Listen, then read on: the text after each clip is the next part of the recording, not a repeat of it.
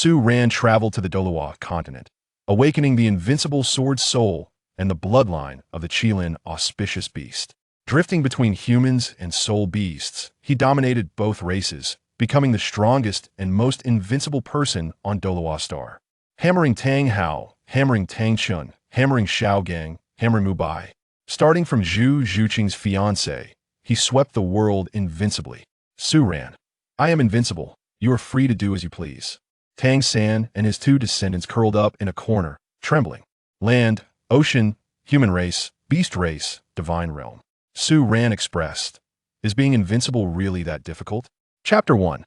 God-slaying sword shameless. Shameless Tang San. Can you be any more shameless?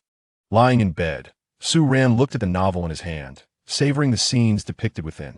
Tang San, the protagonist of the Doluo continent, a figure like a child of heaven, was once again ruthlessly shown off by others. Upon seeing this, Su Ran didn't hesitate and directly recharged 1 million starting coins, casually tipping a silver alliance. It's a pity that even after reading over 100 fanfics, I can't do anything. If I could travel to the Doluo continent with great talent, what would a mere protagonist count for? It's a pity I can't do anything. I can only watch Qianren Xue and Bibi Dong being bullied by Tang San and his master. Moreover, there's so many beautiful girls in the Doluo continent. Yi Lingling, Shui, Binger, Shui Wu. They're all still lonely. Ding. Congratulations, host, for obtaining the qualification to travel to the Doluo continent. The task system is now binding.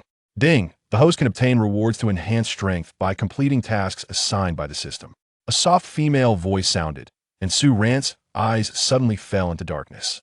In the dark, Su Ran felt his body becoming light, and a series of whooshing sounds rushed past his ears. It seemed he was undergoing a time-space shuttle. Could it be? Su Ran's spirit shook. Could he have traveled? And to the Doluo continent? System sister, what's going on? Su Ran's eyes brightened. He suddenly remembered that his system was a sister, and her voice was very sweet. According to system detection, the host's thoughts align very well with the requirements of this system. So you qualify to become the host of this system, the system explained. So that's how it is. Su Ran nodded, gaining some understanding. But what thoughts could he have about traveling to the Doluo continent? Showing off and flirting like Tang San? It seemed the system sister was also somewhat dissatisfied with Tang San, just like him. System sister, can you speed up a bit? Does it really take this long to travel? Are you unable to do it? Su Ran couldn't help but urge, feeling somewhat impatient to go to the Doluo continent. At this moment, what Su Ran saw was a pitch-black scene. He suspected this was what those experts called a black hole. Crossing this black hole would lead him into the space belonging to the Doluo continent. Host brother, this system is just a girl. How could I possibly be unable? Only boys would be unable to do, so boys can't do anything. In the unseen system space, the system sister, dressed in a floral long dress, sat on a fragrant bed, propping her chin with her hand, her beautiful eyes gazing at Su Ran through the void, smiling gently. Su Ran, system sister, you can't say that casually. This host is quite capable. Su Ran hurriedly denied. As the host, the chosen one, how could he be weak? If he were too weak, how could he possibly be selected as a traveler? That would be a blatant slander. Su Ran still had grand goals. If he were too weak, how could he chase after girls in the future? How would I know? I've never seen it. The system sister said in a tempting tone, her voice carrying a hint of charm, making Su Ran involuntarily give rise to a bold idea. The system sister should be very beautiful, wouldn't that mean? This system is just a virtual character. The host must not have such improper thoughts.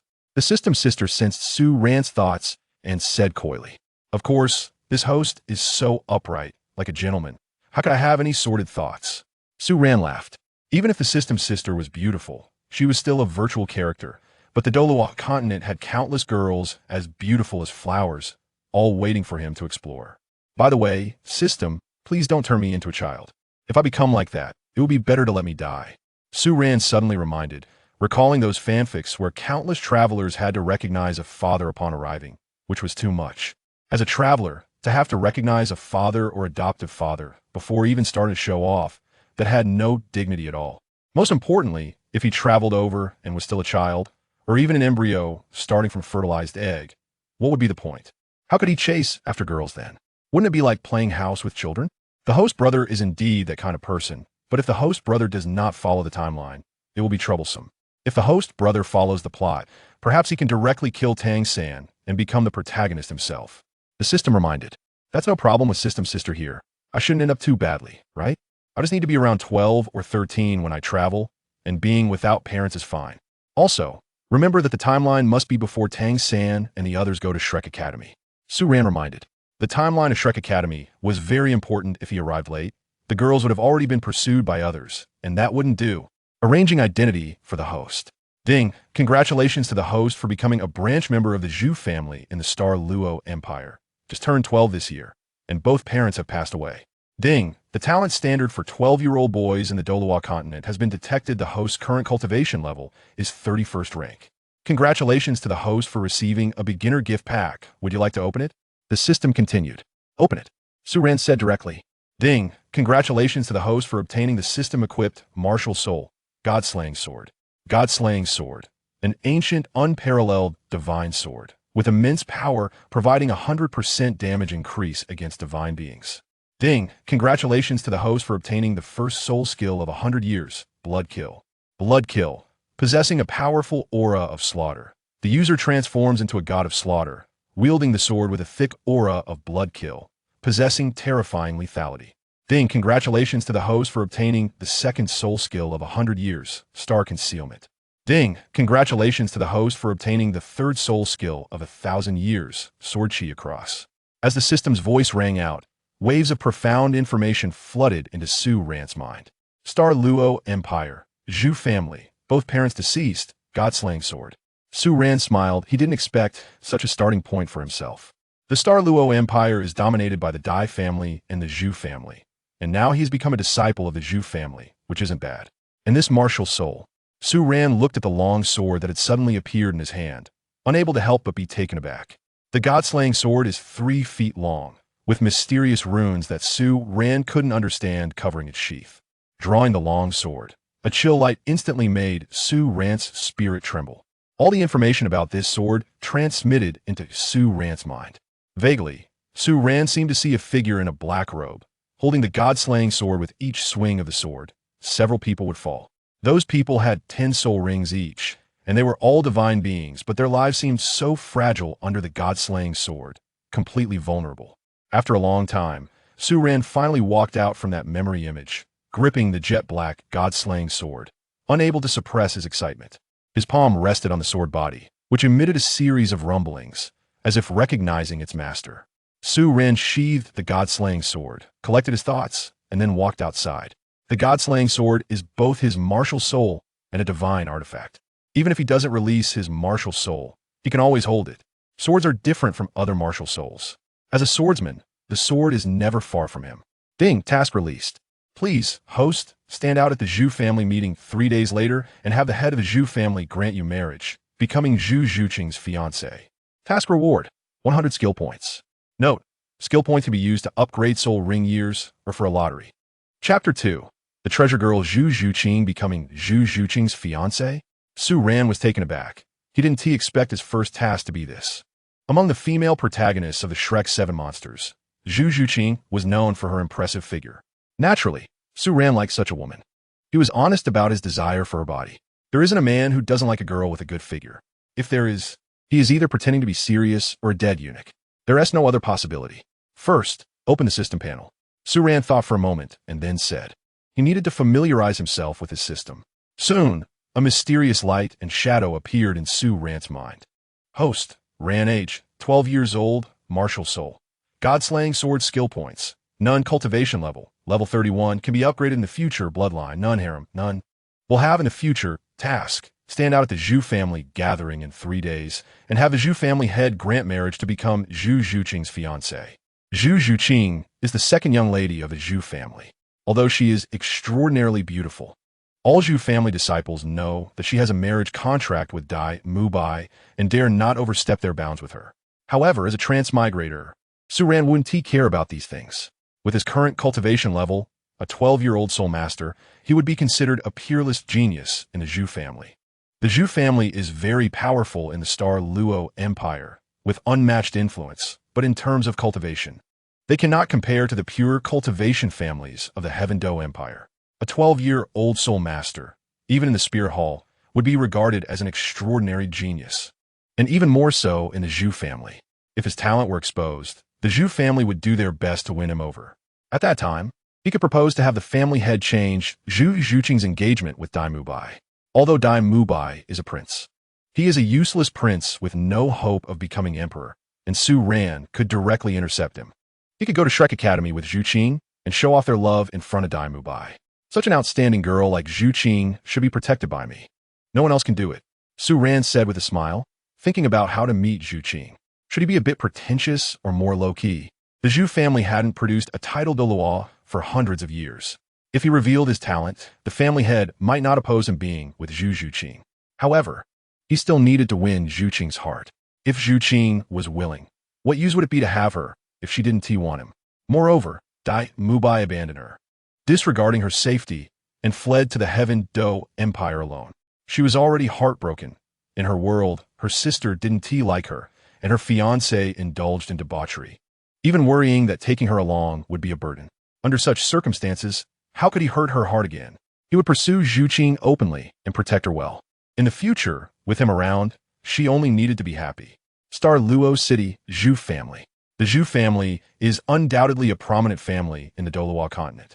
However, because they assisted the Dai family in controlling the Star Luo Empire and have been involved in politics for a long time, they have become somewhat lax in cultivation, making it nearly impossible for the Zhu family to produce powerful experts who can stand firm on the continent. At this moment in the square, many disciples were diligently training. Many Zhu family girls were beautiful with slim figures, mostly possessing fair skin and long legs. Each of them had looks that could rival the campus beauties and female stars on Earth. The local environment nurtures local people living in the Doluo continent. People's looks generally aren't too bad. Su Ran's gaze scanned around, and he couldn't help but look forward to Zhu Qing's beauty. If the passers-by were so beautiful, Zhu Qing would probably be even more stunning. There was also Zhu Zhuqing, whose figure was even more exaggerated than Zhu Qing's. Soon, Su Ran's attention was drawn to a young girl. She was wearing tight black leather pants, her curvaceous figure accentuated with a perfect silhouette that could make countless girls in the square feel overshadowed. She was extremely beautiful. Her long legs, outlined by the leather pants, were slender and smooth, exuding endless charm as she walked, capturing the attention of many young boys in the square. Countless young boys gazed at her, their eyes filled with admiration. If they could pursue such a girl, it would be a dream come true. Moreover, if they could win her over, their status in the Zhu family would rise significantly. As for Dai Mubai, in their eyes, he was just a timid waste, too afraid to confront Davis and directly fleeing. Such a waste. What could he amount to? However, they could only think this way in their hearts. Although they looked down on Dai Mubai, they absolutely did not underestimate royal power. After a moment, everyone withdrew their gazes, not daring to have any thoughts about Zhu Zhuqing. But there was one exception, and that was Su Ran. Could this be Zhu Zhuqing? Su Ran looked at Zhu Zhuqing and couldn't help but sigh. She truly lived up to being one of the female protagonists of the Shrek's 7 monsters, stunningly beautiful, with a slim waist and long legs, her chest rising and falling, making her a truly breathtaking girl. After glancing at her a few times, Su Ran shifted his gaze away. He knew that Zhu Zhuqing hated lecherous men the most, and he couldn't leave a bad impression in her heart. Who are you? Zhu Zhuqing looked at the boy in front of her, asking with some confusion. Hello, I am Su Ran, a side disciple of the family. I have been training outside, and today is my first time back to the family. Su Ran stepped closer to Zhu Zhuqing and said softly, a gentle smile on his face, behaving like a gentleman. As he drew closer, he could also smell the faint fragrance unique to Zhu Zhuqing, warm and pleasant. Oh! Zhu Zhuqing glanced at Su Ran with her cold eyes, giving a slight nod. Su Ran was just an ordinary disciple of the Zhu family for now, so she naturally wouldn't pay much attention. However, she still extended her hand. Good luck. In a couple of days, it will be the family gathering. I'll look forward to your performance. Su Ran smiled, gently shaking Zhu Zhuqing's hand, feeling a soft touch. You too, good luck. Zhu Zhuqing said, her beautiful eyes seriously looking at Su Ran for a moment. She felt that Su Ran seemed to have a different feeling toward her.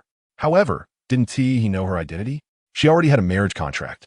So many disciples of the Zhu family didn't dare to have any thoughts about her, yet he looked at her so openly. Chapter 3. Zhu Zhuqing. A beautiful girl Zhu Zhuqing was merely a bit curious. In the Zhu family, and even in Star Luo City, many people admired her. But when they learned of her identity, they kept their distance, not even daring to talk to her much. They feared being misunderstood by Davis and his entourage and getting into trouble. The same was true in the Zhu family. Not many dared to get too close to her. Since Su Ran took the initiative to approach her, she felt a bit curious. Zhu Zhuqing found a quiet place in the square to sit. Her smooth legs bent, causing the leather pants to tighten even more. Her beautiful eyes looked ahead, and a hint of loneliness appeared on her exquisite face. Many Zhu family disciples were sparring with each other in the square. Soul masters can only truly become stronger in battle. However, she was Zhu Zhuqing. Even when training, she would only be alone. No one dared to challenge her, fearing to incur the displeasure of the Grand Prince and the eldest young lady. The Zhu and Dai families have had a tradition since ancient times. When they intermarry, the younger generations compete against each other. And the most outstanding pair in each generation inherits the throne, while the unsuccessful competitors face execution. Everyone believes that Davis and Zhu Zhuyan will become the future emperor and empress of the Xingluo Empire. Naturally, their rivals, Dai Mubai and Zhu Zhuqing, are not well regarded. Su Ran looked at the girl in front of him, unable to suppress his sympathy. He remembered that in the original story, Zhu Zhuqing had always been reclusive and quiet. Perhaps her personality had been shaped by such an environment. It wasn't that she didn't want to be cheerful like Xiao Wu and Ning Rongrong. It was just that in the Zhu family, there was no one brave enough to talk to her. "Can I sit here?" Su Ran walked over to Zhu Zhuqing's side. "Sure." Zhu Zhuqing was taken aback, and upon seeing Su Ran, she was a bit surprised but nodded and then fell silent. Su Ran also did not speak, quietly sitting next to Zhu Zhuqing. A gentle breeze blew, carrying with it Zhu Zhuqing's unique fragrance. He couldn't help but glance at the stunning girl beside him. Zhu Zhuqing had a great figure. Even as a young girl, she had a physique comparable to that of an adult woman. "Aren't you afraid of me? You dare to sit so close to me?" Zhu Zhuqing asked curiously. Su Ran knew her identity, yet still walked with her. Didn't he fear being scolded by her sister? There was also the possibility that Davis's people might take action against him. "Not afraid. The second miss is so beautiful. How many people wish to be close to her? Why should I be afraid?" Su Ran replied, inhaling the unique fragrance of Zhu Zhuqing and revealing a bright smile. "You know that's not what I meant. If my sister and the crown prince find out you are so close to me, it will affect you. Many others might also take action against you," Zhu Zhuqing said, a hint of blush on her delicate face, while feeling a bit happy inside. Girls like being complimented on their beauty, and she was no exception. However, in the Zhu family, due to her status, no one dared to say such things. They only looked at her with lewd eyes, which made her feel disgusted. "I'm not afraid. No matter how powerful the crown prince is, I'm not scared." Su Ran shook his head. Once his strength was revealed, Davis might even try to win him over. If he ended up with Zhu Zhuqing, it could cause Dai Mubai's reputation to plummet, and Davis, as the beneficiary, would only be pleased. Davis wanted to inherit the throne, so he would naturally target Dai Mubai. And if he wanted to pursue Zhu Zhuqing, Dai Mubai would be the biggest obstacle. For now, he and Davis shared a common enemy, Dai Mubai. So for the time being, he would befriend Davis. However, that might not be the case later, especially since Zhu Zhuyan was also very beautiful, with an alluring figure that was even more voluptuous than Zhu Zhuqing's. Moreover, he knew that Zhu Zhuyan didn't genuinely want to isolate Zhu Zhuqing. She was trying to protect Zhu Zhuqing, hoping she would know when to back off and leave the Xingluo Empire. That way, even if Davis ascended the throne, he wouldn't act against her. "What are you thinking about? Are you scared?" Zhu Zhuqing asked, puzzled. Ordinary people would probably be scared silly upon hearing the crown prince's name. Su Ran might be the same. "Nothing much. Second miss, didn't you come to the square to practice? I can accompany you for some sparring and practical training." Su Ran said, "You want to practice with me? I'm very strong. Are you sure? What is your cultivation level?" Zhu Zhuqing asked. Su Ran was just a side disciple of the Zhu family, and from his name, Zhu Zhuqing could tell that Su Ran's father was from an outside tribe, meaning Su Ran might not even have inherited the family martial soul. How could his strength be very strong? "My cultivation level? Level 31 Soul Master," Su Ran replied. "You're lying. How could you be a Soul Master? Even I'm only level 25, Zhu Zhuqing said, somewhat disbelieving. Her current cultivation as a level 25 Great Soul Master was already quite impressive, a genius among the Zhu family. Even her sister didn't have a higher talent than hers. Su Ran, no matter how strong he was, couldn't surpass her in talent. "If you don't believe me, that's fine. Do you still want me to accompany you for practice? If you don't want it, I can leave, Su Ran said. Of course I want to. I want to see your true strength, Zhu Zhuqing replied, not even realizing that she was speaking more than usual today in Su Ran's company. I'm going to make a move now, Zhu Zhuqing said, her beautiful eyes suddenly becoming serious. She stood there, wearing tight black leather pants that showcased her perfect curves. The breeze tousled her long black hair, drawing many gazes. Her expression was full of determination. She would give her all against any opponent.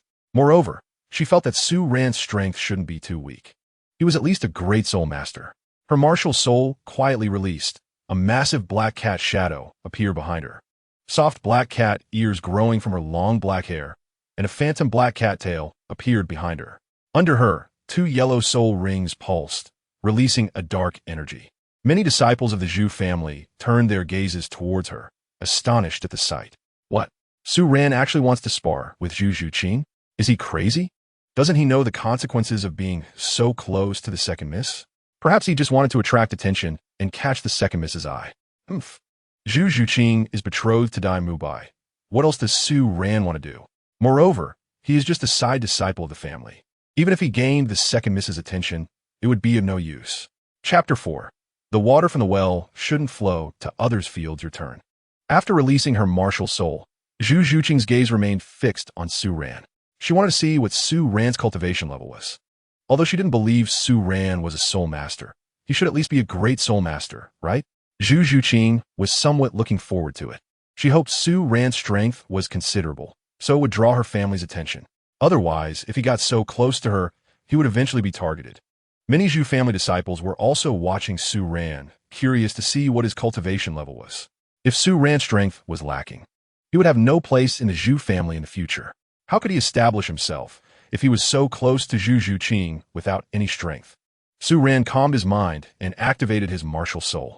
With his current talent, being a soul master at 12 years old, if he went to the spirit hall, even Bibi Dong would have to personally receive him. In the Zhu family, and even the entire Xinglua Empire, no one had talent stronger than his. Moreover, with the system, his talent would become even stronger in the future. Under everyone's gaze, a black long sword appeared in Su Ran's hand. The sword was 3 feet long, with a pure black blade that seemed to contain endless mysteries. The moment he grasped the long sword, Su Ran's aura suddenly changed. His gaze became sharp, as if he himself was a sword, exuding an invincible momentum. Everyone looked at Su Ran in astonishment. With the long sword in hand, Su Ran radiated a unique aura that made their hearts tremble. Zhu Zhuqing's eyes widened as she stared blankly at Su Ran's figure. What cultivation level is Su Ran? It was now very clear. The 2 yellow and 1 purple soul rings floated around him. Su Ran was indeed at the level of soul master. Many disciples looked at Su Ran, their expressions instantly changing. Although they didn't know Su Ran's age, they could tell that he was quite young. Su Ran is at most no more than 15 years old, and at such a young age, possessing the cultivation of a soul master. This indicates that Su Ran is a genius soul master. With such talent, his future will be smooth sailing, and it's hard to imagine what lies ahead for him. If they could cling to Su Ran's leg, they would gain many benefits in the future. Many young girls looked at Su Ran with soft eyes, and some even directly cast flirtatious glances at him. A genius like him would surely have a high status in the family in the future. If they could establish a deep relationship with Su Ran, or even become his woman, it would mean they could spare decades of hard work. Is he really a soul master? Zhu Zhuqing looked at Su Ran, astonished. The shock Su Ran brought her was more profound because she had observed him closely. Su Ran's age should be similar to hers, at most 1 or 2 years older. To break through to soul master at such an age. Su Ran's talent was even slightly stronger than hers, which made her blush at her earlier words. I already said I'm a soul master, even if I would deceive others. I wouldn't lie to you, Su Ran smiled, looking at the girl before him who was blushing and silent. The blush on Zhu Zhuqing's face faded somewhat, and without saying more, she directly picked up speed and rushed towards Su Ran. As an agility-type soul master, her speed was pushed to the limit, like a shadow attacking Su Ran. Her fingers curled, and her long nails emitted a glint of cold light. Zhu Zhuqing's current soul power was at level 25, not weak among the younger generation of the Zhu family, and in everyone's eyes, her speed was considered fast. However, in Su Ran's eyes, it was extremely slow. Su Ran stood still, shifting his foot slightly, and angled his body, using the sword sheath to block in front of him. Zhu Zhuqing's claws scraped against the pitch-black sword sheath, producing a hissing sound as 5 white marks were left on the sword sheath. Naturally, the sheath showed no damage. These were merely marks from Zhu Zhuqing's nails rubbing against it. With the target suddenly dodging, Zhu Zhuqing's pretty face changed slightly. Wanted to turn around and continue attacking Su Ran. But in her panic, affected by her body's inertia, she directly fell forward. "Be careful," Su Ran said, reaching out to catch Zhu Zhuqing in his arms. Countless people around were stunned by the scene, unable to speak. They were envious that Su Ran could hold the stunning Zhu Zhuqing in his embrace. At the same time, they couldn't help but think of that figure, Dai Mubai. It was said that Dai Mubai had escaped to the Heaven Do Empire.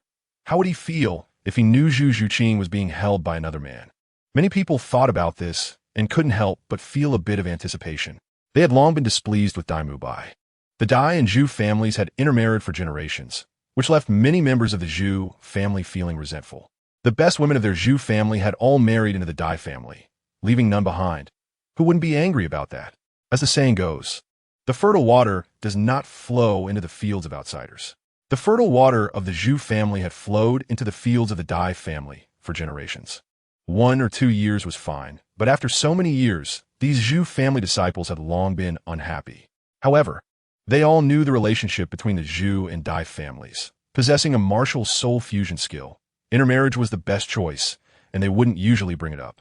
But Dai Mubai, this waste, directly stirred their resentment. Dai Mubai was cowardly and incompetent, lacking any fighting spirit, and fearing he couldn't compete with Davis, he quietly ran away, leaving Zhu Zhuqing to bear the pressure from both families alone in the Star Luo Empire. This was seen as the most disgraceful behavior in everyone's eyes. Regardless of whether Dai Mubai was strong or not, he wouldn't overly care. Abandoning his fiancé, and being cowardly and incompetent was what they looked down upon the most. Dai Mubai's behavior destined him to be a waste. Countless Zhu family disciples felt some dissatisfaction. Why could even such a waste marry their excellent women? Just because the Dai family was powerful? Dai Mubai was just a joke. Compared to Su Ran, he was far inferior. A waste who abandoned his fiancé, and ran away. How could he be worthy of the second lady? But they didn't know what Su Ran was thinking. Previously, they hadn't heard of this person in the family, and they didn't know if he was really interested in the second lady. If Su Ran had intentions, it would be interesting. One was the strongest genius of the family, and the other was the royal family's wasteful third prince. They didn't know what decision the family head would make. Countless discussions arose. If Su Ran could be with Zhu Zhuqing, they wouldn't say anything. After all, Su Ran was one of their own internal matters, and there would be no problem. However, if Zhu Zhuqing and Su Ran got together, wouldn't that mean the wasteful third prince Dai Mubai was cuckolded? Chapter 5. I Can Help You. Zhu Zhuqing was embraced by Su Ran. A hint of red appeared on her cold face, and her heart couldn't help but start racing. From childhood to now, she hadn't had much contact with boys, let alone being held so intimately. Let go quickly. Zhu Zhuqing pushed against Su Ran's chest with her delicate hand, seeing that she couldn't push him away. Her pretty face turned even redder. Hearing the gossip around her, she felt embarrassed and wanted to find a hole to hide in. After today, there might be many rumors about her and Su Ran in the Zhu family. Unfortunately, she and Su Ran didn't have that kind of relationship yet. When he completely won her over, he could hold her without any reservations. At that time, not only could he hold Zhuqing, but once he won her heart, he could do whatever he wanted. Zhuqing, although she seemed cold, had a warm heart and was a very devoted person. If he won her heart, it would mean he had everything of hers. Be more careful next time. If I hadn't been here today, you might have fallen, Su Ran said with a gentle smile, releasing Zhu Zhuqing's slender waist. It seems you don't have much practical experience. Your family should have a practice teacher, right? Su Ran wondered, as he could tell that Zhu Zhuqing's practical experience was not sufficient, and even the simplest techniques of neutralizing force were not mastered perfectly. In the original story, Zhu Zhuqing slowly rose through constant training at Shrek. I have a practical teacher, but he's quite fierce, Zhu Zhuqing said softly, looking down at her beautiful legs. She felt a bit shy to look at Su Ran. Even now, she could feel Su Ran's masculine aura on her body, making her feel slightly hot all over. She lowered her head, her delicate toes lightly tapping the ground, feeling a bit at a loss. A gentle breeze blew, and her ink-like hair swayed in the wind. In the Zhu family, her status was special, Even the teacher who taught her cultivation would try to maintain some distance from her. Thinking of this, Su Ran felt a slight pain in his heart. Zhu Zhuqing had been silently enduring grievances in the Zhu family all along, and he had seen it all. In the square, so many people were sparring and training, but Zhu Zhuqing was alone. If he hadn't come, Zhu Zhuqing didn't know how many grievances she would have to endure. Meanwhile, Dai Mubai was enjoying himself at Shrek Academy. Running away was one thing, but he even betrayed Xing, doing things with twin beauties. Such a person could still wash himself clean in the end. It was simply absurd. If becoming strong could write history, then from now on, let Su Ran be the one to write it. In the original story, Zhu Qing ultimately accepted everything and ended up with Dai Mubai. Since he has come to this world, such things will not be allowed to happen. Zhu Qing, from now on, let it protect you. Su Ran stepped forward slowly, looking at the girl in front of him, wanting to touch Zhu Qing's hair. From now on, with me here, no one will dare to bully you, Su Ran said, his voice filled with sincerity. In a few days, he would apply to the family head to annul the engagement between Zhu Zhuqing and Dai Mubai. Under heaven, such a treasure of a girl could only belong to him. Su Ran. Zhu Qing took a step aside, not allowing Su Ran's hand to touch her. Listening to Su Ran's bold words, Zhu Qing felt a bit flustered in her heart. No girl could remain calm in the face of such a situation. Even if she was Zhu Qing, she was still just an ordinary girl. I can protect myself. You don't need to worry about me, Zhu Qing said, still not daring to look at Su Ran. But her voice softened a bit. I already have a fiancé, so it's better for us to keep our distance in the future.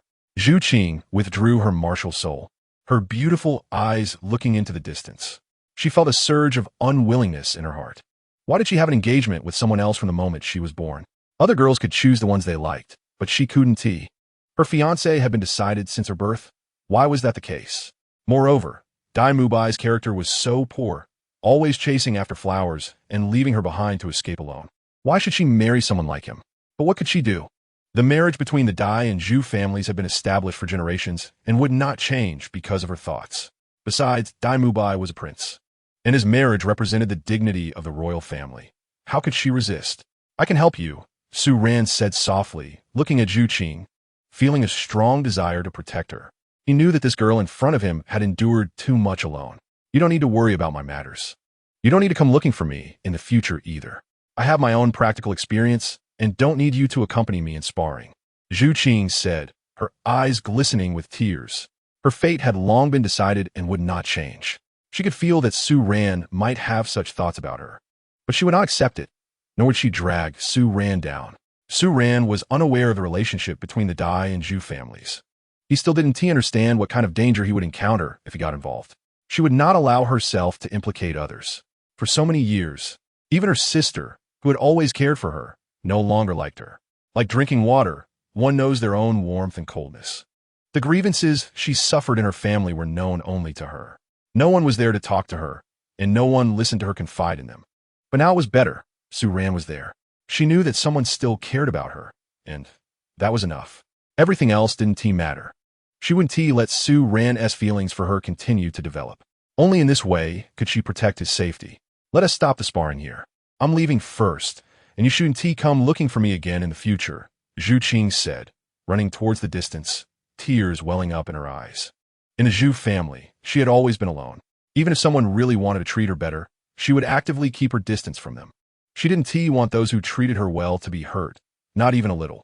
Su Ran watched Zhu Qing's departing figure and couldn't help but sigh.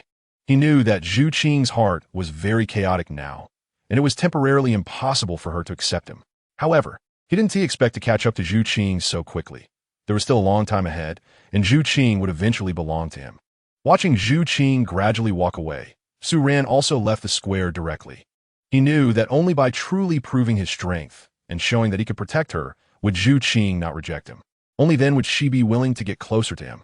Chapter 6. Su Ran turns out to be a peerless genius. Not long after Su Ran left, Zhu Zihai, the head of the Zhu family, and the three elders hurriedly arrived at the square.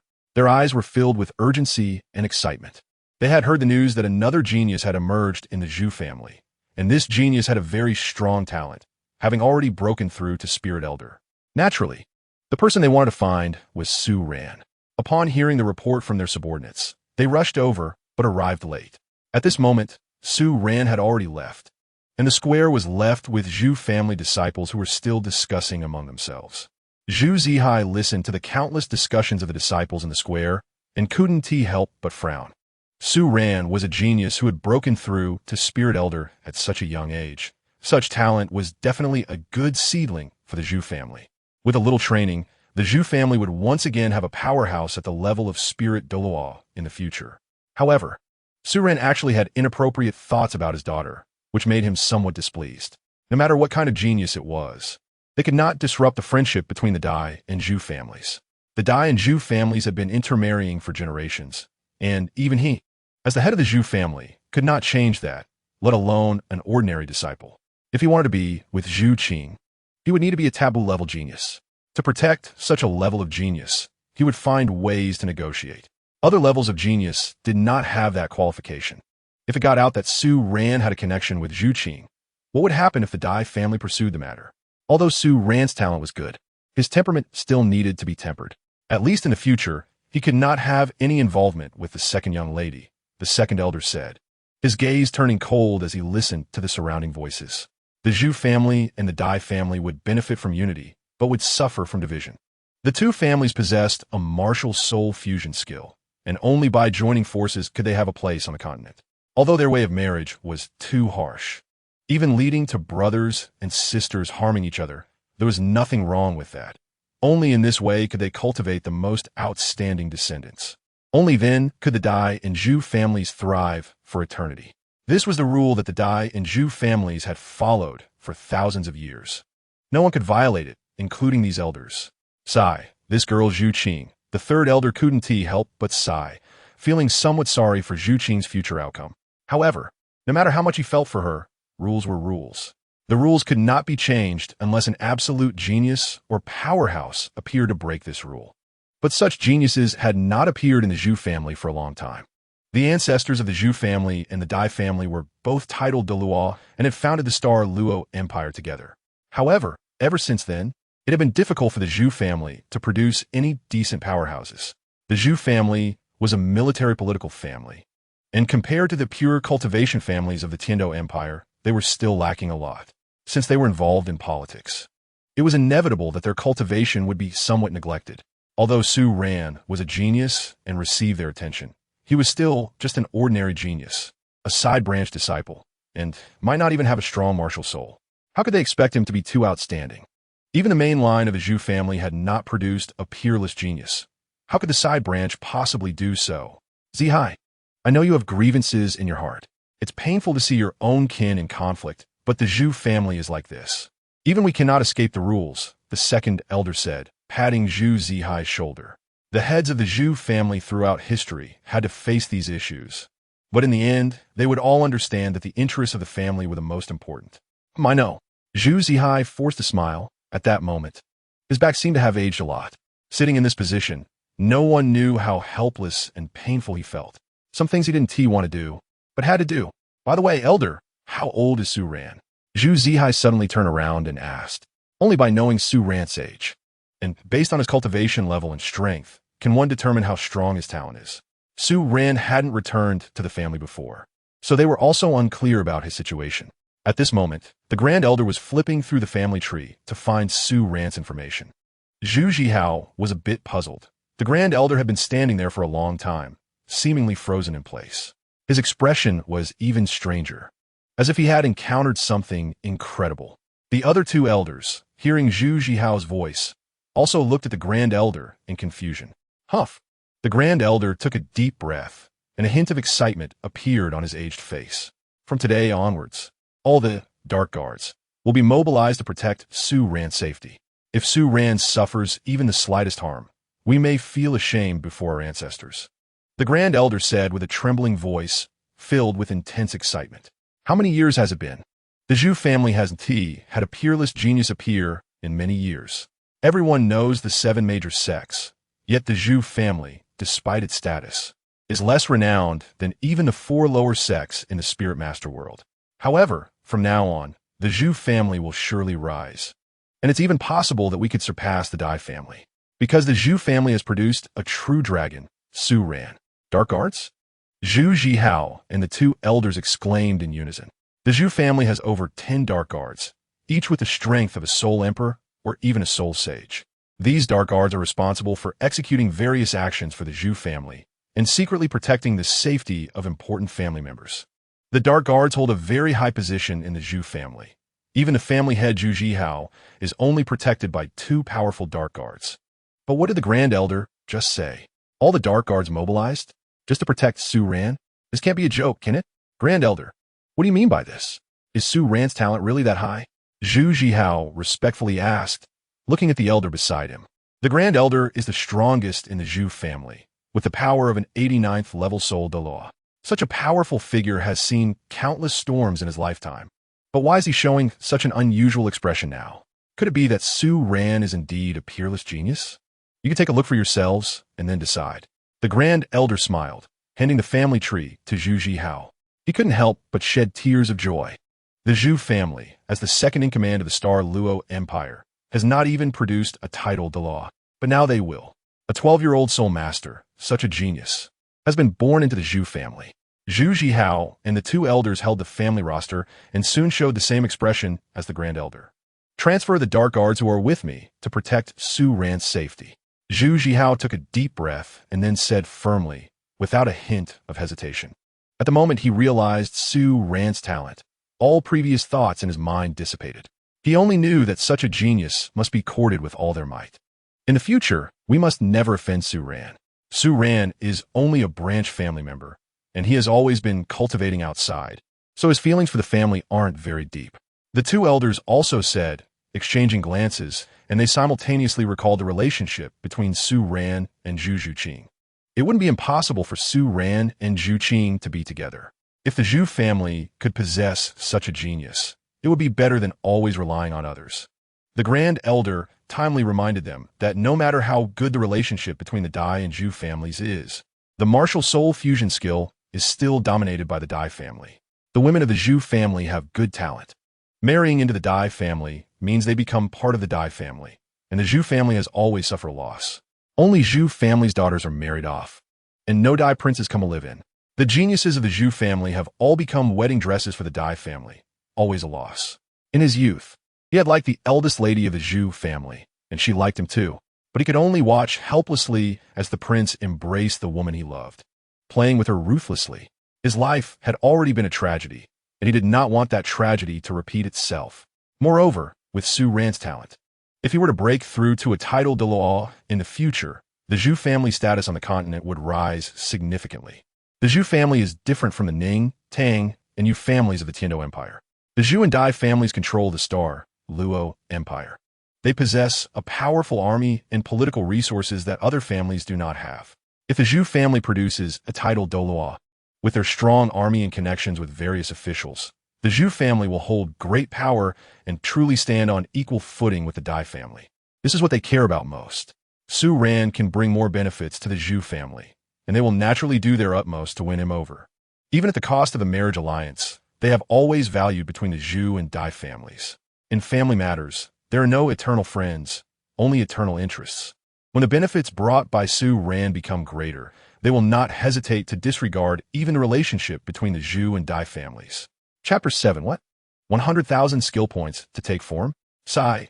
Practicing is so boring, there are no pretty girls around. Su Ran sighed, practicing his soul skills on the outskirts of Star Luo City. He is now able to skillfully apply his soul skills. His second soul skill, Star Concealment, allows him to conceal his presence, blending into the surrounding void for a short time. Moreover, the effect is even more pronounced at night. His martial soul is already very strong, and with this concealing soul skill, he can kill without a trace. If the second soul skill is used in conjunction, Su Ran feels that even a soul zone would not be his opponent. After all, when your opponent suddenly disappears and then reappears with a powerful attack, not many people can react in time. And the third soul skill, Sword Chi Permeation, is an area of effect group soul skill that can release countless sword chi, making it a large-scale attack soul skill. Once Su Ran understood his soul skills, he began to feel a bit bored. He didn't like fighting. He came to this realm to chase after many beautiful girls and live a happy life. Host brother can now pursue Zhu Zhuqing. Anyway, with the host's talent, If he makes any requests, the Zhu family will do their best to satisfy him. Even if he makes those requests, the Zhu family might agree. The system's pleasant voice rang out. What requests? Su Ran's eyes lit up as he pretended to be wooden. Shameless host, still pretending. The system girl lightly snorted, her pretty face slightly blushing. She didn't know what that meant. She was just trying to help the host. As a system, her primary task is to fulfill the host's wishes and allow the host to do what he likes in the world he has traveled to. By the way, host, why didn't you continue to take advantage of the moment and find Zhu Zhuqing? The system could detect that she currently has some different feelings towards the host. The system asked, though she was just a system, very beautiful, but not clear about human affairs. You wouldn't understand. I need to give Zhuqing some time alone first. Distance creates beauty, you know? If I leave, her heart will stir a bit. Su Ran said with a smile. If we stick together every day, we won't cherish it. If I leave for too long, feelings will fade. A state of being neither too close nor too distant will make people unable to resist. The host is so amazing. The system girl smiled brightly. She didn't fully understand, but she felt it was impressive. By the way, system, can you transform into human form? Su Ran revealed a mischievous smile. He had always been curious if the intelligent system girl could take human form. Plus, the system girl's voice is so nice. If she could take human form, she might also be a stunning beauty. At the very least, she would have fair skin, beauty, and long legs. Sure, but it requires 10,000 skill points to show your face and 100,000 skill points to take human form. The existence of the system is to serve the host. If it can take human form, it can better serve the host. The system's strength is also quite formidable. If it takes on a physical form, it can protect its host. The system's voice came through, laced with a hint of temptation. In the system's space, she wore a light blue floral dress, standing in front of a long mirror, lightly tapping her jade-like feet and spinning in circles. The patterned hem of her skirt swirling around her, revealing her snow-white calves. She examined her figure, a satisfied smile on her face. After all, she is the system. She is the most beautiful, but this is a bit too expensive. Just to see her face costs 10,000 skill points, which is outrageous. Su Ran said, suddenly realizing how poor he was, with not a single skill point to his name. Even completing that task would only earn him 100 skill points. 100,000 skill points is too expensive. Even if he wanted to transform the system into a humanoid form, it would be very difficult. Don't be disheartened, host. As long as you complete your tasks diligently, you'll soon accumulate enough skill points, the system reminded him. Forget it. I'll just use the skill points for soul skills. First, I'll raise the age of the soul rings. If it doesn't work out, I can still try my luck with a lottery. Skill points are so hard to earn. I can't just spend them carelessly, Su Ran said with a sly smile. He still didn't know what the system's sister looked like. Revealing her face required 10,000 skill points, so he decided against it. What if she took a humanoid form and turned out to be a girl he didn't like? A beautiful voice doesn't necessarily mean anything. After all, the top girl had once carried a train overnight. No way, host brother, you can't be so mean. The system's voice came through a bit angry. She was so beautiful, with a perfect figure and long legs, yet the host treated her this way. I'll let you take on a humanoid form once I have enough skill points. My current strength is too low. Su Ran stopped teasing the system. He knew that if he allowed the system's sister to take on a humanoid form, he would gain a powerful ally. If he had enough points, he would certainly be willing. All right, enough said. It's time to go see Zhuqing.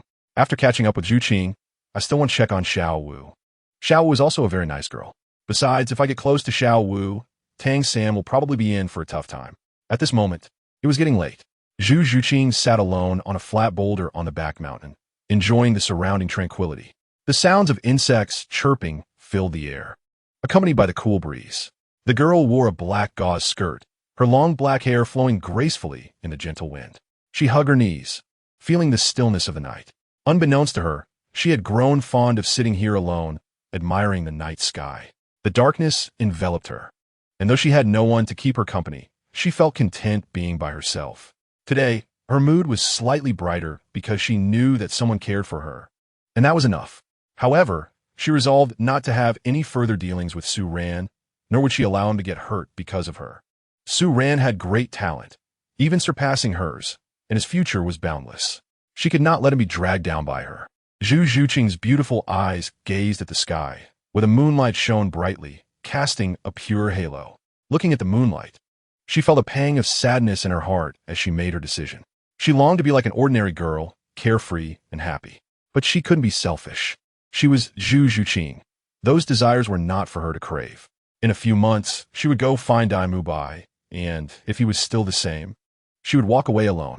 After all, if she left this world, it wouldn't affect anything. This way, her sister could be at ease as the queen of the Star Luo Empire, without worrying about unexpected events. The Zhu family would continue, as usual. As for Su Ran, he would also find a beautiful girl to marry and have children with, living his life as normal. Chapter 8. Do you remember Su Ran from 6 years ago by Daming Lake? Su Ran silently appeared behind Zhu Zhuqing, watching the girl in front of him. The bright moonlight bathed her, enhancing her already fair skin with a touch of luster. Her exquisite figure looked even fuller under the soft yellow glow. Her long, glossy black hair shimmered with a hint of fluorescence, making her look so beautiful, yet seemingly untouchable, as if this beauty would vanish upon contact. Seeing this scene, Su Ran felt a slight pain in his heart. He no longer harbored any inappropriate thoughts about Zhu Zhuqing. All he wanted was to protect her and not let anyone else harm her. Though he was tempted by her physical form, he was not the type to play with someone's feelings. He wanted to win her heart. That would make her whole. A mere shell, no matter how beautiful, loses its significance without a soul. What are you thinking about all alone? Su Ran walked over and sat down beside Zhu Zhuqing. Su Ran, why are you here? Zhu Zhuqing was startled by the sudden voice and sighed in relief when she saw it was Su Ran. I went to your room and saw you weren't there. I was a bit worried, so I came here to find you. Oh, Zhu Zhuqing felt warmth in her heart, realizing that Su Ran cared about her and was concerned for her safety. But they were destined to be strangers. It was clear that they could never have a good outcome, so it was best to keep their distance. Su Ran, please don't come looking for me in the future. And you mustn't like me. You have great talent and will meet many beautiful girls in the future, so don't waste your time on me. It's not worth it. Zhu Zhuqing lowered her head and spoke softly. Worth it or not is not for you to decide. It's for me to say. Su Ran looked at the girl beside him, noticing her thin dress, which left her snow-white calves exposed. The chilly breeze brushed against her, making her look a bit cold. Without hesitation, Su Ran took off his outer coat and wrapped it around Zhu Zhuqing's bare legs. From now on, you shouldn't wear skirts at night. Even if you do, they should be long ones. It's too cold. You'll easily catch a cold. Oh, Zhu Zhuqing's cheeks flushed, and she fidgeted with her hands, feeling a bit at a loss. She had rarely been cared for like this, especially by a boy, which made her feel somewhat embarrassed. She wanted to argue back, questioning what right he had to tell her what to do, but the words wouldn't come out. Su Ran was genuinely concerned for her, and she found herself enjoying the feeling of being cared for. Su Ran, you're so good to me. What do you want? I might not be able to give you what you desire. Zhu Zhuqing looked up, meeting Su Ran's gaze. Is Su Ran also that kind of lecherous person? She despised shameless individuals the most. Could Su Ran be one of them? But if not, why was he so nice to her? She, the second miss of the Zhu family, was seen as a sacrifice in the family feud, destined to be a future ghost. How could someone like her attract Su Ran's attention? All she had now was this outer shell. Perhaps Su Ran only valued her for her looks, just like the other men outside, judging by appearances. Zhu Zhuqing chuckled self-deprecatingly. Who in this world truly cared? Perhaps no one. I just want to see you happy. I don't want anyone to bully you, that's all. Su Ran said calmly, his gaze filled with determination. Of course, Su Ran had half a sentence left unspoken. Only he could bully her. But that wouldn't be too harsh. He wouldn't really hurt her. Is that so? Upon hearing Su Ran's words, Zhu Zhuqing's eyes suddenly turned red, and she turned her head away, wiping away the tears in her eyes when Su Ran wasn't looking. She couldn't help but feel like crying. How many years has it been since she awakened her martial soul at the age of 6? Even her sister has begun to hate her. Her father is busy with political affairs, and everyone in the household avoids her like a plague. The teacher who is supposed to guide her in cultivation dares not have any relationship with her. She is the second young lady of the Zhu family, of noble status. But so what? No one has any hope for her. She will be a victim in the family disputes, lacking any value. What everyone fears is merely her identity and bloodline. If it weren't for her status, she might very well be discarded like a worn-out shoe in the family. She used to think Su Ran was just a lecher, but she was wrong, completely wrong, even absurdly wrong. Su Ran is not that kind of person. All Su Ran wants is for her to be happy, with no other demands. But I don't deserve you treating me this way, Zhu Zhuqing said softly, turning away to wipe the tears from her eyes. You should know that although I am a disciple of the Zhu family, I am only a collateral branch. I have been cultivating alone outside since I was young, and I have no feelings for the Zhu family. With my current talent, even if I don't return to the Zhu family, I can still access plenty of resources in the Martial Soul Hall, and even more there. But I still came back, because I know there has always been someone in the Zhu family waiting for me. If I don't go back to find her, I will never forgive myself in this life. I want to allow the person I like to become someone else's fiancé, Su Ran said, looking at the moonlight in the sky, his gaze filled with a sense of weariness and determination. At that moment, it was as if a brilliant light shone in Su Ran's eyes, and under this light, everything in the world seemed to dim. In that moment, his eyes held only Zhu Zhuqing the girl. Zhu Zhuqing was so beautiful, with a delicate figure, snow-white skin, and long, rounded legs. If he could win her heart, his life would be complete. Moreover, after winning Zhu Zhuqing, he could show off in front of Dai Mubai. That scum Dai Mubai let Zhu Zhuqing suffer alone while he roamed around with Ma Hongjun. He would make Dai Mubai pay back every bit of grievance Zhu Zhuqing had endured. Chapter 9. Su Ran Gij, don't go. Su Ran Gij? Zhu Zhuqing was taken aback, blinking her beautiful eyes in surprise. She looked dazed, tilting her little head to look at Su Ran, questioning when she had ever called him Su Ran Gij. Did she forget? She wondered if Su Ran was lying to her. It turns out you don't remember. By the Daming Lake in Xinglua City, I once saved you. At that time, you call me Su Ran Gij. But since I was a long time ago, it's normal for you not to remember, Su Ran hurriedly said, eager to end the topic. He felt that if they continued discussing it, he would definitely slip up. Oh, Zhu Zhuqing nodded, still wearing a puzzled expression on her pretty face. However, Zhu Zhuqing didn't ask further. 6 years ago, she was just a small child. Who could remember such things? Moreover, she was a big-breasted, brainless woman. She had her own way of judging people, and she saw sincerity in Su Ran's eyes. What Su Ran said was true. He was lying to her. Otherwise, why would he return to the Zhu family for her? Thinking of this, Zhu Zhuqing felt a bit guilty. Su Ran had saved her, but she had forgotten about him. Wasn't he that a bit ungrateful? Would Su Ran be disappointed if he knew? Then can I hear you call me Su Ran Gij again? It's been a long time since I've heard you call me that, Su Ran said with a slight smile, looking at Zhu Zhuqing. He was a bit hopeful that Zhu Zhuqing would call him that. Even Dai Mubai, as Zhu Zhuqing's fiancé, didn't have that kind of treatment. In the original work, Zhu Zhuqing's relationship with Dai Mubai had always been tense. He remembered that their relationship only improved when Tang San distributed the fairy herbs to the 7 monsters. At that time, Zhu Zhuqing was still worried about Dai Mubai absorbing the fairy herbs and having problems. It was also then that their significant increase in strength gave Zhu Zhuqing hope. Dai Mubai officially came out of his slump, ultimately defeating Davis, and began to redeem himself.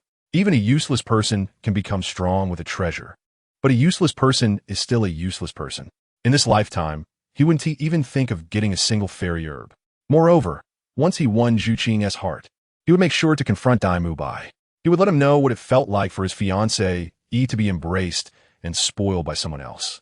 At that time, he could also reveal Dai Mubai's location to Davis, letting Davis deal with him. Davis didn't know that Dai Mubai was in Suatawa City, but he did. Dai Mubai fled to the Heaven Do Empire to avoid Davis. If exposed, he would be doomed. Su Ran Gij. Zhu Zhuqing looked at Su Ran's unabashed gaze. Lowering her head, her cherry lips slightly parted as she spoke. She didn't know if she ever had a Su Ran Gij, but since Su Ran said so, then it must be true. Su Ran was good. Although his gaze was sometimes a bit shameless and always liked to look at those places, for some reason, she couldn't bring herself to dislike him. Especially knowing that he came to the Zhu family for her, even willing to take risks, her feelings for Su Ran deepened significantly. After a few more days, I will go to the family head to apply for the annulment of your engagement with Dai Mubai. Dai Mubai is not worthy of you.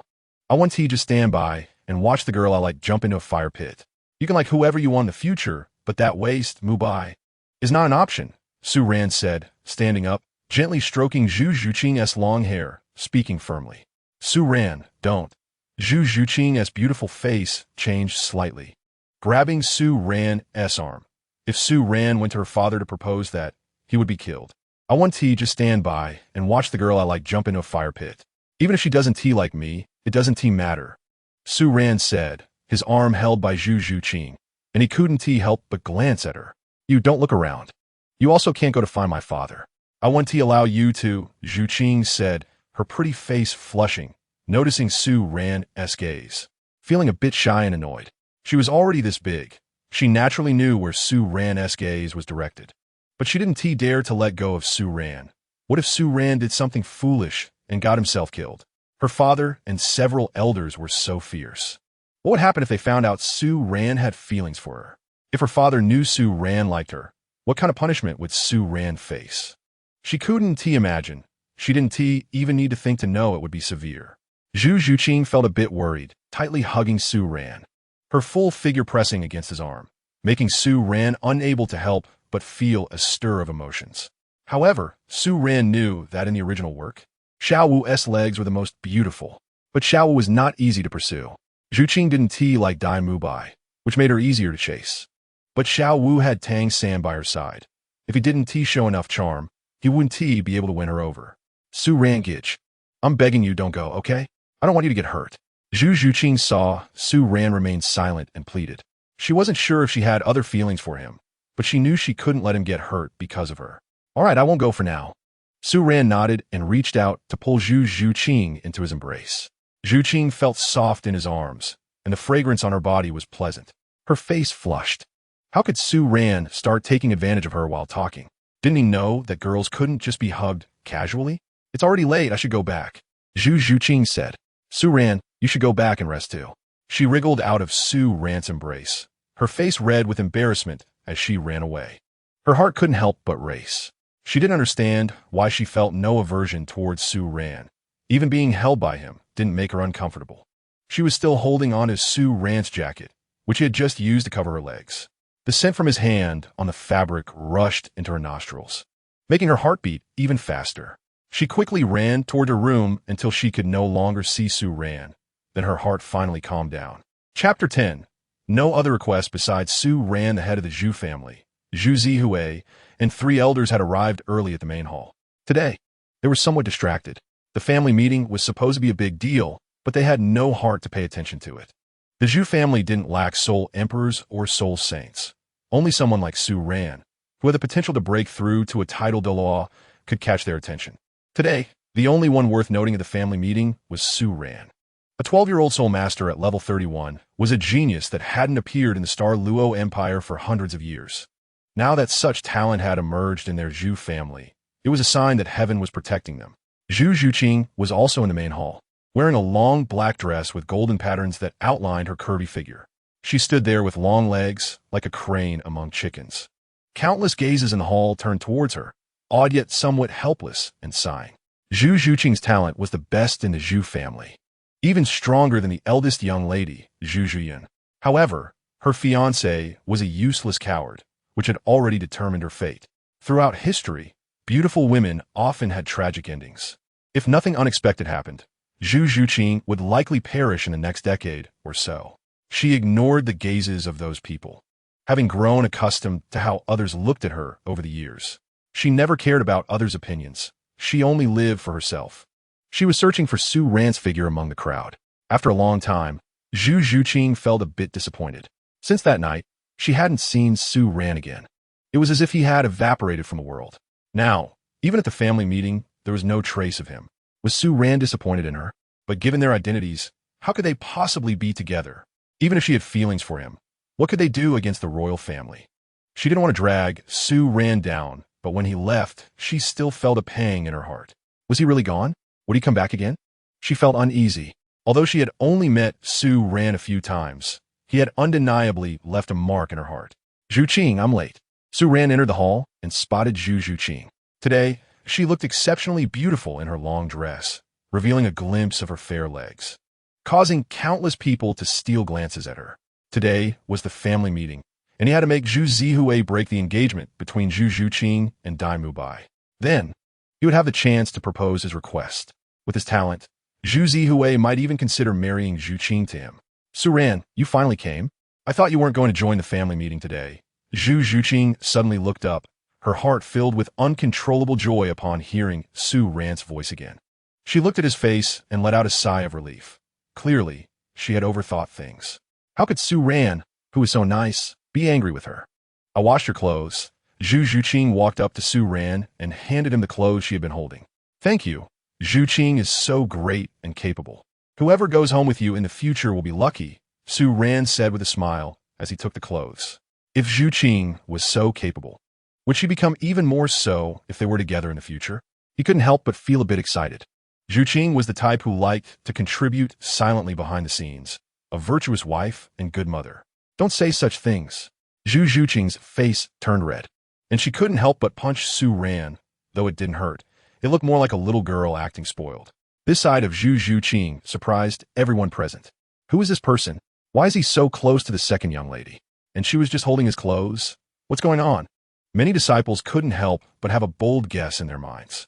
Returning clothes? Could it be that Su Ran and Zhu Zhuqing have already? Countless thoughts began to swirl in their minds. Meanwhile, they were also somewhat dissatisfied. They had never even heard of Su Ran's name. So why was he so close to Zhu Zhuqing, who seemed to have some feelings for him? I am Zhu Ling, a level 28 Great Soul Master, here to spar. A young man in black attire walked straight up to Su Ran, his tone full of disdain. Even if he couldn't win Zhu Zhuqing's heart, he wouldn't allow her to be pursued by other men. A woman like Zhu Zhuqing, who possessed both beauty and talent, should not be associated with someone like Su Ran. Zhu Ling's voice attracted the attention of everyone present, including Zhu Zihui and the three elders, who looked on with interest. They were curious about Su Ran's strength. A 12-year-old soul master with such rapid cultivation speed was impressive, but what about his actual power? Cultivation level and strength couldn't be equated. Just you? You probably won't be enough, Su Ran said casually, dismissing Zhu Ling's bravado. If someone was too cowardly to pursue girls, they shouldn't be envious when others succeeded. Such a person was utterly shameless. Arrogant. If you lose, stay away from Miss Zhuqing, Zhu Ling declared, directly releasing his martial soul, the nether spirit cat. The wave of level 28 soul power emerged, causing many disciples in the hall to nod in approval. After all, among the younger generation, Zhu Ling was only 16 and had this level of strength, which was quite standard. Despite Zhu Ling releasing his martial soul, Su Ran remained standing there, unmoved, exuding an air of calm indifference. This action directly infuriated Zhu Ling, who saw a hint of contempt and disregard in Su Ran's eyes, filling him with rage. How dare a side branch disciple ignore him? The surrounding Zhu family disciples couldn't help but laugh at Su Ran's behavior. Zhu Ling was a level 28. How could Su Ran still act so arrogantly? He didn't even release his martial soul. No matter how strong Su Ran was, he wouldn't be Zhu Ling's opponent. Su Ran was just trying to show off in front of the second young lady. They didn't realize that Zhu Ling's level was quite strong among the younger generation of the Zhu family. If Su Ran could defeat Zhu Ling, they would be willing to bet on it. Many disciples were discussing this, and some even made bold claims. However, those who had witnessed Su Ran's strength in the square earlier remained silent, watching with interest, listening to the numerous discussions around him. Zhu Ling felt his confidence soar and coldly laughed as he charged towards Su Ran. In an instant, he unleashed his second soul skill, ready to show Su Ran just how powerful a main lineage disciple could be. How dare a branch family disciple, lacking even a family martial soul, pursue the second young lady? That took quite some audacity. In his eyes, if he could defeat Su Ran, perhaps he could attract Zhu Zhuqing's attention. Although he didn't dare to get involved with Zhu Zhuqing, having such a beautiful woman take a liking to him would be a bragging right.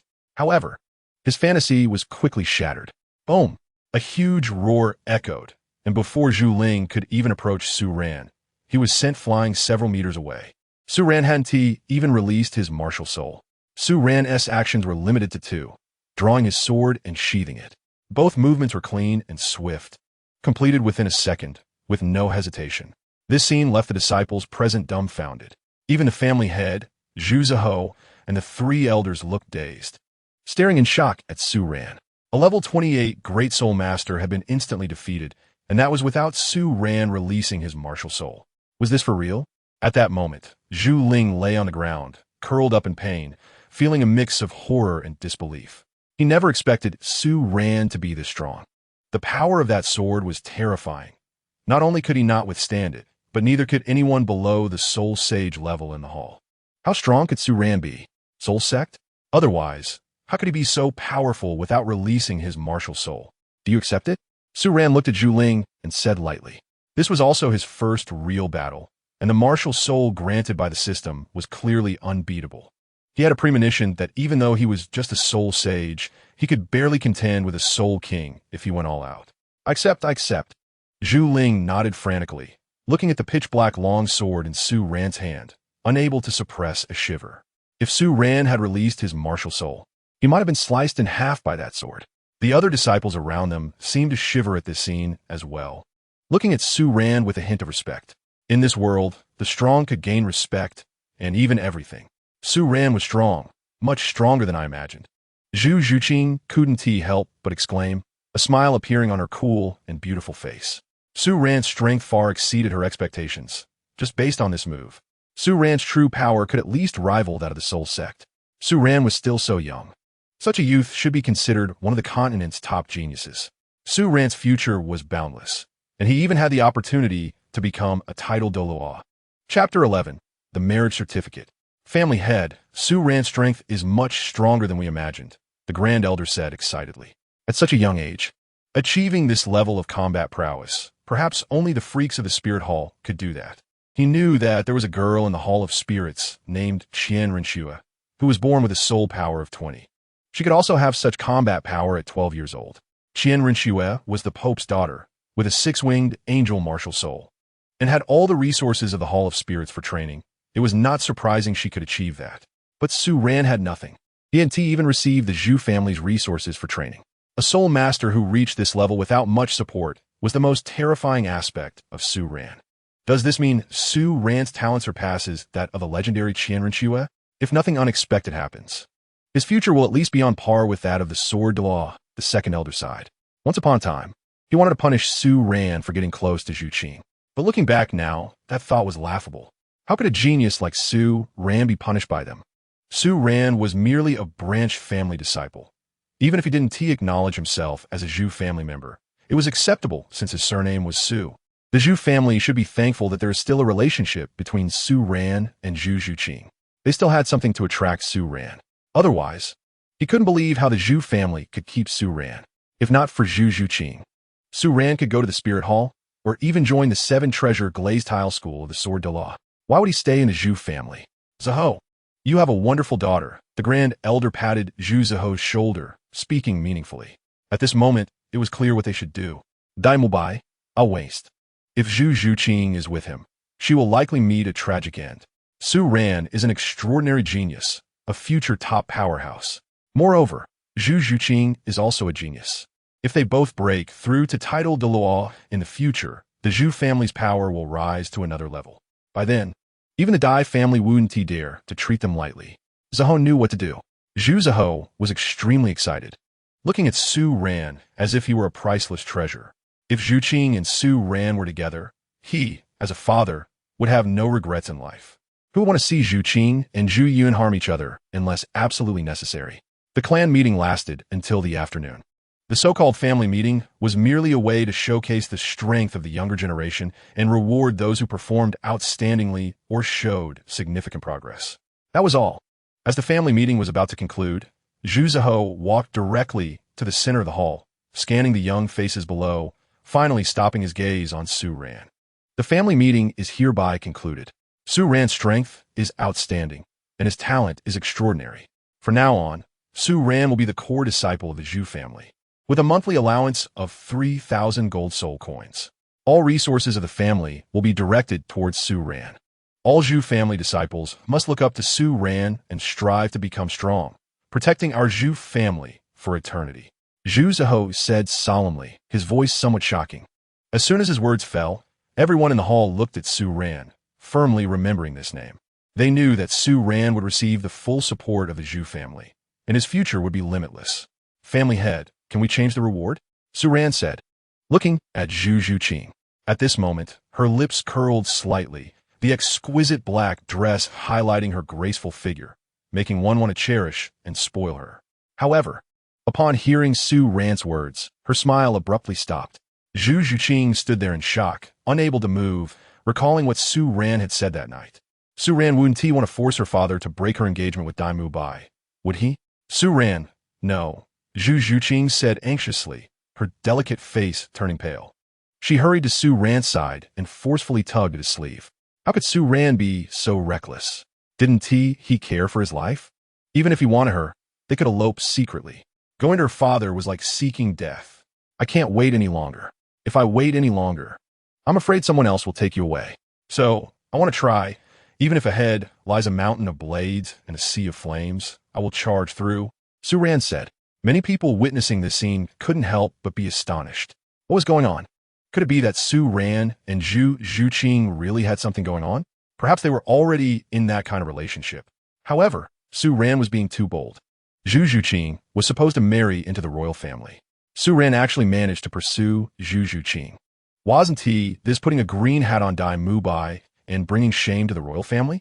Yet, they couldn't help but admire Su Ran's courage. Dying under a peony flower, even as a ghost, one would be charming. Zhu Zhuqing has such a great figure, and her beauty can be described as stunningly exquisite. Su Ran being able to pursue Zhu Zhuqing is definitely a good deal. Even if the royal family investigates, being able to spend a wonderful night with such a person and enjoy Zhu Zhuqing's service is worth dying for. They couldn't help but admire Zhu Zhuqing's body. She was just the right amount of slim and curvy, a fiery figure. Such a girl is simply a treasure. At this moment, they all felt a sense of regret. Why hadn't they thought of this before? To win the favor of such a beauty, even being executed by the royal family, would be worth it. Feeling the gazes of those around her, Zhu Zhuqing blushed. Su Ran, that bastard, made others misunderstand their relationship again. But she didn't have time to dwell on that. She only knew that if Su Ran continued talking, he would definitely face severe punishment. The marriage between the Zhu and Dai families has always been seen as the most important matter by their families. If Su Ran wanted to ruin it, her father and the elders would surely be furious. Su Ran, come with us, and Zhuqing, you come too, Zhu Zhuqing said, looking at Su Ran with satisfaction. He could sense that Su Ran was serious about Zhuqing. Su Ran was much better than Dai Mubai. Being able to provide a good home for Zhuqing and also recruit an extraordinary talent for the family was a definite win. In the study, Zhu Zhuqing and three elders stood above, looking down at Su Ran and Zhu Zhuqing. Su Ran, what did you mean by that comment earlier? What reward do you want? With your talent, we will do our best to satisfy any reward you wish, Zhu Zhuqing said, his gaze carrying an inexplicable meaning. In the Zhu family, I ask for nothing. All I want is the annulment of the engagement between Zhuqing and Dai Mubai. Dai Mubai is just a useless person, unworthy of Zhuqing. If the head of the family insists on marrying Zhuqing to a useless person, I will regard the Zhu family as a lifelong enemy. If I don't die, I will definitely take revenge, Su Ran said, straightening his chest as if the sword in his hand felt its master's call, letting out a long cry. Su Ran, don't say such things. Father, Su Ran was just too agitated and spoke out of anger. He didn't mean it. Please don't punish him. Zhu Zhuqing was deeply moved by Su Ran, but she was also very scared and anxious. She was touched that Su Ran was risking his own safety to help her regain her freedom. She was afraid that Su Ran would be punished or even executed because of her. Unknowingly, Su Ran had already taken a very important place in her heart. She didn't want to see anything happen to him because of her. She bit her lip, standing there, her eyes shimmering with tears. If her father was going to punish Su Ran, she would accompany him in punishment. Regardless of life or death, she wanted to be with Su Ran. Zhuqing, tell the truth. What do you feel for Su Ran? Zhu Zhuqing said, his face full of smiles, as he saw that Zhuqing had already developed feelings for Su Ran. Both of them are geniuses, and together they make a perfect match. I like Su Ran, Zhu Zhuqing said softly, her beautiful eyes looking at Su Ran with determination. Since they were going to be punished, they might as well face it together. If her father as punishment for Su Ran was severe, she would say it was her who seduced Su Ran. She didn't care what others would say about her. Even if they called her a shameless woman. As long as Su Ran could be safe, that was enough. All right, Zhu Zhuqing nodded. Since that's the case, starting today, the Zhu family will no longer recognize the relationship between Dai Mubai and Zhuqing. From now on, Zhuqing's fiancé will only be Su Ran, Zhu Zhuqing said without any hesitation. He knew what kind of genius Su Ran was, and the benefits he could bring to the Zhu family far surpassed what Dai Mubai could offer. Zhu Zhuqing stared blankly at her father, her black eyes wide open. When did her father become so open-minded? And now, she was Su Ran's fiancé? What was going on? Zhu Zhuqing's pretty face flushed, and she momentarily couldn't react. Weren't they supposed to face punishment together? Otherwise, she wouldn't have said she liked Su Ran. Uncle, here is the marriage certificate. Su Ran smiled, quickly taking out the prepared marriage certificate and even directly addressing Zhu Zhuqing as uncle. Beside them, Zhu Zhuqing watched this scene, staring at Su Ran in disbelief, feeling both shy and annoyed. At this moment, she understood what had happened. Her engagement with Dai Mubai had been annulled, and now she had nothing to do with Dai Mubai. From now on, she would be Su Ran's fiancé. However, was Su Ran this guy already anticipating this scene? He even prepared the marriage certificate in advance. Zhuqing, what do you think? If you agree, your relationship with Su Ran will be established from now on. Zhu Zhuqing smiled, looking at his precious daughter. Zhu Zhuqing softly responded, her chest slightly rising and falling. Too shy to look up. At this moment, she didn't dare to say no. If she disagreed, she would have to marry Dai Mubai. Thinking this way, she would rather marry Su Ran. Su Ran's character was 100 times better than Dai Mubai's. After Zhu Zhuqing handed the marriage certificate to Su Ran, feeling Su Ran's burning gaze, Zhu Zhuqing felt a wave of shyness and unease. Father, I'll take my leave first, Zhu Zhuqing said softly, slightly bowing, then quickly left the place. Father, then I'll take my leave as well, Su Ran said, observing the proper etiquette. All right, you young people can do whatever you want. But remember that Zhuqing has been somewhat weak since childhood, Zhu Zhuqing reminded, recalling his own past affairs. Back then, he didn't need to rely on goji berries to maintain his health. Enough about that. Too much talking brings tears. Okay. Su Ran nodded and hurriedly went out to chase after Zhuqing. Are you angry? Su Ran stepped forward and held Zhu Zhuqing's hand. Shameless Su Ran, you tricked me. Zhu Zhuqing said angrily, shaking off Su Ran's hand. Her face flushed as she looked at him. She suspected Su Ran had known from the start that her father would agree to his request, making her worry for nothing. What can we do? The marriage certificate is already signed. Su Ran laughed, holding the marriage certificate he had just signed in his hand. With the marriage certificate in his possession, precious Zhuqing was his woman, and no one could change that. In Doluo continent, the marriage certificate is an important proof. With the marriage certificate, everything cannot be changed. Even Dai Mubai, he and Zhuqing didn't have a marriage certificate before. The Zhu and Dai families have intermarried for generations, and the two families have had a good relationship. For so many years, their marriages were merely verbal agreements. However, who would dare to have objections when the emperor designated it? But Su Ran was bold and unafraid. Su Ran's great goal in coming to Doluo continent was to chase the most beautiful girls, drink the strongest liquor, and walk the wildest dogs. Shameless. Zhu Zhuqing raised her head, secretly glancing at the content of the marriage certificate, then blushed so much she dared not speak again. Was she really Su Ran's fiancé now? How did Su Ran do it? How could her father agree to Su Ran's request and directly marry her to Su Ran? She had no psychological preparation at all. How did you do it? Zhu Zhuqing asked softly, her beautiful eyes filled with curiosity. Secret. First, let me hug my fiancé. Su Ran smiled, putting away the marriage certificate. With this marriage certificate, he could directly show off to Dai Mubai when he went to Shrek Academy. No way, no hugs. Zhu Zhuqing's pretty face turned red, her delicate feet lightly tapping, moving a few steps away to dodge. Su Ran was so shameless, tricking her and making her worry for so long. She wouldn't let him hug her. Wow, she is already my fiancé, and I can't even hug her. Am I going to be the world's most miserable fiancé? My fiancé, is so beautiful, and I can't even hug her. This is too hard. Su Ran complained with a smile. He knew that he still needed to give Zhuqing some time to adapt. Once Zhuqing accepted this identity, then his fiancé, he would not be someone he could hug whenever he wanted. Anyway, that won't do. I'll leave now and see you tomorrow. Zhu Zhuqing blushed and flew away like a bolt, a hint of joy on her face. The marriage certificate is more effective than a verbal engagement. In the Doluo continent, once the marriage certificate is issued, it represents that her relationship with Su Ran can no longer be changed. In fact, what Su Ran completely didn't know was that even in the Doluo continent, the importance placed on marriage certificates was unprecedented. Once they had the marriage certificate, even if he died, Zhu Zhuqing, as a girl, would not marry anyone else. Although Zhu Zhuqing didn't show it on the surface, she was very traditional about her chastity. When she agreed to sign the marriage certificate, it meant she was willing to give everything to Su Ran, including herself. Chapter 12. Qilin Bloodline. Transforming into a divine beast Ding. Congratulations to the host for completing the task and unlocking the identity. Zhu Zhuqing's fiancé. You have gained 100 skill points. Skill points can be used to upgrade the age of soul rings or for lottery draws. Of course, they can also be saved for this system to take form.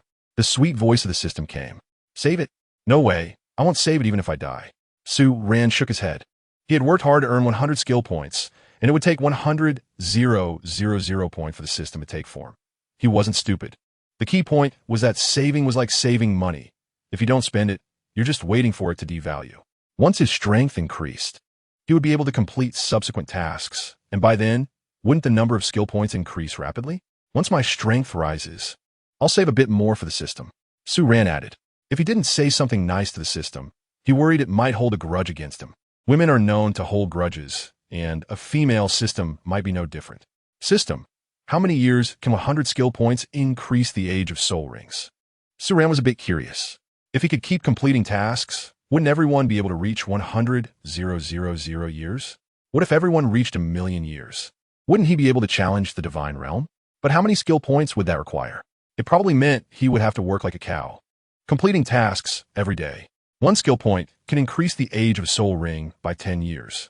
The host's 200-year soul rings are currently 300 years and 500 years respectively. Would you like to increase their age? That's still a no. What about the prize? Su Ran asked. In fact, he still want to try his luck. The lottery is divided into 3 types: silver level lottery, gold level lottery, and diamond level lottery, costing 10, 100, and 1,000 points per draw respectively. Since this is the host's first lottery, you can use 100 points for a golden level 10 consecutive draws. The system's sister sweetly said. To make the host happy, she decided to give him some benefits. After all, the system exists to serve the host. However, she hadn't taken form yet, so she could only provide these. Once she takes form, she would be able to offer more services. Okay, then I choose to draw. Su Ran was a bit excited. Surely a golden level 10 consecutive draws would yield something good. Congratulations to the host for obtaining a pair of Aunt Wong's long johns. Su Ran's face darkened as he listened to the system's prompt, covering his forehead with his hands, unable to bear to look. The system's sister wouldn't think his body was weak, right? His body was very healthy. How could he possibly use this? Was this a joke? And what was up with those Aunt Wong's long johns? Was he the kind of person who would have any strange reactions to clothing? Even if he was that kind of person, couldn't he get something from Chang'e or Niuhua? A random ant? Are you kidding me? Su Ran felt he had suffered a huge loss. He had never felt so cheated before. With 100 skill points in his soul, all his soul rings would be at the 1,000-year level. At that time, his strength would soar. Wasn't this lottery a huge loss? At the same time, Su Ran was slowly waiting for the results of the subsequent lottery. Even with bad luck, a 10 consecutive draw should at least guarantee something. Ding! Congratulations to the host for obtaining the supreme bloodline, Qilin bloodline. With the Qilin bloodline, the host can possess the soul beast form of a Qilin. Current age, 100 years. Since this is the host's first awakening of the bloodline, you are entitled to a one-time experience card for the strength of a 10,000-year Qilin. The Qilin is a divine beast. In its form, all soul beasts within a radius of 300 miles will receive the blessings of the divine beast, doubling their growth speed. Even if a soul beast is reborn as a human, it can still enjoy the protection of the divine beast, doubling its cultivation speed. In addition, the divine beast has both light and fire as its ultimate attributes, with secondary attributes of spiritual power and holiness. The sweet voice of the system rang out, and Su Ran was left stunned in place. After a long time, he finally came back to his senses from the shocking news. At this moment, he completely forgot his earlier complaints. He never expected to have obtained the Qilin bloodline and could transform into a Qilin. Damn! Didn't that mean he could switch between human and soul beast forms in the future? Su Ran thought in shock. In the future, he would not only be a human, but also a soul beast, and a divine beast at that. All soul beasts would have their growth speed doubled. He didn't even need to think about it. If he went to the extreme north or the Stardoe forest, wouldn't he be treated like an emperor? At that time, wouldn't it be easy for him to pursue beautiful soul beasts? Su Ran directly switched to the Qilin form, quickly transforming into a golden soul beast over a meter long under some mysterious energy. This soul beast was covered in golden fur. and its appearance combined the heads of a lion, antlers of a deer, eyes of a tiger, body of a moose, and scales of a dragon. With a tail resembling that of a dragon, densely covered with golden fluff. It radiated a golden light all over, and there was even a group of illusory golden clouds enveloping its paws. Transforming into a Qilin, Zhu Ran felt an endless power surging within him. He gently clawed forward, and a large tree instantly fell. Although he was only 100 years old in his Qilin form, his power was already equivalent to that of an ordinary 4 or 5,000-year-old beast. Just as Zhu Ran was switching to beast form, far away in the Stardow Forest, a similarly golden little beast was casting its gaze in Zhu Ran's direction. This old beast was slightly larger than Zhu Ran's Qilin form, and its appearance was basically the same, except it had 3 eyes on its massive beast head. At this moment, it felt a slight tingling in its vertical scarlet pupil on its forehead. Awoo! The golden little beast joyfully jumped by a green lake. Its golden beast head held high, continuously calling out. It was filled with astonishment, but even more so, excitement. Each generation of divine beasts could only produce one. But at this moment, it could sense that besides itself, another divine beast had appeared. Divine beast, what's going on? A woman wearing a palace dress, with an absolutely stunning appearance, and long green hair, cascading over her shoulders, had a hint of confusion on her serene face. Big sister by G. I sense the aura of a kindred spirit. Its aura is not strong, but it also emanates the same fate power as mine. The golden little beast jumped beside the woman, excitedly saying, What? Are you saying there is another divine beast? Bai Ji's calm face changed to one of shock. Because the abilities of divine beasts were too extraordinary, they could double the growth speed of surrounding soul beasts. Most importantly, this amplification of the divine beast could stack. So only one divine beast could appear in each era. Now that there was a divine beast in the Stardow Forest, it could elevate the overall cultivation speed of soul beasts by double. What if another one appeared? Increasing it again would turn the Stardow into a sacred place for the entire soul beast realm. 1 becomes 2, and 2 becomes 4. No soul beast can resist such temptation. I need to quickly inform Emperor Tian about this. The emergence of the second divine beast holds extraordinary significance for the soul beast race. Bai Ji gently caressed her chest. Her jade-like body transformed into a streak of light and darted towards the center of the lake. Xingdou, completely unaware of the events happening in the Stardow Forest, quickly reverted back to human form after experiencing the power of the unicorn and returned to the Zhu family. The Xing Luo Empire still had powerful individuals, and if they discovered his anomaly, they would probably dissect him for research. At the same time, the system's voice sounded again. Ding! Main quest released. Please head to Nodding City, disrupt the relationship between Tang San and Xiao Wu, and make them turn against each other. Also, the green hat must be worn by Tang San. This hat can absorb Tang San's luck, causing him to have continuous misfortune in the future. Ding! Given the deep feelings between Xiao Wu and Tang San, it will be very difficult for you to complete this task. Therefore, if you succeed, you will receive 500 skill points. Flirting with Xiao Wu? Not difficult at all. Zhu Ran smiled and thought, jokingly, who does he think he is? If he can't even do this, what kind of host is he? He is well-versed in various tricks. How could Tang San be his opponent? Host brother. Xiao Wu trusts Tang San very much. It will be difficult to damage their relationship, the system reminded him. Xiao Wu's feelings for Tang San ran deep, making her hard to seduce compared to Zhu Zhuqing, who had already fallen from grace in Dai Mubai's eyes, making her much easier to pursue. However, Tang San and Xiao Wu's bond was deep. After 6 years, Xiao Wu had developed a strong trust in Tang San. No matter how difficult it is, I have to go. Or else, system sister, let me take a shortcut. I'll just muddle through the task. Zhu Ran's eyes lit up. Since he had such a good relationship with the system sister, surely taking a shortcut wouldn't be an issue. Shameless host, this system has principles. Even if I am here to serve you, I won't just casually give you shortcuts, the system sister said, her face turning red, lightly scolding him. The host was too shameless. She was just a system and hadn't taken form yet, but the host brother was already thinking about those things. Yet, she felt a bit scared. If she took form in the future, what if the host brother asked her to do that? The existence of a system was to serve the host. Would she agree then? Never mind, I'll just go and slowly work my way through it myself. Zhu Ran said as he walked towards Zhu Zhuqing's room. He couldn't help but shrug. Was the system's sister really thinking along those lines? Was he that kind of person? However, if he had enough skill points in the future, turning the system sister into human form would also be a good choice. At that time, how could Ning Kaichen and Su Xian compare to him? Chapter 13. Tang San, I'm here to show you off outside Zhu Zhuqing's room in the courtyard. Zhu Zhuqing sat on a stone chair, her long, beautiful legs stretched out on the stone table, her gaze drifting off to the distant sky, lost in thought. She had just clarified everything with her father, and only now did she truly understand what kind of genius Su Ran was. A 12-year-old soul master. There were no more than a handful in the history of the Qing Luo Empire, and Su Ran was one of them. Such a genius. Even the Zhu family had to do their utmost to win him over. That's why they had smoothly arranged her marriage to Su Ran. At this moment, scenes of her interactions with Su Ran floated through her mind, and she herself was unsure of what feelings she had for him. She was just a girl, not yet understanding what love was, nor whether her feelings for Su Ran were love. Then there was Dai Mubai, although she didn't want to mention his name anymore. She had to admit that Dai Mubai was the third prince of the Qing Luo Empire, and his marriage represented the royal family's prestige. Even if her family agreed, there was still a long way to go if she and Su Ran wanted to be together.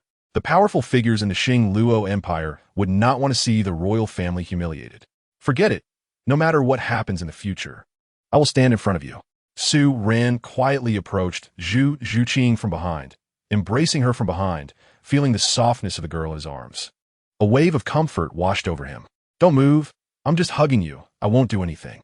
Sensing the girl's thoughts, Su Ran said, hugging her a bit tighter, making Zhu Zhuqing's perfect figure press closely against his chest. His face buried in her soft black hair, he gently inhaled the unique fragrance of her hair. Zhuqing is really beautiful. At least for now, she's the most beautiful girl he has seen in the Zhu family. Moreover, Zhuqing was now his fiancé. With a marriage certificate as proof, she belonged solely to him. If anyone dared to lay a hand on her, he would surely eliminate them with a sword. Zhu Zhuqing's body stiffened slightly, being held in Su Ran's embrace. Her heart raced, and she didn't dare to breathe. She initially wanted to escape from Su Ran's arms, but she could feel Su Ran's deep attachment and care for her. This was something she had lacked throughout her life. So for a moment, she was reluctant to leave. Su Ran, will you protect me in the future? Always protect me? Zhu Zhuqing said softly, not knowing what would happen in the future. She only knew that it would be difficult for her and Su Ran to be together. Yes, unless I die, Su Ran said without hesitation, his gaze filled with determination. Although he was tempted by Zhuqing's body, he would never treat her as just a plaything. The girl he liked should be able to lie peacefully in his arms. If he couldn't protect his woman, what was the point of him living? Don't say such things. Zhu Zhuqing covered Su Ran's lips with her jade-like hand, not wanting him to continue. She didn't want any accidents to happen to Su Ran. Okay, I won't say anymore. Su Ran smiled, his gaze inadvertently drifting to a certain spot. Zhuqing, it's really big. From his position, he could see her snowy skin along her shoulder, and he couldn't help but admire it. Don't look around. Zhu Zhuqing turned her head and noticed Su Ran's gaze, instantly feeling a mix of shyness and annoyance. She covered her chest with her jade hand and shot him an angry look. Shameless Su Ran, and he still says he isn't a lecher, peeking at her. A virtuous lady deserves a gentleman's affection. I'm not intentionally lecherous. Besides, it's in my nature. I can't change it. And I'm only looking at my precious Zhuqing, not anyone else. Su Ran chuckled. Zhuqing was still quite adorable. It's just that no one in the Zhu family cared for her, which made her gradually close off and become cold. But no matter how cold she was, he could warm her up. Who is your precious one? Zhu Zhuqing's face flushed. How had she not noticed how shameless Su Ran was before, calling her his precious one? Moreover, he was always looking at those places. Who told you to be my fiancé? With a marriage certificate in hand, if you're not my precious one, then who is? Su Ran laughed lightly, his hand gently playing with Zhuqing's long hair, enjoying the smooth texture. I haven't been won over yet. If you don't treat me well, I won't marry you. Zhu Zhuqing said, feeling a mix of embarrassment and pride. Okay, in the future, I will treat you well, and then you will obediently lie in my arms. Be my precious one. By the way, I have to leave tomorrow. I have some things to do outside. Su Ran said, looking into the distance. Nodding City was in the Heaven-Do Empire, quite far from here. He had to set off early. When will you be back? Zhu Zhuqing asked anxiously, feeling a bit wronged. She had just signed a marriage contract with Su Ran, and now he was leaving. They had never had a proper conversation between them. She didn't know Su Ran's height, and Su Ran didn't know her depth. Was it really necessary to leave in such a hurry? Soon, when I come back, I'll take you away from this place. We'll go to the Tiando Empire. Here, I'm afraid the royal family will discover our relationship and take action against us. Su Ran ruffled Zhu Zhuqing's long hair.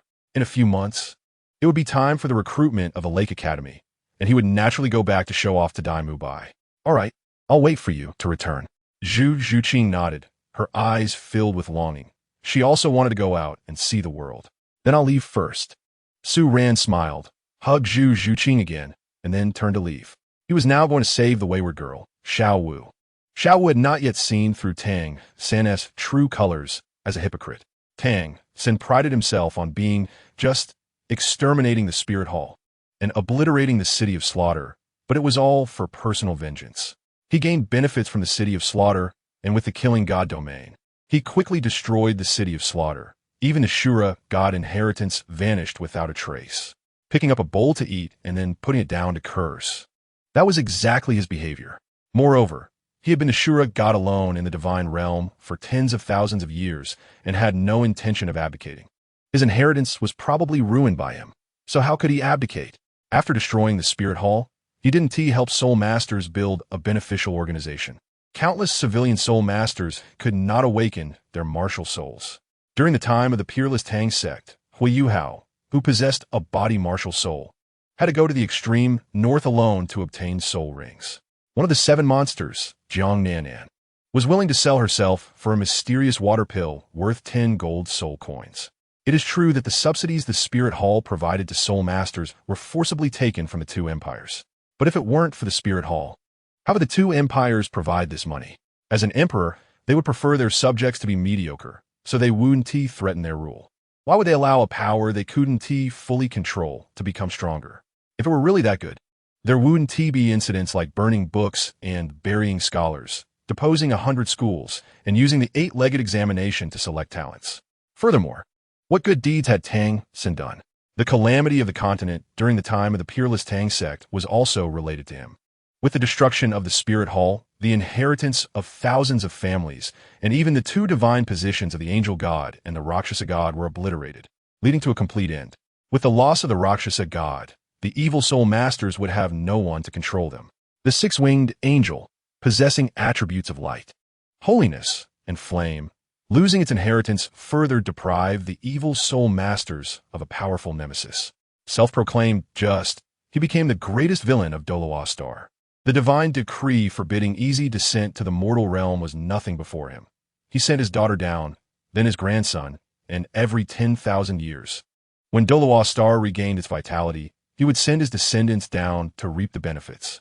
Such a person, self-proclaimed just, was no different from Yubuchuan in Su Ran's eyes. Moreover, he was pretentious, only acting when his teammates were in danger. When Xiao Wu was in danger, his strength surged instantly, and then he acted, winning Xiao Wu's heart. However, now that he had appeared, Tang San's fate was already sealed. Naturally, he was destined to be a waste, and of course, there was also the fate of being cuckolded.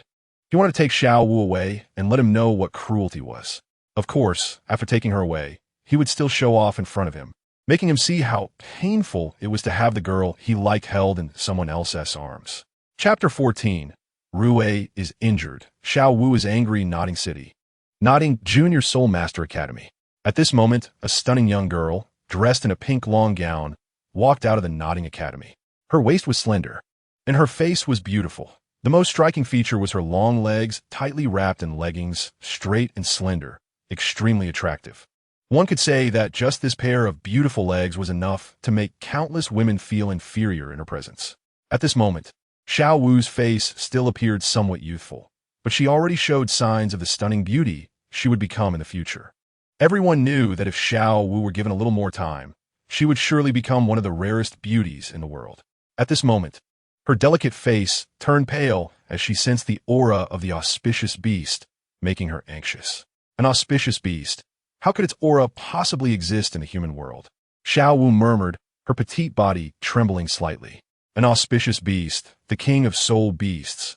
All soul beasts around would receive the blessings of the auspicious beast, their growth rate doubling. and their success rate in transcending tribulations would greatly increase. The full name of the auspicious beast was the Emperor Auspicious Beast, which held terrifying influence in the soul beast world.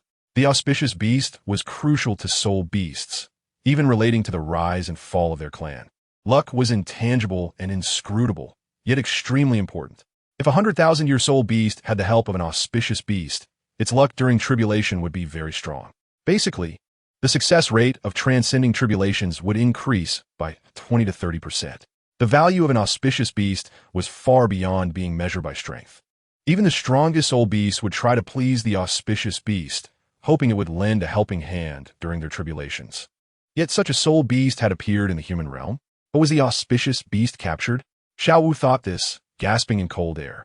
She couldn't bear to imagine what would happen if the auspicious beast encountered an accident. How furious those powerful soul beasts would be. Humans, you not only killed my mother, but now you also want to harm the auspicious beast? Do you know the status of the auspicious beast? The king of soul beasts is not something anyone can desecrate. Xiao Wu's charming expression turned icy cold. She transformed to help her mother take revenge. Although she was considered human now, she had never forgotten what she was supposed to do as a soul beast. When encountering an auspicious beast, all soul beasts needed to do their utmost to protect it. This was a mark imprinted in the bloodline of all soul beasts from the moment they were born. Xiao Wu stood quietly, feeling the weakening aura of the auspicious beast, her entire body turning icy cold. The aura belonging to the 10,000-year soft-boned rabbit hidden in her heart slowly unsealing at this moment. She could sense the aura of the auspicious beast was gradually growing weaker.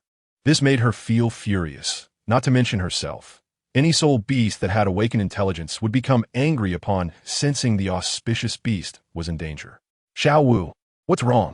Tang San noticed Xiao Wu's expression was somewhat unpleasant and asked with concern. It was the first time he had seen Xiao Wu show such an expression, and he couldn't help but feel worried. Brother, I'm fine, you should go back first. I have things to do. Xiao Wu's voice softened. Although Tang San was also human, he was different from ordinary humans. Over the years, she had come to trust Tang San's character immensely. Xiao Wu, what happened? Let us solve it together. Tang San continued, still somewhat uneasy about Xiao Wu. Suddenly, he felt a sharp pain in his heart. For some reason, he always felt something was slipping away from him. This feeling was mysterious, yet surprisingly real. It made him feel extremely restless. His gaze turned to Xiao Wu, and he unconsciously realized that Xiao Wu had become so beautiful. Her chest slightly rose and fell, and her youthful face already bore a hint of stunning beauty. In the future, Xiao Wu would surely be an unparalleled beauty. Fortunately, this flower had always been by his side. He didn't believe that he could guard her so closely and still let her escape. Brother, you should go back. My matters don't concern you. Xiao Wu was extremely anxious. She felt the aura of the beast growing weaker and, in her urgency, directly pushed Tang San away and quickly ran outside. Tang San felt a pang in his heart. No matter what happened in the past, Xiao Wu would always ask for his thoughts and would never leave him directly. But what was happening now? Did Xiao Wu have someone more important than him in her heart? Tang San walked step by step towards the dormitory, and he didn't know what was wrong with him today. He suddenly felt a tingling sensation on his scalp. For some reason, he felt a bit scared, as if Xiao Wu's departure meant she would never come back. This thought was somewhat ridiculous. How could Xiao Wu possibly leave?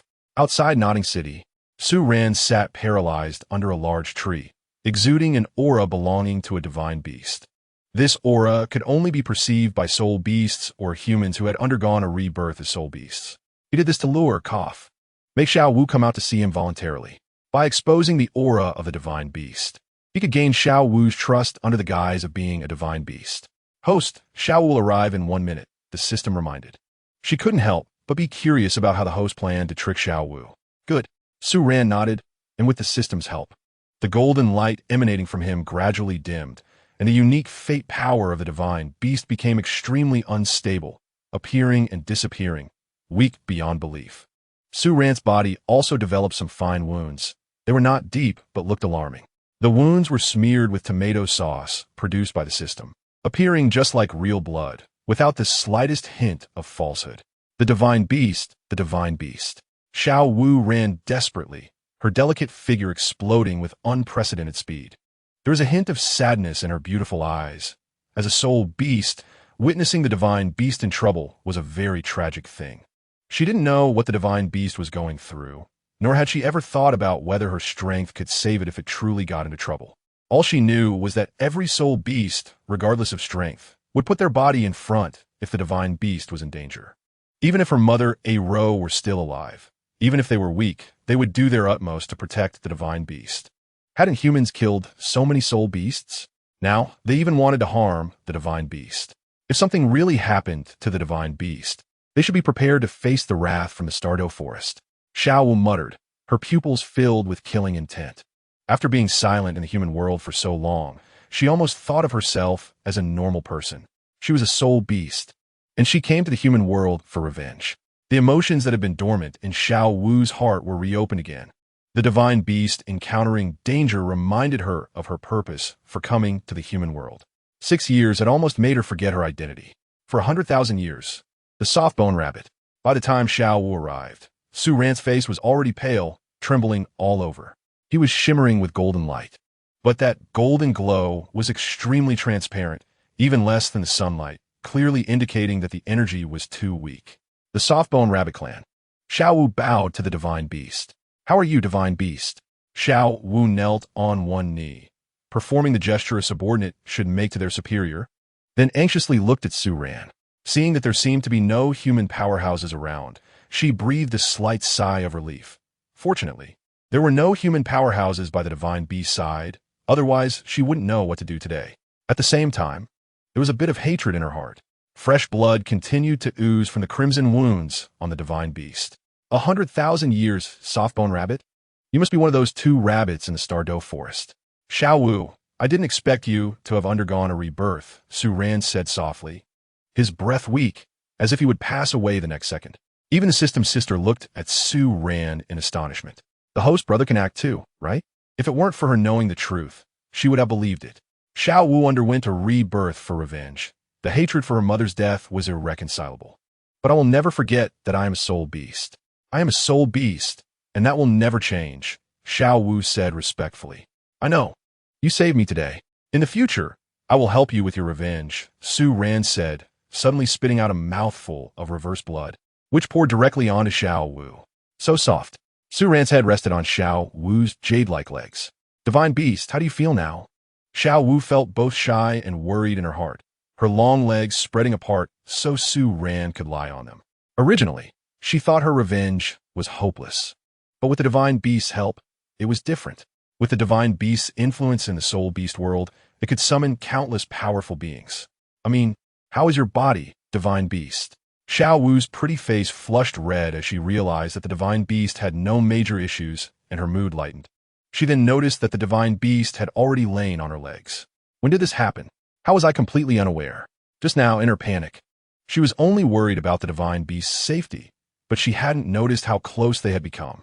Her delicate body trembled slightly, and her skin involuntarily flushed a layer of pink. She wanted to move her legs away, but feared it might upset the divine beast. The divine beast had just promised her to help with her revenge. She absolutely could not let the divine beast feel even the slightest displeasure. In some gathering places of soul beasts, wherever the divine beast appeared, it would enjoy imperial-like treatment. Let alone legs, even those things as a divine beast if they wanted. Subordinates could not refuse. Other soul beasts, no matter how powerful, would not receive true respect from other soul beasts. But the divine beast could. The divine beast could bring benefits to all soul beasts.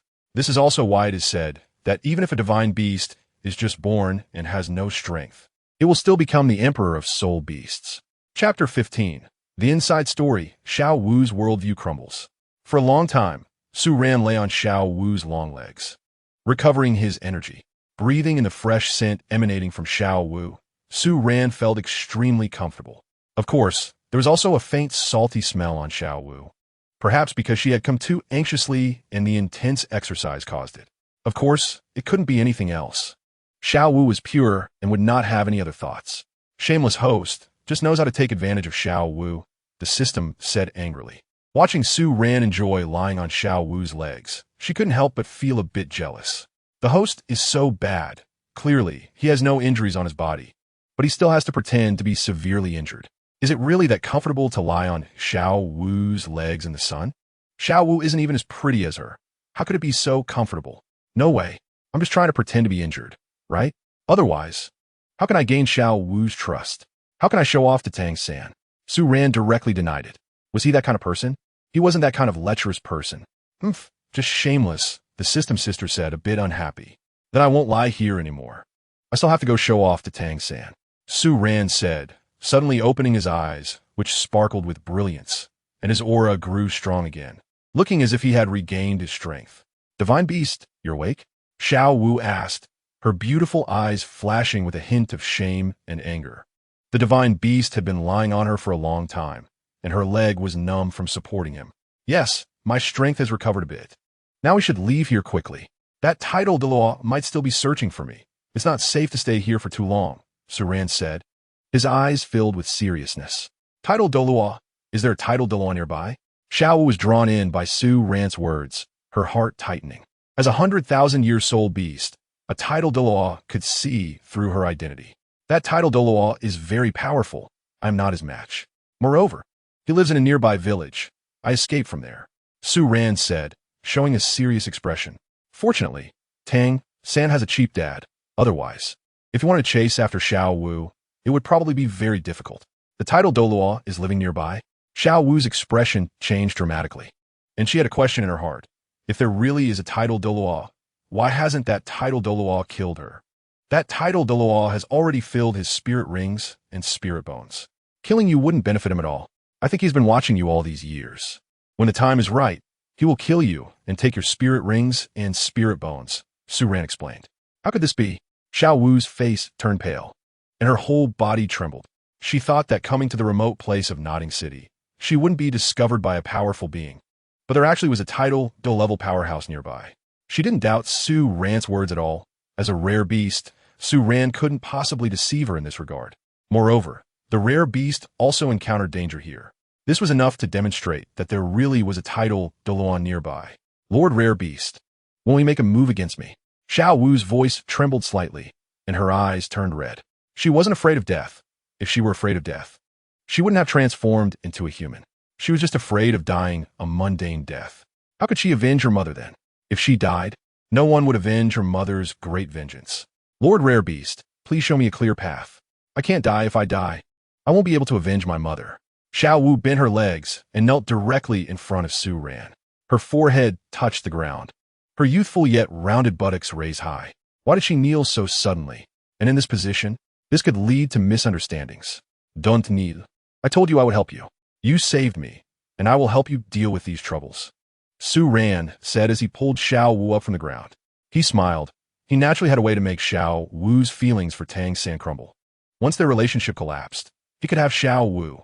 As a rare beast, the king of spirit beasts, what was wrong with taking a concubine? Who would dare to be dissatisfied? That title Deloa is named Tang Hao, an unparalleled powerhouse of the number 1 sect, the Haotian sect. Because he offended the spirit hall, he was expelled from the sect and has been living in seclusion in Holy Soul Village outside Nodding City for all these years, Su Ran said with a smile. Haotian Deloa? Xiao Wu couldn't help but feel shocked. As a 100,000-year spirit beast, she wasn't completely ignorant. Haotian Deloa had disappeared from the continent long ago, and no one knew where he had gone. So he was hiding in such a remote place. No wonder the spirit hall couldn't find him. But didn't I hear that Haotian Deloa was a good person? His relationship with Sister Ain was so good. Their love was earth-shattering. Xiao Wu couldn't help but ask. As a spirit beast, when she first heard this love story, she was even moved to tears. She had a very good impression of Haotian Deloa, such a powerful being. His wife was Sister Ain. Could he really harm her and the rare beast? Xiao Wu's heart couldn't be calm. She always felt that a belief deep inside her was collapsing. Haotian Deloa is good? Su Ran curled his lips in disdain. Are there really so many love stories in the world? Only naive girls would believe such things. Do you really believe there are such beautiful things in the world? You should know about the sacrifices Ain made for Tang Hao. Even if a spirit beast is willing to sacrifice for a spirit master, it requires a crucial condition. The spirit master must reach level 90, exactly needing a spirit ring. However, how could such a coincidence exist? Tang Hao is not a twin martial soul. How could he have extra spirit ring vacancies? If he broke through level 90, why didn't he go hunt for spirit rings in time? Su Ran sneered. He didn't believe there could be such coincidences in the world. Moreover, Tang Hao wasn't ignorant of a Yin's identity. He even let her be exposed directly in front of the spirit hall, even if it was unintentional. He must have known Xiao Wu was a 100,000-year spirit beast. He didn't stop Xiao Wu from going to Spirit City. After the competition, all powerful spirit masters in the world knew there was a 100,000-year spirit beast named Xiao Wu, but her current strength was very weak.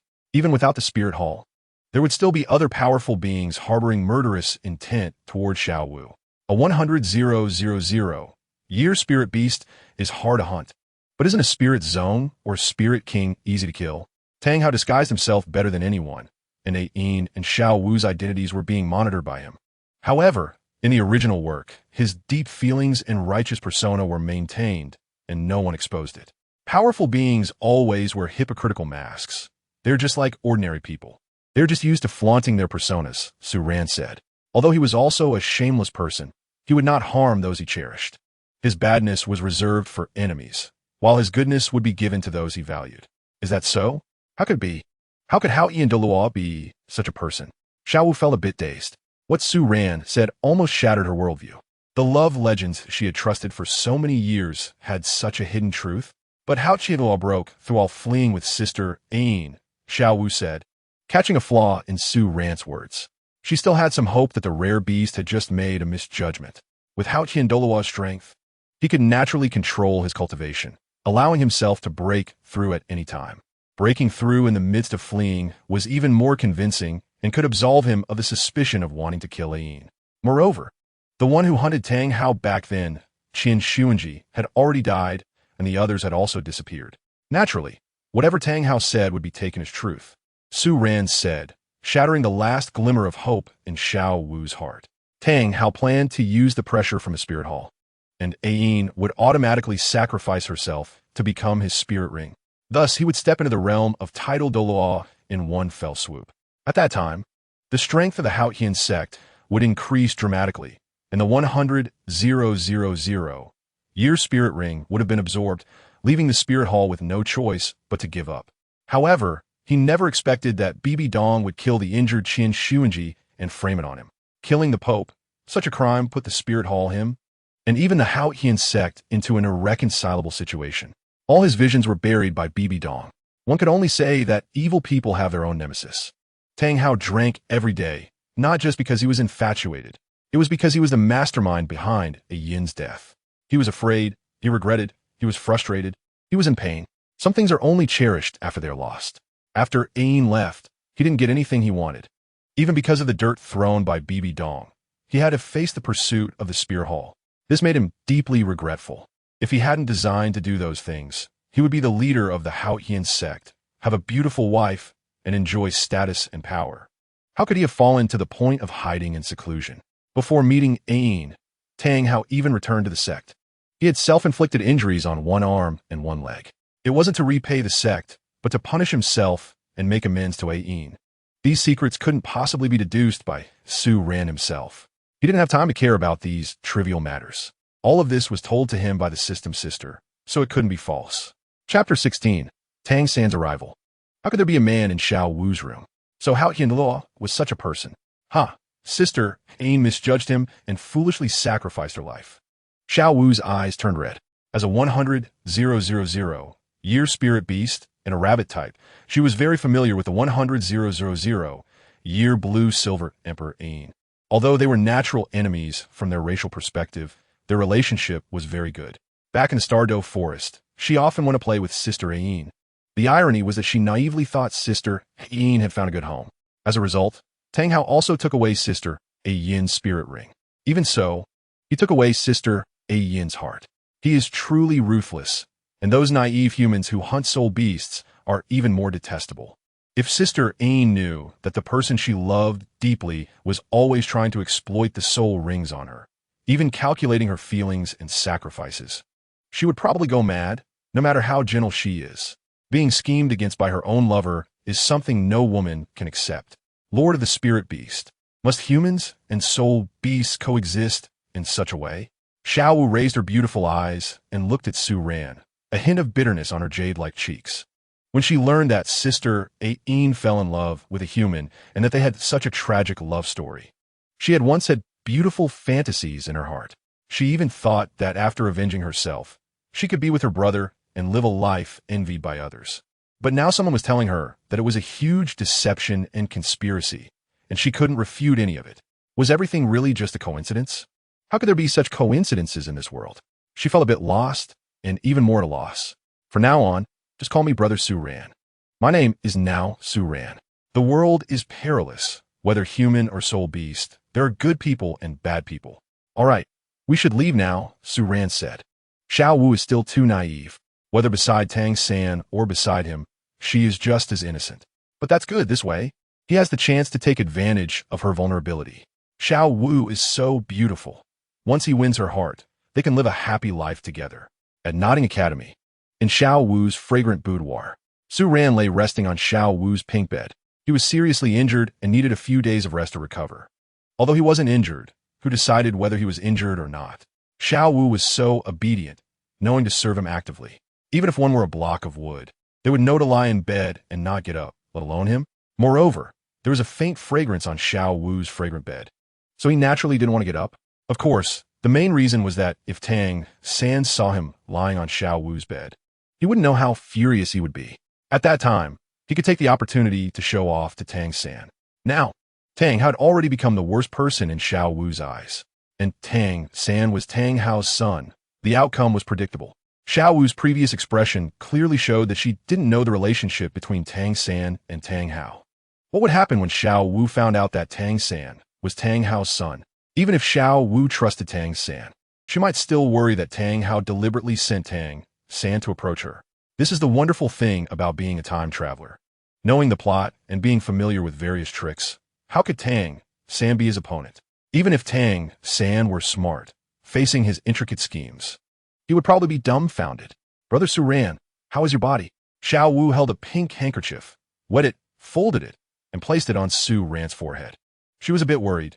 Just now, the spirit beast body was fine, so why was he starting to have a fever now? The naive Xiao Wu naturally didn't know that Su Ran had so many tricks up his sleeve. She only knew that Su Ran's entire body was very hot, and he was even sweating. I didn't expect that as a spirit beast, I would become so weak. Xiao Wu, I'm afraid I will trouble you to take care of me these days, Su Ran said, looking at Xiao Wu's delicate and beautiful figure, unable to resist feeling moved. This is what I should do.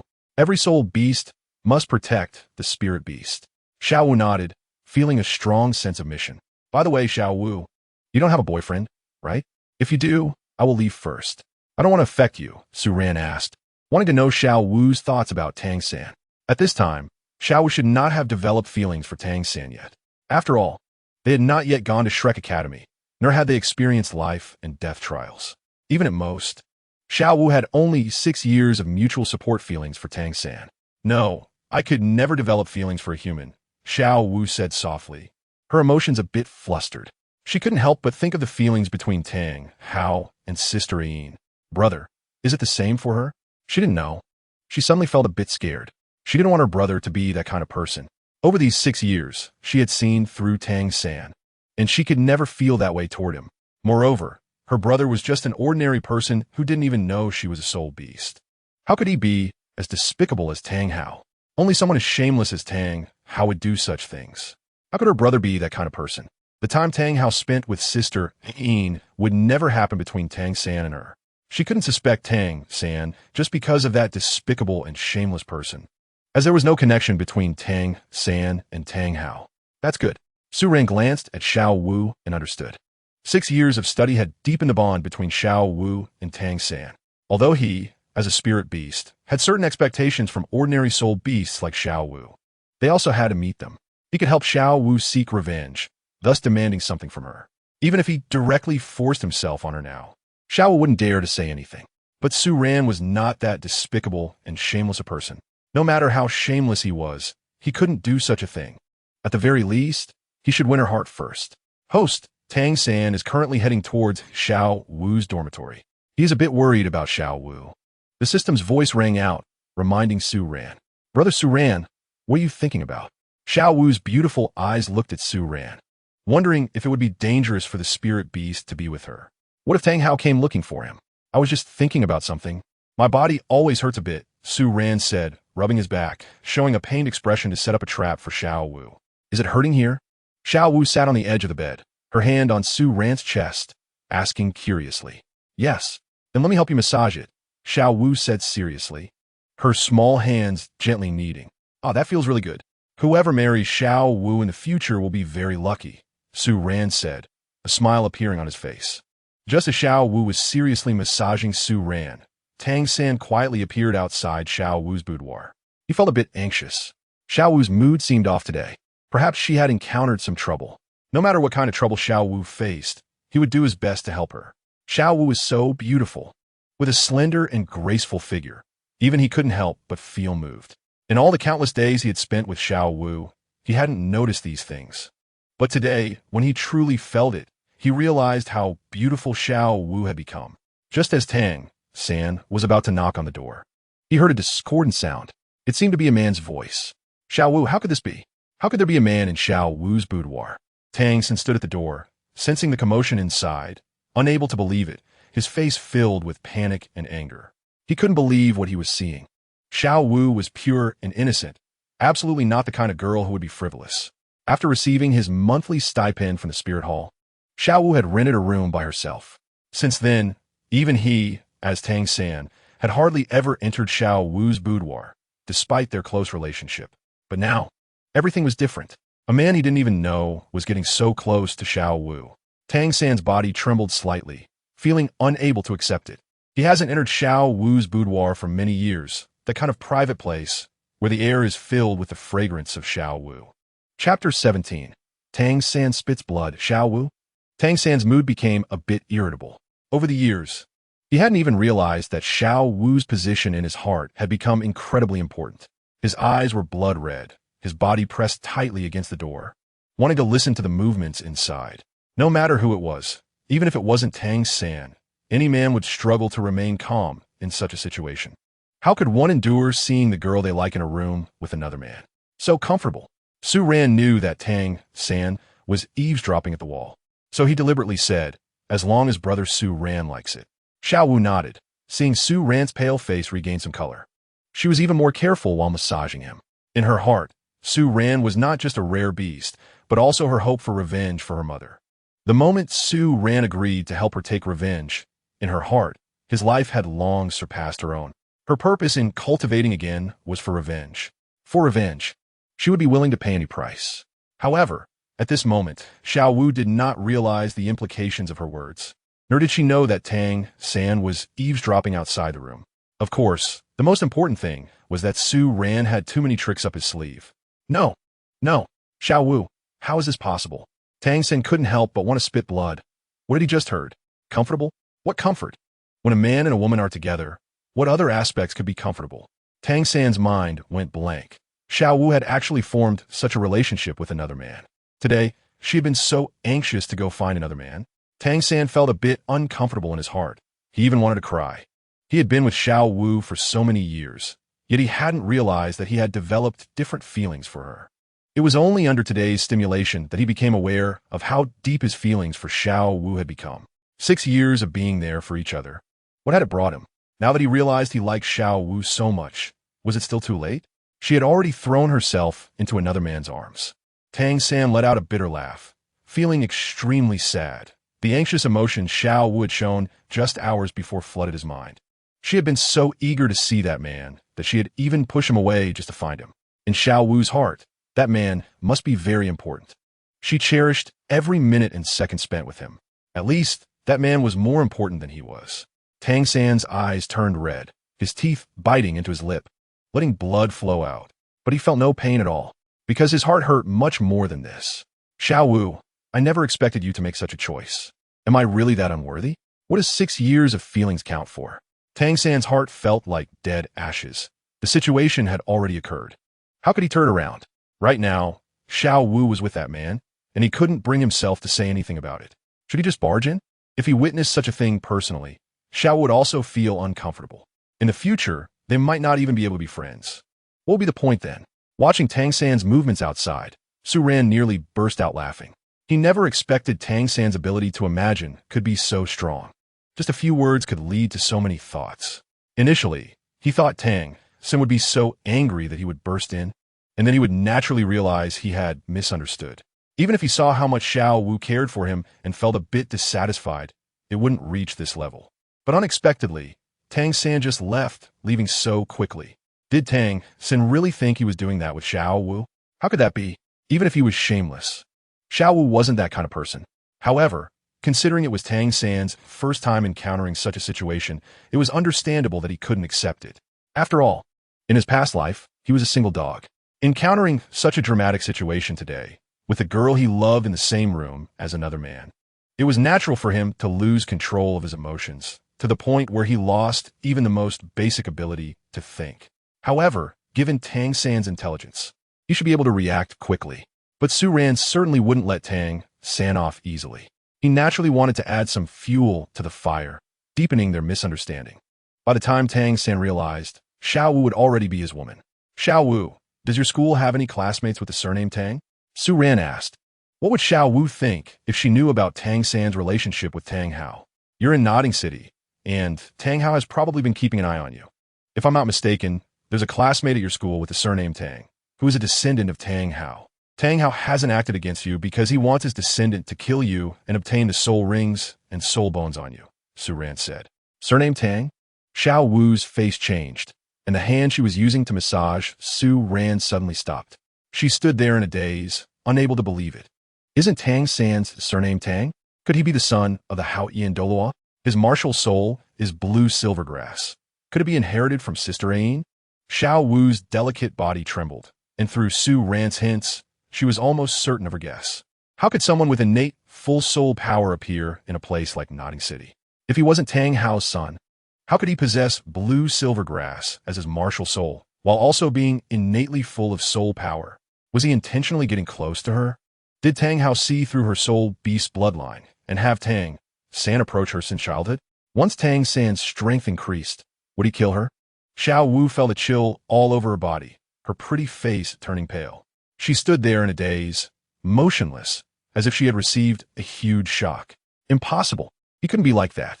If he really came for my soul ring and soul bone, how could it be so real? How could the performance be so convincing? Can he really act that well? Sitting on the edge of the bed, Xiao Wu murmured to herself in that moment. Her delicate body seemed so fragile that a gust of wind could blow her over. What's wrong? Su Ran held Xiao Wu's hand, feeling a bit heartbroken. He didn't want to see Xiao Wu looking sad, but this was something Xiao Wu had to go through. Otherwise, in the future, Deming and Erming would also become Tang San's soul rings. Tang San, what a righteous character, just like his father, always targeting those close to him. In the end, the father and son both ended up with the title of a romantic figure. To be honest, this is something that the neighboring Xiao couldn't compare to at all. If Xiao also let Sun Er and Qilin die in front of him, and then sought revenge, perhaps he could maintain his character? Since when did a character have to be maintained with dead wives? How sad. But since he came to the Loa continent and would thoroughly show off Tang San, he wanted Tang San to see what a useless person he was. Rare beast, controlling the fate of the world. I have a hat of destiny here, containing endless fortune. If you place it on that person's head, if the hat lights up, it means everything he said and did to you before was false, Su Ran said, a green hat appearing in his hand. What fate does Tang San have? Does it even need to be said? A green fate, a waste fate. Chapter 18. Tang San spits blood. Is this for me? The hat of destiny? Xiao Wu stared blankly at the hat in Su Ran's hand. With her 100,000 years of experience, she couldn't see through the material of this hat at all. Even her spiritual power, when trying to sense the hat, was completely blocked outside. This hat was incredibly strange, seemingly able to block all forms of probing. Xiao Wu had heard from her mother that auspicious beasts were born from the luck of heaven and earth, possessing the power of fortune, affecting the rise and fall of the spirit beast clan. This fate was clearly also formed by the auspicious beast using the power of fortune. Brother Su Ran, do you already know? Xiao Wu couldn't help but smile bitterly. She hadn't even told Su Ran about Tang San yet, and he already knew? Well, who told my little Wu that her thoughts are all written on her face? So simple that she wouldn't even know if someone deceived her feelings. Your sister, Ain, is a lesson learned, Su Ran said, his hand gently stroking Xiao Wu's soft long hair. Xiao Wu had her hair styled in a scorpion braid, and Su Ran knew that if she let her long hair down, it would be her most beautiful moment. Xiao Wu's beauty lay in her legs and long hair. When he really pursued Xiao Wu, he would be able to let her hair down and lie on her beautiful legs, enjoying their world together. Brother Su Ran. Xiao Wu's heart tightened. She felt a bit scared. She couldn't imagine if Tang San was that kind of person. How sad would she be? From the moment she entered Nodding City, she had already been schemed against. Tang San approaching her was also because he valued her soul bone. His father, the Hao Qinda, was precisely that kind of person, and even sister Yin had suffered a terrible fate. He taught Tang San such things, and it was second nature to him. Tang Hao easily obtained sister Yin's soul ring through emotions. Now he wanted his son to do the same thing? This speculation in her heart was almost equivalent to a fact. But she dared not think in that direction at all. For 6 years, they had been studying together. Was Tang San really that despicable? She couldn't see it. Was it really as Su Ran said, that she was too naive? If she still didn't believe her own thoughts, then just put the hat on his head. Everything would naturally be revealed then.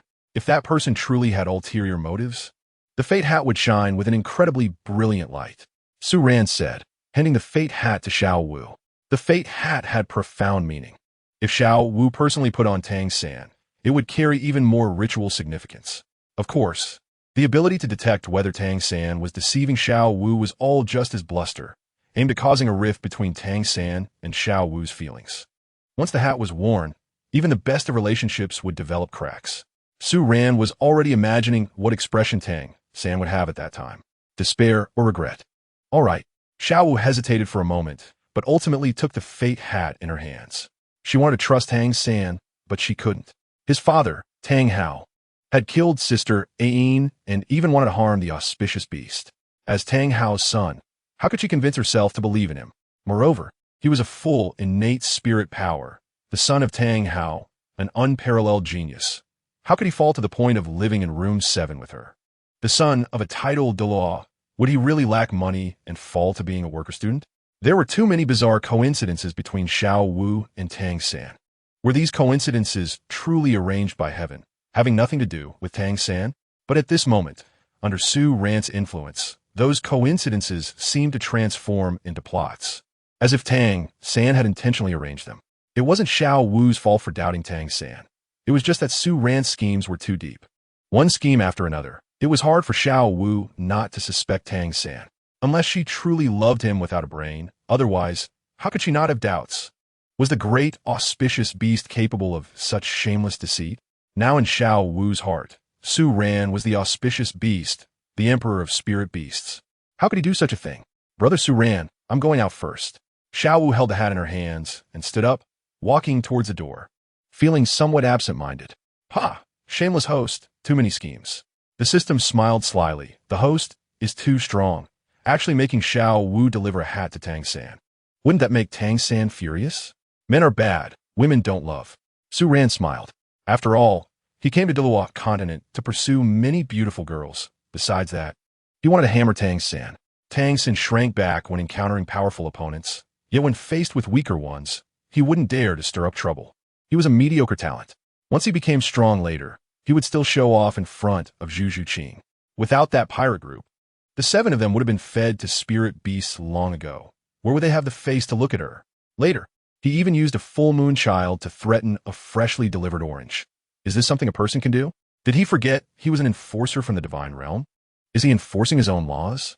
Such a useless thing. He naturally wanted to torment. The more miserable he was tormented, the better. The next day, after school, Xiao Wu and Tang San walked together, neither saying a word, both having their own thoughts. The scene from yesterday floated in Tang San's mind. After he went back and thought about it carefully, he realized there were many doubts about the matter. Xiao Wu, such a pure girl. How could she casually give herself away, even if she really liked someone else? That possibility could almost be ruled out. Moreover, Xiao Wu had been with him all along, going to and from school. Where would she have the opportunity to meet someone else? He hadn't seen anything with his own eyes yesterday. He just heard some words and misunderstood Xiao Wu. Wasn't that a bit unreasonable? That person might be Xiao Wu's relative and not necessarily a lover. Thinking of this, Tang San couldn't help but breathe a sigh of relief. Xiao Wu. He turned around, just about to say something, but the words got stuck in his throat. He was dumbfounded, completely stunned, standing there in a daze. Because at that moment, Xiao Wu was holding a green hat in her hand. The hat was bright green, and under the sunlight, it even reflected strands of green light. This hat was clearly the greenest of greens. But how could a green hat appear in Xiao Wu's hand? Tang San's heart skipped a beat. His body couldn't help but start shaking. He suddenly had a bad premonition. Brother, how long have we known each other? Xiao Wu tilted her head, looking at the man in front of her, her expression somewhat dazed. 6 years, Tang San said, his gaze still on the hat in Xiao Wu's hand. Yes, 6 years. 6 years, and I feel ashamed to say I haven't given you any gifts. You've always been the one spending gold soul coins on me. This time, I want to give you a gift. Xiao Wu's beautiful eyes gazed at the fate hat. Su Ran had said that the more intense the fate energy, the deeper the concentration of green. The power of fate was unfathomable, a forbidden power. If Tang San could wear it, his fate would also change. This was also her ultimate reason for deciding to put on Tang San. This is for me? Tang San trembled all over, unable to believe his ears. Xiao Wu was actually giving him a green hat. What did this mean? Did Xiao Wu want to green him? Tang San couldn't help but take a few steps back, looking at the big green hat and then at Xiao Wu's beautiful face before falling to the ground. Chapter 19. Your father is called Tang Hao, right? Tang San's heart was filled with immense pain, his fists clenched tightly, his long nails digging directly into his palms. Brother, this hat is called the Hat of Fate. Wearing it can enhance your luck, Xiao Wu said, holding the green hat and looking at Tang San. Seeing Tang San's reaction, she felt a pang of worry. Could it be that brother knows this hat can see through his thoughts, which is why he's reacting so intensely? Is everything Su Ran said true? Does brother really want to get close to her? If brother was completely unaware, how could he show such an expression when looking at this hat? Clearly, he knows a lot, even the meaning of this hat. A rush of questions flooded Xiao Wu's mind, and she felt a chill run down her spine. Watching Tang San's reaction, a sense of dread rose from her feet, the coldness striking her heart, making her shiver uncontrollably. She dared not think about it. She wouldn't allow herself to consider that until the final outcome was revealed. The Hat of Fate? No, this is green, a green hat. Tang San shook his head vigorously, whether in his past life or this life. A green hat always had that connotation. Xiao Wu is giving him a green hat now. Is she humiliating him? Just yesterday, she was with another man, and now she comes to give him a green hat to humiliate him. Even if Tang San is emotionally clueless, he could feel the deep humiliation at this moment. His dignity was being trampled. How could Xiao Wu be such a person? How did he not see this before? She was with another man behind his back, cheated on him, and now wanted to give him a green hat. How could such a person exist in the world? This is indeed a green hat. The stronger the green, the stronger the power of fate, Xiao Wu said, feeling even more heartbroken. Since brother knows what green represents, is he reacting this way to escape reality? No, Xiao Wu, you can't do this. Tang San glared at Xiao Wu, so angry he could hardly speak. He looked at the green hat, his eyes nearly popping out. Moreover, he was horrified to discover that the closer the green hat was to him, the stronger the green light became. The green light was so glaring it nearly blinded him. The stronger the green light, the more powerful the force of fate. A leisurely voice sounded, and Su Ran strode up to Xiao Wu's side, his eyes fixed on Tang San. A faint smile appeared on his face. It's you? Tang San was furious, immediately recognizing Su Ran's voice, the same voice he heard yesterday in Xiao Wu's room. You instructed Xiao Wu to give me the hat? Why did you do this? Tang San glared at Su Ran, his whole body trembling violently. This man not only took Xiao Wu away from him, but also instructed her to give him a green hat. What normal man could tolerate such a thing? Even Tang San felt a heavy humiliation. He knew Xiao Wu's character. Even if she liked someone else, she wouldn't do something like this to him. Clearly, Xiao Wu had been coaxed by this person. Why? I just want you to stay away from Xiao Wu. I don't want her to be hurt by you, Su Ran said, wrapping his arm around Xiao Wu's slender waist, looking at Tang San. Hurt Xiao Wu? How could I possibly hurt Xiao Wu? Tang San shouted angrily. He loved Xiao Wu too much to ever harm her. Now he finally understood that this man was here to take Xiao Wu away. He even coaxed Xiao Wu into not trusting him. He felt a bit disappointed. How could Xiao Wu doubt him? But more than that, he felt anger. All the misunderstandings between him and Xiao Wu could be explained slowly. But this man before him absolutely had ulterior motives toward Xiao Wu. Even more shamelessly, He was holding Xiao Wu close. This person wanted to take Xiao Wu away, wanted to green him. If he really took Xiao Wu away, it would be an absolute humiliation. Tang San's gaze turned to Su Ran, instantly exploding with rage. Su Ran's arm was brazenly wrapped around Xiao Wu's waist, his palm resting on her flat belly without an ounce of excess flesh. Even he had never touched Xiao Wu. What was this man thinking, daring to touch her? Xiao Wu, held in Su Ran's arms, felt a bit panicked and quickly struggled free from Su Ran's grip, still holding the hat in her hand. Su Ran, don't do this. Xiao Wu glanced at Su Ran apologetically. The identity of the spirit beast is incredibly precious. With a title Diluan nearby, he could easily expose himself. And for her sake, he directly showed up. If Tang San really was that kind of person, wouldn't it be very dangerous? He would be exposed once again under the eyes of the Hao Yan de Law. She couldn't help but feel moved. Su Ran was genuinely concerned for her, thinking of her. Otherwise, why would he recklessly stay in this new-opening city? Why would he appear before Tang San so boldly? Brother Su Ran? Hearing Xiao Wu's address to Su Ran, Tang San's eyes widened. His body became rigid, unable to move, while his heart felt like a sharp knife was cutting through it, causing waves of agony. Xiao had never called him so intimately. She called this man brother. What did this mean? It was already very clear. Tang San, you don't have to pretend anymore. It's pointless to keep it up. From the start, you approached Xiao Wu with ulterior motives. You knew Xiao Wu's identity, which is why you acted this way. Even now, you still pretend. I have to admit, you really do act well, Su Ran said, revealing a smile. At this point, Tang San could no longer wash himself clean. Feelings are ethereal, but his identity as a spirit beast was concrete. Which would Xiao Wu believe? Tang San stood there in a daze, utterly bewildered. Hearing Su Ran's words, he suddenly felt something was off. What does it mean that he approached Xiao Wu? What ulterior motives? His gaze turned to Xiao Wu, who had tears welling up on her cheeks. She looked so fragile. Why was she so weak? If Xiao Wu were truly heartless, she should be happy at this moment.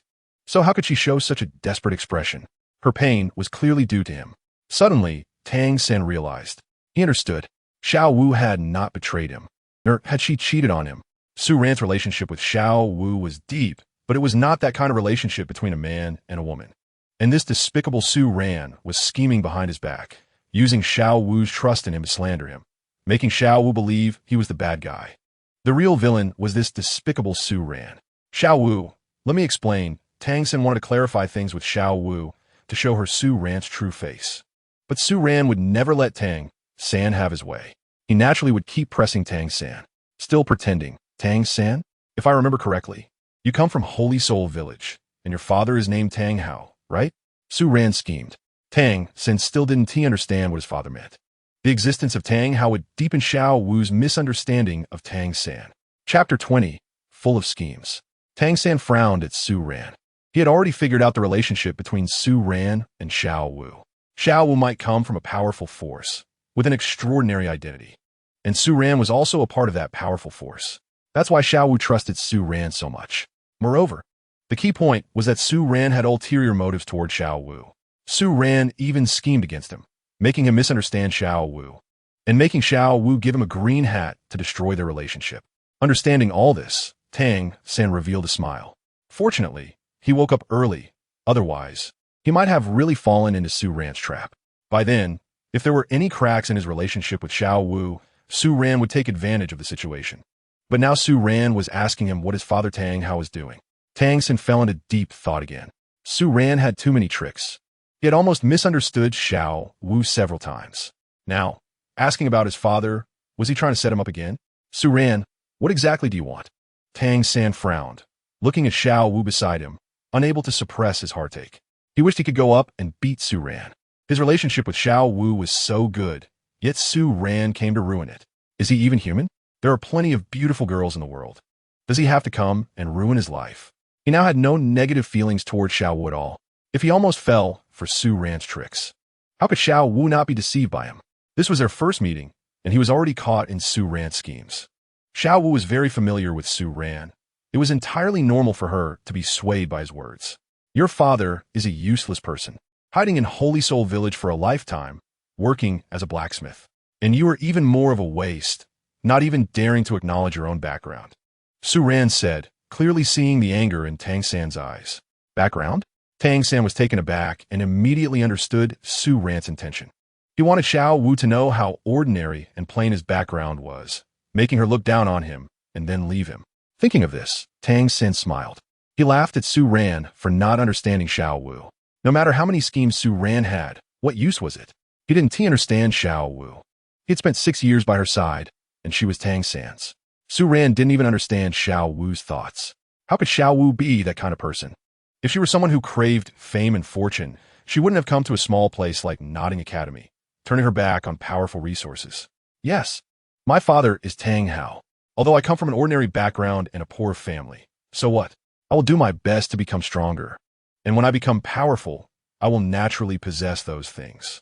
30 years in the East, 30 years in the West. Do not bully the young and poor. Tang San's gaze lifted to Su Ran.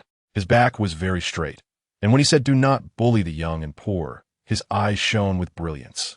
Xiao Wu liked a person's character, not their family background or identity.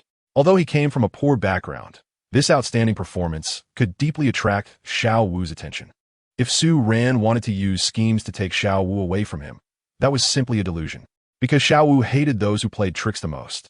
How shameless are those kinds of people? How could Xiao Wu possibly look up to them? Tang San thought to himself, a smile radiating from his face. At this moment, he completely failed to notice Xiao Wu's dim gaze.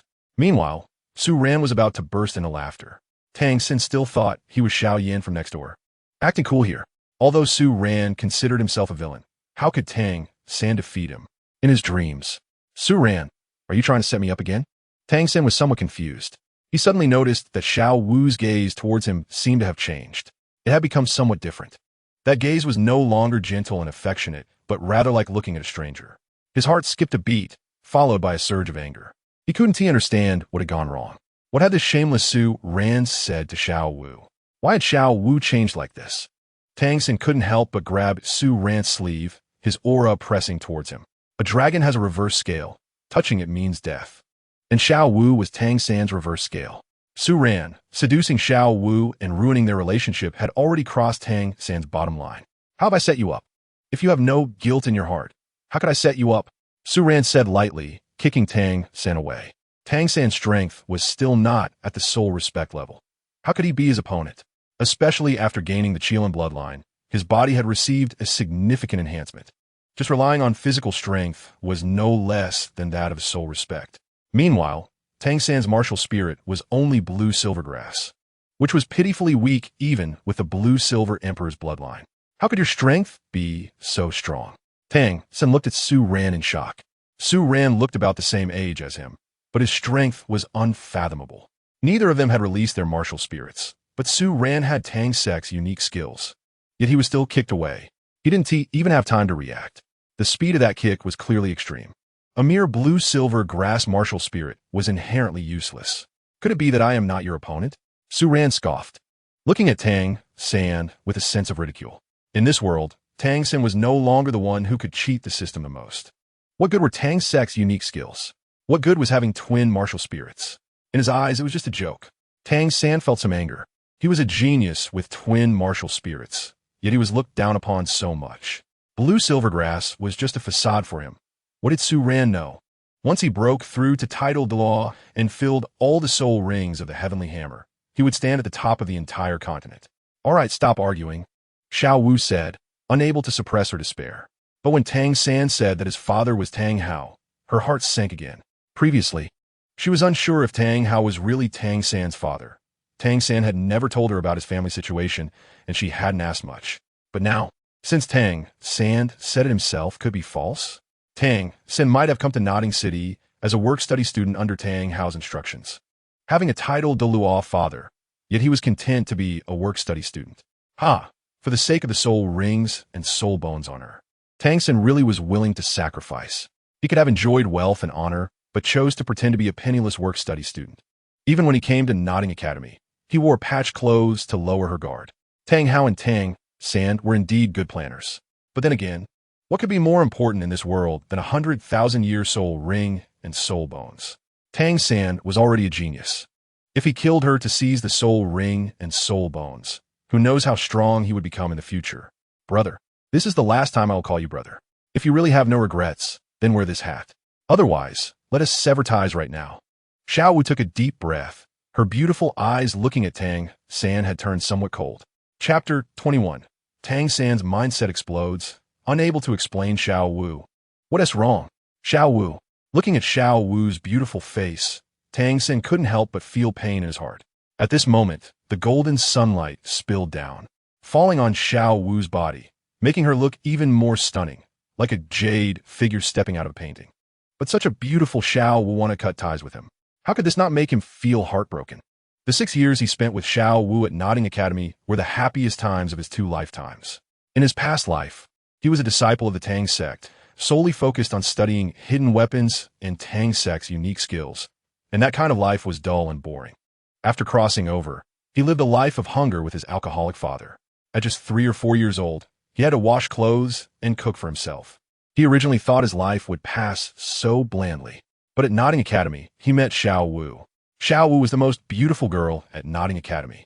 With skin as smooth and white as snow, long scorpion tail braids, and sparkling big eyes that seemed as beautiful as gems. From that moment on, Xiao Wu had stormed into his heart. In 2 lifetimes, Xiao Wu was the first girl by his side and the only girl. Once upon a time, when he heard Xiao Wu call him brother, he felt an overwhelming desire to protect the girl in front of him. He couldn't help but entertain a bold idea. He had heard Wang Sheng and the others say that siblings without blood relations are not necessarily just siblings. They can have further relationships. If Xiao Wu's address changed from brother to big brother, their relationship could become even closer than it is now. At that time, he couldn't help but punch Wang Sheng, and though his face showed no expression, his heart was filled with joy. Xiao Wu had grown up now. Her chest rose and fell slightly, and her hips had developed a nice curve. Sometimes, even he couldn't help but cast his gaze at Xiao Wu. Looking at her figure was a kind of enjoyment. But now, Xiao Wu wanted to sever ties with him, and how could he accept that? Xiao Wu, what did I do wrong? I can change, Tang San said. Taking a deep breath, no matter what, he had to try his best to salvage his image in Xiao Wu's heart. If you stand upright, you won't fear shadows, he thought. He didn't believe that a few slanders from an outsider could affect their feelings. Change. How could some things be changed? And the one who should change is not you, but me. From your perspective, everything you've done over the years is without any problem, Xiao Wu said, tears streaking her delicate cheeks. Yes, she was a soul beast. 100,000-year soul beast taking form. So what if Tang San, no matter how hard he tried, wanted to stay by her side and find a chance to kill her? It was only natural for humans to hunt soul beasts. Rue Beast was right. These actions could not be described in terms of right or wrong. One was a soul beast, and the other was human. From Tang San's standpoint, everything he did was right. But why did she feel so heartbroken? Clearly, she knew the outcome, yet she was unwilling to believe it all. Why was Tang San the son of that devil, Tang Hao? If he weren't, perhaps she would still believe in him as before. Xiao Wu, don't cry. What did I do? Tell me, I'll change everything. I'll do whatever you want, Tang San said anxiously, still not understanding what he had done wrong. Why was Xiao Wu so sad? He asked himself if he had done anything to hurt her. He wanted to protect Xiao Wu, and how could he possibly harm her? You still don't admit it? If you really want to prove your innocence, wear the hat of destiny. Then everything will be clear. If I misunderstood you, I will apologize. Xiao Wu took a deep breath, holding back her tears. She raised the hat of destiny with both hands, her face displaying a hint of reverence and hope. She hoped Tang San would wear the green hat of destiny. As long as he could wear it, everything would become clear. The hat of destiny could detect everything. Su Ran had said that if the hat of destiny emitted a green light on Tang San's head, it would mean he had been lying to her all along. Su Ran was a Rue beast, the king of soul beasts. His words represented absolute authority. The Rue beast could not deceive her in this regard. Xiao Wu, this is not a hat of destiny. It's a green hat, a big green hat. The closer it gets to me, the greener it becomes. Now it's even turning black-green. It's as green as it can get, Tang San shivered, looking at the green hat with deep terror. He would not believe this was a hat of destiny. This was clearly a scheme set up by Su Ran. Letting Xiao Wu personally put a green hat on him, Su Ran truly had a cruel heart. Tang San was extremely angry, his face turning green with rage. If Xiao Wu weren't there, he would have drawn his hidden weapon and shot Su Ran in the face, leaving him with no place to die. Tang San had never been this furious before, but Su Ran had completely thrown him off balance. If he didn't kill Su Ran in this life, he swore he would not be human. Having the person he liked personally put a green hat on him was an insult from Su Ran, trampling on his dignity. You still won't wear it? Well, you know what this green represents. You definitely won't wear it. Seeing Tang San still refusing to wear the hat of destiny, Xiao Wu's heart sank. In her eyes, Tang San must have known the effects of the hat of destiny and was dodging it out of fear of being exposed. But did he think she couldn't see through it? The signs were so obvious. Did Tang San really think she was that foolish? His father, Tang Hao, had already used the same method to kill Sister Yin. Now he still wanted to use the same trick? With Sister Yin's tragic lesson, would she be that foolish? If she really believed Tang San, she might end up sacrificing herself just like Sister Yin. Not to mention, she might even end up causing Deming and Erming to sacrifice as well. Even if she was too naive to believe Tang San, she still had the Rue beast by her side. The Rue beast would not deceive her like Tang San. Xiao Wu, I'll wear it. Tang San's voice trembled. When he saw the way Xiao Wu looked at him, as if seeing a stranger, he became afraid. He feared that Xiao Wu would leave him. He didn't know what this green hat represented, nor what Su Ran had fed Xiao Wu. He only knew that if he didn't wear this green hat, Xiao Wu would really sever ties with him. Chapter 22. Tang San goes crazy. Wants to kill Su Ran. Tang San felt an immense hatred in his heart. Why did it have to end like this? Being put in a green hat was such a shameful thing. But if he didn't wear it, Xiao Wu would sever ties with him. If he wore it, he would fall into Su Ran's scheme, becoming the subject of his mockery. He felt some resentment. He didn't hate Xiao Wu. She was also a victim deceived by Su Ran. He only hated Su Ran. This despicable and shameless person wanted to take Xiao Wu away and put a green hat on him. He and Xiao Wu had come this far. Although he didn't know exactly what had happened, he could clearly see that all of this was orchestrated by Su Ran, this despicable person. Tang San, don't always show that bitter face. Smile. This hat is green, containing rich power of destiny. The greener it is, the denser the power of destiny, Su Ran said, walking up to Tang San and patting him on the shoulder. He didn't understand why Tang San looked so bad. Had he bullied him? To live well, you must wear a bit of green on your head. Such a treasure containing rich power of destiny was not something an ordinary person could obtain. In the future, this hat could also help you avoid disaster, Su Ran continued. If the hat of destiny was placed on Tang San's head, then his task would be complete. At that time, he would receive 500 skill points. Of course, most importantly, he would have made Tang San green. Once the hat of destiny was placed on Tang San's head, it could not be taken off again. The hat of destiny was made from special energy produced by the system. It was difficult for external forces to destroy it. Su Ran, you are so despicable. The humiliation you brought me today, I will return it bit by bit one day. Tang San's face turned pale as he watched the hat getting closer to him in Xiao Wu's hands, feeling a twinge of fear. Suddenly, he felt a bit scared. He always felt that this green hat was not that simple. At the same time, Xiao Wu was also a bit nervous. She held her breath. She hoped the hat of destiny wouldn't glow and that everything Tang San had done before was just a coincidence. Then she could reconcile with Tang San as before and forget everything that happened today. The atmosphere around them fell into an eerie silence. Xiao Wu took a deep breath, holding the hat of destiny, and directly placed it on Tang San's head. Snap! In the midst of it all, a sound resembling a snap echoed. And at the same time, an incredibly strong green light erupted from Tang San's head. This green light was so intense that even though it was still daytime, it completely enveloped the surrounding area. What a vibrant green. It was still glowing. Looking at this surging green light, Tang San shivered. He had never seen anything so green. What did this green hat represent? What exactly did Su Ran say to Xiao Wu? Now that he was wearing the green hat, Xiao Wu should believe him, right? Tang San took a deep breath. As long as he could resolve the misunderstanding between him and Xiao Wu, what did it matter if he was humiliated? For Xiao Wu, he was willing to endure anything. Xiao Wu, the hat of fate has already been placed on my head. Now you should believe me, right? With the green light shining above his head, Tang San looked at Xiao Wu. At this moment, he had no idea what the green light represented in Xiao Wu's heart. It was glowing. The hat of fate was glowing.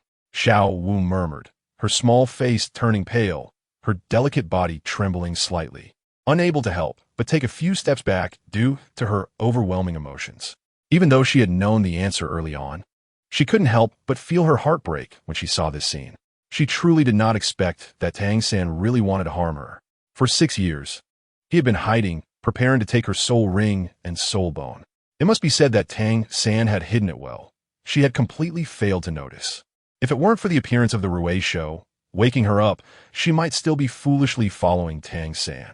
When the time came for him to take her soul ring and soul bone like his father Tang Hao, she wouldn't even know that it was Tang San who had harmed her from behind the scenes.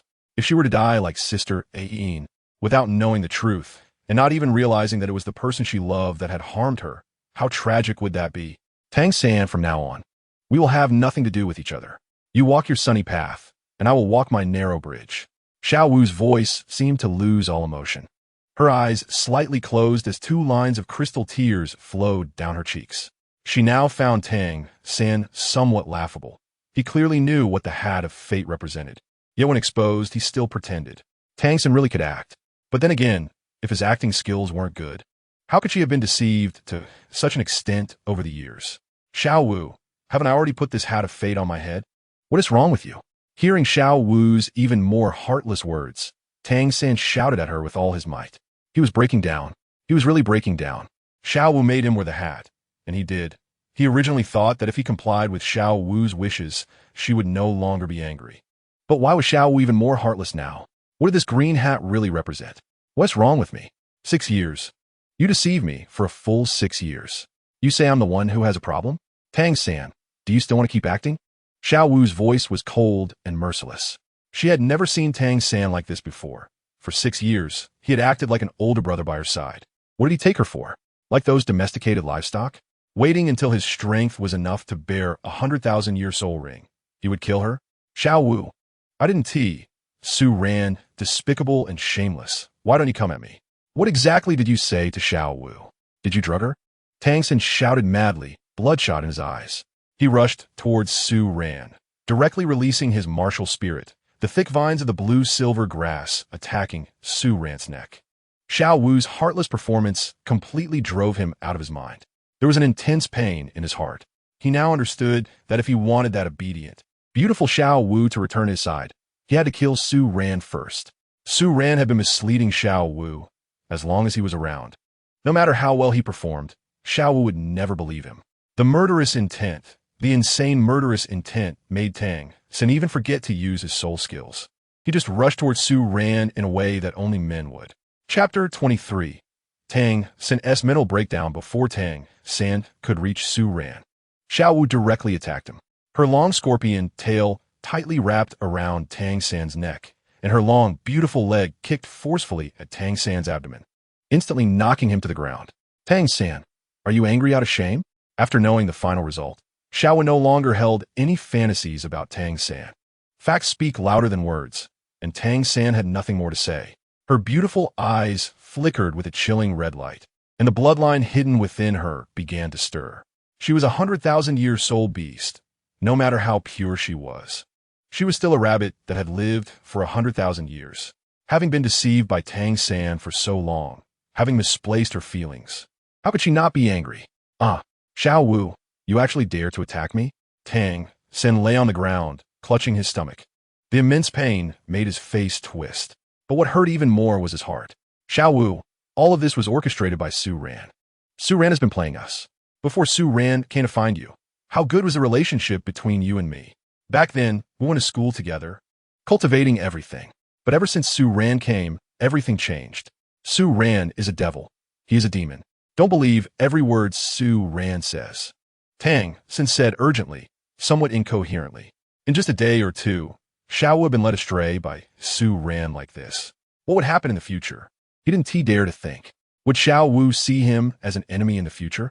Thinking of that pure and beautiful Xiao Wu, whose chest was already slightly rising and falling, now treating him so indifferently, he couldn't help but feel a sharp pain in his heart. He even saw deep hostility in Xiao Wu's eyes. Xiao Wu, does she see him as an enemy now? Tang San, you truly are something. You've even learned to turn the tables. Hearing Tang San's words, Xiao Wu trembled with anger all over. She really couldn't understand why there were such shameless people in the world. Tang San knew the meaning of the hat of fate. Wearing it and letting it shine explained everything. Yet now he was still trying to throw dirt on the Rui show. What status did the Rui show hold? The Rui show was born auspicious, a treasure of the soul beast world. Even if Su Ran only had a year of cultivation, he was still a supreme existence in the soul beast world. The Ruisho could enhance the growth speed of soul beasts, and the power of fate could help soul beasts overcome tribulations.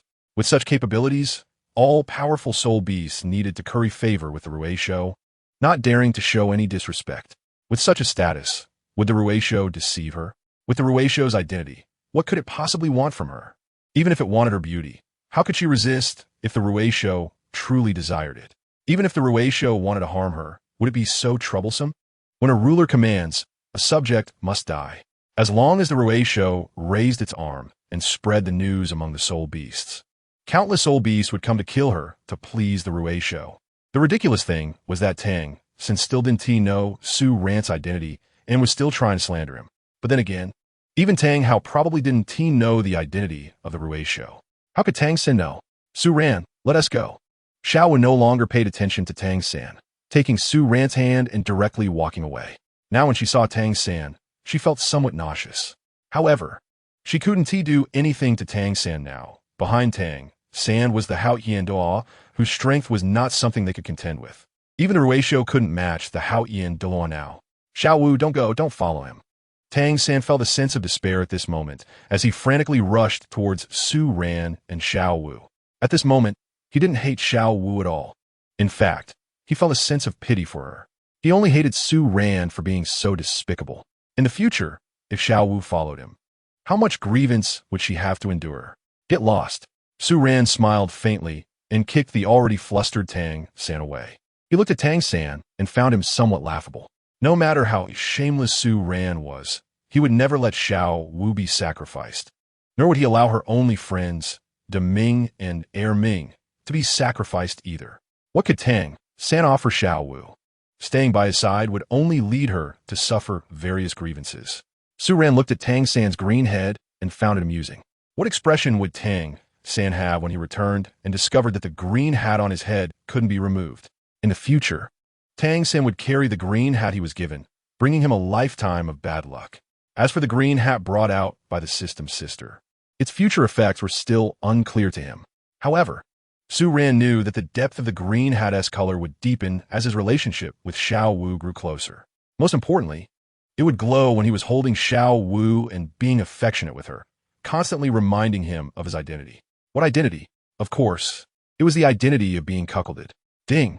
Congratulations, host, for completing the task. Congratulations, host, for obtaining 500 skill points. The system's sister's voice rang out. At this moment, she was somewhat dumbfounded, having never expected Su Ran to complete the task so quickly. The relationship between Tang San and Xiao Wu was so solid, yet the host had forcibly turned them into enemies. But then again, who told Tang San's father to be Tang Hao? With such an extraordinary background, yet he still became a working student to be friends with her. A normal person would inevitably have suspicions. Moreover, Tang Hao's previous persona had already collapsed in front of Xiao Wu. Ain was a 100,000-year soul beast that had become friends with Tang Hao, ultimately becoming a soul ring on Tang Hao's body. How similar was this to her relationship with Tang San? All of this was too coincidental. Even if Tang San had a silver tongue, he couldn't explain it all. Besides, it's too simple. Now Xiao Wu no longer trusts Tang San. It will be much easier to pursue the precious Xiao Wu in the future, Su Ran thought to himself, looking at the beautiful girl in front of him, radiating youthful energy with long, shapely legs. As she walked, her long scorpion tail braids swayed gracefully behind her, exuding a unique charm.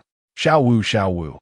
Tang San looked ahead, where Xiao Wu and Su Ran were holding hands, walking together like a couple. Seeing this scene, painful tears streamed down his face. A man may shed tears, but not lightly, unless the heart is truly broken. What happened today had nearly shattered his mentality. Su Ran was despicable, constantly glancing at Xiao Wu's long legs and chest. He didn't need to think to know that Su Ran wanted to have Xiao Wu. It was precisely because Su Ran saw their feelings that he plotted to break them apart. Now Xiao Wu had become hostile towards him for reasons he couldn't understand, all of which were orchestrated by Su Ran. Chapter 24.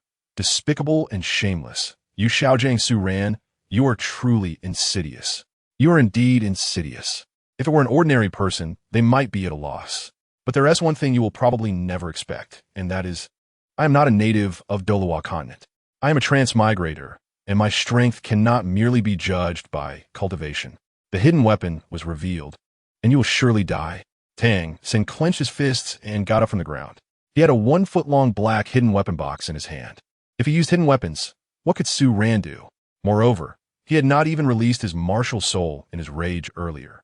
If he went all out, how could he not be Su Ran's match? No matter how strong Su Ran was, he wouldn't be stronger than him. Tang San stood up, glanced around, and breathed a sigh of relief. Fortunately, this street was relatively quiet, and he didn't see his earlier disgrace. If it had been a bustling street, being cuckolded would have likely spread like wildfire in Notting City.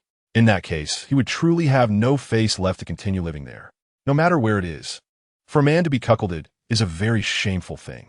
Even if his strength was at the 99th level as a title de law, being cuckolded would lead to ridicule from everyone. Su Ran, once Xiao Wu's mood improves, I will seek you out. At that time, I will let you know what cruelty is. Some people are not to be trifled with. Tang San took a deep breath, lifted the green hat on his head, wanted to take it off and smash it hard. However, no matter how hard Tang San tried, the green hat seemed to be glued to his head, and he couldn't take it off. It's over, it's over. Tang San's heart sank. Being cuckolded was bearable as long as no one else saw it.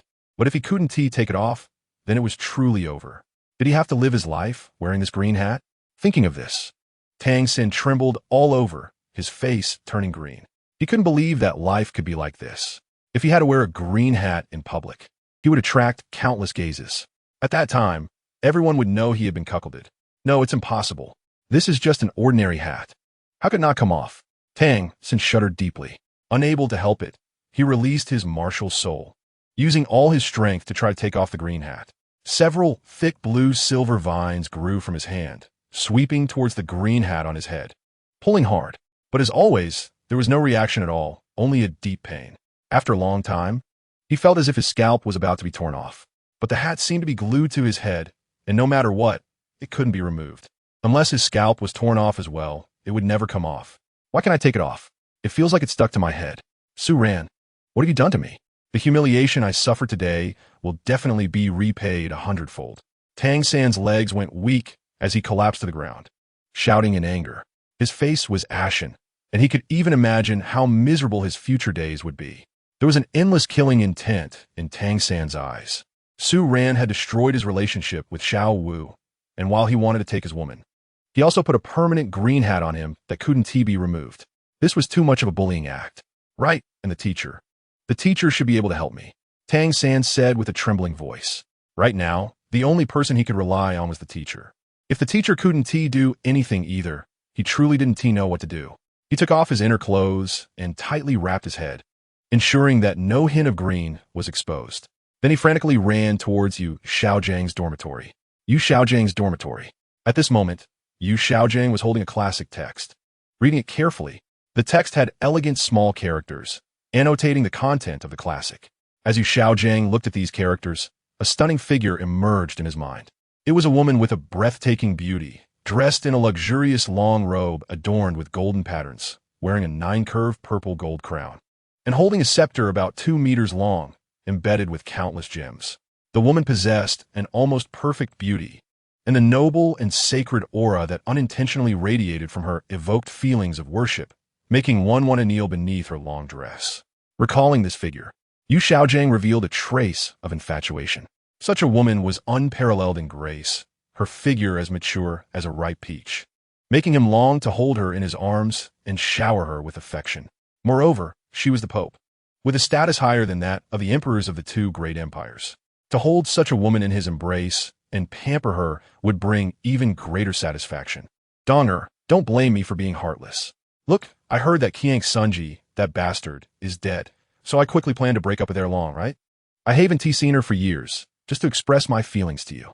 If Qian Daolu, that old man, dies, I will come to find you, Yu Xiaojing murmured, a smile appearing on his face. Back then, he thought he had a chance with Bibi Dong, and out of a desire to compete for control of the Golden Iron Triangle, he got together with his cousin, Lu Erlong. However, he didn't expect Qiang Sunji to die so soon. Now that he had another chance, he naturally wouldn't stay with Lu Erlong. Although Erlong was also beautiful, she was not inferior to Bibi Dong in appearance, but Bibi Dong was the Pope. Once he became the Pope's man, who would dare say he was useless? At that time, everyone had to respect him. But now, since Qian Daolu was still alive, seeking out Bibi Dong would be akin to courting death. At the very least, he had to wait until Bibi Dong broke through to level 99. Only then would it be safe for him to approach her. The figure of Lu Erlong surfaced in his mind again. He hadn't seen her in years. After all this time, the already stunning her must have become even more mature and alluring. Unfortunately, her status was far inferior to Bibi Dong's. But those thoughts could wait. If the third party had remarkable talent and became the strongest on the continent, as her teacher, he could truly wash away the label of being a waste. Tang San had a grudge against Bibi Dong. At that time, she might die. If that happened, he could be with Erlong and nurture Tang San well. Yu Xiaogang whispered, feeling a little pleased with himself. Tang San, with his twin martial souls, has the potential to become the strongest. This is what he looks forward to the most. After all, being able to cultivate a strong person means he is truly the foremost in theory. It's just a pity that the stunning Bibi Dong might be killed by Tang San. He hasn't truly possessed Bibi Dong yet. If she dies, he would feel some heartache. Bibi Dong also had twin martial souls and was the Pope. She would certainly take action against Tang Hao and Tang San in the future.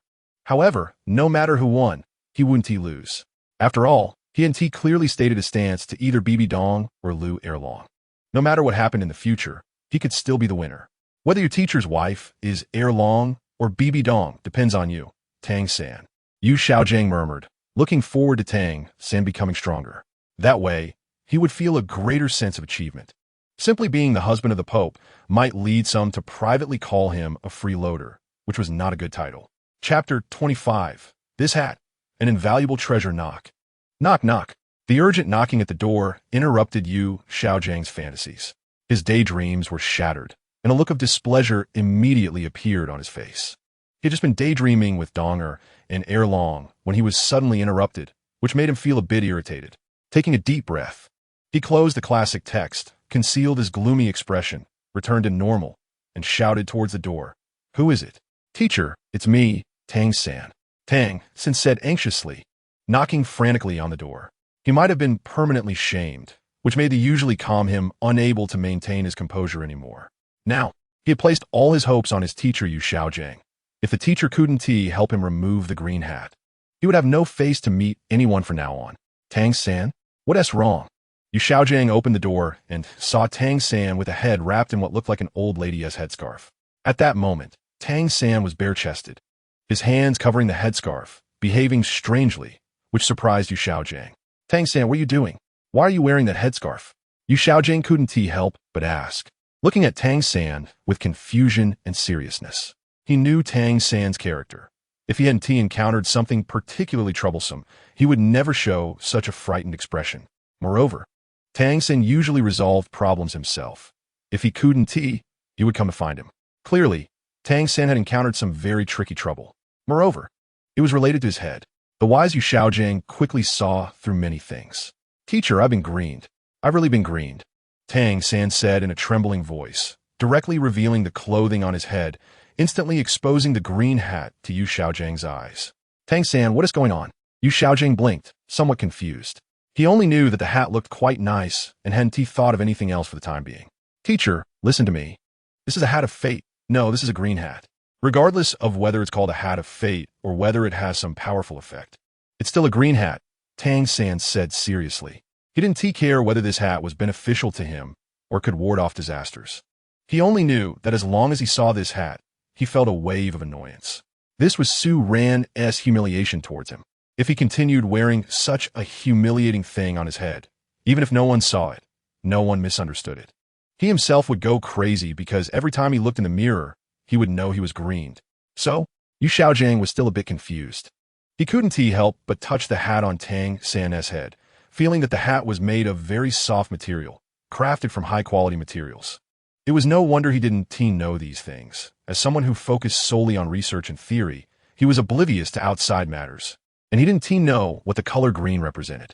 Teacher, don't you see what is wrong? Tang San took a deep breath and looked at Yu Xiaogang. Could it be that with your intelligence, you can't see through this hat? I see it. The material is quite good, and the style is also not bad. Next time, remember buy one for me too, Yu Xiaogang said. After touching the hat on Tang San's head, he felt that the quality of the hat was extraordinary. It seemed to be made of materials far superior to any fabric he had seen, even surpassing those high-end soul beast furs. It's not the style. The problem is that this hat can't be taken off. Tang San felt a bit crushed. Although he knew the teacher wasn't intentionally making fun of him, his self-esteem was still somewhat hurt. Can't take it off? Upon hearing this, Yu Xiaogan's expression became truly serious. He looked closely at the hat on Tang San's head. He firmly held the brim of the hat, trying hard to pull it off. However, to his surprise, the hat couldn't be pulled off no matter how hard he tried. After a long time, Yu Xiaogang tried many methods, even using scissors, but the hat wouldn't budge. This strange hat even left Yu Xiaogang at a loss. There were no records about hats in the classics. What to do now? Yu Xiaogang murmured softly. He was well-versed in classic texts and knew a lot about soul master knowledge, but he was essentially blind to things outside of the classics. Teacher, what are you saying? Tang San couldn't help but ask. He didn't hear clearly what Yu Xiaogang was saying. This hat is too strange. It seems to be completely stuck on your head. Ordinary methods will probably be difficult to remove it. Even scissors can't cut it. The only way now is to use that one method. Yu Xiaogang shook his head and turned to grab a large hammer from the inner room. This hammer was made of fine iron. Although it didn't look big, it weighed at least several dozen pounds. Teacher, what are you planning to do? Tang San looked at the hammer and couldn't help but gasp. The teacher wouldn't want to smash the hat with the hammer, would he? This might be the only feasible method. Holding the large hammer, Yu Xiaogang said solemnly. He had just observed that the hat felt soft to the touch, but it would harden immediately upon taking damage. The reason he couldn't cut it with scissors earlier was because of this. Then, teacher, please go ahead. Tang San gritted his teeth and said firmly, Xiao San, bear with the pain. Gather all your soul power to your head to reduce the damage from the hammer. Yu Xiaogang instructed. Tang San then directly released his martial soul, concentrating all his soul power in his head. His face was filled with determination. Even if he ended up with a concussion, it would be worth it as long as he could break this hat. He didn't want to wear it for another moment. The large hammer struck forcefully on Tang San's head. Yu Xiaogang used normal human strength to swing it, while Tang San, having released his martial soul, didn't have to worry about too much damage. However, both Yu Xiaogang and Tang San were not prepared for what happened next. Just as the hammer was about to touch the top of Tang San's head, an unexpected event occurred. The originally soft hat instantly became indestructible. Even a hammer striking it caused no damage whatsoever. Yu Xiaogang's arm trembled violently from the rebound force. Sure enough, there's something unusual about it. Yu Xiaogang took a deep breath and struck down again. A loud sound echoed, but the hat remained completely unharmed. After several more strikes, Yu Xiaogang's eyes gradually sparkled with excitement as turbulent waves surged in his heart. This is a treasure. It's definitely a treasure. Xiao San has stumbled upon something incredible. He had observed carefully just now. An incredibly hard hammer had struck the hat without causing any damage. Meanwhile, iron shavings flew out from the hammer, proving the hat's strong defensive capabilities, even harder than fine iron. Such a treasure, if Tang San could wear it on his head continuously, would open up many more possibilities for his future. The head is inherently a very vulnerable area, and possessing such a powerful protective item would significantly increase Tang San's chances in battle.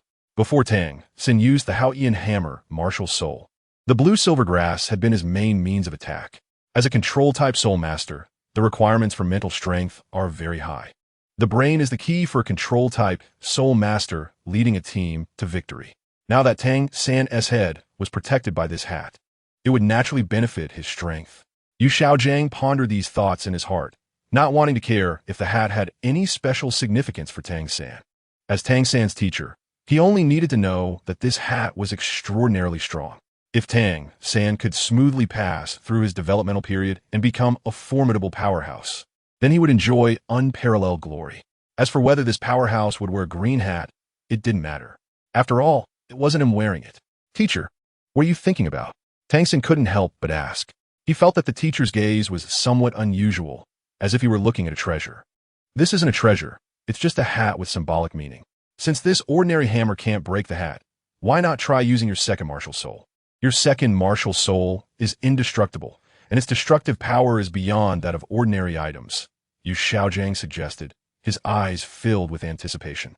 If even the Haoyan hammer couldn't break this hat, it would truly indicate that it was an invaluable treasure. That's right, I still have my second martial soul. Tang San's eyes sparkled again. Although he didn't know the name of his second martial soul, he understood that it was extraordinary. At this moment, Tang San still didn't know that his father was the Haotian Dalois, nor did he realize that his second martial soul was the Haotian hammer. However, he could judge the speed and power at which he consumed soul power with his two martial souls. His second martial soul was definitely a powerful one. At least in the Noting Academy, he hadn't seen anyone with a weapon martial soul stronger than his. Then, let's use this powerful martial soul to hit it. I don't believe it can't break it. Tang San withdrew his blue-silver grass martial soul, and, with a wave of energy fluctuations, a hammer appeared in his hand. It was a completely black hammer, about half a foot long, with a cylindrical head that resembled a miniature casting hammer. However, on the dark surface of the hammer, there was a special glow, and a faint pattern spiraled around the cylindrical head. This was Tang San's martial soul, the Haotian hammer. As Tang San poured his great soul, master-level soul power into the Haotian hammer, it instantly radiated a dark glow, and the entire room became oppressive. No wonder it's the Haotian hammer, the #1 weapon in the world. It deserves to be called a soul weapon. It has such power, even without any additional soul rings. Once Xiao San breaks through to Soul Sage and starts adding soul rings to it, how terrifying will it be? Yu Xiaogang murmured softly, looking at Tang San as if he were gazing at a priceless treasure. If Tang San defeated BB Dawn, even if BB Dawn, with her strong personality, might fight Tang San to the end, she might ultimately perish. Thinking about the possibility of BB Dawn being defeated by Tang San, Yu Xiaogang felt a pang of sympathy, yet also a sense of anticipation. Both her hands and feet are his flesh. But at that time, it would depend on their performances. After all, he was in the middle. If Xiao San was a bit stronger, he would go find Lu Erlong to cultivate Xiao San together, since Lu Erlong was also very beautiful. Moreover, if Xiao San could cripple Bibidon's cultivation, wouldn't it be better for the noble pope to become a mere mortal, accompanying him like an ordinary person? Her cultivation would also be useless, and they might become even more affectionate. Thinking of the noble, serene, and beautiful BB Dawn lying in his arms, allowing him to toy with her, he felt somewhat excited. At that time, BB Dawn would be just a mortal. Could he not do whatever he wanted? The thought of the once high and mighty BB Dawn falling to the ground and becoming a waste, wholeheartedly serving him, gave him a strange sense of pleasure. However, at that time, BB Dawn would have no cultivation and would be like a waste. Although she was stunning, she could only be his concubine. If it really came to that, he could even have a harem, with both BB Dawn and Lu Erlong as his women. After all, Lu Erlong loved him so much, and even knowing he was her cousin, her love had not diminished in the slightest.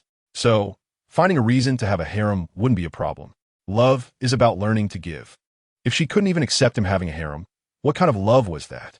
Over the years, he had endured humiliation and hardship without indulging himself. But once Tang San matured, he wanted to enjoy the pleasures of being a man. "Teacher, what are you mumbling about?"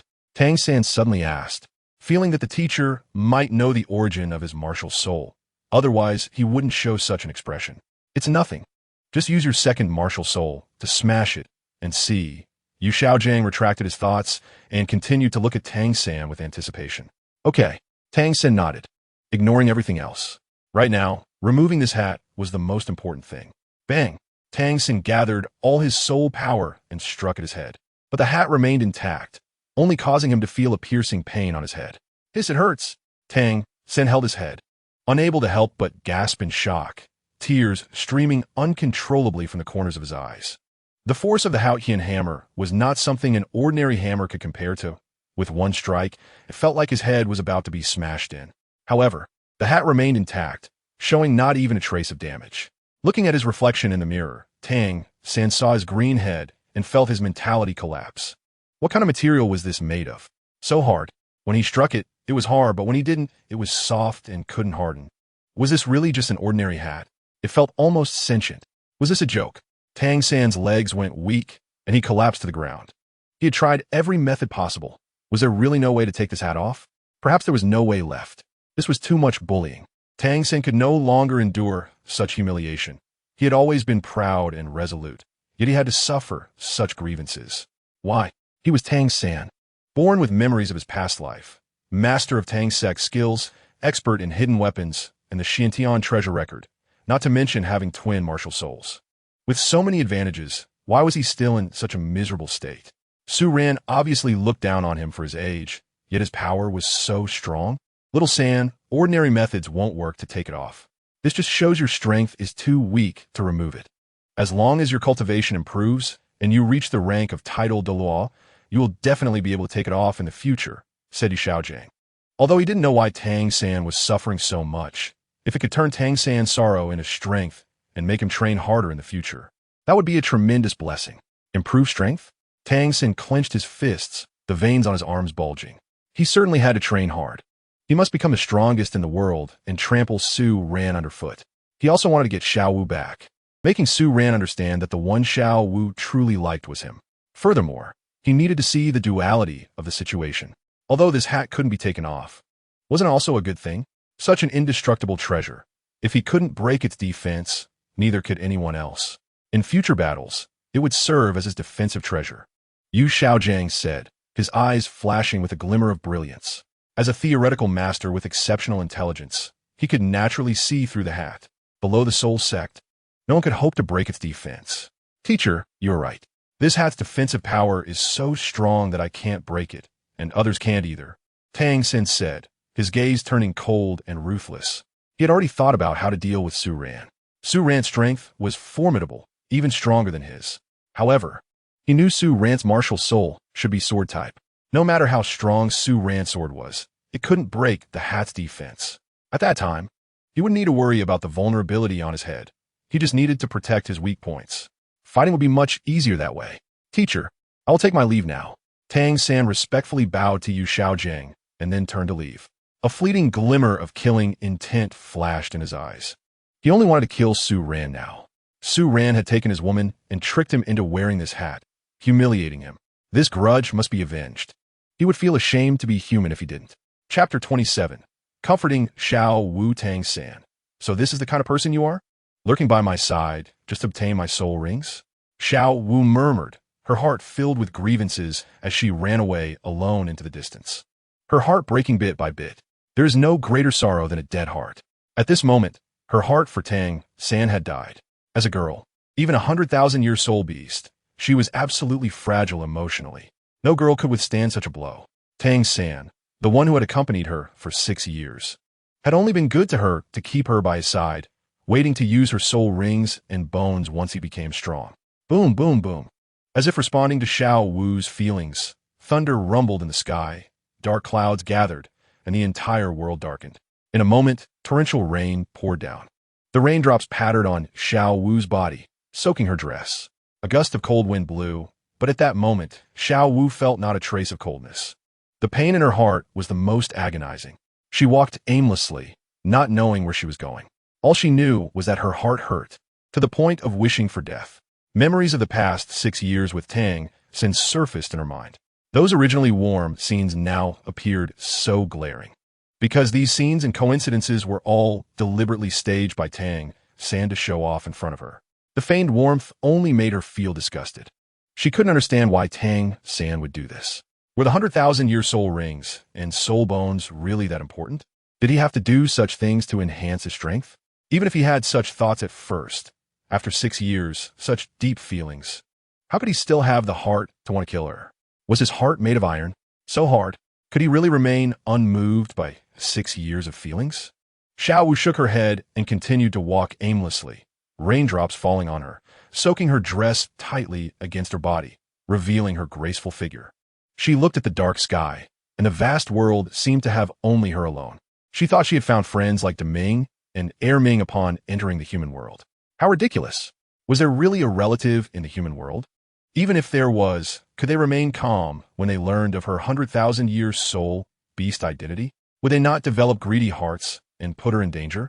Stop wandering outside, come back with me. At that moment, Su Ran, dressed in a black robe and holding a single umbrella, appeared in front of Xiao Wu, blocking her from going any further. Su Ran, you came.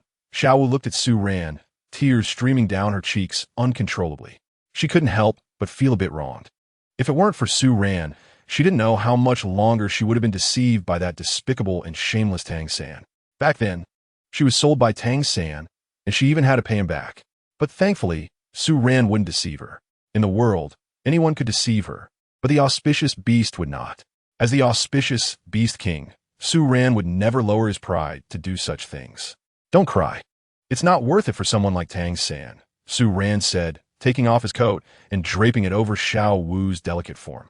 However, Su Ran was not that shameless. He would never let Xiao Wu suffer any harm just to satisfy his desires. In such heavy rain, how could Xiao Wu, with her fragile body, withstand it? She was no longer the powerful 100,000-year soft-bone rabbit. Her current physique was that of an ordinary girl. After her recultivation, she was no different from humans. But why did she have to bear those burdens as a soul beast? Once her identity was exposed, countless powerful beings would target her. 100,000-year soul beasts are treasures, and transformed 100,000-year soul beasts can cause a sensation across the continent. Back then, as a 100,000-year soul beast undergoing recultivation, why did it attract Qin Xuanji and countless powerful beings to hunt her down? 100,000-year soul beasts. Even the Pope finds it difficult to possess one. This is because 100,000-year soul beasts have very strong cultivation and combat power. Most importantly, soul beasts of that level have their own life-saving soul skills. When they know they are destined to die, they would rather self-destruct than allow humans to take their soul bones in humiliation. Therefore, hunting a 100,000-year soul beast is extremely difficult. Even the strongest title Doloa cannot guarantee absolute success. However, a recultivated 100,000-year soul beast is no different from a human, making it too easy to kill them. Thus, everyone in the human world would be envious of them. Xiao Wu herself is equivalent to a treasure, and if other powerful soul masters knew her identity, they would desperately try to kill her. Yet, Tang Hao clearly knows this, but does not stop Xiao Wu from going to the spear hall. Perhaps Tang San does not intend to kill her, but Tang Hao definitely wants to stage a scene where Xiao Wu sacrifices herself for Tang San. He has used the same means on Ayin, and if he can do that to his own lover, how could he spare Xiao Wu? Xiao Wu's beautiful eyes are red, tears shimmering in her eyes, wetting her long hair as rainwater flows down her strands. The rain and tears mix together, making Xiao Wu appear so weak, wronged, and fearful, even as a 100,000-year soul beast. She was carefree under the protection of her mother and Deming and Air Ming in the Stardow Forest. How could she know there are so many schemes in the human world? Seeing Xiao Wu crying so sadly, Su Ran cannot help but feel a twinge of pain in his heart. He does not want to see Xiao Wu in tears. But if they do not act this way, how could they truly separate? Cutting off without stopping only leads to chaos. How much suffering has Xiao Wu endured by following Tang San? Sacrificing herself, Deming and Air Ming also followed her sacrifice. But in the future, he will protect her well. As a divine beast, with his current identity, commanding a 100,000-year soul beast to protect Xiao Wu is no problem at all. Su Ran looks at Xiao Wu, sighs, gently strokes her rain-drenched long hair, and hugs her delicate and beautiful body tenderly. Chapter 28. Anger Unrestrained. Let go of my precious Xiao Wu. Held in Su Ran's arms, a very pleasant masculine scent wafts over, causing Xiao Wu's delicate body to tremble slightly. She does not push Su Ran away. Su Ran is now the only person she can trust. If he were not there, who else could she trust? Under heaven, only Su Ran would not deceive her. She cannot trust anyone else, not even everyone in the New Oding Academy. Tang San, after 6 years of feelings, was all fake. How could she hope the rest were real? The wind howls and the rain pours. The wind blows fiercely, and rain falls on the two of them. Su Ran simply puts away the umbrella, freeing both hands to hold Xiao Wu tightly, trying to give her warmth as much as possible. If she really needs to cry, then let it out. In the future, with me by your side, no one will dare to bully you, Su Ran softly says, gently patting Xiao Wu's back as if comforting a child. Xiao Wu does not speak, just buries her head in Su Ran's embrace, softly sobbing. For some reason, she feels so warm in Su Ran's arms.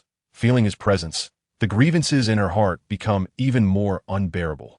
The Tang San, who lived with her for 6 years, deceived her with malicious intent. Yet the Su Ran she has only known for a few days treats her so well.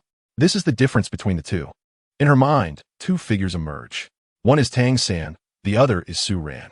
Tang San's words are utterly ridiculous, like an actor. Meanwhile, Su Ran, as a divine beast, is full of righteousness, humble in nature, with not an ounce of arrogance. These two people create a stark contrast in her heart. Without comparison, there is no harm. With a comparison, she realizes how hypocritical Tang San is and how good Su Ran is. Now Su Ran's injuries have mostly healed, but he did not leave her behind to escape alone. Instead, he wants to help her awaken and escape together. How could she let down someone who would risk their own life for her? Su Ran, I'm sorry. I not only failed to fulfill my responsibilities as a soul beast and protect the divine beast, but I also caused you to be exposed to so many people's eyes just to help me. I even missed the best opportunity to escape, Xiao Wu says, feeling a deep sense of guilt and remorse. Her heart aches terribly. She put herself and Su Ran in a desperate situation for someone as despicable and shameless as Tang San. What if Tang San tells Tang Hao about her and Su Ran? What would happen if Tang Hao knew she had seen through their conspiracy? Then both she and Su Ran would be in danger. It's okay. As long as you recognize the bad guys, that's enough. Tang San has always been deceiving you. It's good that you understand now. As for the rest, with me here, it's fine.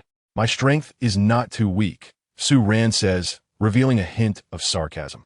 He senses Tang San's presence and holds Xiao Wu a little tighter. He is not caught up with Xiao Wu, so naturally, he cannot directly take advantage of her. He just needs to make Tang San misunderstand. Xiao Wu. My Xiao Wu. Tang San knows Xiao Wu's character, and seeing the heavy rain, he comes with an umbrella to find her, but he unexpectedly sees such a scene. At this moment, Xiao Wu's clothes cling tightly to her snow-white skin, draped in a black men's coat. However, her alluring youthful figure is still inevitably perfectly outlined. At this moment, Xiao Wu appears even more delicate than the lively and beautiful girl from before, her slender body seemingly able to attract countless gazes. But this stunning Xiao Wu is now being held in Su Ran's arms. Be Su Ran. Let go of Xiao Wu, you let her go. Tang San roars, standing in the street. He hasn't even touched Xiao Wu yet. Why does Su Ran have the right? Su Ran, a despicable and shameless person, used unscrupulous means to take Xiao Wu away. What right does he have to hold such a beautiful Xiao Wu in his arms? Tang San is so angry he wants to spit blood. At this moment, Su Ran's hands are so glaring in his eyes. Xiao Wu is so beautiful, her delicate body slightly rising and falling. Although she is still just a girl, she is like a flower about to bloom. This budding quality, combined with Xiao Wu's absolutely beautiful and tender face, makes her stand out so much. Ding! Detected that the host has been insulted. In order to protect the host's perfect image, Tang San's speech has been directly blocked by the system. Given that the host and the Doloa continent's female lead Xiao Wu are in a subtly emotional state, Xiao Wu will not hear Tang San's insulting remarks against the host. The sweet voice of the system's sister rings out, almost making Su Ran want to laugh. He thought to himself how strange Tang San was, flailing around as if he didn't know what he was doing, and it turned out his words were blocked by the system. The system's sister's operation is quite advanced. Tang San, if you want to scold me, go ahead. Anyway, he can't hear you, Su Ran thought, unable to help but feel amused. Among all systems in the world, who could compare to the system's sister? Not only is the system's service function powerful, but in the future, it can also transform into a human form to continue serving the host. He remembers the system's sister saying that once the system transforms into human form, it can better serve the host. He still does not fully understand what this means. He only knows that if the system's sister were to take form, her strength would be considerable. Be Su Ran. I told you to let go of Xiao Wu. Can't you hear me? You, a person like this, just dared to reveal your intentions after snatching Xiao Wu away. How will Xiao Wu be by your side in the future? It's hard to believe. You're a devil, and Xiao Wu will eventually be in danger with you. Xiao Wu, did you hear that? Su Ran is not a good person. He has been deceiving you all along. Tang San roared with all his might, looking at Su Ran ahead, seemingly still occupying Xiao Wu's space. In fact, Su Ran's hand was still a centimeter away from Xiao Wu's delicate body and had not touched her at all. But it was a rainy night. The sky was so dark, and Tang San was a bit far from the two of them, making it hard to see clearly. Moreover, Su Ran was currently seen by Tang San as a merciless devil. In Tang San's eyes, Su Ran's methods were extremely despicable. How could someone like him treat a girl in such a way? If he dared to be so reckless now, once he completely pursued her, he would probably employ even more terrifying methods. He had heard of some wayward girls being caught by men who held their weaknesses, forced to do things they despised. Clearly, Su Ran was such a person. Chapter 29. The city is full of tricks. Tang San is once again showcased. Tang San leaned against the wall, bending over and taking deep breaths of fresh air. After cursing for so long, he was somewhat exhausted. At this moment, he was confused. Why did Xiao Wu and Su Ran show no reaction to his loud voice? This was not normal. Perhaps Su Ran, this despicable guy, was thick-skinned and indifferent to everything. But Xiao was not that kind of person. Xiao Wu was definitely not someone who could tolerate grievances, given her current attitude towards Su Ran. If she knew he was cursing Su Ran, she would surely be furious and wouldn't be so calm at all. What went wrong? Did Su Ran use some kind of trick to prevent Xiao Wu from hearing what he said? Thinking of this, Tang San was so angry he couldn't speak. Su Ran was truly despicable. If Xiao Wu couldn't hear him, wouldn't it be hard to explain things to her later? If he wanted to meet Xiao Wu alone to explain, Su Ran would definitely not give him that chance. Su Ran, you are truly despicable, preventing my voice from reaching Xiao Wu's ears. Tang San was furious, and as he suddenly looked up, he noticed Su Ran casting a disdainful glance at him, as if mocking him. Look, your woman is now in my arms, and in the future, she will turn against you and become your enemy. Run. Su Ran, I want to kill you. Tang San was completely enraged by Su Ran's gaze, no matter how calm his temperament was. Facing so many events in just a couple of days, his precious Xiao Wu severing ties with him being labeled, and Su Ran showcasing Xiao Wu, each of these things made him seethe with rage. However, he did not blame Xiao Wu at all. He only hated Su Ran, asking why he had to snatch Xiao Wu away and treat him like this afterward. As long as you are dead, everything will end. Tang San said coldly, his eyes filled with a murderous intent. No man could calmly watch the girl he liked being held by another man, especially when that person was the wicked Su Ran. A 1-foot-long black concealed weapon box appeared in Tang San's hand. This was a concealed weapon box he had just made a few days ago. Although his current strength was only that of a great spirit master, this concealed weapon could even kill a spirit sect member. Ding! No abusive remarks detected around the host. Unblocking status. The system's voice sounded. At the same time, Xiao Wu's delicate body trembled violently.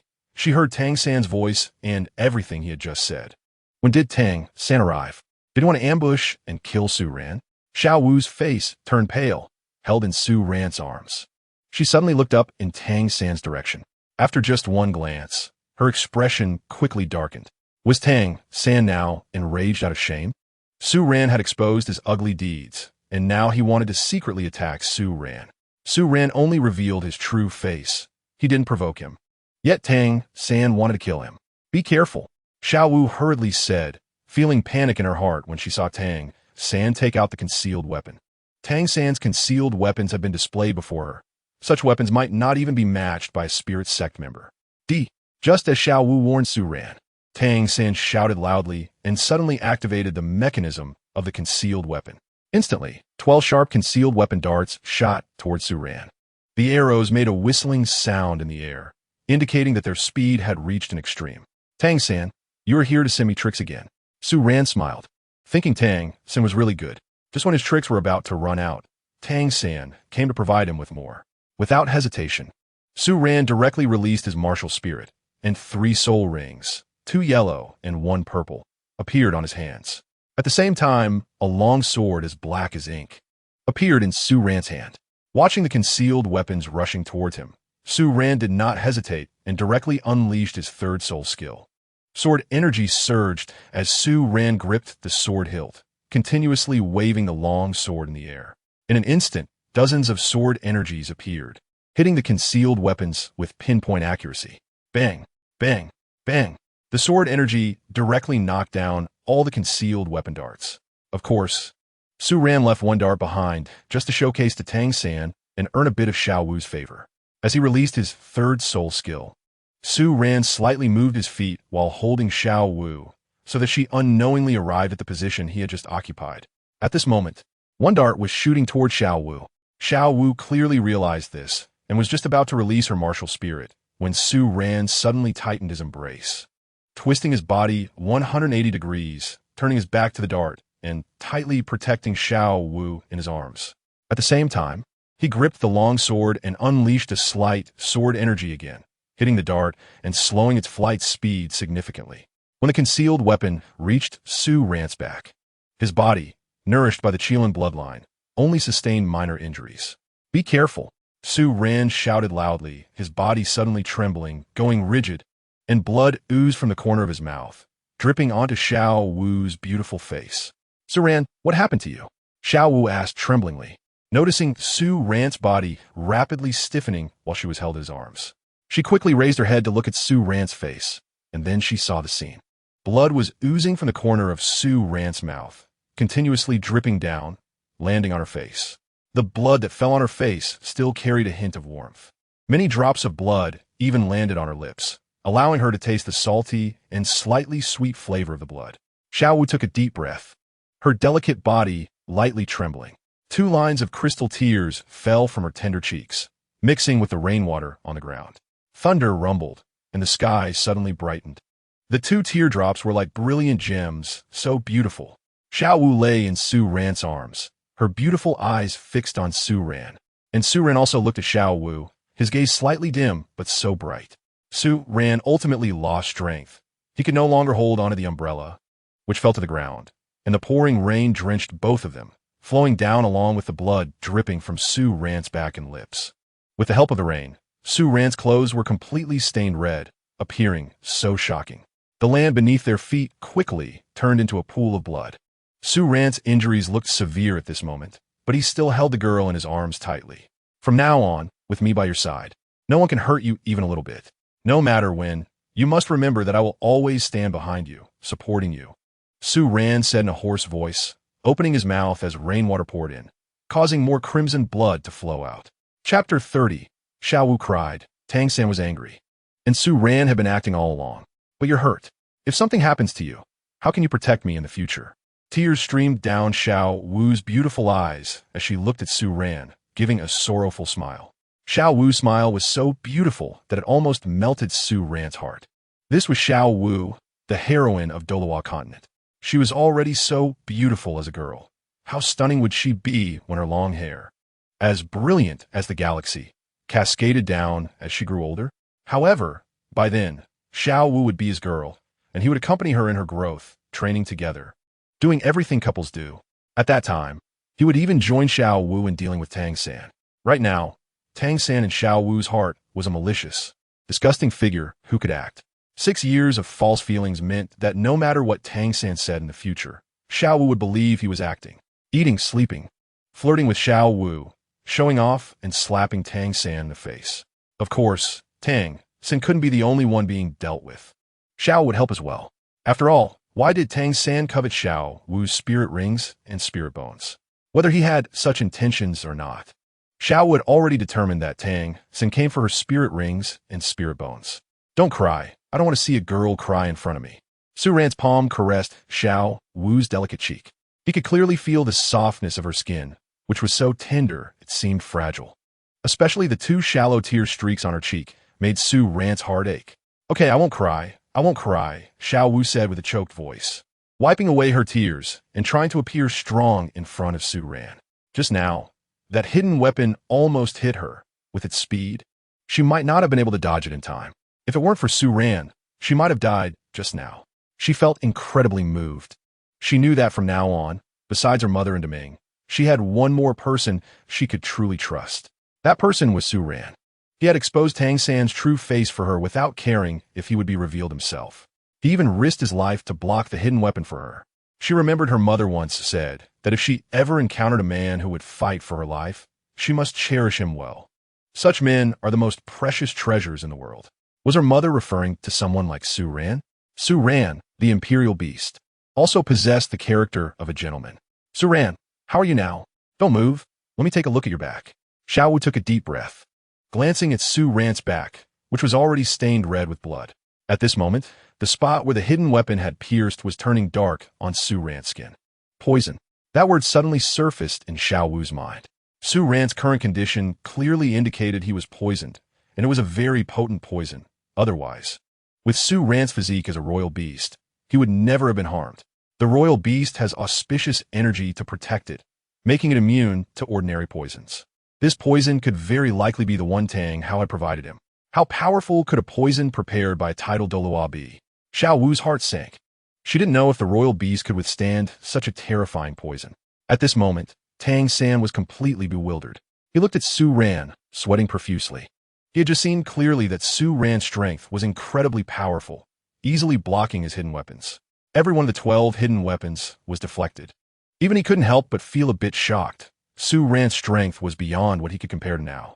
However, Su Ran was acting so convincingly. He saw that the hidden weapon was intentionally inserted into his own body by Su Ran. He even used sword energy to weaken the speed of the hidden weapon. This was not something Su Ran could not withstand. Su Ran was clearly acting, seeing the blood on the ground that seemed to flow like a river. Tang San felt it was a bit exaggerated. Are you serious? How could a human have so much blood? This is too fake. Moreover, he was a work-study student.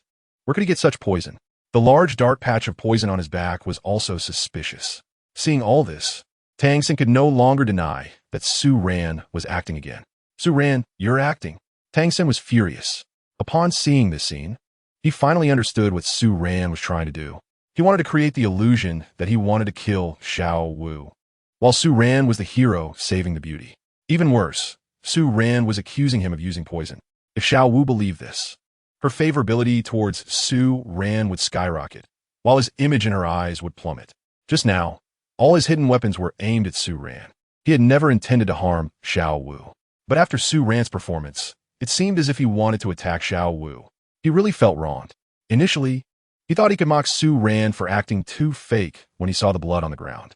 But now, knowing Su Ran's intentions, he couldn't laugh at all. He could only feel bewildered. Who am I? Where am I? What am I doing? Tang San's mind was filled with question marks. He only knew he had to expose Su Ran's intentions quickly. He couldn't let him succeed in his act, or his bad image in Xiao Wu's eyes would probably be irreversibly damaged. Xiao Wu lifted her head and glanced coldly at Tang San not far away. She only looked at him once before looking away. Her last bit of trust in Tang San was gone. She only knew that Tang San had just tried to kill her, and it was precisely because Su Ran hadn't anticipated Tang San would attack her that he got hurt. Now what was Tang San saying? He had just tried to harm her, and now he pretended to be weak, as if Su Ran was the real villain. How ridiculous was that? It was Tang San who attacked them, Tang San who pretended to be weak, and Tang San who accused others of acting. She now felt a deep hatred for Tang San, who had deceived her for 6 years and now wanted to kill her, and Su Ran. Su Ran, how are you now? Can this poison be forced out? Xiao Wu asked softly, touching the wound on Su Ran's back, feeling it was quite alarming. Although the wound was not deep, the poison was very strong. After all, this poison was given to Tang San by the title Tang Hao. Tang San could create hidden weapons at 6 years old, and at that time, she found it hard to believe. But now that she knew his father was Tang Hao, she understood. These hidden weapons were prepared by Tang Hao for her. If she ever sensed Tang San's intentions, he would use hidden weapons to kill her. If he couldn't obtain the spirit ring, he could take her spirit bones instead. Otherwise, how could a 6-year-old child create hidden weapons? This only left this explanation. Chapter 31. Su Ran, you're acting.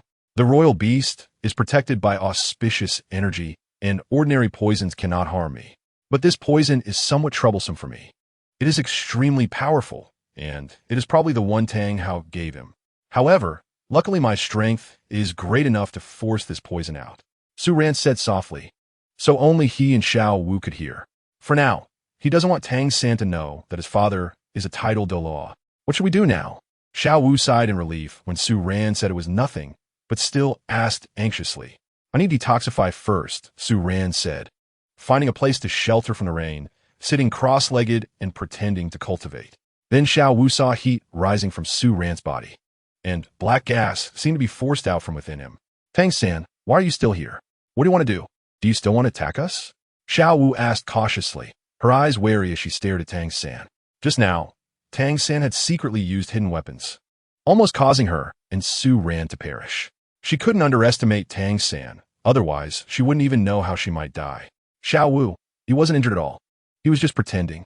Moreover, I never intended to harm you. It was all Su Ran's scheme to break our relationship, Tang San said, looking at Xiao Wu's defensive expression, feeling his heart break. The Xiao Wu who used to be inseparable from him now regarded him as a potential threat, which made his heart ache. Pretending? Haha, Tang San. Do you think I would still believe your lies? Was the hidden weapon in your hand also something Su Ran made you use? I knew it. Why are you so talented, even unnaturally so, creating such intricate techniques at just 6 years old? Do you really think I would naively believe you? Those things in your hand are meant to kill me, right? Xiao Wu said coldly, her voice turning icy.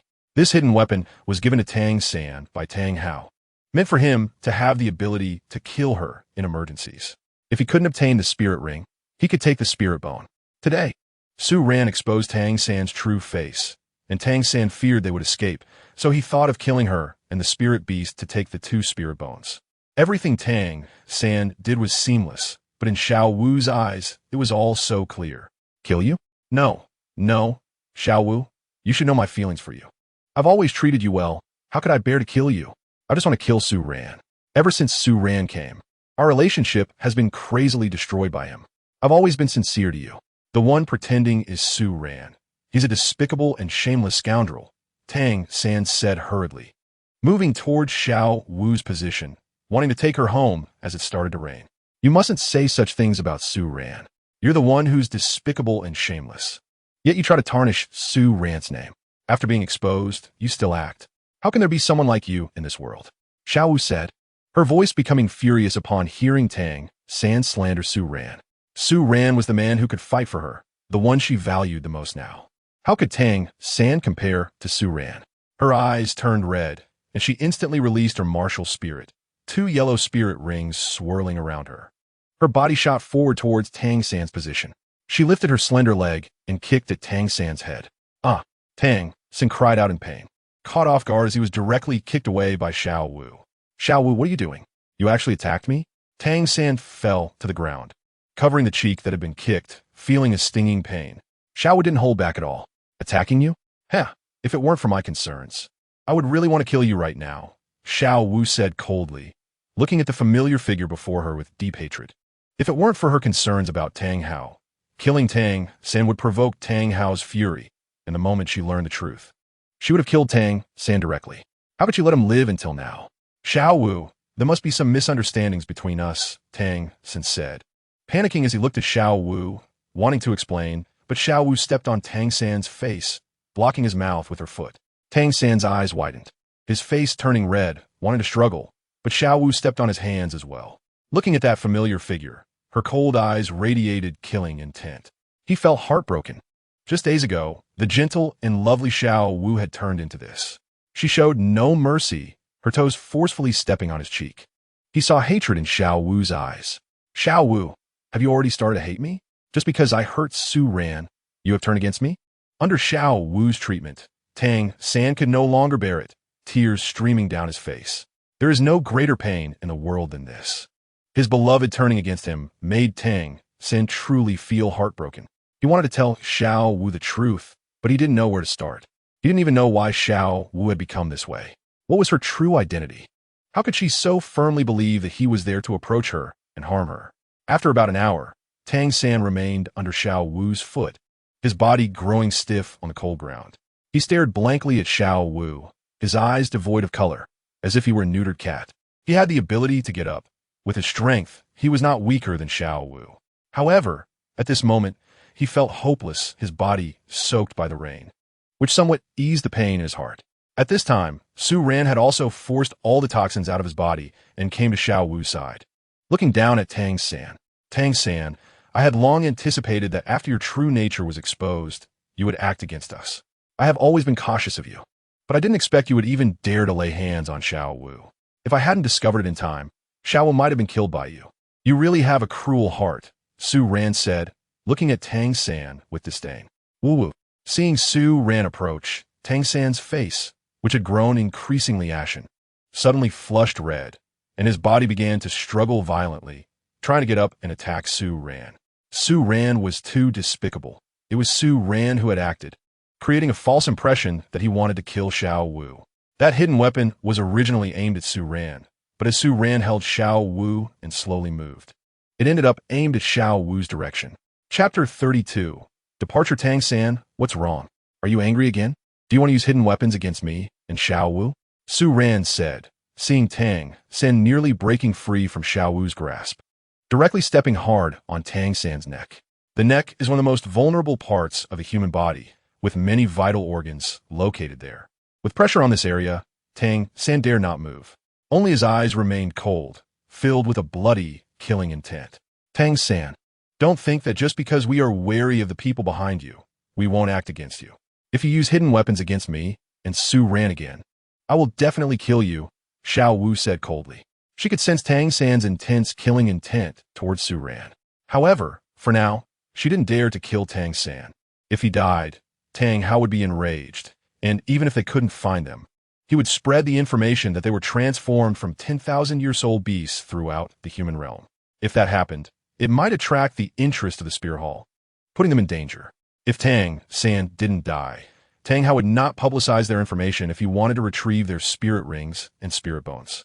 All right, Xiao Wu, everything can come to an end. It's not worth wasting time on someone like Tang San. My injuries are almost healed. Let's leave now. Nodding City is too dangerous, Su Ran said, reaching out to hold Xiao Wu in his arms, showing affection in front of Tang San. Xiao Wu was startled by Su Ran's sudden action, her pretty face turning slightly red. But thinking of how Su Ran had just stood up for her, blocking the hidden weapon with his body, her beautiful eyes were filled with tenderness. Her mother had once said that when you meet a boy who would risk his life for you, you must cherish him well. Now, she had encountered such a person, and he was also the Imperial Beast. If her mother could see this scene from beyond, she would surely feel comforted. Meeting the beast in the human world might be destined by heaven. Su Ran might just be the person meant for her. Otherwise, how could they have met in such a vast human world? Tang San, being stepped on by Xiao Wu and Su Ran, watched the two of them embracing, exchanging glances, and could no longer hold back, spitting out a mouthful of blood. However, with Xiao Wu's foot pressing down hard on his lips, the blood could only trickle out from the corner of his mouth. Watching this scene, Tang San's heart, already wounded, turned cold and ruthless. He looked pale at the sky. His heart was filled with hatred. After spending so long with Xiao Wu, he could naturally see that she had developed a hint of affection for Su Ran. Although it wasn't strong yet, in the future, with Su Ran's methods, wouldn't he be able to control Xiao Wu completely? Su Ran was despicable and shameless. His sweet words would surely fill Xiao Wu's heart. At that time, what would Su Ran do to Xiao Wu? Su Ran was a lecherous scoundrel, as could be seen from the way he looked at Xiao Wu. With Su Ran's level of lust, he might even make Xiao Wu stay by his side day and night. And at that time, Xiao Wu might even become pregnant with Su Ran's child. All of this should have belonged to him. Xiao Wu was so beautiful. Although he had never said anything, he was still a normal man. How could he not have any thoughts seeing such a beautiful Xiao Wu by his side every day? There was a time when he fantasized that once Xiao Wu grew up, they could be together. He had been with Xiao Wu since childhood, having the advantage of proximity. Moreover, Xiao Wu called him brother, and they had no blood relation. If that were the case, their feelings could develop quickly. But all of this was like a fleeting dream, shattering with a touch. In the future, the beautiful Xiao Wu would no longer have any relationship with him. She would become Su Ran's woman. By the way, system, can I directly kill Tang San now? Su Ran couldn't help but ask the system. Although he enjoyed the feeling of showing off in front of Tang San, he felt that it would be safer to just kill Tang San directly. After all, Tang San's talent and strength were formidable, and he had hidden weapons and Tang Sek's unique skills. If he grew in the future, it would be difficult. Although he wasn't afraid of Tang San causing him any harm, there was no telling when Tang San would act against the people around him. A cornered dog will bite. Moreover, Tang San was not something to be underestimated. The system replied, Tang San is closely related to many of the host's future tasks. It is advisable for the host to complete these tasks before killing Tang San. If the main antagonist, Tang San, dies, the host will encounter many difficult tasks to earn skill points. This dispelled Su Ran's idea of directly dealing with Tang San. Then forget it. Su Ran shook his head. If Tang San could continue providing him with skill points, why not take advantage of it? Moreover, if he and Xiao Wu were affectionate in the future, it would feel even better with Tang San watching from aside. Xiao Wu, let's go, Su Ran said, kicking Tang San hard on the neck, knocking him unconscious. Xiao Wu had fallen out with Tang San, and if she didn't run away now, Tang Hao wouldn't let her go. Originally, he had planned to visit Xiaogang, but thinking about it, there would be plenty of time in the future. Tang San had suffered such huge grievances, and Xiao Wu had followed him away. Staying in Nodding City would be waiting for death. He had the experience card of the 10,000-year Qilin, so he wouldn't fear Tang Hao, but Xiao Wu couldn't. Where are we going? Xiao Wu couldn't help but look at Su Ran. Ever since she saw Tang San's true face, she felt an indescribable fear. If even the Tang San who had always been by her side had ulterior motives, she didn't know who else she could trust in the human world. Under heaven, in the human world, she could probably only trust Su Ran. Su Ran was a beast. He would definitely not deceive her, nor would he harm her.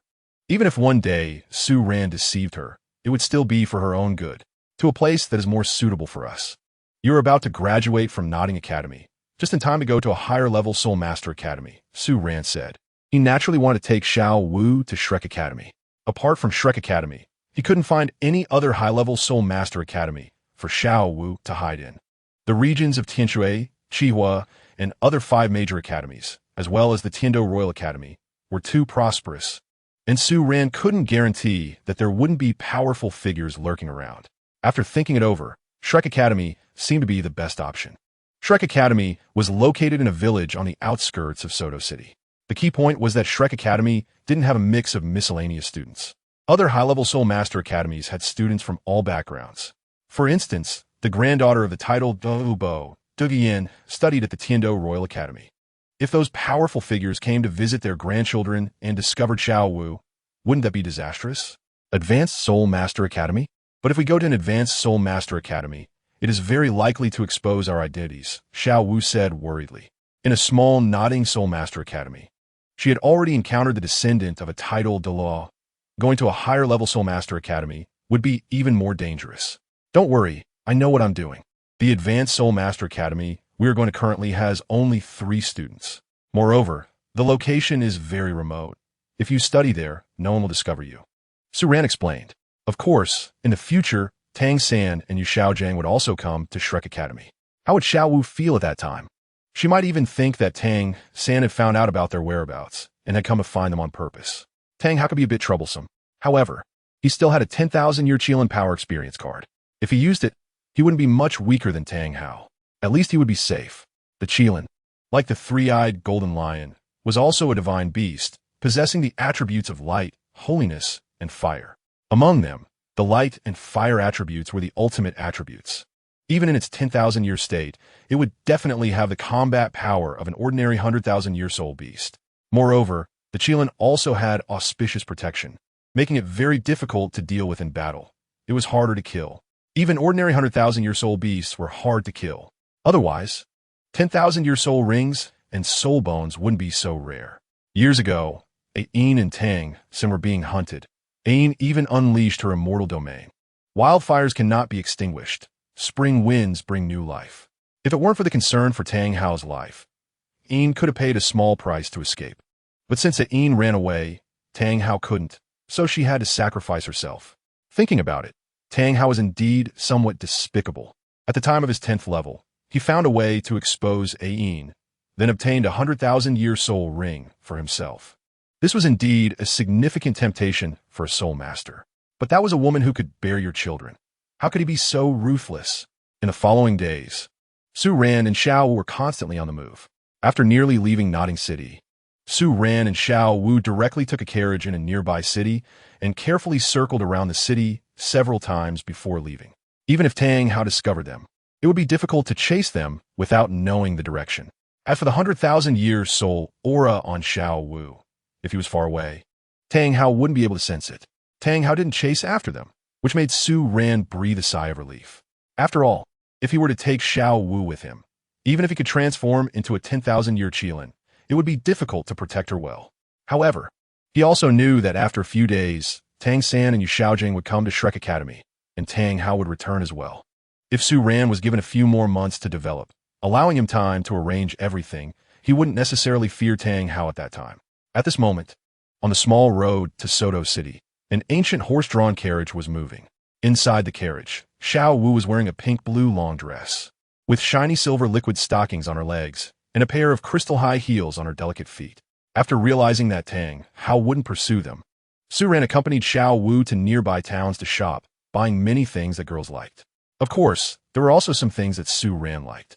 For instance, the shimmering liquid stockings and the pair of crystal shoes that Xiao Wu was wearing were chosen by Su Ran for her.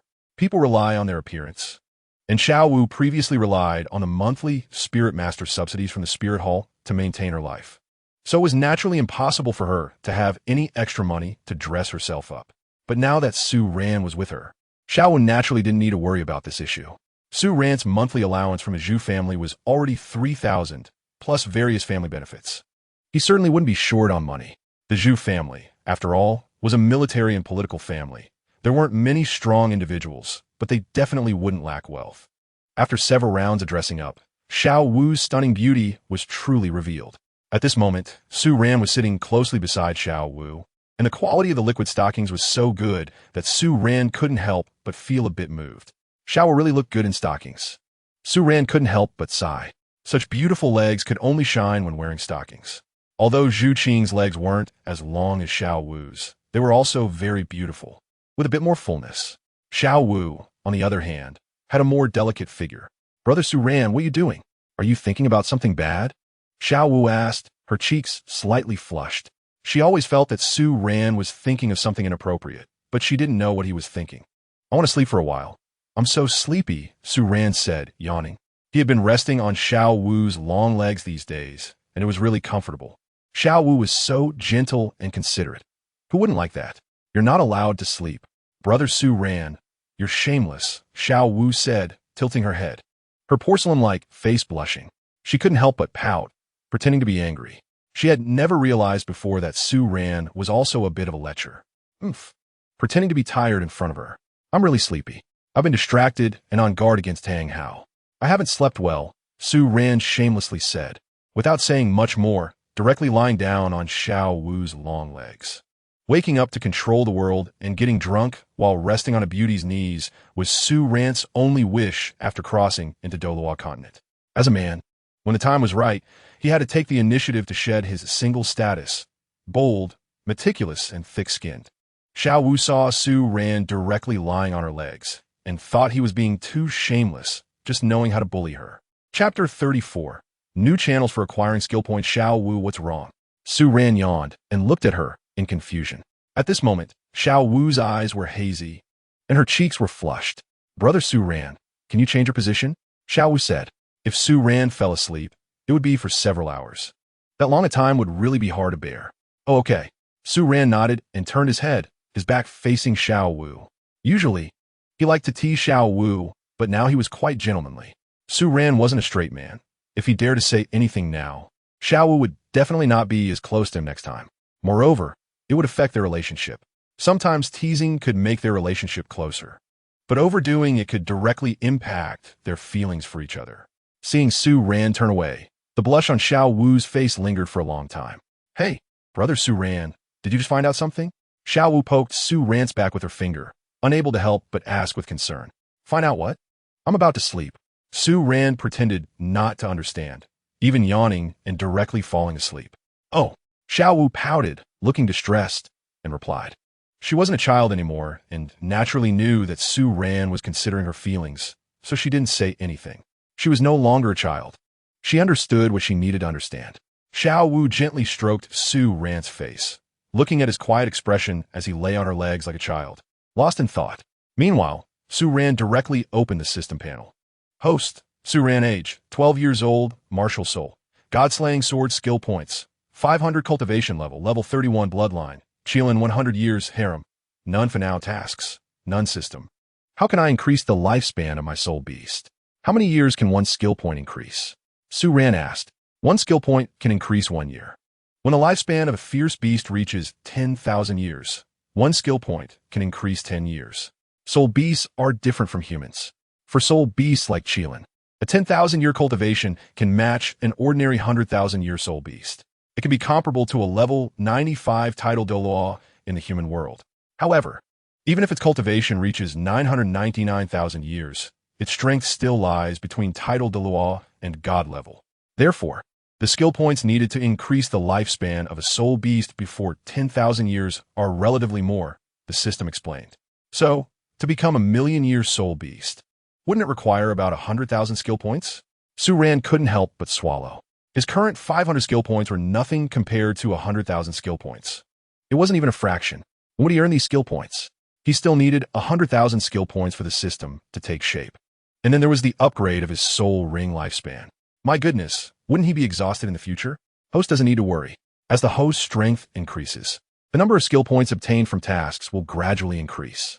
Moreover, The host can have other channels to obtain skill points. Every time the host has a goddess-level harem member, the system will reward the host with between 1,000 to 10,000 skill points, the system responded. Wow, is this pushing me to open a harem? Su Ran's eyes lit up, and he couldn't help but feel a bit excited. He thought it was better to pursue girls than to exhaust himself doing tasks. Pursuing girls and leveling up go hand in hand. Isn't that wonderful? One goddess-level harem could yield several thousand skill points, and it might even be 10,000 skill points. But what does goddess level mean? Su Ran couldn't help but ask. Goddess level is a special rank based on a girl's appearance, figure, talent, strength, etc. This is also to prevent the host from casually looking for random girls to earn skill points, the system replied. So, girls like Soha wouldn't yield any rewards even if they were part of the harem, while someone like Zhu Zhuqing would, right? Su Ran immediately understood the system's intention. This goddess level was to prevent Su Ran from taking advantage of the system. Correct, the system confirmed Su Ran's understanding. Then why do I still have nothing in my harem? I'm already Zhu Qing's fiancé. Isn't Zhu Qing already my harem? However, Su Ran soon became thoughtful and looked at the prompts on the system panel, understanding everything. Then help me use those 500 skill points on the soul ring's years. Su Ran said, first soul ring, 3,000 years. Second soul ring, 1,000 years. Third soul ring, 1,000 years. Ding. The original years of your first, second, and third soul rings are 300 years, 600 years, and 2,000 years, respectively. After using the skill points, they will change to 3,300 years, 1,600 years, and 3,000 years. As the system's voice sounded, Su Ran clearly felt a slight movement deep within his soul, and his soul power had also significantly increased. Clearly, the years of his soul rings have been successfully added. 3,000-year soul rings, if released, would probably scare people to death, Su Ran murmured, unable to suppress a smile.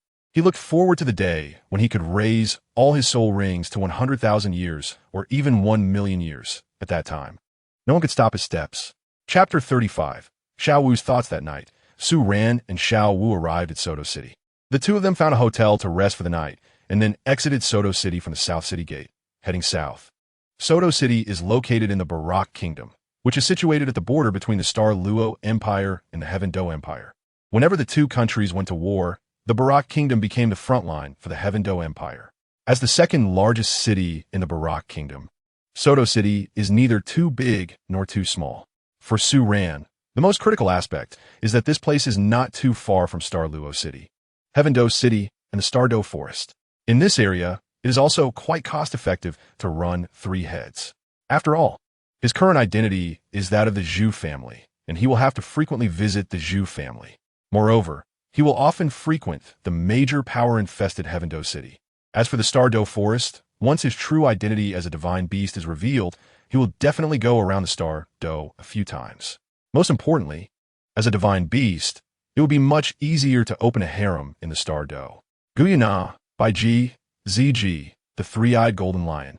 All of them are living skill points. Moreover, if he manages to pursue Guyuna, it would definitely be no less than 10,000 skill points. As for the three-eyed golden lion, being a divine beast as well, the difficulty of pursuing her is not high. Su Ranga, where's the Shrek Academy we're going to? Isn't it in Soto City?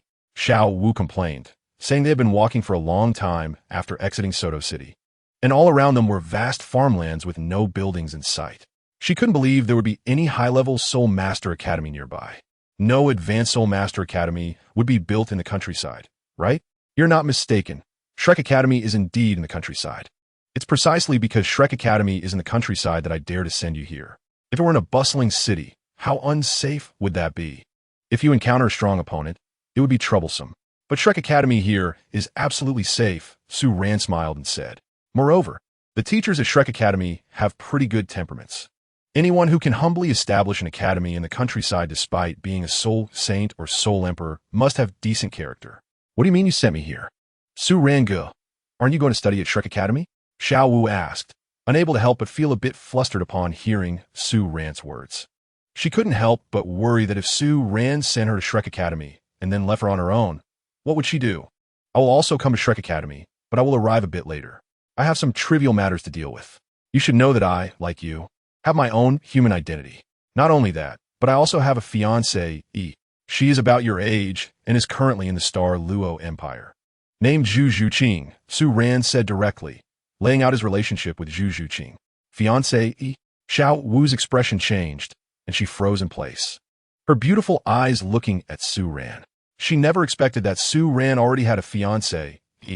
Su Ran go. You're so bad, Xiao Wu said, pouting as she looked at Su Ran, her eyes glistening with tears of grievance, unhappiness clearly written on her face. After spending these days with Su Ran, she had completely taken Su Ran as her closest person. But now, the person she felt closest to already had a fiancé, which made her feel angry. Why are you crying? Su Ran tenderly wiped the tears from the corners of Xiao Wu's eyes. What's wrong? Isn't it because you bullied me? You already have a fiancé, outside, so why are you so nice to me? Xiao Wu looked at Su Ran with some anger, pinching the soft flesh around his waist. Only after seeing the pained expression on Su Ran's face did she feel a bit relieved. I'm so wronged. Is it wrong to be good to you? Su Ran exclaimed. He had been quite honest during this time and hadn't done anything to Xiao Wu. No arguing, Xiao Wu said with a stern face, still a bit unhappy. Su Ran is really shameless. Clearly has a fiancé, but still so lecherous. After all of this, he still pretends to be clueless. Now that he's made me like this, he doesn't want to take responsibility. I'm tired. I don't want to walk anymore. Carry me, Xiao Wu said, stomping her foot proudly. Okay. Su Ran nodded, slightly bending down, and Xiao Wu directly jumped onto Su Ran's back. Xiao Wu's body was very light, and for Su Ran, it wouldn't create any burden. Su Ran no dirty thoughts, Xiao Wu said as she was carried on Su Ran's back, feeling a bit regretful. They hadn't yet been intimate to that extent, and her earlier behavior was almost like acting cute. However, thinking about Su Ran already having a fiancé, he made her so angry that she raised her pink fist and lightly hammered Su Ran's back. Su Ran carried Xiao Wu southward. Along the way, Xiao Wu blushed and said nothing, tacitly allowing Su Ran's actions. It was unclear whether it was because she felt a sense of urgency upon knowing Su Ran already had a fiancé, or for other reasons. Unknowingly, Su Ran's status in her heart had risen significantly. Su Ran helped her expose Tang San's true colors. Su Ran was a divine beast and would help her seek revenge in the future. From both emotional and rational perspectives, Su Ran was currently the most important person to Xiao Wu. After her relationship with Tang San fell apart, Su Ran became the only option to fill the emotional void left by Tang San. Moreover, in Xiao Wu's heart, Su Ran was far more perfect than Tang San. Being a divine beast, he could assist her in avenging her mother. Thus, under the influence of countless factors, Su Ran had already become the only person Xiao Wu trusted and relied on in the human world. It was precisely because of these factors that the relationship between Xiao Wu and Su Ran was developing at an astonishing speed. Although there had not been any substantial changes yet, how long had they known each other? When Tang San returned to Shrek Academy, everything would probably settle directly. At that time, Xiao Wu would wholeheartedly like Su Ran. By then, it would be too late for Tang San to do anything to win Xiao Wu back. Under Su Ran's influence, Xiao Wu had already developed a shadow towards Tang San. If Tang San came to Shrek Academy, Xiao Wu might even be wary, thinking Tang San was intentionally coming to monitor them, ready to take their soul rings and soul bones at any moment. This was the sad part of Tang San now. No matter what he did, Xiao Wu would think negatively. Chapter 36. Dai Mubai's shameless thoughts finally here. Su Ran looked at the small village ahead and couldn't help but sigh. These days, he had traveled from Star Luo City to Nodding City, and then from Nodding City to Soto City. Even though he spent all the time in a carriage, he still felt a bit exhausted. After sending Xiao Wu to Soto City, he still had to return to Xingluo City to meet Zhu Zhuqing. Sigh, being a man is exhausting. It's not just tiring at that moment. It's tiring at other times too. Who told men to carry such heavy burdens? Most of the time, it's the men who are active while women lie down to rest. It's no wonder they aren't tired. Here, Brother Su Ran, you must be joking. Lying on Su Ran's back, Xiao Wu raised her head to look in the direction he pointed, only to see a small village. This village seemed to have only about 100 households. It wasn't large by village standards. There is a high-level Soul Master Academy here. Shrek Academy indeed looks quite dilapidated. However, the teachers inside are very powerful. Even the weakest teacher has the strength of a Soul Emperor, and there are also 3 Soul Saints. Su Ran explained to Xiao Wu. So strong? If they have such strong abilities, why establish an academy in such a remote place? Xiao was taken aback and curiously asked, "In such a poor and remote area, no normal person would choose to enroll here. If it weren't for Su Ran, she definitely wouldn't even glance at such an academy. Shrek Academy has very strict admission standards. Going to a bustling area wouldn't make much sense. Moreover, to become a student at Shrek Academy, one must meet the requirements of being under 13 years old and having a strength exceeding level 20. Not many people can meet such conditions. So strict? Are they trying to cultivate monsters? Even if there are such powerful geniuses, they would choose to develop in the Spirit Hall, right?" Xiao Wu couldn't help but say, even she had to admit the power of the Spirit Hall, which surpasses all Soul Master sects and academies. That is the holy land for Soul Masters. Although she has grievances with the Spirit Hall, she cannot deny this fact. Shrek Academy has a motto, better to be lacking than to be excessive. The original intention of Shrek Academy's teachers is to develop it into a place that cultivates monsters. Su Ran said as he walked towards the village. It was currently harvest season, and the village was very quiet. Su Ran and Xiao Wu both dressed luxuriously. The young man with sword-like eyebrows and starry eyes, holding a 3-foot-long sword, looked extraordinary. The young girl had a beautiful face, wearing a pink-blue embroidered long dress. Stunningly beautiful. Their appearance attracted quite a few gazes. Some farmers shook their heads at the sight of the two, thinking another pair of ignorant young men and women had been tricked into this nameless academy. However, they didn't say anything, after all. The food and accommodation for the teachers and students of Shrek Academy were all provided by them. The more students there were, the more they earned. "Oh, what a pretty girl." A surprised voice came from behind. Two young boys appeared behind Su Ran and Xiao Wu. The boy on the left was chubby and looked quite sturdy. He had short hair, small eyes, and his face was chubby with 2 small tufts of hair above his lip, looking very much like mouse whiskers that had just grown after puberty. The boy on the right had long hair and extremely peculiar eyes, both of which had double pupils, and at this moment, he was looking at Xiao Wu with intense interest, as if she were prey. Xiao Wu was already very beautiful, but after being meticulously dressed up by Su Ran, her natural beauty was even more pronounced. Her silky black hair was styled into neat braids that hung past her calves, and she wore a pink-blue long dress with a pink belt around her waist, tightly wrapping her developing figure. Although her chest was not yet full, her slender waist was enviable to countless women. These two were Ma Hongjun and Dai Mubai, who had just returned from the Soul Arena in Soto City after participating in the Soul Queen event. "Hello, beautiful.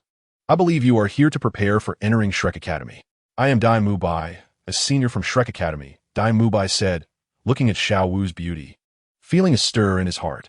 Although the girl before him hadn't fully developed, as an experienced man, he naturally knew that such a woman was more enjoyable, especially with her charming and lively aura. It was hard to resist. Such beauty was probably comparable to his fiancé, Zhu Zhuqing, in the Star Luo Empire.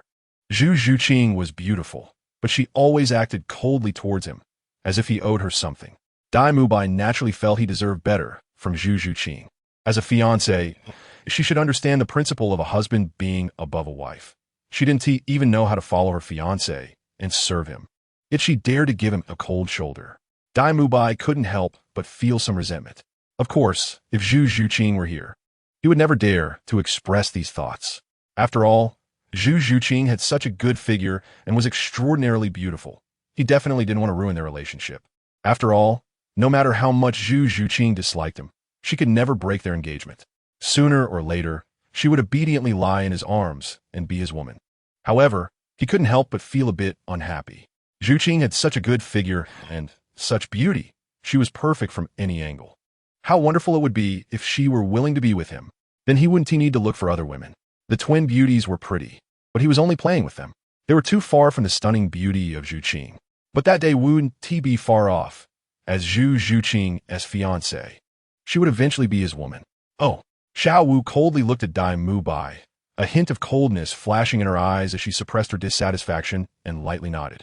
"Now let me take you to the academy. Although today is not the admission day for Shrek Academy, if we are there to negotiate, as long as you meet the requirements, you can enter the academy," Dai Mubai said, reaching out to grab Xiao Wu's hand, unable to suppress a wicked smile. Shrek Academy is not that easy to enter. The saying that Shrek Academy only accepts monsters may have turned many people away. But this stylish academy attracts some rebellious young masters and young ladies from prominent families every year. However, these people generally cannot pass the assessment. And this beautiful girl in front of him was clearly no exception. He had already figured out how to capture her heart. First, he would use his ability to help her enroll to get her to follow him. And then after a few dinners together, he would be able to win her over. These inexperienced young masters and young ladies were the easiest to fool. As for whether she would pass the assessment or not, that was the best outcome. After all, there's a saying, to taste is to stop. Isn't it better to enjoy it, and then part ways, amicably? If she passed the assessment, wouldn't he have to take responsibility? Chapter 17, Dai Mubai's show-off. It hurts. Soon, a sharp pain in his hand brought Dai Mubai back to reality, and he couldn't help but gasp. At that moment, Su Ran was gripping Dai Mubai's hand, and with a strong force, Dai Mubai's face twitched in pain.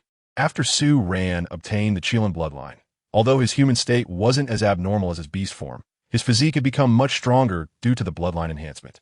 It could be said that in terms of physique alone, Su Ran's body strength was close to that of his soul emperor. Ding! Congratulations to the host for triggering a task. Teach Dai Mubai a lesson. Based on the area of shadow the host casts on Dai Mubai, skill points ranging from 100 to 200 will be awarded. Hearing the system's voice, Su Ran couldn't help but smile. He had been thinking of teaching Dai Mubai a lesson, and now was the perfect opportunity. Innate divine power? Is it really innate divine power? Let go of me. Dai Mubai felt a tingling pain in his scalp. He wanted to pull his hand away with all his strength, but Su Ran's grip was beyond his imagination. His hand was held tightly by Su Ran, and he couldn't pull out at all. This young man in front of him was very strong. That was impossible. He looked even younger than Dai Mubai. How could he be stronger? Dai Mubai was a peerless genius with a white tiger martial soul, the most gifted disciple in the Dai family, even surpassing Davis. Even at Shrek Academy, which only accepted monsters as students, he was the strongest. Oscar and Ma Hongjun were far inferior to him. One was a food system soul master with no offensive capabilities, and although he had innate full soul power, what difference was there between a man without combat power and a useless person? As for Ma Hongjun, not only was his talent weaker than Dai Mubai's, but he also needed to do such things to eliminate his evil fire. Once his life essence was gone, he would be finished. How could they compare with him? Dai Mubai. If they were geniuses, monsters, then he was the monster among monsters. Moreover, not only was he talented, but his status was also noble. How could a prince of a nation be compared to ordinary people? However, even though he was strong, he would not consider himself invincible. There were still many peers in the world who could rival him, but the person in front of him clearly was not one of them, as he was much stronger without even releasing his martial soul. This person must be born with divine strength. That's all. Let go already. Dai Mubai groaned, his muscles twitching in pain. If this person didn't know better, he would have to release his martial soul and teach him a lesson. What if he had divine strength? This world isn't dictated by rural villagers. If he released his martial soul, he would have to admit defeat. Su Ran directly released his grip as Dai Mubai tried to pull his hand away, causing Dai Mubai to stumble backward and fall awkwardly. Upon seeing this scene, Xiao Wu couldn't help but laugh, looking at Dai Mubai with a hint of disdain. He wanted to learn how to flirt with girls, but with such little strength, he could only embarrass himself. Do you dare to mock me? Dai Mubai got up from the ground, brushed off the dust on his clothes, and glared at Su Ran angrily. He was burning with rage. Since coming to Shrek Academy all these years, he had never suffered such a loss. Here, with his outstanding talent, Shrek Academy was a force to be reckoned with. In Soto City, many beautiful women were devoted to him. As the third prince of the Xinglua Empire, when had he ever been subjected to such mockery? He could tell that Su Ran had deliberately let go at that moment, just to see him make a fool of himself. Mock you? So what? My woman is not someone you can touch, Su Ran said coldly, looking at Dai Mubai with indifference. Dai Mubai was indeed shameless. He came right out wanting to flirt with Xiao Wu, not even noticing Su Ran was still there. He couldn't even keep his fiancé safe. Yet he wanted to pursue Xiao Wu? What a joke. Hearing Su Ran's words, Xiao Wu's pretty face flushed slightly, but she couldn't help but feel a bit happy. So in Su Ran's heart, she was his woman? But he already had a fiancé. Did he want to have both? How bad? Xiao Wu pouted, looking at Su Ran, and she couldn't help but feel a bit angry at the thought of him already having a fiancé. He had a fiancé, and still said she was his woman, and was so lecherous. However, she never voiced these thoughts. In the soul beast world, it was very normal for men to have multiple wives. She was actually just a bit jealous. Your woman? What does that matter? Since ancient times, beautiful women are matched with heroes. How could a weakling deserve a beauty? Dai Mubai said, now convinced that Su Ran was born with divine strength. And since his own strength was not strong, he disdainfully remarked, a person, no matter how strong their brute force, was of no use. Oh, Su Ran raised an eyebrow, looking at Dai Mubai in surprise. He had never seen someone so thick-skinned. Just moments ago, he had been humiliated by Su Ran, and now he dared to act so arrogantly. Born with divine strength? Couldn't he possibly think he was the only genius in the world, right? If he were truly a genius, why not confront Davis directly? What a clown. Dai Mubai's fiancé, he had been taken away by him. He was nothing. However, he was not yet ready to reveal his relationship with Zhu Zhuqing to Dai Mubai. He would show off when he came to Shrek Academy with Zhu Zhuqing. A newborn calf is not afraid of tigers. Dai Mubai noticed Su Ran's contemptuous gaze and was immediately furious. He glared at Su Ran and directly released his martial soul. White tiger possession, Dai Mubai shouted, and a layer of intense pale light suddenly erupted from his body. His arms spread wide, his chest puffed out, and a series of cracking sounds came from his bones as his muscles swelled, stretching his clothing tight. 3 soul rings, 2 yellow and 1 purple, rose beneath his feet, and the strength of his 37th level soul master was evident. Dai Mubai, what are you doing? They were here to join Shrek Academy. Ma Hongjun couldn't help but say when things had turned this way. Dai Mubai's strength was extremely formidable. A 37th level battle soul master, with a martial soul like the white tiger that possessed great combat power. If anything happened, it would not be good. Here, to apply to Shrek Academy? Every year, many people come to our academy. How many actually pass? Today, I will first check their strength for the teachers. If their strength is insufficient, they might as well go back. Moreover, even if they are lucky enough to join Shrek Academy, they must also follow the rules. When encountering seniors, they must show respect. A trace of gloom flashed in Dai Mubai's eyes. Having lost face in front of Su Ran, he naturally had to regain his dignity. Otherwise, others would think he, Dai Mubai, was easy to bully. How could he, Dai Mubai, be someone who could be easily bullied? Ma Hongjun glanced at Dai Mubai, then at Su Ran and Xiao Wu, and said nothing more, just running toward the academy. Although he was lecherous, he had not reached that extent. If the teachers found out that he and Dai Mubai were blocking newcomers who wanted to enroll and acted against them, he would be in big trouble. Dai Mubai, you come back here, Dai Mubai exclaimed, wanting to call Ma Hongjun back. Ma Hongjun pretended not to hear Dai Mubai's words and continued running towards the academy. He wasn't stupid. Dai Mubai was the one provoking others, and he had done nothing at all. If he was punished along with Dai Mubai, that would be a huge loss for him. Dai Mubai was somewhat better off. He didn't know why, but the teachers seemed particularly lenient towards him. They turned a blind eye to his frequent escapades in Soto City. But he was different. Flender was his teacher, and although he treated him well, if he made a mistake, he would be in serious trouble. Most importantly, he sensed that the strength of these 2 newcomers was very strong. He had a hunch they could pass the admissions test set by the academy. As the saying goes, those involved are often confused while bystanders see clearly. He could see it very clearly. When that young man shook hands and competed in strength with Dai Mubai, he looked very calm, seemingly unaffected. Meanwhile, Dai Mubai used all his strength, but couldn't even pull his hand back. Moreover, that person had deliberately humiliated Dai Mubai. How could he be an unknown person? Since they came to Shrek Academy, for a reason, they surely knew that Shrek Academy only accepted geniuses. Dai Mubai was a student of Shrek Academy, and his talent and strength were certainly not lacking. In such a situation, to dare to act against Dai Mubai, how could he be easy to bully? It was possible that these 2 were of higher status and strength than Dai Mubai. Thus, he naturally would not choose to stand with Dai Mubai. If he provoked the wrong person, his future days in the academy would not be easy. Ma Hongjun is indeed a disciple of Flander. Over the years, he has been influenced by him.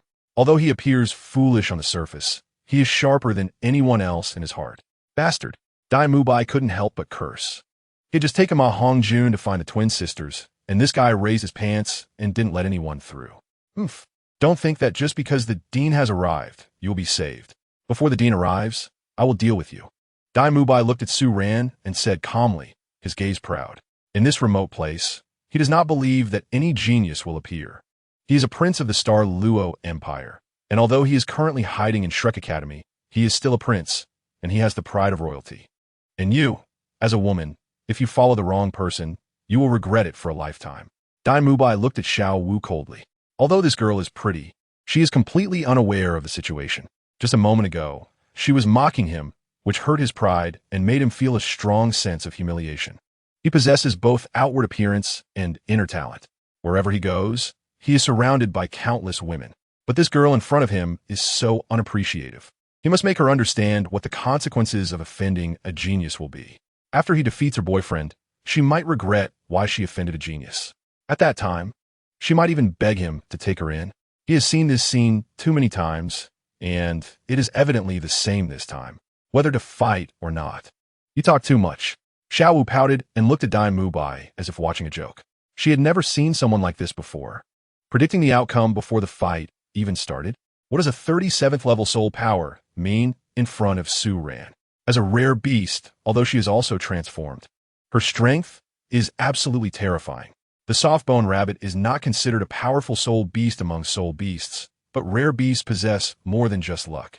A 10,000-year rare beast strength can match that of an ordinary 100,000-year soul beast. How could Su Ran's strength be weak? All right, then I'll defeat him for you to see. Dai Mubai, Martial Soul, White Tiger, 37th level Battle Soul Master. Please advise. Dai Mubai directly stated his martial soul and level, indicating a formal challenge. After announcing his level, he looked at Su Ran with great interest. Su Ran, seeing this, no longer hesitated, tightened his grip on the god-slaying sword. And a layer of cold, killing intent enveloped his eyes as 3 purple soul rings rose slowly beneath him. As his martial soul was released, soul power surged in, and the aura of the god-slaying sword became fierce. Although usually, Su Ran could wield the divine sword as if it were an ordinary object, without releasing his martial soul. He couldn't truly unleash the sword's power or use soul skills. Without releasing his martial soul, the god-slaying sword is merely an incredibly sharp weapon. However, Su Ran still carries it with him because he can sense that the god-slaying sword seems to possess spiritual intelligence. It stays close to him, and its affinity with him is continuously increasing. Su Ran, Martial Soul, God-Slaying Sword, 32nd level Soul Master. Please advise. Su Ran said. In recent days, his cultivation had broken through a level, reaching 32. Upon releasing his martial soul, Xiao Wu, who had seen Su Ran's martial soul before, was momentarily stunned. Last time, Su Ran's soul ring configuration was just the standard 2 yellow and 1 purple. But now they have all turned into 1,000-year soul rings? And the age of these soul rings is not low. The purple's density is not deep, but definitely not shallow. Is Su Ran a monster? Is this the terrifying aspect of a rare beast? Xiao Wu thought in shock. She had only heard of rare beasts from legends and didn't know what other abilities they had. But she knew that being revered as the king of soul beasts. The strength of a rare beast is definitely extraordinarily terrifying, and it is certainly not as simple as just having good fortune. Dai Mubai was even more horrified that he couldn't speak. He initially thought Su Ran was just born with divine strength, but he never expected Su Ran to be a monster. 3 purple soul rings. This ring configuration is too shocking. Since ancient times, if a soul master can have a standard soul ring configuration, they're already considered a genius. A soul master with a configuration stronger than the standard is a monster. But even a monster couldn't achieve this, right? The first soul ring is 1,000 years. This is just too terrifying. Could it be that Su Ran was able to absorb the soul ring produced by a 1,000-year soul beast at level 10? How did he do it? How did you do this? Even those monsters from the Spirit Hall couldn't have such a soul ring configuration. Dai Mubai couldn't help but say, his gaze towards Su Ran becoming extremely wary. Not only do I have divine strength, but my physical strength is also naturally strong. A mere 1,000-year soul ring. What is it worth? Su Ran said. Hearing this, a shadow crossed Dai Mubai's face. He knew that Su Ran was mocking him for calling him a barbarian with divine strength, and he couldn't help but feel a bit angry. So what if you're a monster? My soul power is 2 levels lower than yours, and I can still crush you. Dai Mubai said coldly, his eyes flashing with a sinister light, and he charged towards Su Ran with surging soul power. Chapter 39. Dai Mubai seeks mercy. Dai Mubai knew Su Ran's strength was extraordinary, so he directly released his third soul skill. The purple ring beneath him shone brightly, and his aura grew even stronger. Feeling the surging soul power within him, Dai Mubai's confidence returned. As a prince, he has always been very confident since childhood. He quickly ran towards Su Ran, his tiger claws thick and powerful, with bright silver blades on them. Dai Mubai roared, his claws reaching for Su Ran's head. In contrast to Dai Mubai's flamboyant actions, Su Ran remained much calmer. He held the pitch-black sword sheath in his left hand and slowly gripped the sword hilt with his right, a hint of sarcasm on his face. Blood kill, Su Ran said softly, drawing the god-slaying sword from its pitch-black sheath. The first soul ring beneath Su Ran flickered, and a strong bloody aura emanated from him. While the dark blade of the god-slaying sword turned dark red at the moment the soul ring lit up. Almost the moment the god-slaying sword was drawn. Both Dai Mubai and Xiao Wu felt a tingling sensation on their scalps. Xiao Wu looked at Su Ran in surprise. He looked handsome and extraordinary. However, at this moment, his eyes had turned blood red, exuding a bloodthirsty light. At this moment, Su Ran seemed like a killing god who had walked out of hell. The bloody aura surrounding him was extremely thick, giving people the feeling of facing a venomous snake. Xiao Wu felt this way, and facing Su Ran, Dai Mubai felt an inexplicable chill rising within him, making him shiver even as he lunged towards Su Ran. Before Dai Mubai could react, the red sword light, carrying a strong bloody aura, directly slashed at Dai Mubai's transformed tiger claw. The sword light struck Dai Mubai's tiger claw, and instantly, the silver-sharp claws on his tiger paw were severed with a smooth cut. Dai Mubai couldn't help but let out a miserable scream. A wave of intense pain sweeping over him as he looked at his hand in panic. The hard blade on his martial soul's tiger claw had actually been severed. That was the blade brought by the white tiger martial soul.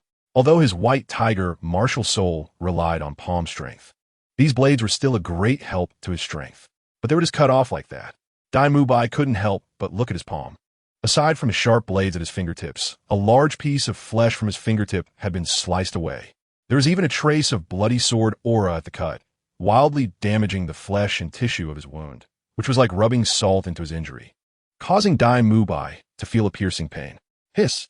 Dai Mubai gasped, looking at the cut on his hand, feeling his scalp go numb. This sword was able to easily sever the 5 hardest blades of his palm, and it would probably be just as easy to cut off his arm. I admit defeat. This time I concede, Dai Mubai said directly, without hesitation. In the white tiger diamond transformation, he was already at his strongest state. But he still couldn't withstand Su Ran's sword. What was the point of fighting? He coldly looked at Su Ran. As a senior of Shrek Academy, if Su Ran wanted to come to Shrek Academy in the future, he would definitely let him go, without any other choice. It was not a good thing for a freshman to beat a senior on the first day. When you come out to mix, you must pay it back. My woman, how could she be someone you can think about? Su Ran said coldly. Dai Mubai, this waste, was so lustful, yet he still abandoned Zhu Zhuqing. He was cowardly in front of the strong and pretentious in front of the weak. Just now, he was still thinking about Xiao Wu. If it weren't for him and Xiao Wu, if it were someone else, this beautiful girl would probably have been deceived by Dai Mubai long ago. Su Ran ignored Dai Mubai and swung his sword again, the blood-red sword light directly brushing past Dai Mubai's arm. The clothes on Dai Mubai's arm were instantly sliced away, and a large piece of skin along with some flesh was also cut off. It hurts so much. Dai Mubai couldn't help but scream in agony. Looking at Su Ran in horror, he didn't expect Su Ran to be so rude. He had already admitted defeat, yet Su Ran was still attacking him. And with such brutality, used to being in power, he completely failed to realize that he was the one who first attempted to tease Su Ran's woman. And he also forgot that he was the one who first released his martial soul to teach Su Ran a lesson. He thought he could just leave after saying he admitted defeat. How could Su Ran let him go? However, if today he had offended someone other than Su Ran, that person might have chosen to stop. After all, recklessly offending a genius soul master with a top-tier attack-type martial soul was not very wise. But Su Ran had no such scruples. Dai Mubai's identity meant nothing in front of Su Ran. In fact, as long as he leaked Dai Mubai's location to Davis, Davis would directly strike to eliminate Dai Mubai. Killing Dai Mubai in the Heaven Do Empire would go unnoticed. If Davis knew Dai Mubai was hiding in such a remote place, he would probably be overjoyed. After all, What problem was it to kill an unidentified person in a valley? If Dai Mubai were in Heaven Do City, it would be much trickier, as it would be easy to expose that he sent someone to kill Dai Mubai. Su Ran, can I still say I'm wrong? I won't provoke your woman again next time. I won't even look at her again. Dai Mubai pleaded, looking at Su Ran's cold gaze, which was as if he were looking at a corpse. Dai Mubai became frightened. Su Ran's strength far exceeded his own. If he continued to fight Su Ran, he might even die. So he no longer cared about his royal dignity and directly begged for mercy. It's too late, Su Ran said coldly, showing no sympathy for Dai Mubai, and swung his sword again, instantly cutting off a piece of flesh from his intact arm. Su Ran hated it the most when someone had designs on his woman. Although he and Xiao Wu had not yet established a relationship, in his heart, Xiao Wu was already considered his woman. The person he set his sights on would only be his. He was not so magnanimous. Watching the woman he liked being held by someone else, and later possibly having another person's child, he could not tolerate it. His view of love was to selfishly possess. If he could not have her, what was there to talk about love? Chapter 40, Who is your precious Xiao Wu? Dai Mubai's first and third soul rings flickered simultaneously, once again activating the white tiger diamond transformation, while at the same time, a white light shield formed around him for protection. Immediately after, his second soul ring lit up, and a massive white light quickly condensed. Accompanied by Dai Mubai's tiger roar, a milky white light ball was spewed out from his mouth. In a short time, the white tiger body shield, white tiger wave, and white tiger diamond transformation soul skills were all released. It must be said that Dai Mubai was not completely useless. His talent was quite good. To release 3 soul skills in one breath was something that not many could do at the soul sovereign level. Although Su Ran looked down on Dai Mubai's character, he still recognized his talent. However, Dai Mubai's talent was only outstanding compared to ordinary people. In front of him, Su Ran could say, too weak. In fact, pitifully weak. Su Ran stepped forcefully, showing no signs of avoidance, and charged directly towards Dai Mubai with his sword. Facing the attack-type Dai Mubai, Su Ran instinctively used a more agile method to easily defeat him, but Su Ran was too disdainful to use such means. He wanted Dai Mubai to see just how great the gap between them was. Slash! Su Ran shouted lightly, and a sword light directly cut through the white tiger wave that Dai Mubai had released. The terrifying sound of an explosion rang out as the white tiger wave was sliced apart, and Su Ran had already quickly arrived in front of Dai Mubai. Seeing Su Ran's figure, Dai Mubai was horrified. He only saw an incredibly terrifying sword light, and before he could react, it directly engulfed his consciousness. Bang! Dai Mubai collapsed. On his face, there was a shallow sword mark that extended from the center of his brow down to the middle of his legs. A thin line of blood quickly oozed out, staining his body red. Ding! Congratulations to the host for completing the task and gaining 200 skill points. Su Ran, brother. Seeing Dai Mubai fall, Xiao Wu quickly came to Su Ran's side and grabbed his sleeve. There was a hint of worry on her little face. Don't worry. I know my limits. I left him a breath. Su Ran said lightly, sheathing his divine sword and retracting his martial soul, and his expression returned to normal. Su Ran, brother, your aura just now was so terrifying, like a demon coming out of hell. Xiao Wu said, unable to help but tighten her grip on Su Ran's sleeve. She couldn't help but feel a bit scared, and only felt relieved when the familiar Su Ran seemed to return her side. It's not because of you. Who told someone to dare have crooked thoughts about my precious Xiao Wu? If I had met someone else, I would have definitely killed him right away. Su Ran said. His soul ring was granted by the system, and its power was extraordinary. The strong, murderous aura from the first soul skill, Blood Kill, even affected him.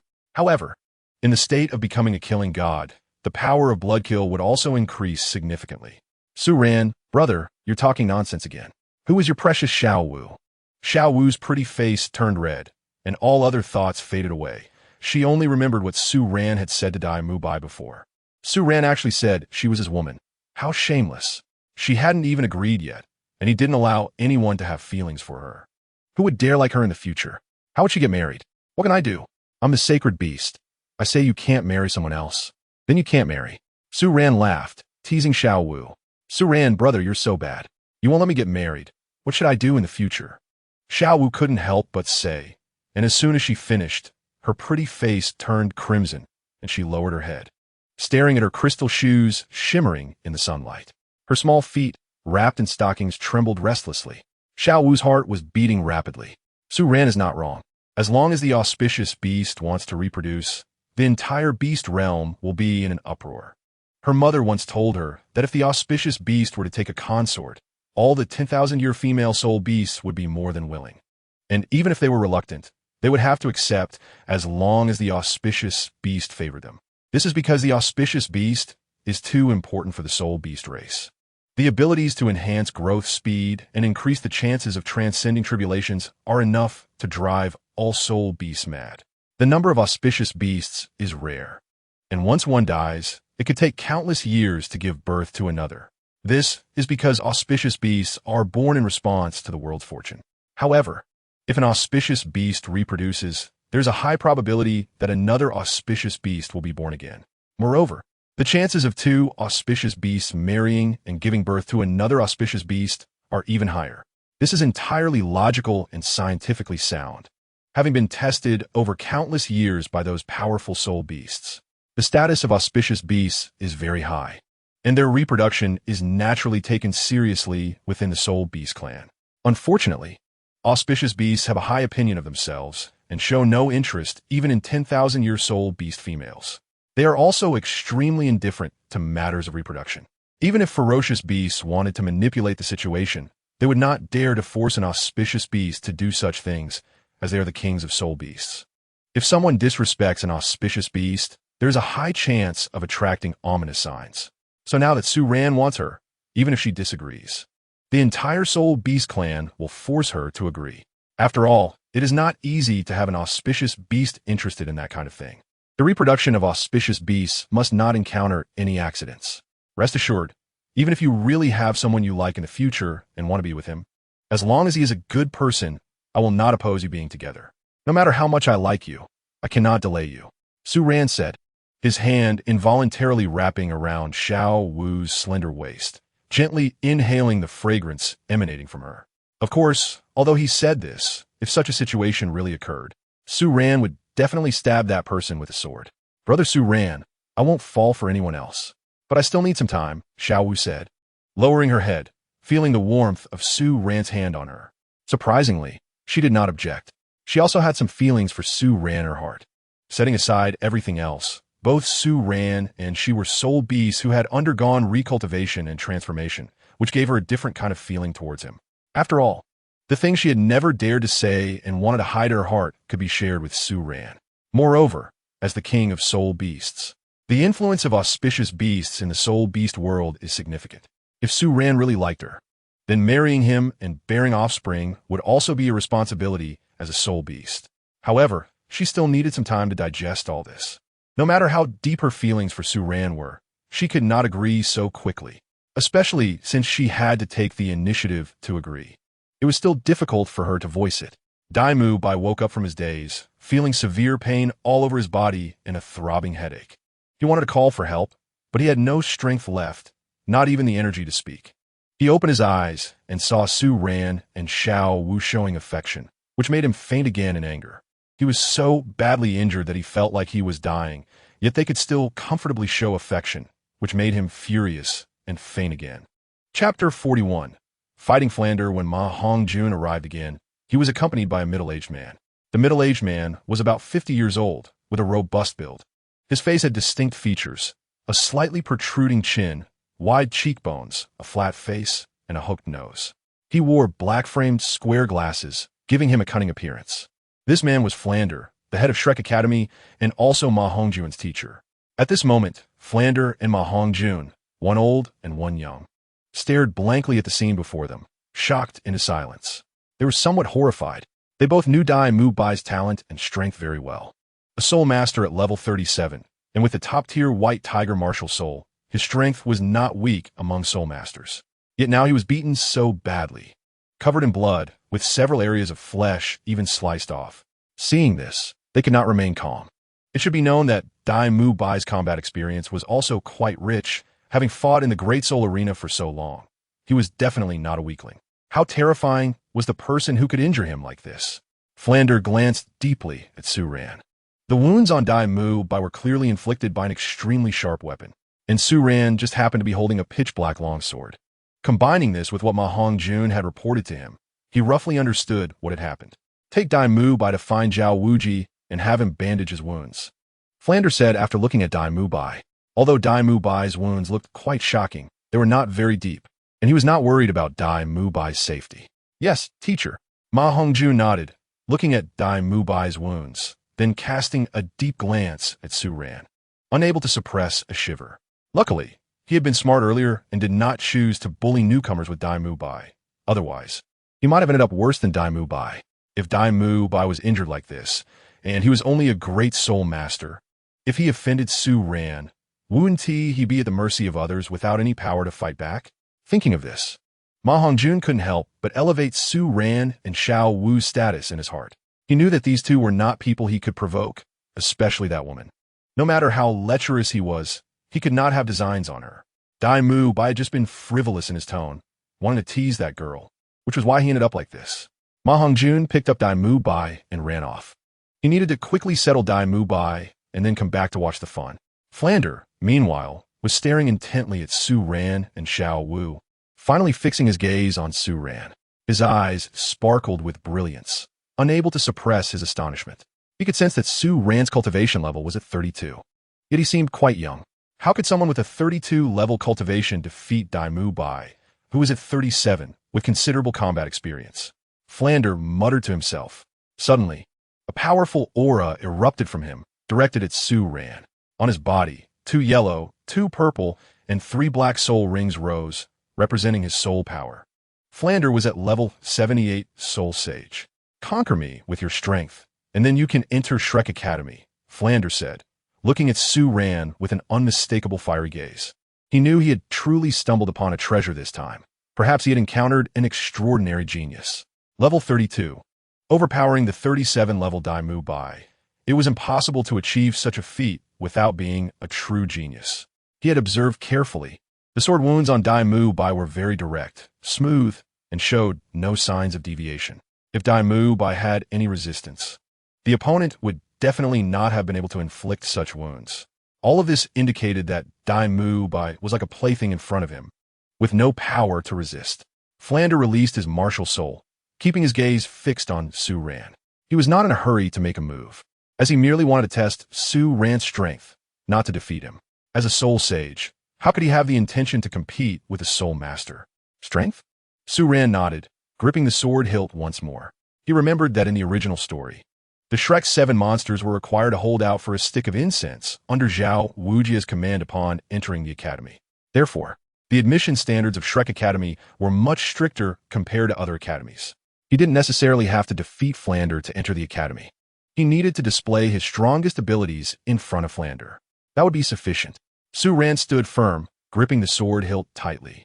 Flander was eagerly waiting for Su Ran to make a move, curious about Su Ran's sword spirit, which should be extraordinary.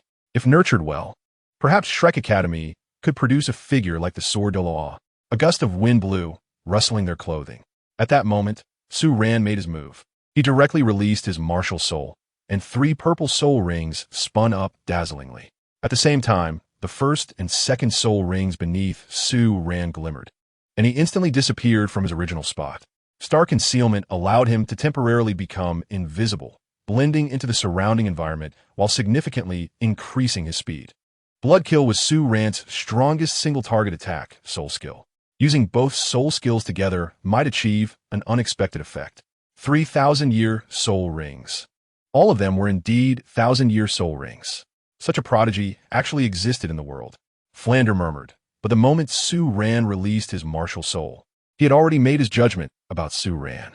If such a genius couldn't join the academy, then Shrek Academy might as well not exist. Shrek Academy was known for only accepting monsters. However, in reality, whether it was Oscar, Ma Hongjun, or Dai Mu Bai, they were merely students with slightly better talents. They didn't count as true monsters, but today he had truly witnessed a monster. The first soul ring was 1,000 years. Wasn't a monster?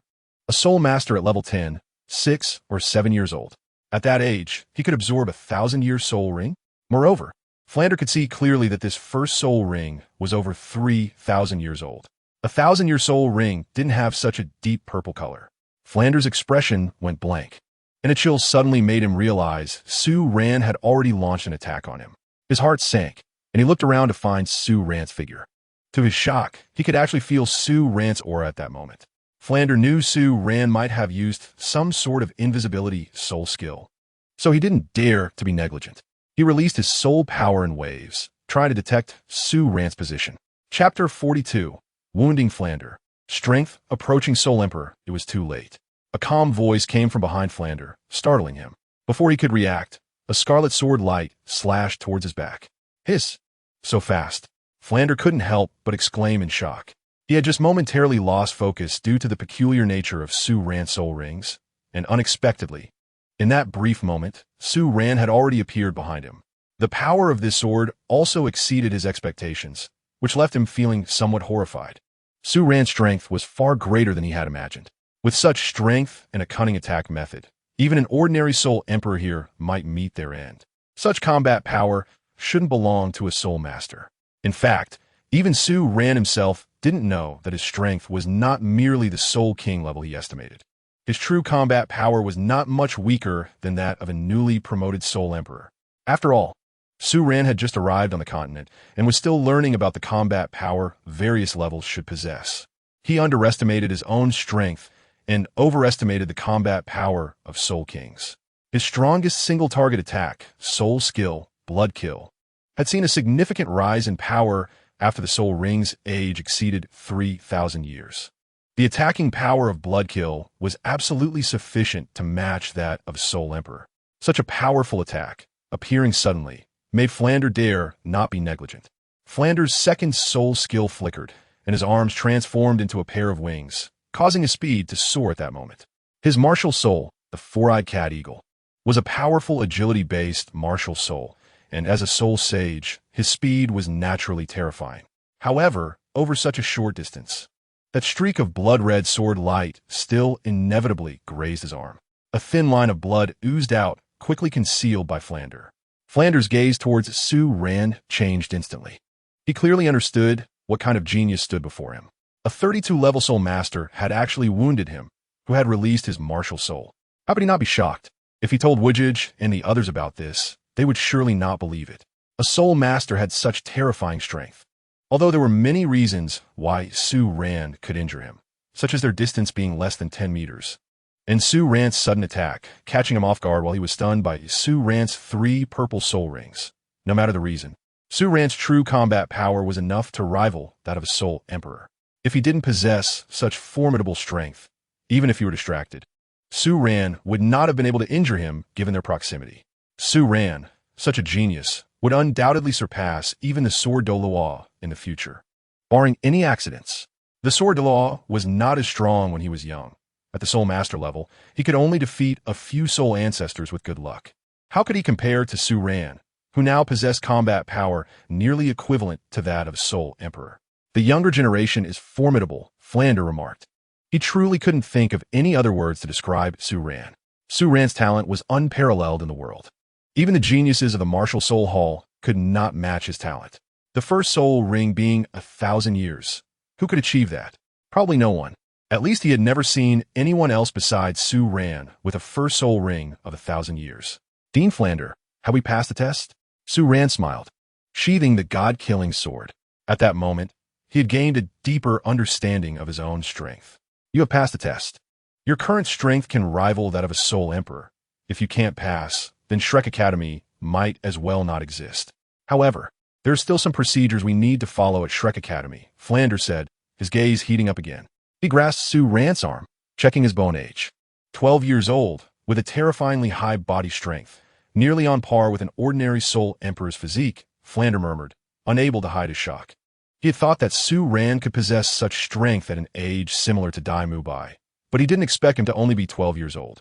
At such an age, possessing such terrifying strength, the term prodigy might not even suffice to describe him. After Flander spoke, he turned his attention to Xiao Wu, who also instinctively extended her arm for Flander to check. 12 years old, 28-level Great Soul Master. Flander completed his assessment and said, "You no longer need to undergo any further tests. You will directly become students of Shrek Academy from now on. By the way, please state your martial souls, and I will register you," Flander said excitedly.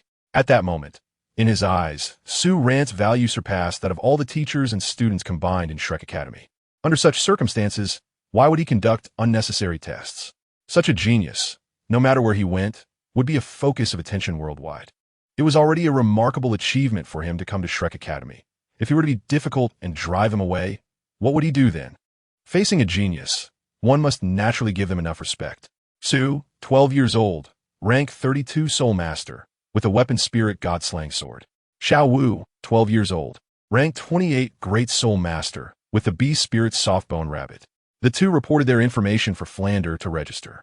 At this moment, Ma Hongjun approached with a smile and said, Rangu, Xiao Wu Jia, welcome to Shrek Academy. If you encounter any trouble in the academy, feel free to find me. Although my strength is lacking, I am quite familiar with the surroundings.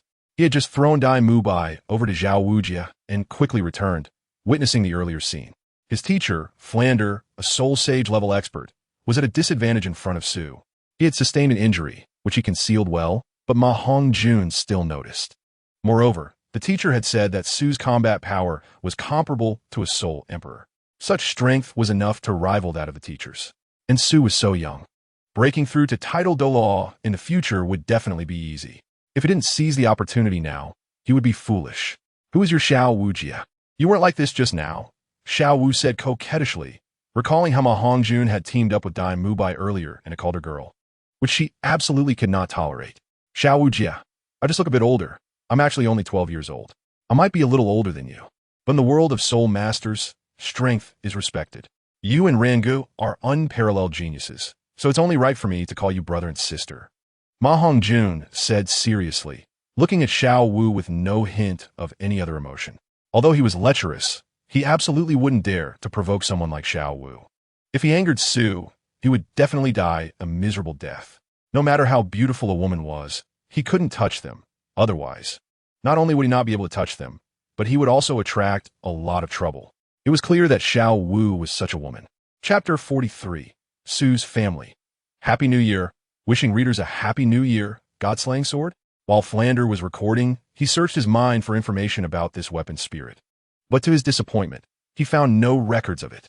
However, just by hearing the name of this weapon spirit, he could tell that it was extraordinary. Su's God-slaying sword was at least of the same quality as the 7-kill sword, if not higher. Su. It seems there is no powerful family with the surname Su in the Doluwa continent, Flander wondered. There are too many incredible things in this world. My weapon spirit is nothing special. Moreover, I am a disciple of the Zhu family. Although I have entered Shrek Academy this time, I still need to ask Dean Flander for a 2-month leave, Su said, directly stating his identity. The Zhu family of the Star Luo Empire? Flander was taken aback. The Zhu family was considered a powerful family, with significant prestige in both the military and political spheres of the Star Luo Empire, with their control over the army. The comprehensive strength of the Zhu family was not inferior to the top 3 sections. However, what surprised him was not this reason. It was that Dai Mubai was a prince of the Star Luo Empire, possessing the white tiger weapon spirit and bearing the surname Dai. When Dai Mubai came to Shrek Academy, he already knew of his identity. Since Su came from the Zhu family, he could not possibly not know Dai Mubai. This indicated that there was already a grudge between Dai Mubai and Su. The earlier incident where Dai Mubai was severely injured and bloodied was clearly intentional on Su's part. He had already formulated some plans in his mind. If there was any enmity between Su and Dai Mubai, he would definitely protect Su. Why? Because only Su could help Shrek Academy rise. Although Dai Mubai had good talent, his character was too poor, indulging in a life of pleasure. In the past, in order to win over this talent, he had not intentionally spoken against him. But if Dai Mubai affected Su further, he would definitely not continue to be so merciful. Su was a true monster. In front of him, Oscar, Ma Hongjun, and Dai Mubai's talents seemed ordinary. I can give you a 2-month leave. You can come back to school after you finish your business, Flander nodded, knowing that the children of big families often had many trivial matters to attend to, especially for a talent like Su, who would be regarded as a treasure in the Zhu family. Xiao Wu, listening to their conversation, felt her heart tug. Su now held a high position in her heart. The thought of him leaving for such a long time made her reluctant. Do you really have to go for so long? Xiao Wu pouted, hugging Su's arm and softly saying, I don't know how long it will be. Maybe I'll be back soon. I'm just asking the dean for a little extra time, just in case. Su smiled, ruffling Xiao Wu's dark hair, which had a refreshing scent. Then I'll only give you a month, Xiao Wu said, scrunching her little nose and pinching Su's arm. She clearly remembered Su's fiancé in the Star Luo Empire and felt a bit angry. She wouldn't give Su so much time to get close to his fiancé. What could happen in 2 months between a man and a woman? It was hard to believe. By then, who knows what would happen? Okay, I'll leave tomorrow. I want to spend a day with you, so you won't miss me too much while I'm gone, Su said. I want you to accompany me. Besides, I won't miss you, Xiao Wu said, feeling a bit shy, but still holding on to Su's arm.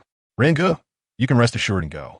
I will take good care of sister-in-law, Ma Hongjun quickly said, trying to gain Su's favor. Su frowned. While he said that, he felt that Ma Hongjun's words had some ambiguity. This made Ma Hongjun realize he seemed to have said something wrong and quickly remedied. Rangu, I didn't mean that. What I meant was, no matter what Xiao Wujia needs, I will do my best to help her. Hearing Ma Hongjun's words, Su's expression darkened further, while Flander looked at Ma Hongjun speechlessly. This kid is usually quite clever, but at critical moments, he becomes foolish. Rangu, what I mean is, I am very familiar with Shrek Academy in Soto City. If sister-in-law has any trouble, she can come to me. I will do my utmost to help with any difficulties. Ma Hongjun said seriously, his face a bit anxious. Xiao Wu, hearing Ma Hongjun call her sister-in-law repeatedly, felt embarrassed and her face flushed with a rosy hue. Su, on the other hand, had a dark expression. To leave Xiao Wu in his care? Ma Hongjun was not exactly a good person, although his character was decent. Even if Ma Hongjun dared not have any thoughts about Xiao Wu, he would not let Xiao Wu be entrusted to him. This scoundrel, whenever he was free, would go to indulge in pleasures. Wouldn't he, the corrupt Xiao Wu? No need. Xiao Wu can take care of herself, Su directly refused. Dean, I will take Xiao Wu away now. We won't have any classes today anyway, Su said, wrapping his arms around Xiao Wu's slender waist. Yes, there are no classes today. You young people go have fun. Remember to be moderate, Flanders said seriously. He knew that many talented individuals on the continent had missed their best cultivation time due to indulging in female pleasures, ultimately becoming ordinary. The gentle embrace of a beauty could be a hero's grave. He hoped Su could understand this principle. Of course, he didn't know that Su not only wasted time on women, but could also receive substantial skill point rewards by having a harem. If he knew this, Flander would directly turn into a matchmaker, seeking beautiful women from various powers. What would he seek? Of course, it would be beautiful women. However, the existence of the system is Su Ran's foundation in the Doluo continent, and Su Ran would never tell anyone about it. Flanders and the others would never know in their lifetime. When they see Su Ran's soul rings change from purple to black, then to red, they will only attribute it to Su Ran's strong talent. They can only curse. Su Ran, you're really a monster. Oh, the dean's worries are unnecessary. Su Ran held Xiao Wu and walked outside, nearly tripping when he heard Flanders' voice. Xiao Wu, on the other hand, was so shy that she wished she could faint. Her relationship with Su Ran was not that complicated yet. They were just ordinary friends or a superior-subordinate relationship and had not yet reached the stage of being a couple. That annoying dean. How despicable. There's clearly nothing between us. Xiao Wu whispered, her beautiful eyes anxiously looking at Su Ran as she patted her slightly rising chest. Who says there's nothing between us? Maybe we'll have a relationship someday? Su Ran smiled, feeling the softness in his arms as he walked ahead. Although Shrek Academy is remote, it gives a very tranquil feeling, allowing one's soul to calm down. Su Ran and Xiao Wu walked along the country path, watching the surrounding farmers harvest their crops. Su Ran had a grand idea that once he conquered the world and achieved success, he would retreat with his wives and live a simple life like this. Sometimes, farming is the most magical and great thing in the world, because after hard work in farming, one can soon feel the breath of life being nurtured, just like this golden rice field. Moreover, he knew that as long as one worked hard in farming, there would definitely be a harvest. Chapter 44. New Task. Intercepting ain't alright, I should go now. Su Ran patted the fragrant shoulder of the girl in his arms, waking her from her sleep. Are we leaving now? Xiao Wu opened her sleepy eyes and said softly. She had actually woken up early, but had been pretending to sleep. She knew that once she woke up, Su Ran would leave. Yeah, the earlier I go, the earlier I return, Su Ran said, as he still had many things to do. Moreover, he had to return to Shrek Academy to finish some tasks before Tang San and Yu Xiaogang arrived. He knew that when Tang San came, Tang Hao would also come, and at that time, he must have something to restrain Tang Hao. Otherwise, Xiao Wu would be in great danger. Su Ran himself was fine. Although he had the Qilin form, as long as he didn't transform into a Qilin himself, no one would notice anything unusual about him, except for the soul beasts that transformed in the human world. He and the 100,000-year soul beast transformed Xiao Wu were still very different. Then you remember to come back early. If you don't come back, I will hate you, Xiao Wu said heavily, afraid that once Su Ran left, he wouldn't return. Don't worry, I'll come to find you within a month or two. But you, after I leave, you're not allowed to dress so beautifully. Only I can see you in a skirt. Su Ran smiled slightly, saying it a bit possessively. His girl, naturally, shouldn't be seen by others. He was quite selfish. Xiao Wu lightly bit her teeth, feeling that Su Ran's request seemed too shameless. They weren't even in a relationship yet, but thinking that Su Ran was about to leave, she couldn't care about anything else and just softly agreed. Then I will go first. Su Ran smiled, giving a heavy kiss on Xiao Wu's forehead, then turned and left directly. Ding! Congratulations to the host for obtaining a new task. Go to the depths of the forest to dig out the blue-silver grass seedlings transformed from the 100,000-year soul beast Ain. Note: after Yin's sacrifice, a seed was left behind, which has now taken root and sprouted, indistinguishable from ordinary blue-silver grass. Considering this task is relatively simple, but Ain is an important figure in the Dolua continent. A reward of 400 skill points will be given. In addition, the host will also receive a plant cultivation liquid produced by the system, as well as the classics for cultivating this plant. The host only needs to hold Ain in hand and water it day and night with the essence liquid of the plant cultivation liquid rewarded by the system, and Ain can grow rapidly. The system reminded. Then how long will it take for Ain to regain its strength and grow back into a 100,000-year soul beast with this essence liquid? Su Ran couldn't help but ask. About 10 years, the system said. The products provided by the system are bound to be high quality. 10 years to allow Ain to transform is a treasure that would drive all plant-type soul beasts mad, especially the incredibly powerful plant-type soul beast. The king of 10,000 demons in the Stardow Forest would absolutely go crazy looking for this treasure if it knew such a thing existed, and then try to please Su Ran. However, human desire is insatiable. Su Ran didn't want to wait that long. 10 years was a bit too far away. If the host feels that it's too slow, there's an enhanced version of the plant cultivation liquid that has now been added to the gold and diamond level lottery pools. Using the enhanced version of the cultivation liquid will only take 1 year to restore Ain to a 100,000-year cultivation level. The probability of winning the gold level lottery is 1 in 10,000, and the probability of winning the diamond level lottery is 1 in 100. The system lady said with a smile. Of course, if the host really wants to draw these, the probability won't be that low. After all, she is the host's precious system. If she keeps letting the host brother lose, how can she serve him? This probability might require tens of thousands of skill points to achieve. Moreover, if luck is bad, it would be even worse, Su Ran said, his face instantly darkening. Damn. Forget it for now. Let's find Ain first. Su Ran couldn't help but say, things for the future can be discussed later. Right now, he hardly had any skill points, so thinking too much was useless. Hey, by the way, system, what does Tang Hao think of Ain now? Su Ran suddenly asked, feeling that he seemed to have found Tang Hao's weakness, but he was still unsure. After all, Tang Hao once killed Ain. Who knows what he thinks of Ain now? Tang Hao deeply regrets what he did back then, even though no one knows that he designed Yin's death. He is very tormented inside. Over the years, he has lived in regret, tried to numb himself with alcohol, wanting to forget the fact that he killed Ain. So, if the host uses Ain to threaten him, it is also possible. Human emotions have always been dynamic. Tang Hao's love for Ain was flawed, leading him to harbor malicious intentions and design Yin's murder to obtain soul bones. However, after everything, the Haotian school did not dare to acknowledge him, and the spirit hall kept hunting him down. Yin's experiences after her death made him see through the importance of strength. As for Tang Hao's feelings for Ain, even I, as the system, do not know. On one hand, he loves Ain very much and wants her to come back to life. On the other hand, he has planted Ain in a damp cave with only some sunlight, letting her fend for herself, because now Ain is his mental knot, and he does not dare to let Ain come back to life. Therefore, Tang Hao's feelings for Ain are extremely complicated. He both hates his actions and is unwilling to make amends. He doesn't take Ain closely by his side to care for her, because seeing Ain would remind him of his sins, leading to nightmares. Planting Ain in a cave was also to let the blue-silver grass she transformed into wither, allowing everything he did to become a thing of the past.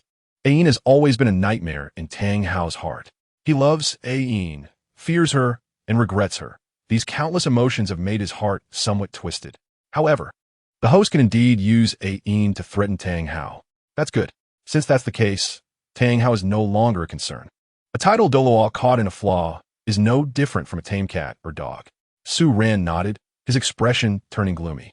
As the saying goes, one day as husband and wife, 100 days of kindness.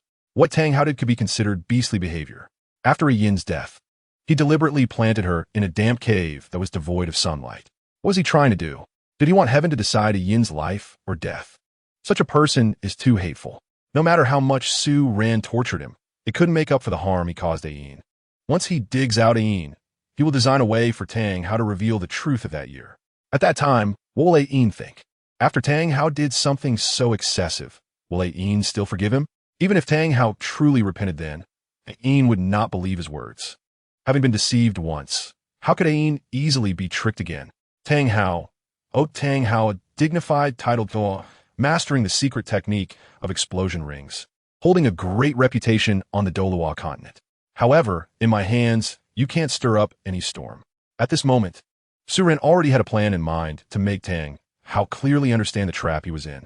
With Ain in his grasp, even if he knew it was a trap, he would probably walk right into it. Tang Hao owes Ain a life, and Su Ran will also seek that life back for Ain. Happy New Year. Chapter 45. Dai Mubai smiled. Su Ran was a disciple of the Zhu family at Shrek Academy, in the student dormitory area. You mean Su Ran comes from the Zhu family of the Star Luo Empire? Dai Mubai, whose body was wrapped in bandages, didn't care about his condition in the moment. He endured the pain in his body and sat up in bed, surprised as he asked Ma Hongjun. He never expected Su Ran to be from the Zhu family. Since Su Ran is from the Zhu family, he must know about Dai Mubai's identity. The reason Su Ran was so harsh on him was also due to his previous dissatisfaction. And the reason for his dissatisfaction was nothing but Zhu Zhuqing. Because he was Zhu Zhuqing's fiancé, Su Ran looked at him with discontent when they met. After all, Su Ran also liked Zhu Zhuqing. Zhu Zhuqing was so beautiful. With a perfect figure, any man would be moved. It was only natural for Su Ran to have feelings for Zhu Zhuqing. That's right, the teacher said so. The Zhu family of the Star Luo Empire. I heard it very clearly, Ma Hongjun said, nodding.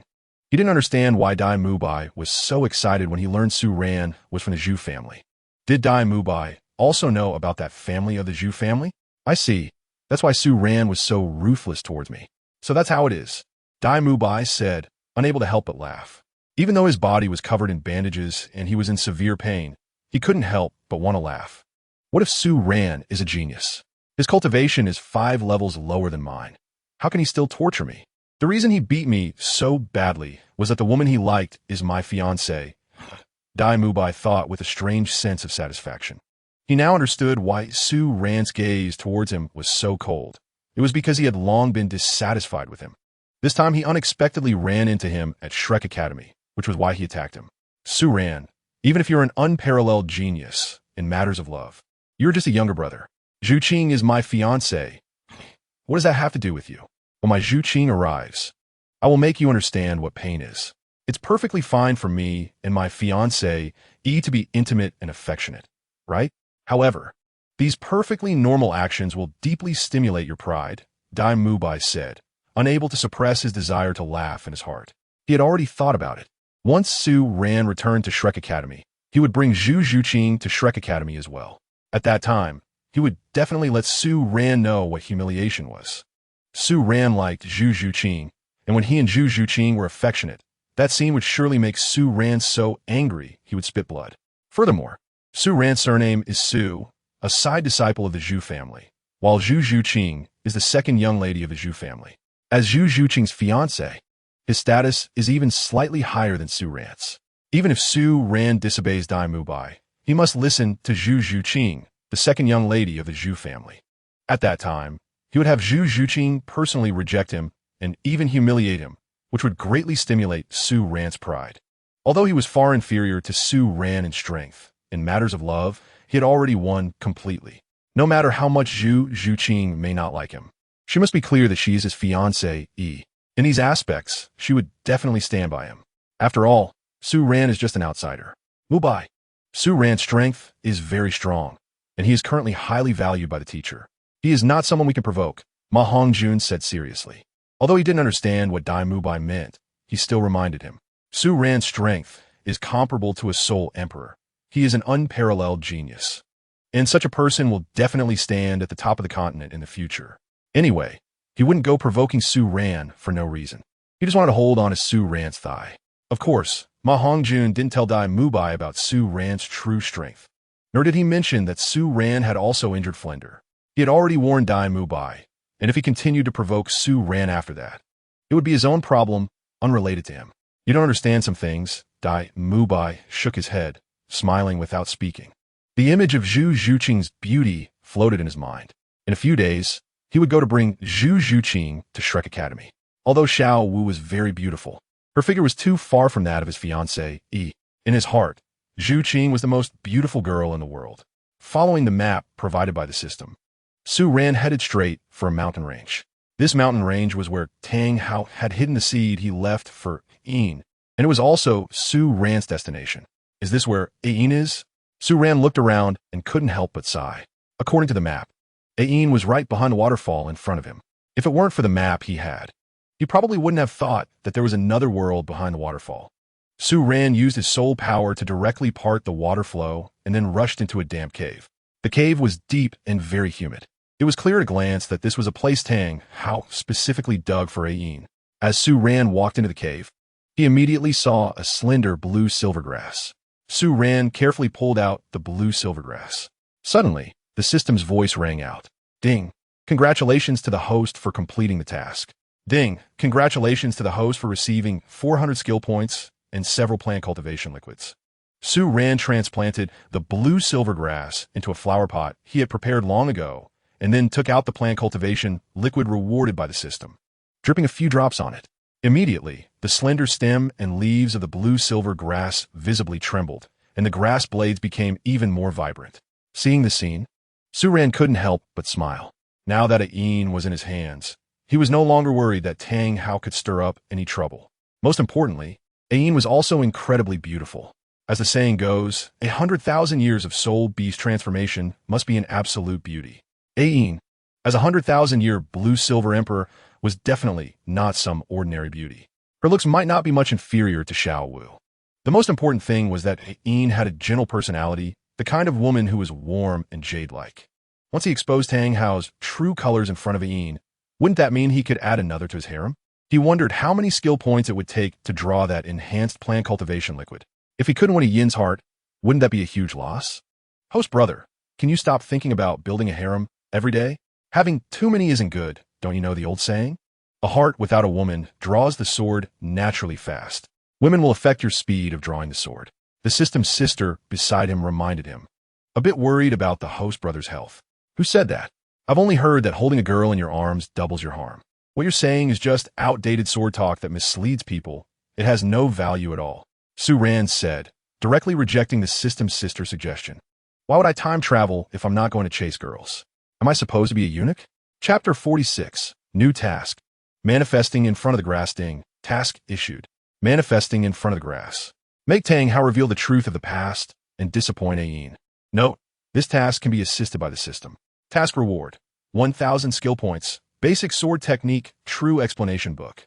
Basic sword technique explanation. It comes from a powerful sword realm and is the foundation of all sword techniques, containing countless mysteries. Many sword masters regard the basic sword technique as a classic, and some strong individuals have derived incredibly powerful sword moves from it, thus embarking on the path of invincibility. The principle is simple. The basic sword technique contains straightforward interpretations of various sword movements such as chopping, sweeping, thrusting, and slashing, making it very suitable for the protagonist. Wow, 1,000 skill points plus other rewards. This time the rewards are so generous. Su Ran couldn't help but gasp. If he completed this task, he would have a total of 1,600 skill points. That could add up to 16,000 years of soul ring time. Of course, he could also choose to draw lots. And even if he had bad luck, there would be a guaranteed draw. Of course. Who told the host brother to be so great? Hee, the system sister said with a smile, openly giving the host a boost isn't a problem. She just raised the rewards a bit for the host. Otherwise, if the host couldn't accumulate enough skill points, how would she transform? How could she better serve the host in the future? Moreover, after transforming, she could go out like a normal person, shopping, eating, and being with the host brother. She only knows the host brother in this world. She doesn't know anyone else and won't pay attention to others. After transforming, she could wear pretty little dresses for the host brother to see. In the system space, no matter what she wore, even if she didn't wear anything, no one would care. But after transforming, she could wear them just for the host brother. She has many short skirts, and she would only wear them for the host brother. The baby system is really great. Once I accumulate enough skill points, I must let the baby system transform, and then I can see if the system sister is pretty. Su Ran said with a smile. He couldn't help but be curious. If he included the system sister in his harem, how many skill points would he gain? Wouldn't that be inexhaustible? Host brother, you mustn't think about those things. Even if this system transforms, it will still follow the rules and won't give the host brother any shortcuts. In the system space, the system sister wore a black short skirt, her legs perfectly wrapped in black stockings, sitting on a fragrant bed, gently swaying her feet wrapped in the stockings. Sensing Su Ran's thoughts, she couldn't help but smile slightly. Then I'd be in trouble. Su Ran dismissed the unrealistic thought in his heart. Originally, he planned to pursue the system sister, and at that time, not only could he enjoy the benefits of the system sister, but he could also gain countless skill points. At that time, he would be invincible. However, this idea was clearly unrealistic. If the system sister really gave him such a boost, perhaps the system itself would face some punishment. That was something he didn't want to see. Forget it, I'll just work hard to earn skill points slowly. It's not bad to be a hardworking person. As the saying goes, hardworking people are the best of people. I want to work quietly and then amaze everyone. As long as he develops steadily and accumulates skill points, it won't take long before he can reach the peak of life, become invincible across the continent, and attract countless beautiful girls. Following the system's guidance, Su Ran found a restriction that Tang Hao placed on Ayin, who had transformed into the blue silvergrass. After all, Ayin was in the wild and could easily encounter herbivorous soul beasts like the soft-bone rabbit. Tang Hao's restriction could help Ayin avoid the threat of ordinary soul beasts. Breaking it, he concentrated his soul power on a leaf of Ayin and pressed down hard, instantly destroying the restriction set by Tang Hao. At the same time, Su Ran found a piece of blue silvergrass that had been gnawed down to just the stem by insects and moved it there. He then aged the environment, so that even if Tang Hao came, he wouldn't notice any abnormalities. Everything was ready. He just had to wait for Tang Hao to arrive. When Tang Hao comes, there might still be a tough battle to fight, but I have the Tan 000 year Qilin experience card, so I don't need to worry too much. After completing all this, Su Ran directly left and found a concealed place to hide. Needless to say, he was arranging how the system sister should show off to Tang Hao later. After all, this task could be assisted by the system. Holy Soul Village.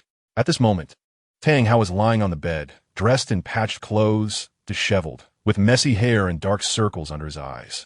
No one could imagine that this was once the unparalleled powerhouse who shook the continent, the Hao Ian de Law. Just after entering the title de Luo rank, he single-handedly repelled several title Deluos. It was rumored that the previous pope, Qin Shuangji, died at his hands. For this, Tang Hao could only curse and bear the blame. Only he knew that he had only injured Qin Shuangji. Qin Shuangji's strength was not weak. With a six-winged angel martial soul, how could he have the strength to kill Qin Shuangji? His eruption of strength was only due to the ring explosion. Such power couldn't last long. Being able to injure Qin Shuangji was already impressive. He knew very well that it must have been Bibi Dong who killed Qin Shuangji and then framed him. But now he had no way to explain. Qin Shuangji died while chasing him in Ayin. What else could he say? Bibi Dong is now the pope.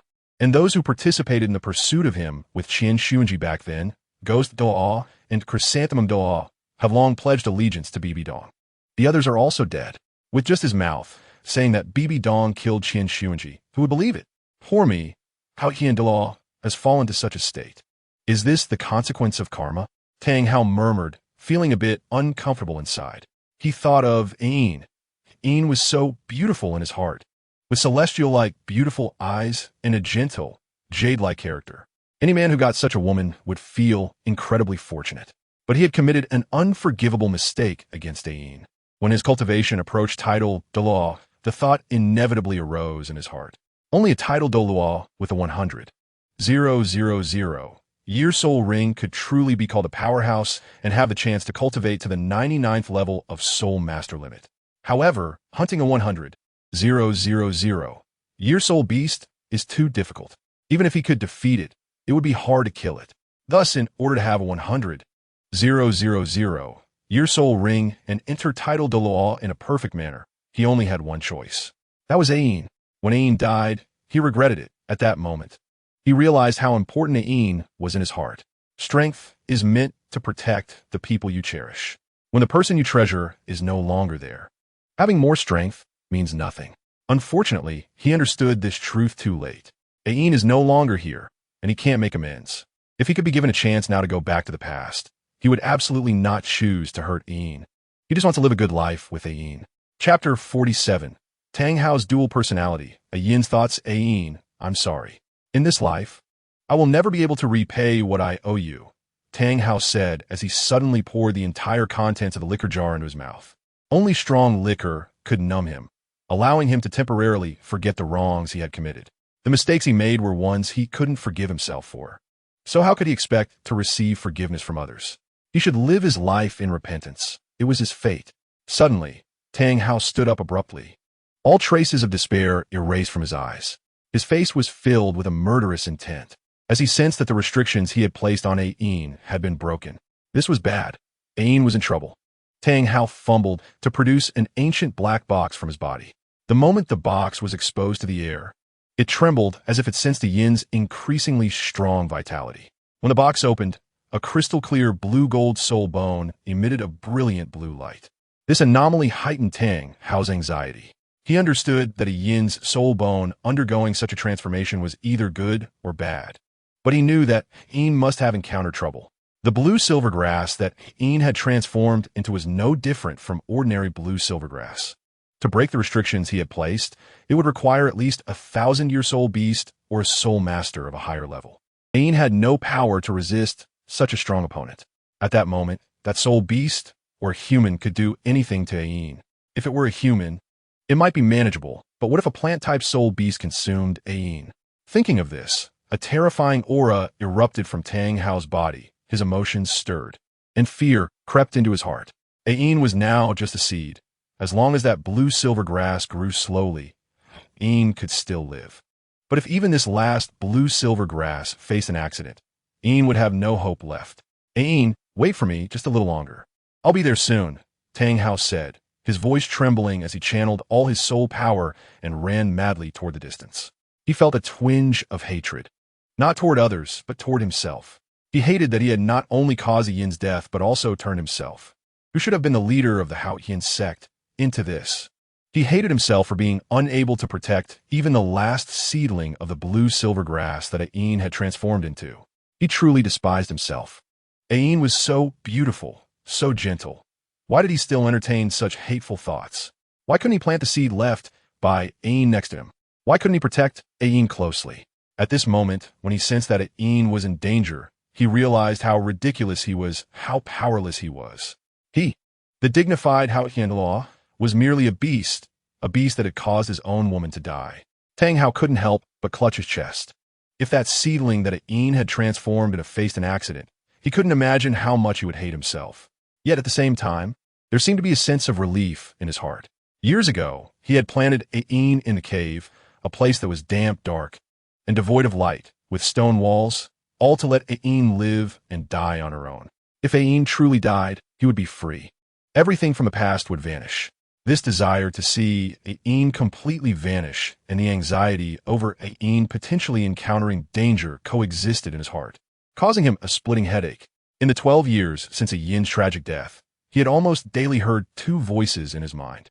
One voice told him, "You are a demon. You killed your wife. You are not human." This voice kept him living in repentance, continually hating himself while cherishing the memories of Ayin even more. The other voice, however, called out, "Since you've already done it, everything is irreversible. Why not go all the way and extinguish the seed that Ayin transformed into?" As long as Ain is completely dead, everything will become the past. No one will know what you did. You won't have to bear any psychological burden. Death can solve all problems. If she dies completely, you won't have to suffer anymore. These two conflicting voices echoed in his heart, causing him inexplicable pain. He was indecisive, which is why he had planted Ain in a remote place, not giving her fertilizer, letting her live and die on her own. This way, he wouldn't have to make such a painful choice. He could leave everything to fate. Ain, I'm sorry. If you survive this time, I'll treat you well. If this time you die at the hands of a soul beast, then don't come to haunt me anymore. Let me go, and let yourself go, Tang Hao murmured, once again leaving the choice to fate. If Ain survived this calamity, no matter what, he would take good care of her and accept everything he had done wrong, genuinely repent, and try to make amends for everything he had done. If Ain died, then he would simply be wrong all the way to the end. In this life, no one would say that he had plotted against Ain behind her back. Tang Hao hurried toward Yin's location. Meanwhile, Su Ran had already arranged everything. With the assistance of a system, all traces had been covered. Su Ran had repeatedly watered Ain with the plant growth liquid given by the system. To the naked eye, the blue-silver grass that Ain had transformed into looked revitalized, and its leaves had become fuller. Su Ran learned from a system that Ain still had a trace of consciousness. The wildfires cannot be extinguished. The spring wind blows and life returns. The seed of life that Ain left behind, although not powerful, contained all of Yin's memories and consciousness. Thus, even though Ain couldn't react in any way, she could truly perceive everything happening in the outside world.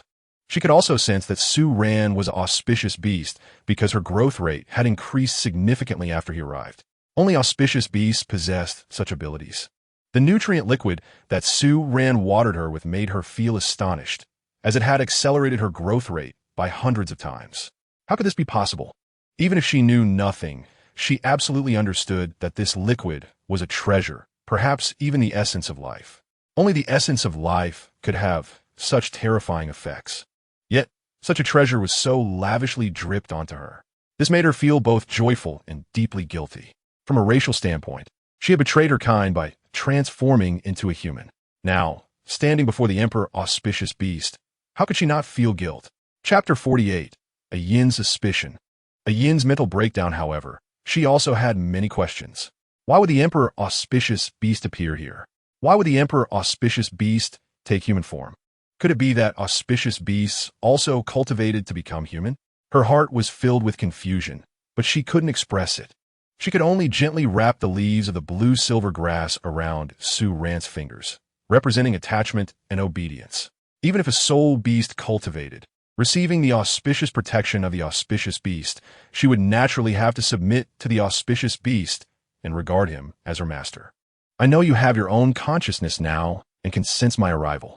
If you can understand what I'm saying, nod with your leaves, Su Ran said. Try to communicate with Ain. This blue-silver grass contained Yin's complete consciousness. It could definitely understand him. It was precisely for this reason that he chose to show off Tang Hao in front of Ain. As long as Tang Hao reveals the truth from that year, his image in Yin's heart will completely collapse. The betrayal of a lover, Tang Hao's deliberate design to harm her, while she foolishly sacrificed herself for Tang Hao to survive. If Ain were to know these things, Tang Hao would only be her enemy, not her lover. Sure enough, after Su Ran finished speaking, the grass leaves of Ain trembled slightly, indicating that she still had a complete consciousness. As a 100,000-year soul beast, what crime is it to fall in love with a human? Seeing this, Su Ran said decisively, without considering Yin's current situation at all. Hearing Su Ran's words, Ain felt even more guilty and was at a loss. What could she say in response to such questioning from the Emperor-level spirit beast? It's just that what she wanted to pursue was not present in the soul beast world. Moreover, she had no regrets about loving Tang Hao, because their love was so pure, so perfect, so unique. Their love transcended race, transcended gender. How magnificent it was. They were even the first couple to prove that humans and soul beasts could have sincere love. Even now, she did not regret it at all. Even when she was sacrificing herself, she didn't know what Tang Hao and the others were feeling. Anyway, she was moved by herself, noticing that Ain had fallen silent. Su Ran couldn't help but smile. Poor girl, sold by someone and still counting the money for them. Is there really such great love in this world? At least in Su Ran's eyes, only love that develops over time is somewhat reliable. The so-called love at first sight is, to put it bluntly, just lust. Lust for someone's body. Who knows if their stockings haven't been washed for 10 days or if they have a sour smell, yet they fall for them. Is this realistic? Love at first sight mostly ends up as friends with benefits. Only love that develops over time can last long. Moreover, even if love develops over time, feelings cannot withstand tests. That kind of pure, untainted love can only be found in Su Ran. Because he possesses such qualities, he would never betray his wife. Do you think your feelings are beautiful and worthy of respect? Su Ran laughed, preparing to enlighten the grass in front of him. Why like someone at all? What a stupid choice. Even if he had chosen Tang Hao back then, it wouldn't have been such a fate. The reason is simple. Tang Hao is an honest person. He wouldn't have done such a thing. Since you think Tang Hao is great, why did he choose to plant you in such a dark and sunless place? Su Ran said, looking up. In this cave, only a small hole that Tang Hao had drilled allowed sunlight to enter. Anyone with a little knowledge of geography knows that the position of the sun is constantly changing. The sunlight coming through this small hole also changes in real time. Only when it is noon, with the sun directly above this hole, can the sunlight shine directly on Ayin. At other times, the sunlight will be slanted. This means that Ayin can only photosynthesize for just over an hour each day. For a plant-type soul beast like Ayin, this must be a torture. Moreover, the cave is damp and the soil is hard. Su Ran had already noticed that when he took Ayin down, her roots were already turning white from the dampness. If this blue-silver grass were not transformed by Ayin and did not have strong vitality, it would have long since withered. He couldn't believe that the famous Hao Yiandolo didn't even know some of the most basic common knowledge. Moreover, his wife is a plant-type soul beast. He should at least understand a bit. Even if you think Tang Hao is fleeing and cannot take you with him, you are just an ordinary blue-silver grass now. Even if he took you with him, it would be fine. After all, blue-silver grass is the most common plant in the world, and no one would notice you. Su Ran said sharply again. When Ayin was transformed as a 100,000-year soul beast, Tang Hao dared to take her around. Now that Ayin is just an ordinary blue-silver grass, she wouldn't attract strong enemies' attention. Would he really plant her in such a place out of concern for her?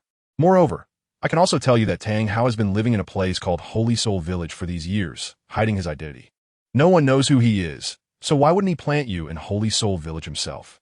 Taking care of you personally would be better than letting you fend for yourself here, right? Su Ran continued to question, observing Ayin's reaction. As Su Ran's questioning continued, Ayin's emotions began to change, and the leaves of the blue-silver grass trembled wildly. In fact, she also had some doubts in her heart. Why did Tang Hao plant her here? Clearly, she had taught Tang Hao a lot about planting flowers and plants when she was alive.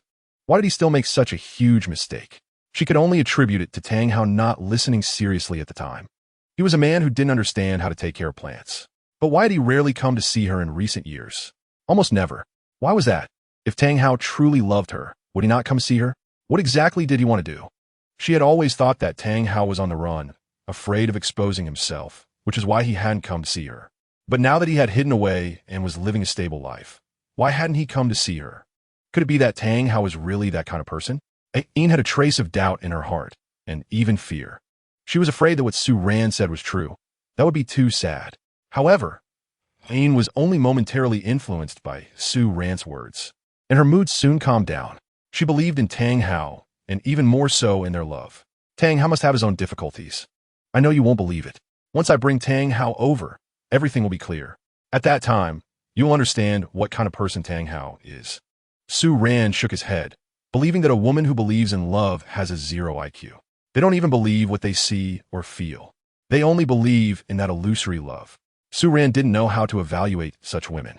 Women who believe in love are treasures. It's just a pity that they love the wrong person. Tang San, Tang Hao, and Yu Xiaogang are all hypocrites who habitually use personas.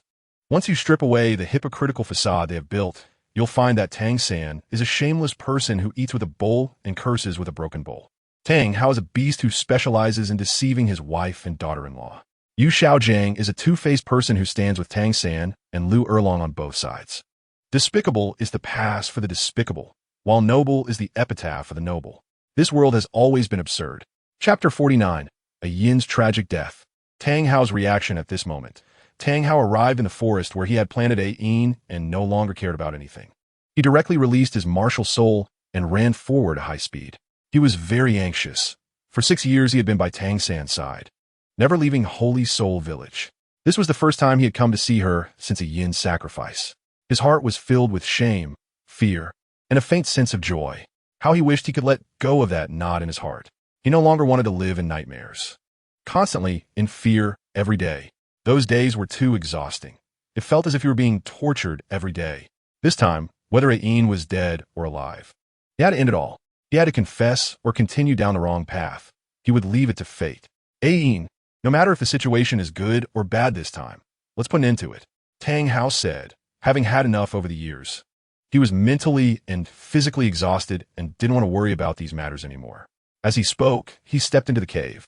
Arriving at the stone chamber he had chiseled through, Tang Hao was immediately stunned. He was in a daze. In the center of the stone chamber, there was a small mound of earth. On top of that mound, there was a blue silver grass. It was called blue silver grass only because Tang Hao knew that it was Ain. An ordinary person would definitely not be able to distinguish the type of this plant. At this moment, the grass had no leaves left. Only a 3-centimeter long stem remained. Even the stem was only 3 centimeters long, and it had many insect holes on it. On top of this mound, there were many small insect holes, which were ant holes. At this moment, countless ants were gnawing at the remaining stem of grass. Tang Hao saw this scene and was completely stunned. There was an indescribable pain in his heart. No matter what he had been thinking before, he felt unable to accept this now. As the saying goes, a day as husband and wife means 100 days of kindness. Watching his wife being crazily devoured by countless ants, now reduced to just a short stem. How could he accept this? He had loved Ain deeply. It was precisely because of his love for her that he felt immense pain after her death. It was also this pain that made him desperately want to end everything, leading him to think of letting Ain perish on her own, to die earlier. It could be said that no matter what he was thinking, his love for Ain remained unchanged. It was just that various reasons turned this love into something that harmed her. With a thud, Tang Hao suddenly knelt to the ground. Ain, I'm sorry. I really am sorry. Tang Hao murmured, kneeling before Ain. At this moment, the small mound where Ain was planted resembled a grave, burying her within. Looking at this small mound, Tang Hao found it so glaring, and his heart ached unbearably. No matter what he had done before, or what harmful thoughts he had towards Ain, at this moment, they all transformed into deep love and profound regret. Why didn't he plant Ain close to him? Why didn't he help her with weeding, fertilizing, and pest control? Didn't he know how hard it was for an ordinary plant to survive? Why hadn't he come to see Ain all these years? Was it because he had to take care of Xiao San? But Xiao San had always been so understanding since childhood. So how could she need his care? It was more like Xiao San was taking care of him. He was just a bit afraid to see Ain. She was his nightmare. His guilt made him dare not meet Ain. Yet, he had turned her into this state. He and T thought of all this at first. He had placed restrictions on Ain to protect her from insect bites. He only wanted her to wither on her own and never imagined it would turn out this badly. Being gnawed on by so many insects, not even leaving a whole corpse. Now it was all over. Ain had completely died, and he no longer needed to bear any psychological burden. Everything could just pass. But why did his heart hurt so much? He couldn't help but think back to back then. How good it would have been if he hadn't been so greedy. Once Ain became a title de law, her aura would completely conceal itself, and no one would notice. Why did he have such thoughts? Was it really that important to absorb 100,000-year soul ring and step into this realm with the identity of a powerful title de law?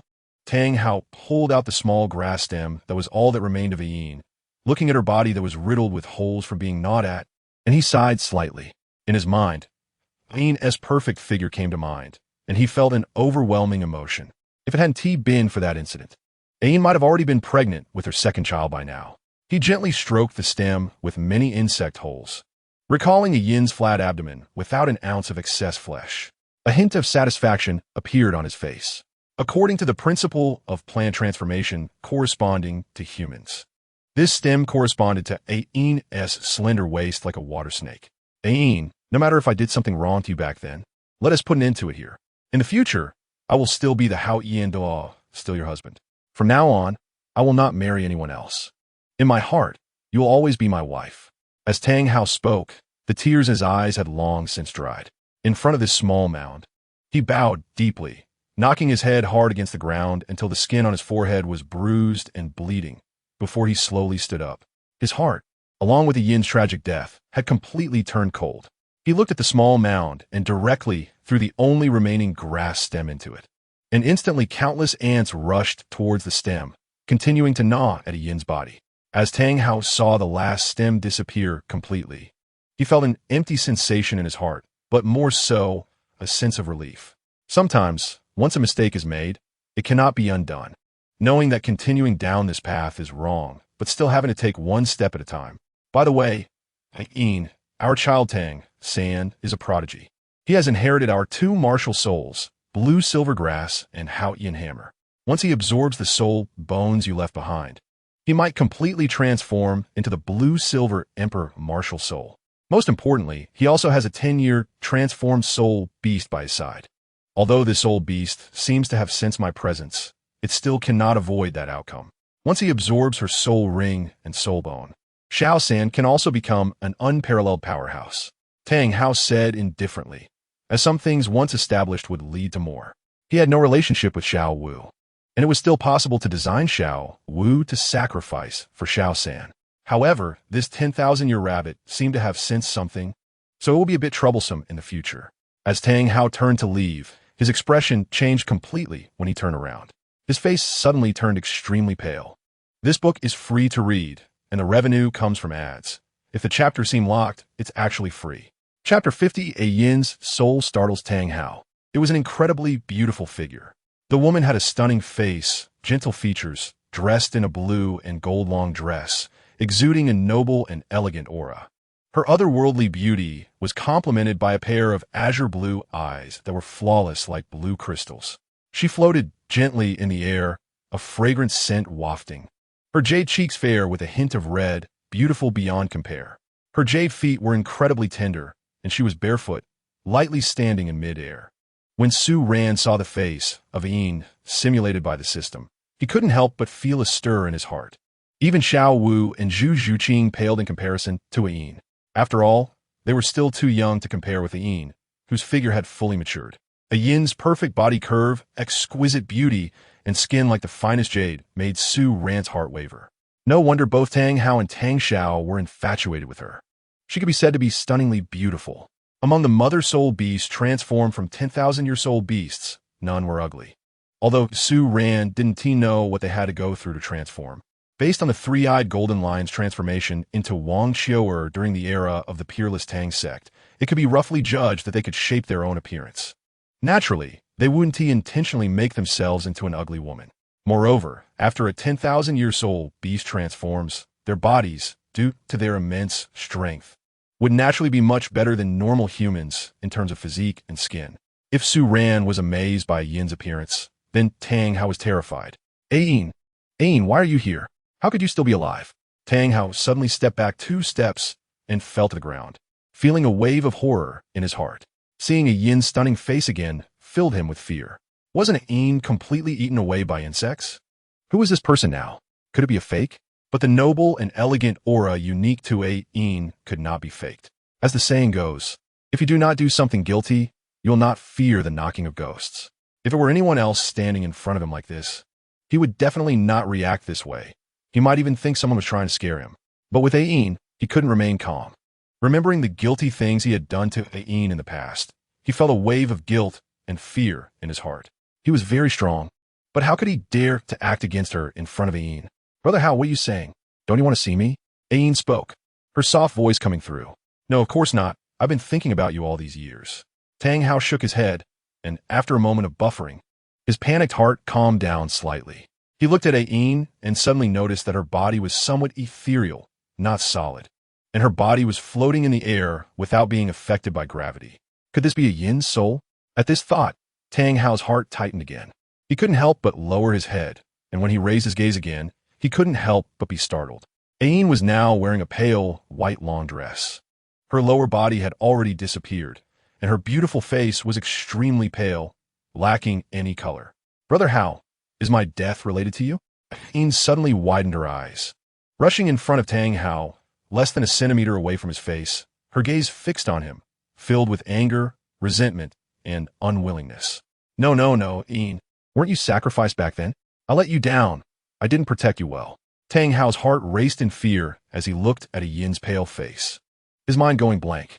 Yin was not his nightmare. Facing her, he dared not have any other thoughts. Especially since Yin had pinpointed the guilty things he had been hiding, it made him even more afraid. But why did the Spirit Hall suddenly know of my existence when Brother Hao was about to break through?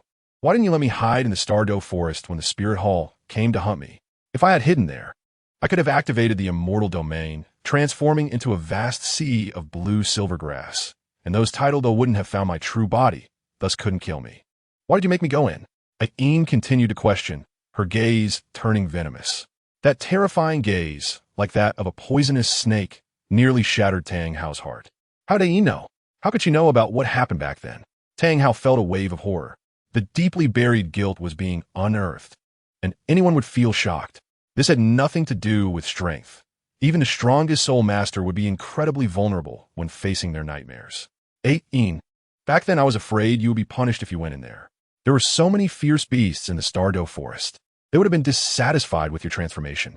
I was worried about you, Tang Hao said, tilting his head and not daring to look Yin in the eyes. Afraid? Then why didn't you let me escape alone? That way, I would have had a chance to survive. Was it you who intentionally left your aura while we were escaping together, luring the tidal Doloa of the Spirit Hall? Is it you who wanted to obtain the soul rings from me? Is it you who, because you were about to break through to tidal Doloa, wanted to design my death? Is it you who deliberately planted me in this dark place, wanting me to fend for myself? Is it? Yin said, stepping closer to Tang Hao, her eyes wide open, filled with blood vessels, making Tang Hao feel incredibly terrified. And Tang Hao, out of fear, took steps back. Finally, with nowhere to retreat, Tang Hao leaned against the stone wall, looking at Yin, gritting his teeth. It's me, it was all my doing. Are you satisfied now? Tang Hao shouted, looking at Yin's ghost. He could no longer bear it. Everything that happened back then was indeed caused by him. He let her down. The harm he caused her could never be compensated in a lifetime. Tang Hao collapsed to the ground, looking at Yin, and when he said all this, he found himself feeling much better. The burden in his heart lifted at that moment. For the past 12 years, he had been filled with self-blame, regret, and fear. For 12 years, he could only sleep when he was drunk. He didn't dare to confide in anyone else about this, and could only silently endure it alone. Now, saying all these things to Yin made his heart feel much lighter. After expressing these long-buried words, when he looked at Yin again, he no longer felt the previous horror. Chapter 51. Tang Hao cuts off his own limbs. After saying all this, Tang Hao's gaze became determined. The past troubles, the nightmares that had entangled his heart, were now laid bare, making him feel guilty yet also relieved. Since he had come this far, everything would come to light. He let Yin down. If he could do it all over again, he would never make that decision again. But now that things had come to this point, what could he do? I can't believe it's all true. You really did this, Yin said, her eyes reddening. And seeing this scene, Tang Hao felt a pang of discomfort in his heart.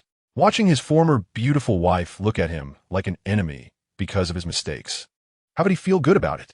Yin, I'm sorry. I owe you everything. As long as you can forgive me, I will pay any price, Tang Hao said, his eyes vacant, his face dim, as if he had aged several years in an instant. Good, then you can go die. Come to the underworld and accompany me, Yin said, her expression turning fierce. Yin, I can't die yet. Our child hasn't grown up. I need to protect him. Tang Hao shook his head vigorously. Then you can cut off one of your arms and one of your legs to repay me, Su Ran said, scheming. He felt a bit nervous inside. He wanted to take this opportunity to eliminate Tang Hao. Obviously, Tang Hao was so foolish that he would harm himself. However, making him cut off his own limbs should be fine. In the original story, when Tang Hao and Tang San went to see Yin, he had cut off one arm and one leg. Now that Yin was forcing him, he would probably do the same. Tang Hao's Haotian hammer needed the strength of his arms to unleash its power. If he cut off one arm, his strength would decrease significantly. Fine. This is all I owe you. Tang Hao gritted his teeth, seized his left arm tightly with his right hand, and twisted hard, suddenly tearing off his left arm. Crimson blood gushed from the wound. Tang Hao couldn't help but scream in pain. Twisting off his own arm was a pain that ordinary people could hardly endure. Even Tang Hao couldn't help but convulse all over. At this moment, the real Yin who had been planted in a flower pot, witnessed this scene with Su Ran.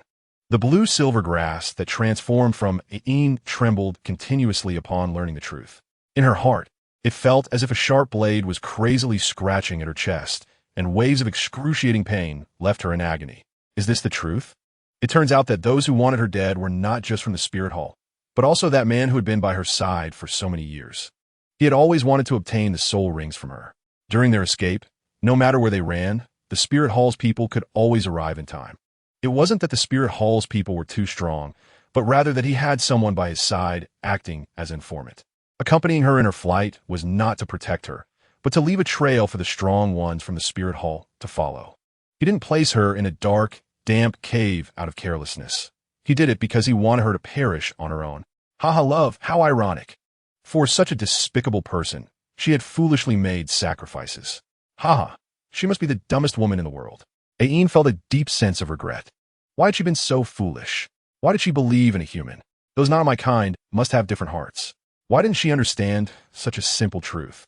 10,000 years of soul beasts are treasures to humans. Why did she firmly believe that Tang Hao is truly good to her? Don't be sad. It's good that you've seen Tang Hao's true face. Tang Hao had always been this kind of person. You just didn't realize it.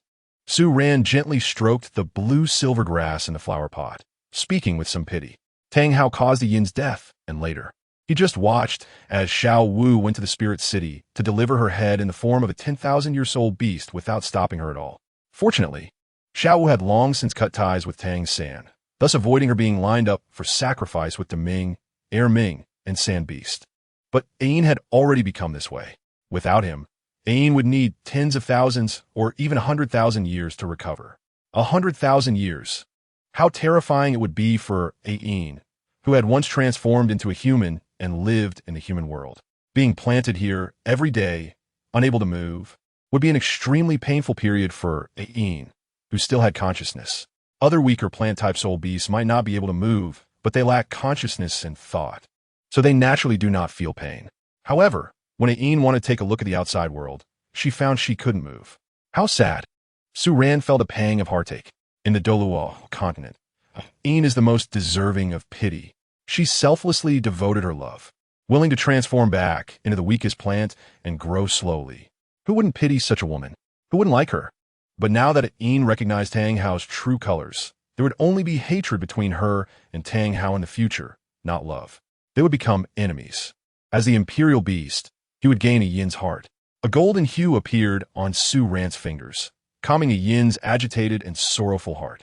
All soul beasts naturally felt a sense of familiarity with the aura of the imperial beast, and Ain was no exception. The blue-silver grass leaves gently wrapped around Su Ran's fingers, and she couldn't help but mock herself. In this world, the one who truly treated her well was not the man who had pretended for years in front of her, but the imperial beast she had known for only a few days.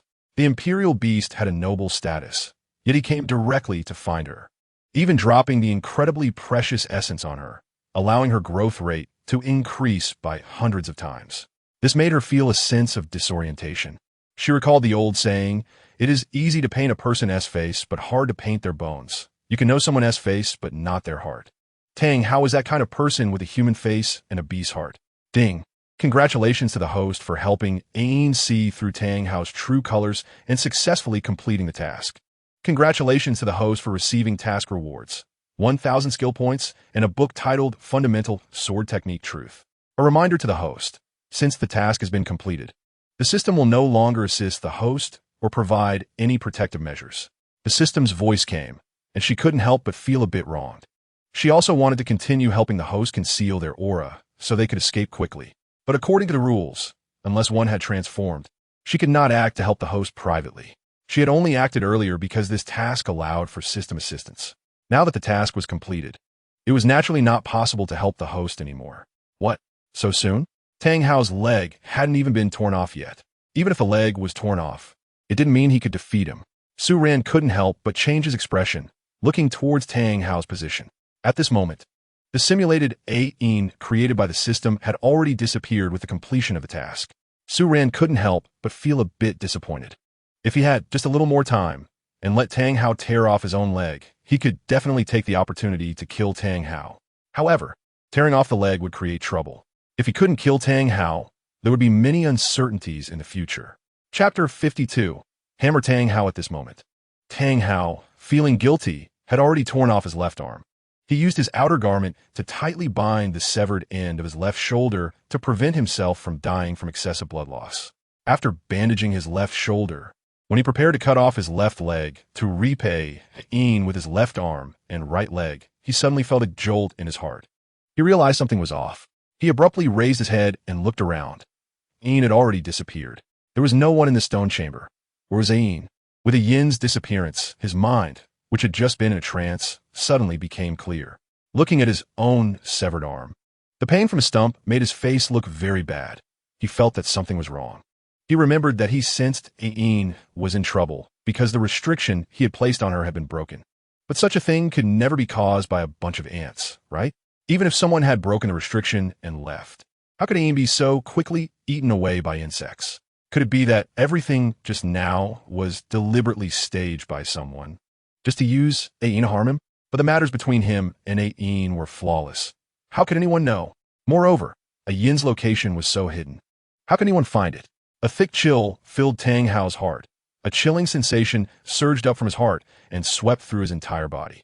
Just thinking about the possibility that his harming of Qilin was known by others, and that he had almost been killed directly by Qilin, made him feel a deep sense of dread. Even if he hadn't been so foolish as to commit suicide just now, if he were to lose his leg and arm, he would become like a fish on a chopping board, ready to be slaughtered. However, now that he had lost an arm, his strength would be significantly reduced. Who? Tang Hao was filled with anger. Just thinking about how he, as the Hao Yian, was being toyed with like this made him feel an endless rage. As the youngest titled Diluo on the continent, he also had his own pride.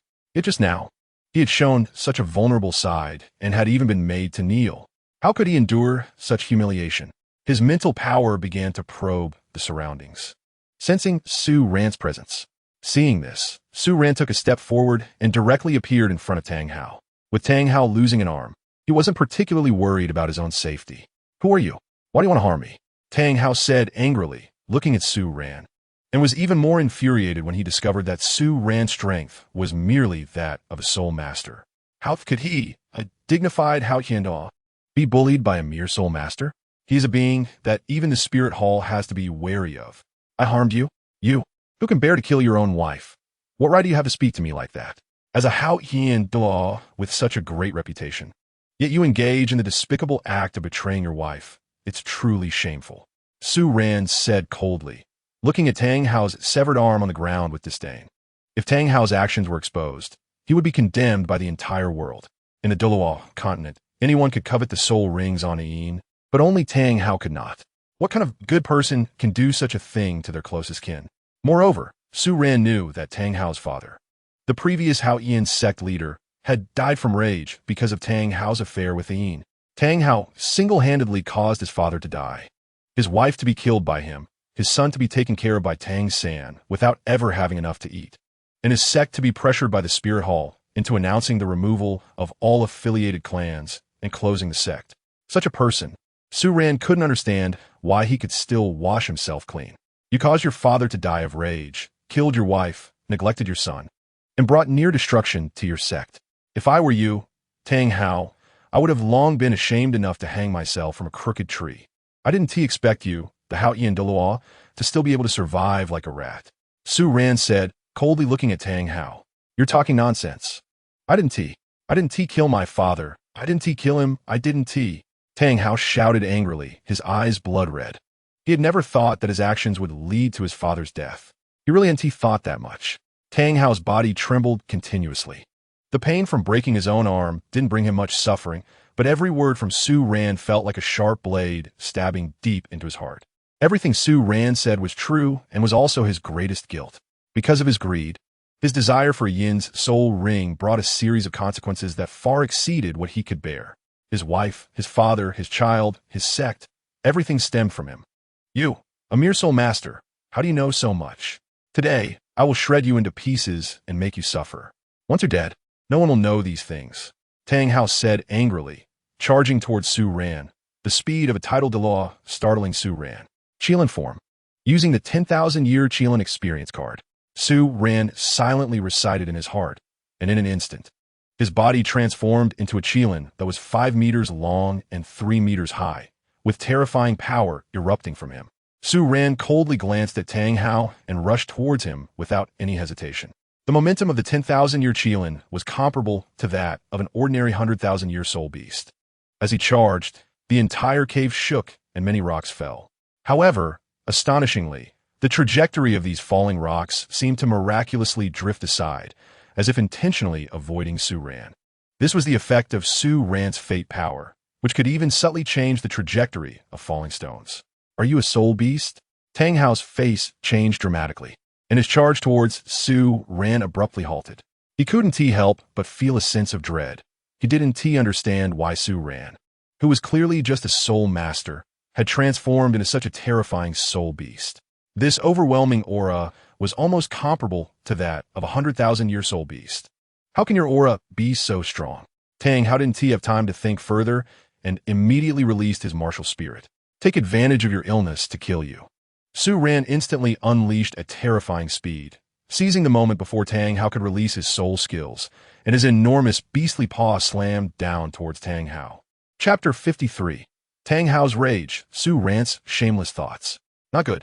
Tang Hao's expression changed slightly, and his fourth soul ring lit up. The Haotian hammer in his hand suddenly turned pitch black, blocking in front of him. Bang! Su Ran's Qilin paw struck the Haotian hammer, producing a loud rumble. The Haotian hammer that Tang Hao held in front of his chest trembled continuously, blood oozing from his wounds, and waves of pain swept through his heart. At this moment, a crack appeared around them, radiating outward, and as the shockwave reverberated, rocks continued to fall from the cave, and the entire mountain began to shake. What a powerful soul beast! Tang Hao felt a sense of horror at the terrifying strength of the golden soul beast before him. This soul beast wasn't even that large, only 5 meters long, yet possessed such immense power. This kind of strength was not weak even among 100,000-year soul beasts. When did he provoke such a powerful soul beast? Tang Hao had some doubts. His only interaction with soul beasts was with Qilin. He was unfamiliar with other soul beasts. The soul beast before him clearly had an extraordinary bloodline and would likely be considered extremely powerful even among soul beasts. What on earth is going on?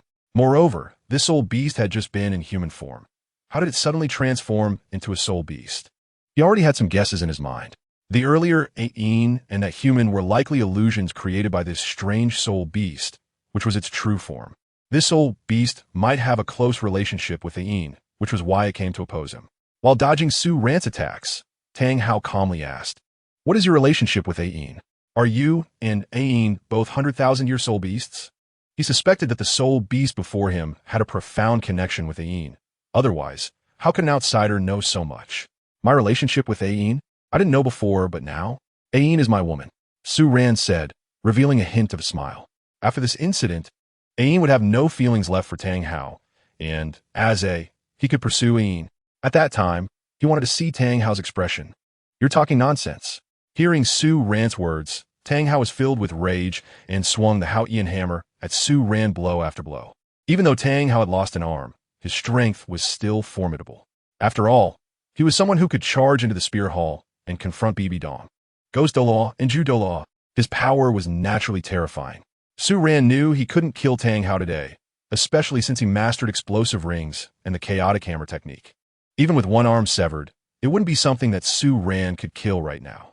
After all, this was just a 10,000-year Qilin experience card. Not powerful enough to that extent yet. This 10,000-year strength could match that of 100,000-year soul beasts. But that was because high bloodline soul beasts had a natural suppression over low bloodline soul beasts. There was no such bloodline suppression over human soul masters. Do you think Qilin will believe you in the future? To be honest, Qilin saw everything today. All your actions were right under her nose. Su Ran couldn't help but say, looking at Tang Hao's furious expression. What do you mean? Qilin is dead. Isn't she? Even if she was alive. Tang Hao's heart skipped a beat. Qilin not only isn't dead, but she's doing just fine. Moreover, you probably don't know that the blue silver grass that Qilin transformed into contains all of her consciousness and wisdom. Qilin can perceive what is happening in the outside world, but as a plant, she cannot express it, Su Ran said, and a flower pot appeared in his hand, containing a blue silver grass, which is the true Ian. Ian, this is Ian. Tang Hao's face changed dramatically. He felt a strong chill in his heart. Ian actually has consciousness, which means she now knows he is the mastermind behind her demise. You beast, how dare you mock me like this? Tang Hao was furious, trembling all over. Originally, there was nothing wrong. It was all his overthinking. How could there be ghosts in this world? This soul beast used the weakness in his heart to make him reveal everything, and he was scared into self-harm by the fake Ian had conjured. In this life, he had never suffered such a loss. Now he was being toyed with by a soul beast. Furthermore, after tens of thousands of years, when Ian regains her strength and becomes a 100,000-year soul beast again, I will take care of her. Ian is so beautiful, yet you have hurt her like this. But I am different from you. I will take good care of Ian, cherish her, and love her. Su Ran said as he stored Ian back into the unique storage space of the system. There was a hint of mockery in his eyes. A beauty like Ian, Tang Hao does not know how to appreciate her and has harmed her to such an extent. From now on, Ian will be taken care of by him. After all, as the imperial beast, what's the harm in having another harem? Moreover, using the nurturing liquid from the system's sister, Ian will grow back into a 100,000-year soul beast. And experiencing this process is equivalent to reshaping her body. Ian remains pure and untainted. Su Ran had to thank Tang Hao. Although he harmed Ian, he would return her to him as an incredibly pure and clean Ian. Moreover, this Ian would hate Tang Hao and see him as her lifelong enemy. I will kill you, beast. Listening to Su Ran's voice, Tang Hao was consumed by rage. At this moment, Tang Hao was truly furious. No man could endure such humiliation. Even though he had done many wrong things to Ian in the past, and had wronged her, he still regarded her as his woman. Now, his woman was in the hands of this soul beast before him.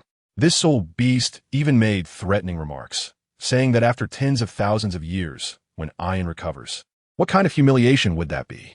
He certainly cannot accept it. Regardless of the issues between him and Ian, they were merely family matters. However, this soul beast in front of him was clearly going to harm Ian. After tens of thousands of years, as a soul beast, Ian would surely still be alive, while he would become a wisp of yellow earth. What would happen between Ian and this soul beast then? He dared not think about it. The mere thought filled him with endless rage. At that time, even if Ian and the soul beast had little soul beasts, he would not be able to see it. But it was precisely for this reason that he felt extremely angry. He knew that this soul beast definitely had such thoughts about Ian. Otherwise, it would not have gone to such lengths to attack him, nor would it have bothered to expose its true face in front of Ian. Since the soul beast had said such things, it would dare to act on them. The thought of his incredibly beautiful wife, the utterly perfect Ian, lying in the arms of this damn soul beast made his heart feel extremely uncomfortable. Chapter 54. Tang Hao, are you incapable? Although Su Ran said it was something that would happen tens of thousands of years later, it was still something he could not accept. Being cuckolded, even if it would happen in the future, he could not bear it.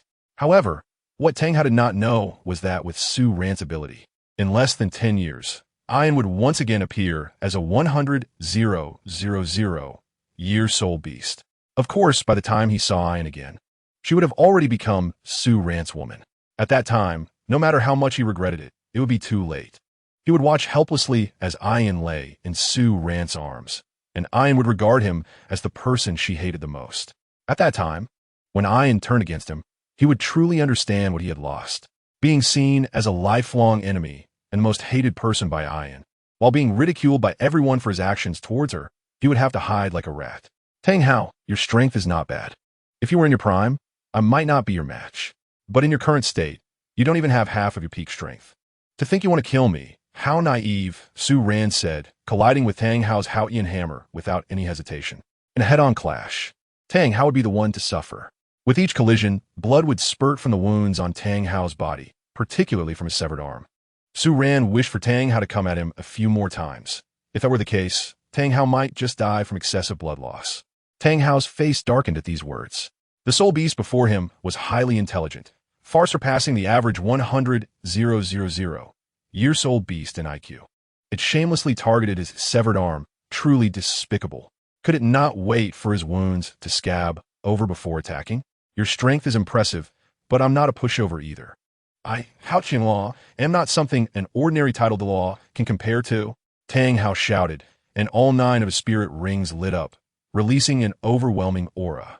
The explosion ring, a secret of the Haotian sect. After Tang Hao unleashed the explosion ring, his strength soared, injuring Ghost Delaw, Chrysanthemum Delaw, and Xinshuanji. Then Tang Hao fled. After using the explosion ring, Tang Hao's strength increased significantly. Once Tang Hao activated the explosion ring secret technique, Su Ran would not be able to suppress him. If Tang Hao wanted to escape, he would definitely not be able to stop him. Although the strength of the Imperial Beast was formidable, it was only at the 10,000 year level. It was impossible for it to directly kill Tang Hao in an ideal scenario. He might even be in danger himself. After all, the experience card had a time limit. When would he become a normal person again? Otherwise, he would just be at the mercy of others. Today, I will let you die without a burial place, so you can understand the consequences of speaking recklessly. Tang Hao's 5 spirit rings exploded simultaneously, and the power of the spirit rings was all added to the Haotian hammer. The momentum was immense. Even Su Ran couldn't help but feel startled. Fate Guard, Light Guard.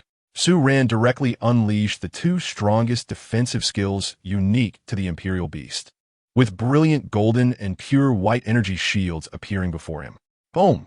Tang Hao's enormous Haotian hammer struck the 2 layers of energy shields, producing a deafening roar. The energy shields trembled for a moment before shattering. Tang Hao felt immense pain as the rebound force from the Haotian hammer caused his muscles and organs to tremble violently. The wound at the severed arm tore open again, making him let out a cry of agony. Hiss! Tang Hao gasped in cold air, staring at the even more severe wound at the severed arm, unable to suppress the tingling sensation at the back of his head. Tang Hao, you are not capable, Su Ran said, also feeling dizzy from the impact of the Haotian hammer, his body swaying, barely holding up, but he still maintained a calm demeanor. Since you're incapable, let me take care of Iron from now on, Su Ran said. Meanwhile, Tang Hao was furious, nearly exploding with rage. His whole body began to tremble, and his face turned green with anger. What does a man care about? It's whether he is capable or not. And now he was being questioned about his abilities by a soul beast. How could he not be angry? You are too weak. Su Ran couldn't help but sneer. Damn spirit beast. How dare you insult me like this? I'll deal with you. Tang Hao roared angrily, and the remaining 4 soul rings on his body, 3 black and 1 red, all exploded, unleashing a terrifying force.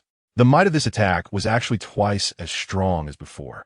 After all, these 4 soul rings were all over 40,000 years old, and the last one even came from a Yin's 100,000-year soul ring.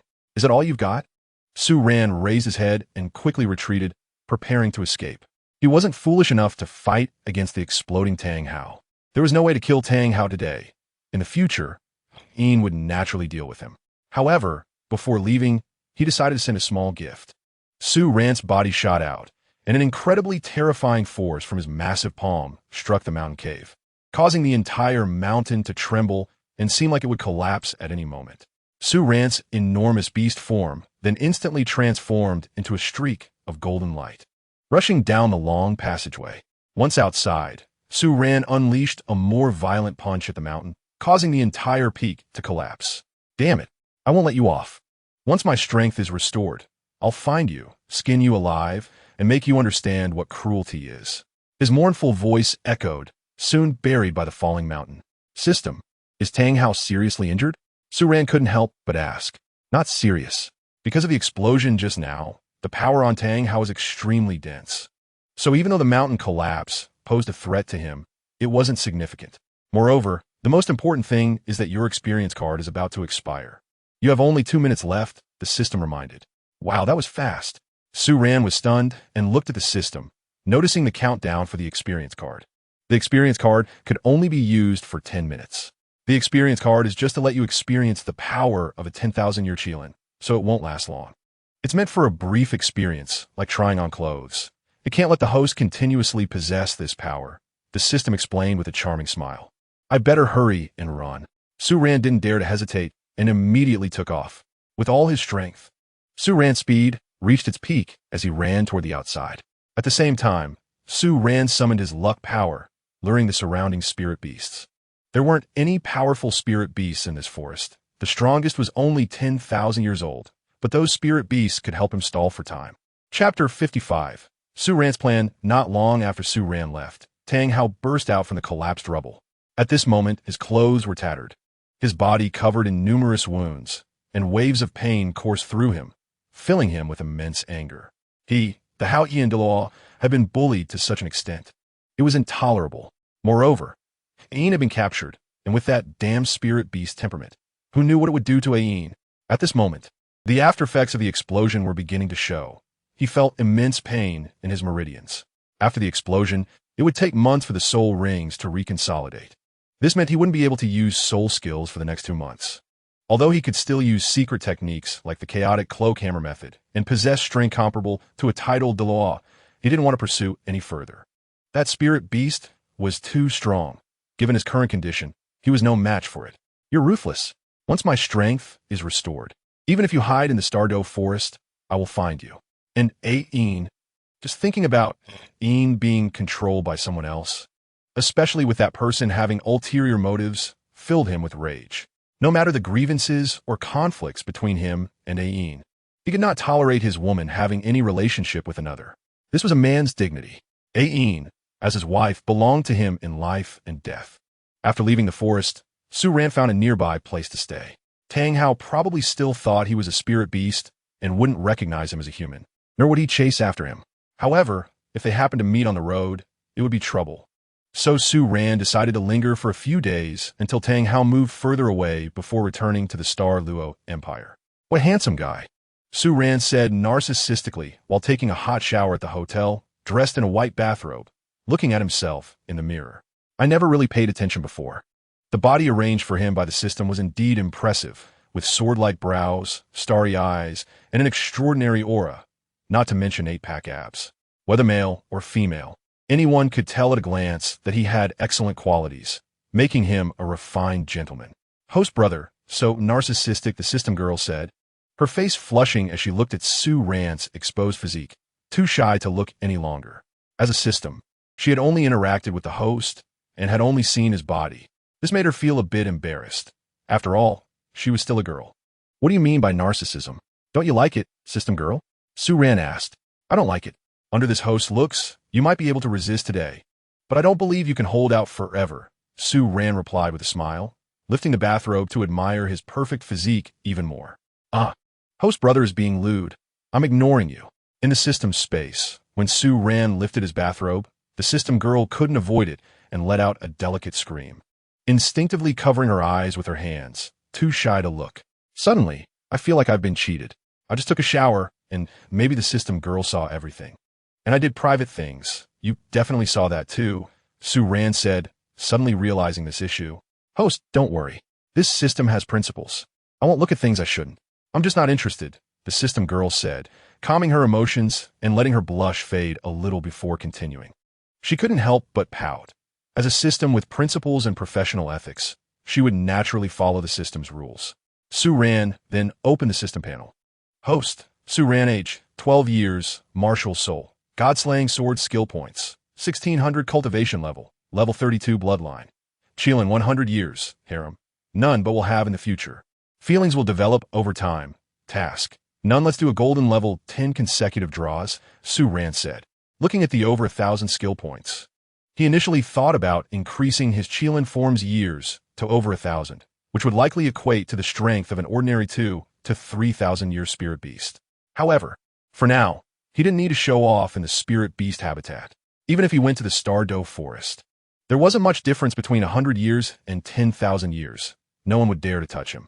The golden level 10 consecutive draws would consume 1,000 skill points. And after the draw, his skill points would become 600. The system stated solemnly. Ding, congratulations to the host for drawing 10 skill points. Ding, congratulations to the host for drawing a superb cooking pot. This pot enhances appetite when cooking. Ding, congratulations to the host for obtaining an accessory. The heart of the illusory sea, a mysterious necklace specifically for women. Wearing it can enhance beauty and increase soul power cultivation speed by 30%. Ding, congratulations to the host for obtaining a 10,000 year soul ring age enhancement card. Using this card can increase the age of any of the host's soul rings by 10,000 years. Hearing the system's prompt sound, Su Ran let out a sigh of relief. Although there wasn't much surprise, it was still better than directly spending those 1,000 skill points on soul rings. Besides, there was a necklace that could enhance training speed, which he could give to Zhu Zhuqing as a gift later. Not a loss at all. A 30% increase in training speed is considered a top-tier treasure. After all, such items that can amplify training speed are quite rare on the continent. He used the Soul Ring Lifespan Edition card on the third ring. Ding! Addition successful. The lifespan of the third Soul Ring is 13,000 years. With the system's voice, Su Ran felt the power within his body continuously strengthening. Beneath him, 2 purple and 1 black soul rings were flashing dazzling light in the room. In the Luo continent, possessing 2 yellow, 2 purple, and 5 black standard soul rings is considered a genius. Su Ran's configuration of 2 purple and 1 black soul rings would likely astonish even the Pope Bibi Dong. If he appeared in the Spirit Hall, Bibi Dong might directly take him as her disciple and make him the holy son of the Spirit Hall. However, he wouldn't go to the Spirit Hall right now. Otherwise, what if he got trapped in a black room? Plus, he wouldn't be able to do anything there, and if he dared to show any affection towards Bibi Dong, he would probably get beaten up. Getting beaten by his wife would be too embarrassing. It's better to flirt with Qian Rinxue first. Qian Rinxue has now transformed into Xue Qinghe as the son of the Heavendo Empire with a noble status. Moreover, she is a core disciple of the Zhu family, which is an important family in the Qing Luo Empire. If he could befriend Qian Rinxue with this identity, wouldn't that be delightful? He could even use the connection between the 2 countries to have deeper exchanges with Qian Rinxue. At that time, they could talk like brothers, and he could take advantage. And wouldn't Qian Rinxue end up swallowing her own teeth? She is currently in a male identity. Interactions between 2 males are not excessive, right? The system's sister, sensing Su Ran's thoughts, couldn't help but scoff at her shameless host. The current host doesn't even have a harem and dares to think so much. It's simply too shameless. Chapter 50. Returning to the Zhu family, meeting Zhu Qing again. Qing Luo Empire, Zhu family. Zhu Zhuqing was dressed in tight black leather pants, wrapping her perfect figure tightly. She stood quietly by the window, looking at the scenery outside, unable to help but feel a bit lost. Su Ran had been gone for 2 weeks, which made her worry about whether Su Ran might be in danger. Although Su Ran was very strong, that was only in comparison to their younger generation. Even if Su Ran was a once-in-a-lifetime genius, he still fell far short compared to the older generation of powerful figures. The older generation was much older than them, and even if their talent was not good, their cultivation would not be weak due to the accumulation of time. Su Ran's talent was strong, but many strong figures might take action against him. After all, if it weren't for the genius appearing in her family, his future growth would pose some threat to other families. Especially if the Dai family knew that the Zhu family had such a genius as Su Ran. They might send assassins to kill him. Shameless Su Ran, if you don't come back soon, I won't pay attention to you anymore, Zhu Qing said, her cold face unable to hide her worry. She placed her hands on the windowsill, resting her chin on them, her gaze looking into the distance. Her mind filled with Su Ran's figure. With Su Ran's arrival, her life had changed significantly.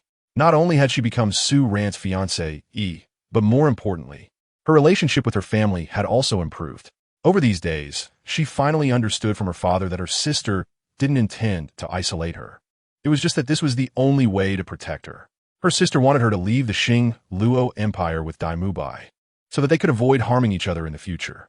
The irony was that she had always thought her sister didn't like her. It was precisely because she had signed a marriage contract with Su Ran that she no longer had anything to do with Dai Mubai. The bond between her and her sister seemed to have returned to their childhood. They no longer needed to maintain cold faces towards each other. Even as sisters, they couldn't open their hearts. From now on, they would no longer have to compete against each other as sisters. And all of this was because of Su Ran. Su Ran, do you know how happy I am now? I haven't been this happy in the past 6 years. My sister and I are back to how we used to be. Moreover, the people in the family are starting to pay attention to me. But you are too shameless. You just signed a marriage contract and ran away, Zhu Qing murmured softly. I also want to spend more time with my precious Zhu Qing. But I came to find you as soon as I finished my business. A gentle voice came from behind Zhu Zhuqing, and Su Ran directly embraced Zhu Zhuqing. After being away for so long, he couldn't help but miss Zhu Zhuqing. After all, she was now the only fiancé he had. Xiao Wu and Ain didn't have any substantial relationship with him yet. Zhu Zhuqing let out a soft cry, startled by Su Ran's sudden appearance. Upon realizing it was Su Ran, she felt both shy and happy. She was embarrassed to be held so intimately by Su Ran and delighted that he had finally returned after such a long time. As a girl, her modesty made her want to break free from Su Ran's embrace, but after so many days without seeing him, she was somewhat reluctant. Taking advantage of Zhu Zhuqing's moment of distraction, Su Ran directly sat on the recliner by the window, placing Zhu Zhuqing on his lap. Su Ran, what are you doing? Zhu Zhuqing's face flushed, her beautiful eyes looking at Su Ran, speaking softly. I'm hugging my fiancé. What else could it be? Su Ran said, unable to help but chuckle at Zhu Zhuqing's blushing cheeks. Zhu Zhuqing was very reserved in that regard. On the surface, she appeared very cold, but that was merely a protective layer around her. Oh, Zhu Zhuqing nodded softly, responding gently. It was at this moment she remembered that she had already made a marriage contract with Su Ran, so it would be a big deal to be a bit intimate. However, after so many years of being alone, she had no experience interacting with others. And in terms of feelings, she was still a blank slate. She didn't know what a fiancé should do. If Su Ran made those requests, should she agree? Or was that too fast? Hadn't they not reached that level yet? But Su Ran was so lecherous. What if she rejected him, and he became unhappy? Zhu Zhuqing's mind began to wander. The budding feelings of a young girl often lead to wild thoughts. What are you thinking about? Su Ran asked, wrapping his arms around Zhu Zhuqing's slender yet slightly curvy waist, burying his nose deeply in her shiny black hair, inhaling her body fragrance. Nothing. By the way, I have good news to tell you. My sister actually doesn't dislike me. She just doesn't want us to harm each other as sisters, Zhu Zhuqing said, recalling her current relationship with Zhu Zhuqing, and couldn't help but feel happy. Since childhood, her relationship with her sister had been the best, and now their feelings had returned. Speaking of which, I haven't seen Sister Zhu Yun since I returned to the Zhu family, Su Ran said, thinking of Zhu Zhuqing. In the original story, Zhu Zhuyun's figure was considerably better than Zhu Zhuqing's. If Zhu Qing had such a good figure, wouldn't Zhu Yun need both hands to hold her? That kind of perfect figure would probably make all the children in the world feel overshadowed. She is studying at the Xing Luo Advanced Soul Master Academy. During the last family gathering, she went out to train with the teachers and students of the academy. This time when she returned and learned about you, she really wanted to see you. However, since you weren't home, she had to give up. But now that you're back, I'll go to Xing Luo Academy tomorrow to tell her this news, Zhu Zhuqing said, her eyes unable to hide a hint of tenderness. If it weren't for Su Ran, perhaps she and her sister would never resolve this misunderstanding in their lifetime. It's good that the misunderstanding can be cleared up in the future. You won't have to misunderstand each other like before. Su Ran smiled. Chapter 57. Zhu Qing is moved, a treasure worth 30 million. All right, let's not talk about that anymore. Where have you been these days? Zhu Zhuqing sat on Su Ran's lap, looking at him with her beautiful eyes, speaking softly. The girl's unique sixth sense told her that Su Ran might have been with other girls these days. I've been dealing with some trivial matters these days. Su Ran looked at Zhu Zhuqing's suddenly doubtful expression and said directly. Zhu Qing actually doubted him. Was he that kind of person? These days he had been saving wayward girls, not doing anything wrong. If I don't believe it, tell me, were you with other girls? Zhu Zhuqing, with her keen mind, said directly in a playful tone, her fingers unintentionally pressing hard against Su Ran's waist. Ouch, that hurts. Su Ran pretended to be in pain, tightening his grip around Zhu Zhuqing's waist a bit more. He could feel that Zhu Zhuqing's attitude towards him was quietly changing, especially after he left for half a month. It seemed Zhu Zhuqing had opened her heart. Previously, if he wanted to hug her, she would not allow it. Now she let him hold her so intimately. Indeed, the secret to flirting is to advance while retreating, to retreat as a means of advancing. Sometimes, when emotions are at their peak, leaving at the right time can actually accelerate the warming of feelings. Did I hurt you? Sure enough, seeing Su Ran's pained expression, Zhu Zhuqing's small hand immediately stopped, looking at him with a face full of guilt. No, I was just kidding. My dear Zhuqing didn't use much strength. It doesn't hurt. Su Ran hugged Zhu Zhuqing, and the two of them fell directly onto the lounge chair. Zhu Zhuqing let out a soft cry, feeling the state of being with Su Ran, her face inevitably turning red. Su Ran was tightly hugging her, one leg resting on her body, and they lay like a loving couple on a lounge chair tilted at 30 degrees. Feeling the strong, masculine body pressed against her, which was completely different from her own. Zhu Zhuqing's face flushed, and a hint of pink appeared on her body. Her heart raced. Su Ran was so shameless. As soon as he got home, he wanted to do this to her. After being away for so long, he just came back and hugged her, seeing Zhu Zhuqing obediently lying beside him. Not daring to move, Su Ran knew it was time. A pink necklace appeared in Su Ran's hand, the Heart of Illusions. This necklace could increase the wearer's cultivation speed by 30% and was the gift he prepared for Zhu Zhuqing. At the moment the necklace was taken out, the entire room turned into a pink ocean.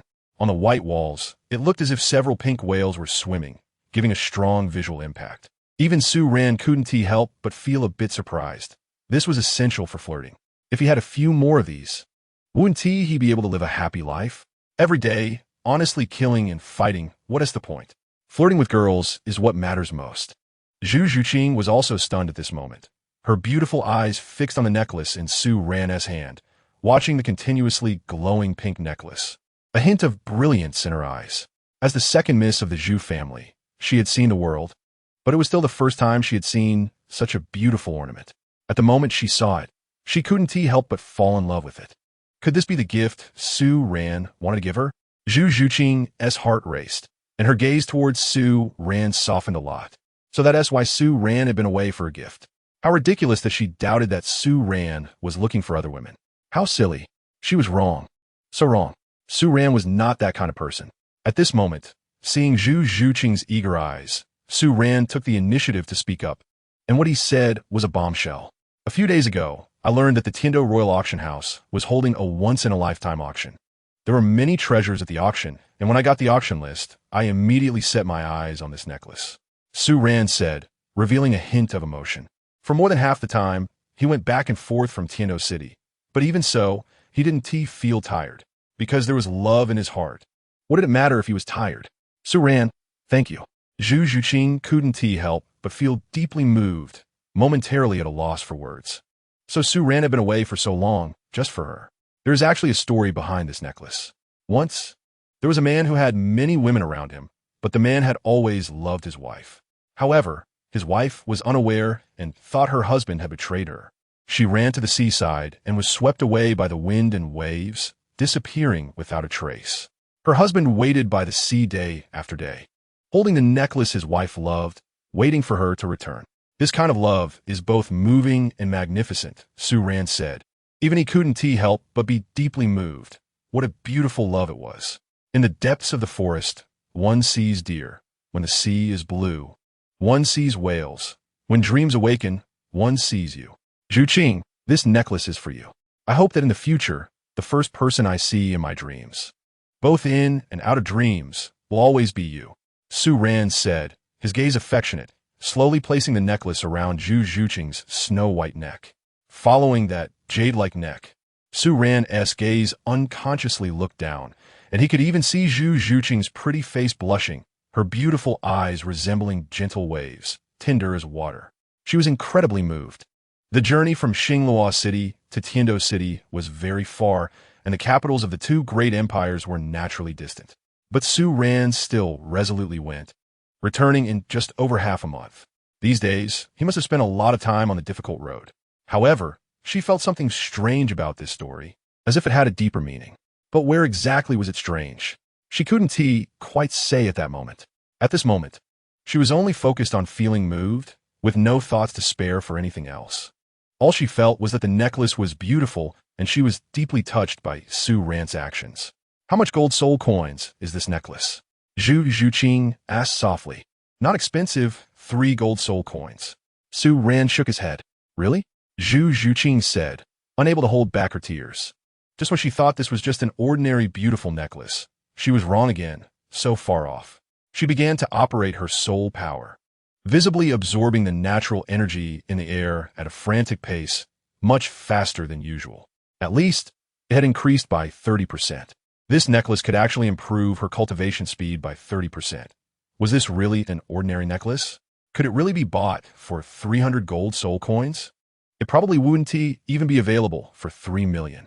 Su Ran was deceiving her again, afraid she would worry. But how could she not understand the weight of such a treasure? This treasure could at least be bought for 30 million gold soul coins. Chapter 58. Zhu Zhuqing's inner thoughts tell me honestly. Does this necklace have any other functions? Zhu Zhuqing asked in a delicate voice, sounding both inquisitive and playful. At this moment, she couldn't help but feel a bit anxious. If the enhancement to her cultivation speed could be sustained, it would definitely be worth 30 million gold soul coins. It couldn't be lower, only higher than that price. A 30% increase in cultivation speed is too important for top-tier geniuses. They can reach higher realms in a shorter time, opening up more possibilities for the future. The forces behind those wealthy geniuses would spare no expense for their future. The wearer receives a permanent 30% increase in cultivation speed, and in addition, it can also enhance beauty, Su Ran said directly. Zhu Zhuqing could feel these effects herself. Speaking of which, the best treasure she drew from the last 10 consecutive draws should be this necklace. However, since it was likely meant for women, it was of no use to Su Ran, but it would be nice to give it to his wife. After all, only when the wife is happy can the husband be happy. Sure enough, you lied to me, saying this necklace is only worth 300 gold soul coins. Zhu Zhuqing said cheerfully, playing with the necklace around her neck. After a while, she added with a hint of melancholy, I was just afraid of putting pressure on you. I actually bought this necklace for 30,000 gold soul coins, Su Ran said directly, not daring to hide anything further. The atmosphere turned cold again as Zhu Zhuqing's beautiful eyes locked on Su Ran, hoping he would tell the truth. All right, no more pretending. I'll lay it all out. 30 million gold soul coins, Su Ran said, somewhat speechlessly. Did he really have to reveal the truth? The air remained tense, and Zhu Zhuqing continued to stare at him intently. She felt a bit dissatisfied. Su Ran was still deceiving her even now, truly treating her like a naive girl who understood nothing. A priceless treasure was being spoken of so cheaply. Then you name a price, Su Ran shrugged. 30 million? Zhu Zhuqing said softly.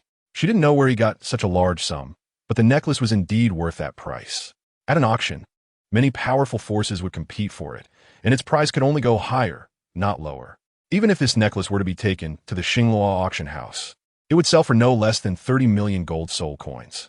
In a place like Tiando City, where geniuses and strong individuals gathered, its value would only increase. I intended to deliberately conceal it, but I didn't expect you to see through it, Su Ran said, shocked by the number Zhu Zhuqing mentioned.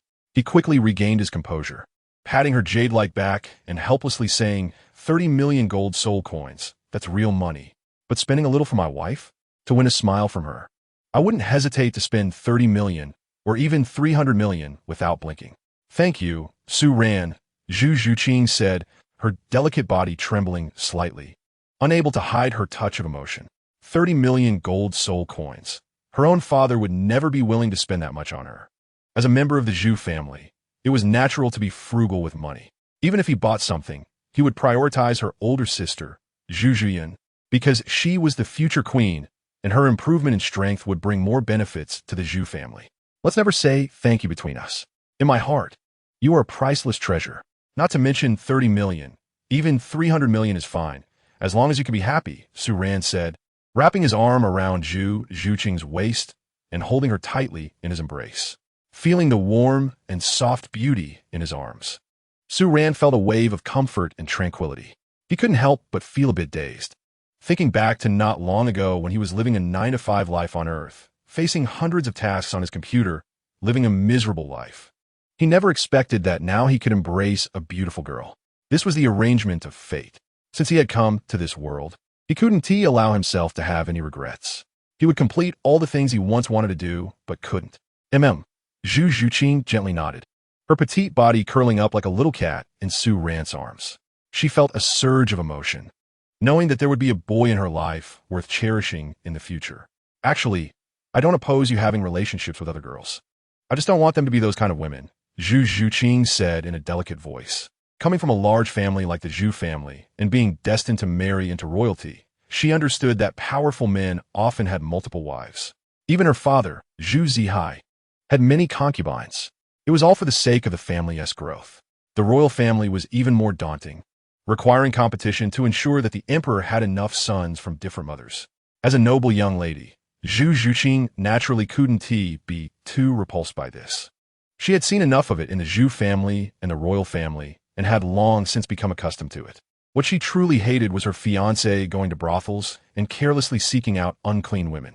If he were to seek out those filthy women, what would be left of her? Moreover, going to such places could lead to diseases. Many families have suffered destruction due to infectious diseases. In this continent, every woman values her chastity immensely and naturally looks down on those kinds of women. Don't worry, I won tea, Su Ran nodded, looking at Zhu Zhuqing with even more tenderness in his gaze. Even if he were lecherous, he would not seek out women from such places. He already had a fiancé. How could he be interested in those kinds of women? He was not a fool like Dai Mubai. Since Zhuqing could embrace him intimately now, didn't T that mean he could indulge later? Although he didn't T know when he could have a harem. It would T be too long, right? However, he didn't T expect Zhu Zhuqing's thoughts to be so open-minded. He thought that, after going to Shrek Academy, there might be chaos in the harem, but now it seemed that Zhu Zhuqing wouldn't T be like that. What mattered most to her was whether he would betray her or seek out unclean women. But thankfully, Su Ran was not that kind of person. Even with Xiao Wu, he planned to be straightforward about it. After all, with Zhu Zhuqing's delicate mind, if he hid it from her and she found out later, it might lead to more trouble. Right now, the initiative was still in his hands. If Zhuqing found out later, it would be disastrous.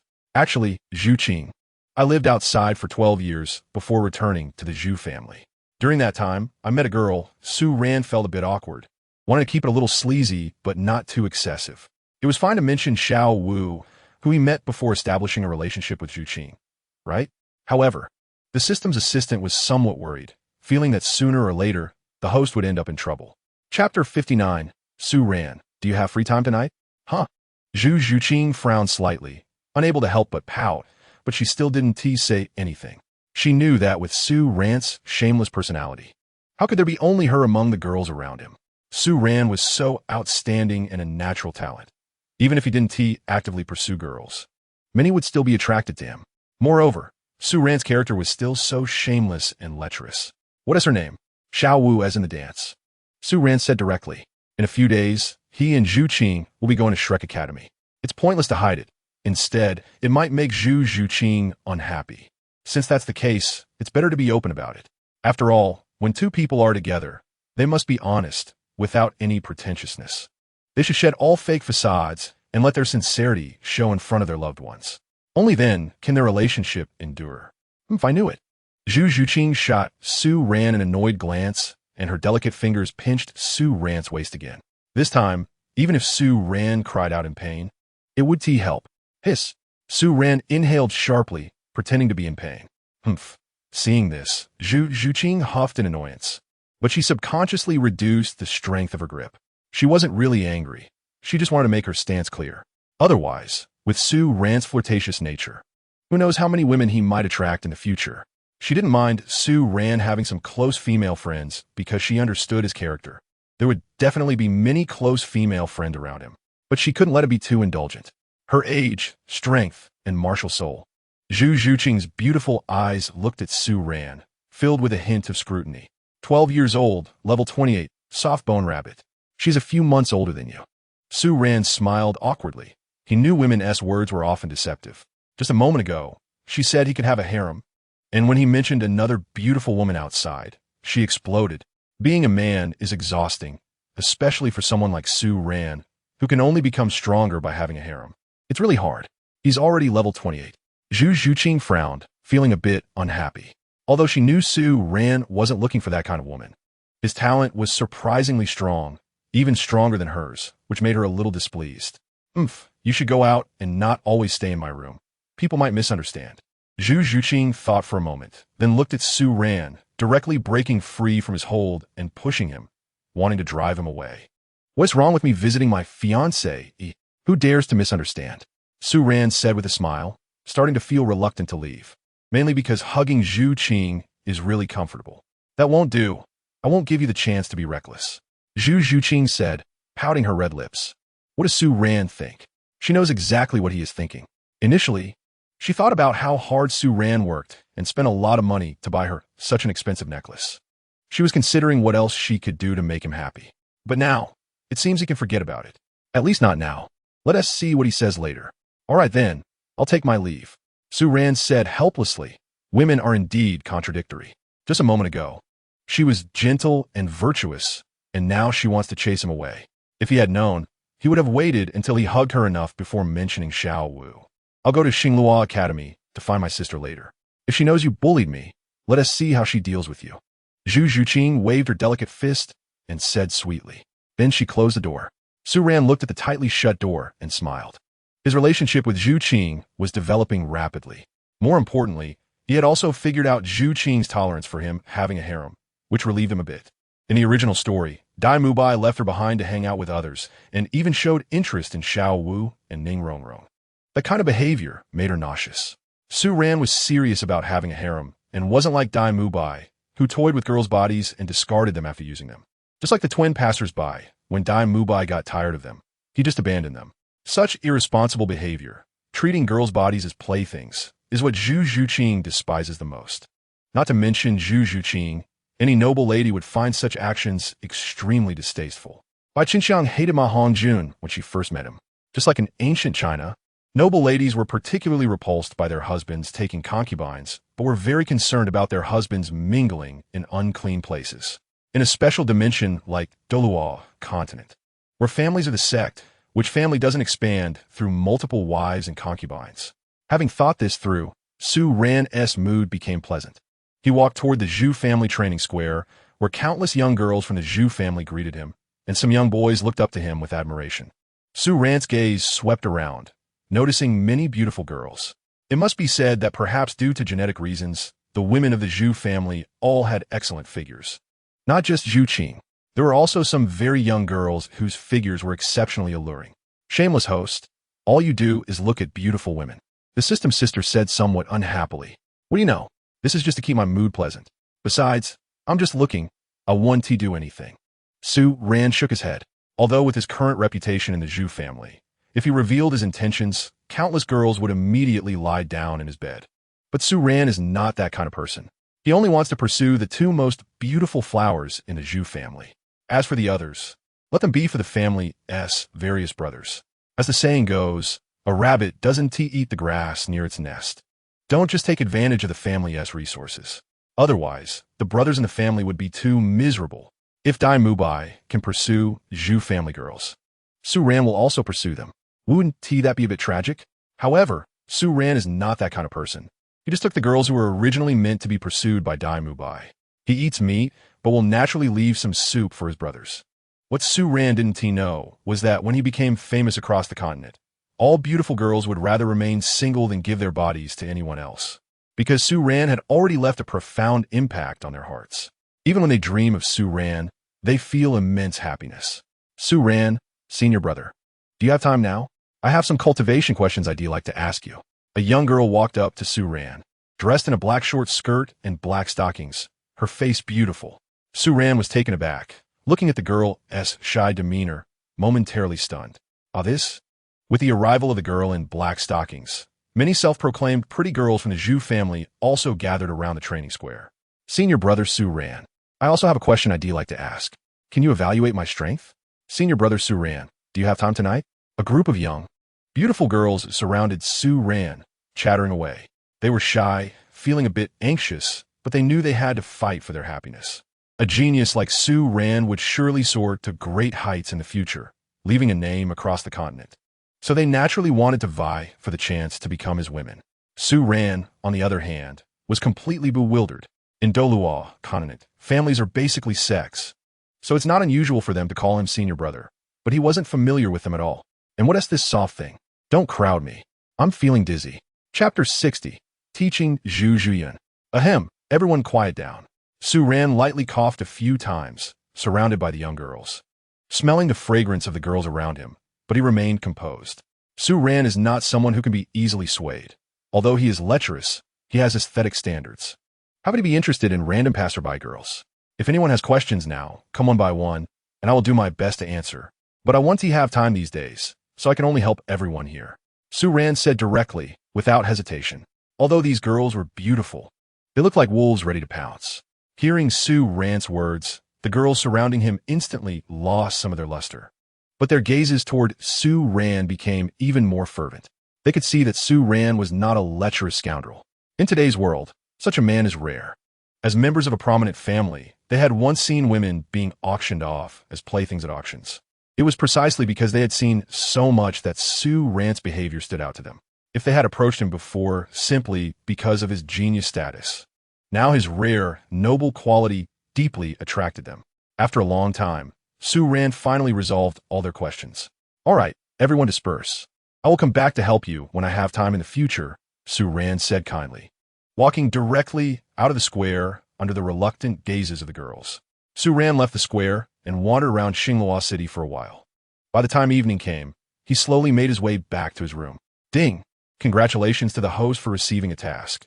Teach Zhu Zhuqing a lesson and leave a deep impression on her. Task reward, 500 skill points. A reminder appeared. Currently, Zhu Zhuqing is hiding in the host's room. She has already learned that the host has other women besides Zhu Zhuqing, so she plans to give the host an unexpected lesson. Still want to teach me a lesson? Su Ran was taken aback and couldn't help but glance toward his pitch-black room. At this moment, Zhu Zhuqing was hiding there, waiting for him. He used his spiritual power to probe around, and, as expected, discovered a hidden aura with the strength of a level 38 Soul Master. Zhu Zhuqing seemed to be 6 or 7 years older than Zhu Zhuqing, but her talent was weaker than Zhu Zhuqing's. In the original story, after eating the celestial herb, Zhu Zhuqing's strength was already comparable to her current self. However, her talent was still not weak. In the entire continent, she was still quite outstanding, just with unfortunate circumstances. She dares to come and teach me a lesson at level 38? TSK, a piece of fat meat delivered to my door. How could I not eat it? Su Ran chuckled. It was already nighttime, and with the darkness, if something happened, it would be no problem. After all, there were no lights in the room, and he couldn't see clearly. It would be normal to do something in a moment of panic. At this moment, Zhu Zhuqing had just returned from Xinghua Academy. Upon learning that her sister had been bullied by Su Ran, she was immediately filled with righteous indignation. The relationship between her and her sister had just eased, and thinking about the grievances Zhu Zhuqing had suffered at home made her heart ache. She had thought that Zhu Zhuqing would lead a happy life after marrying the family's unparalleled genius. But little did she know that beneath Su Ran's genius facade lay a free-spirited heart. Therefore, upon hearing that Su Ran bullied Zhu Zhuqing, she returned directly from Xinghua Academy. Hiding in Su Ran's home, preparing to unexpectedly beat him up. Su Ran was a genius, and although his cultivation was only at the Soul Master level, his strength was already much stronger than that of a soul sect. That was why she didn't dare to confront Su Ran head-on. However, now that she was sneaking up on him, she didn't believe Su Ran could evade her. Su Ran is indeed that kind of person, not returning home this late. Not knowing what shameless things he is up to, Zhu Zhuqing couldn't help but stomp her foot and scold. Having just returned from the academy, she was wearing a black long dress and black tights, with a pair of knee-high boots. Her figure was incredibly perfect, even in a relatively loose dress. She still gave a strong visual impact. Her physique was much more voluptuous than Zhu Zhuqing's. However, despite her curvaceous figure, her tiny waist was incredibly slender, barely graspable. Her long legs, tightly wrapped in black stockings, bore a hint of softness, adding a unique allure compared to the slender legs of other girls. At this moment, the coldness in her beautiful eyes deepened. To her, a man who doesn't return home at night is not a good person. She had heard that Su Ran had been training outside for a long time and had only recently returned to the family. This indicated that Su Ran had few friends in Xinghua City. So, what was he doing out so late? As the night grew darker, Zhu Zhuqing's expression became increasingly grim. Even if Su Ran was a genius with high value to the Zhu family, she would not allow him to act recklessly, especially since Su Ran was her brother-in-law. She could not let him run wild. She knew her sister's character. Although she appeared aloof and guarded, she was actually soft-hearted and easily swayed. Generally, if Su Ran said something, Zhu Zhuqing would agree. However, as an older sister, she naturally had to discipline Su Ran properly. Creak! As footsteps sounded, the door to the room was pushed open. Bathed in the moonlight streaming through the door, Zhu Zhuqing instantly saw Su Ran's figure. Su Ran's sudden appearance caught Zhu Zhuqing off guard. When did he return? She hadn't noticed at all, but at that moment, she couldn't care about anything else and directly released her martial soul, with 2 yellow and 1 purple soul rings rising around her. Her agile figure quickly charged towards Su Ran, her slender hand transforming into a sharp claw as she fiercely swung it at Su Ran. However, Su Ran, who had been on guard, would naturally not be caught off guard by Zhu Zhuqing's sneak attack. Without saying a word, he directly kicked the door shut, plunging the room back into darkness, where only a vague figure could be seen. Su Ran slightly tilted his body, easily dodging Zhu Zhuqing's attack. and moved behind her, grabbing her fragrant shoulder while locking her legs with his. Then, with a strong twist, the two of them fell back heavily onto the bed. Chapter 61. Strike First. Thief calls out to catch a thief. Zhu Zhuqing's pure and clean body was tightly locked by Su Ran, feeling the powerful male body pressed against her. She couldn't help but let out a soft cry. She never expected Su Ran's strength to be so strong. In her sneak attack, she turned out to be no match for him at all. Moreover, Su Ran was incredibly strong, and she couldn't even break free. Zhu Zhuqing struggled wildly under Su Ran's body, her voluptuous figure rubbing against him, making Su Ran feel overwhelmed. However, since things had come to this, he had to clear his name and turn the tables on Zhu Zhuqing. Otherwise, being labeled a pervert and having it reach Zhu Zhuqing's ears would be bad. Shameless female thief, how dare you run wild in my room? Now that I've caught you red-handed, if you dare to shout, I'll call the family over to see where you can run to today. Su Ran's eyes turned, and he quickly found his words. At the same time, Su Ran's hand raised and landed firmly on Zhu Zhuqing's perky behind. Slap! A wave of softness spread, and Su Ran's hand couldn't help but sway with the softness. Feeling the sensation in his hand, Su Ran's mind floated for a moment, and he pondered if this was too much. If he bullied Zhu Zhuqing on the first day, wouldn't she give him a hard time in the future? Moreover, what if Davis found out? But then again, Davis didn't know him. To hell with him. If he dared to give him a hard time, he would just take his throne and see how he would act cool then. Zhu Zhuqing felt the tingling sensation spreading through her body, leaving her completely stunned. Her delicate body stiffened, lying there in a daze, her gaze vacant. She never expected that her perfect and clean body would end up being touched by Su Ran.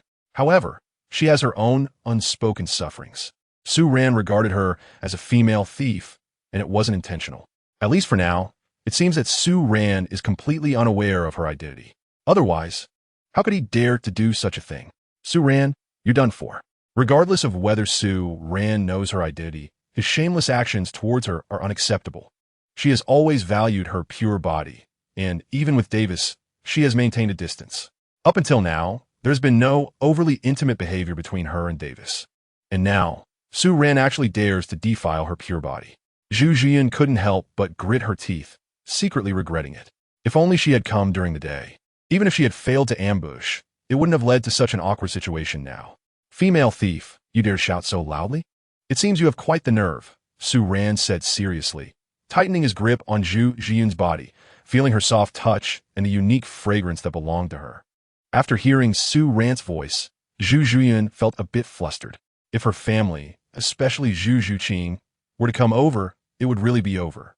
Not only would her innocence be ruined, but her relationship with Su Ran would also be misunderstood by others. Let go of me, Zhu Zhuqing softly scolded, unable to help but bite her silver teeth. She had never seen someone as shameless as Su Ran. Even a thief shouldn't treat a girl like this, especially by touching her private parts. It was simply the height of shamelessness. Moreover, she always felt that Su Ran must know her identity and was deliberately trying to take advantage of her. However, this thought was quickly dismissed. She was hiding so secretly, and the room was pitch black. How could he recognize her? Besides, Su Ran had only recently returned to the family and probably didn't even know her. Why should I let go? What are you doing in my room, you female thief? Are you after money or lust? Su Ran said, unconsciously stroking Zhu Zhuqing's body. How could he not take advantage of a situation laid out before him? Especially since it was Zhu Zhuqing who had come to him. He pretended to know nothing, taking advantage of Zhu Zhuqing, and she would have to swallow this bitter loss in tears. Su Ran thought he had profited from this. Zhu Zhuqing was furious, her chest heaving violently, her whole body trembling. How could Su Ran think she was that kind of infatuated girl, lusting after him? Ugh. It was her limbs that were locked here, being taken advantage of. Truly shameless to take advantage and then act innocent. What? Did I hit a nerve? Su Ran raised an eyebrow, continuing to look at Zhu Zhuqing. Feeling the warm and soft body in his arms, Su Ran felt a surge of heat inside him, but was quickly suppressed. Hit a nerve my foot. Let go, I am Zhu Zhuqing. Zhu Zhuqing didn't want this suggestive scene to continue, so she directly revealed her identity. If this continued, a lone man and a woman, in a small dark room, she didn't even dare to imagine what might happen. Zhu Zhuqing? Is that true? Su Ran pretended not to believe her, continuing to act as if he knew nothing. It's true. You can tell by my cultivation level.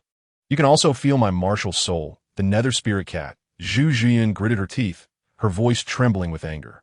So it really is Sister Zhuqing. I'm sorry. I'm misunderstood, Su Ran said as he continued to explore Zhu Zhuqing's body, and once he confirmed it was indeed her, he quickly let go and turned on the light on the wall. As the light came on, the room suddenly brightened. At this moment, Zhu Zhuqing was wearing a black long dress, which was somewhat disheveled due to the earlier struggle. The black stockings had a large tear, with an oval hole the size of a bowl on her left thigh, exposing a large area of her fair thigh skin.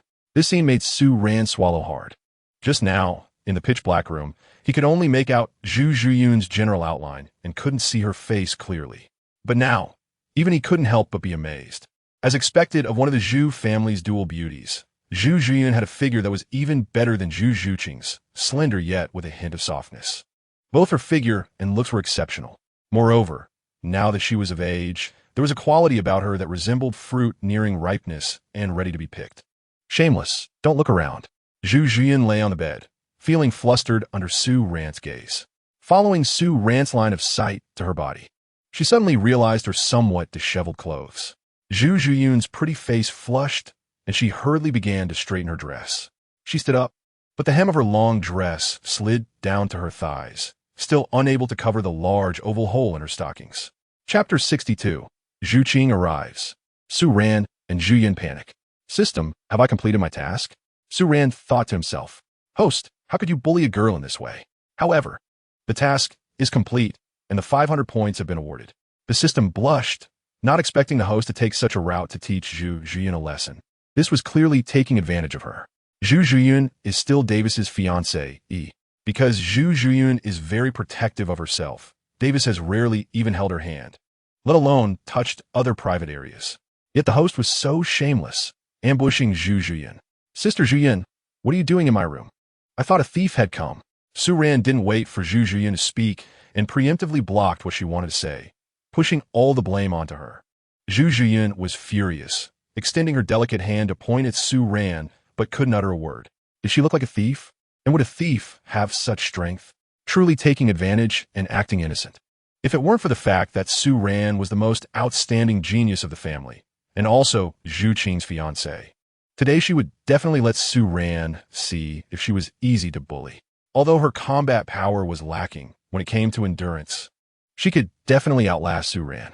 I came to see your strength. The family says you are a prodigy, so I was a bit curious, Zhu Zhuqing said, resolutely not mentioning that she had come to trouble Su Ran. Otherwise, she would not only fail to find trouble, but also suffer a great loss. How embarrassing would that be? Oh, is that so? Su Ran nodded, not exposing Zhu Zhuqing. Then I'll leave now. Tomorrow at Xinglua Academy, I'll meet up with you, Davis. And Zhu Qing, Zhu Zhuqing said, feeling the atmosphere was a bit suggestive and not daring to stay any longer. She quickly turned to leave. But just as Zhu Zhuqing was about to open the door, a clear voice stopped her in her tracks. Su Ran, are you asleep? Under the quiet night sky.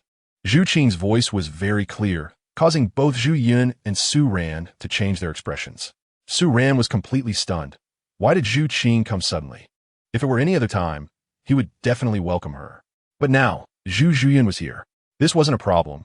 But looking at Zhu Zhuqing's current situation, her hair disheveled, her black dress full of wrinkles, and holes in her stockings. How could he explain this? If Zhu Qing saw this scene, wouldn't she think wildly?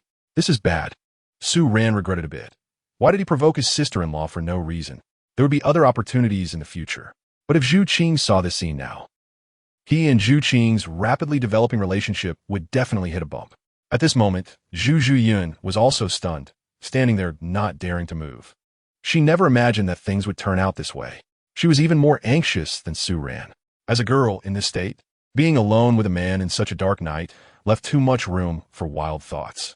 Although Zhu Qing might not misunderstand, it's better to be safe than sorry. Maybe it would be fine. Zhu Qing shouldn't misunderstand. After thinking it over, Su Ran decided to be a bit more honest. Hearing Su Ran's words, Zhu Zhuqing was anxious and stomped her feet, a faint blush creeping up her neck. In a low voice, she said, how do we explain this? A man and a woman alone in a room, and I look so disheveled. If Zhu Qing sees this, she'd definitely be suspicious. Even if Zhu Qing believes that nothing is happening between us, as your fiancé, she would still feel unhappy. Zhu Zhuqing was a bit anxious. Her relationship with Zhu Qing had just started to ease up, and if this misunderstanding caused another stalemate, it would be a mess. She understood women's jealousy very well. Even if they didn't say it, there would still be a knot in their hearts. Then hurry and hide, Su Ran said in a very low voice. Glancing at the bare room and feeling a bit awkward, this wasn't entirely his fault. His previous identity was a side branch of the Zhu family, and it was already good enough to have a place to stay in a main family, let alone any decorations.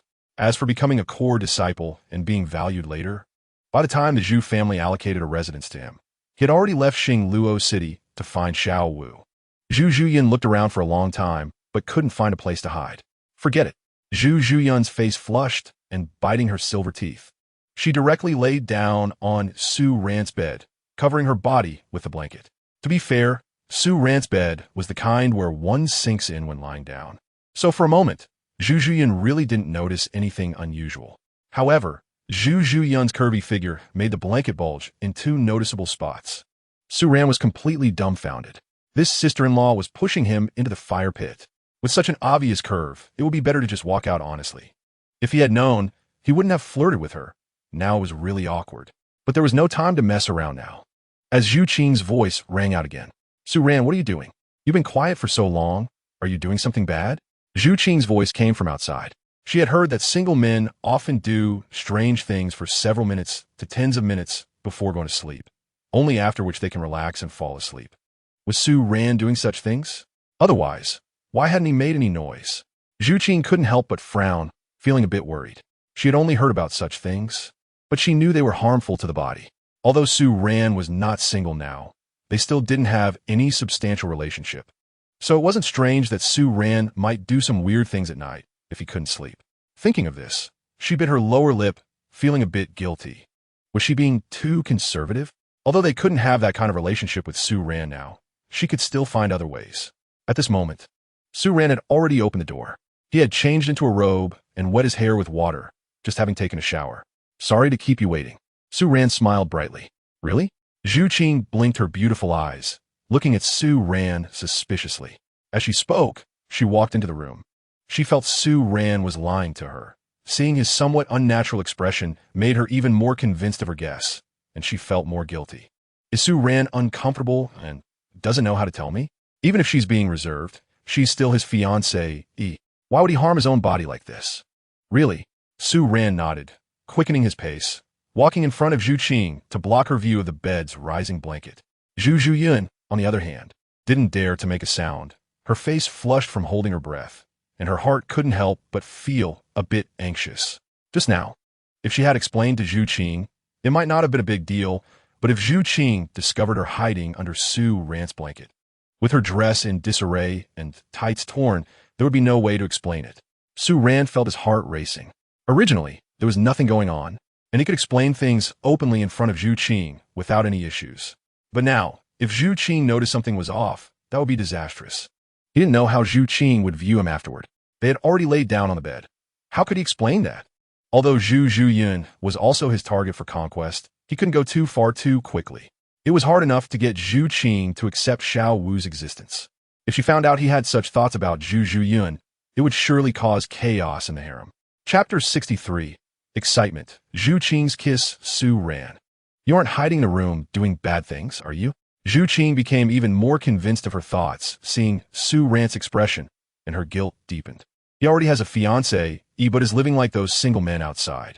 Although she didn't understand what that experience was like, she knew it was harmful to the body. Zhu Qing said, walking further into the room.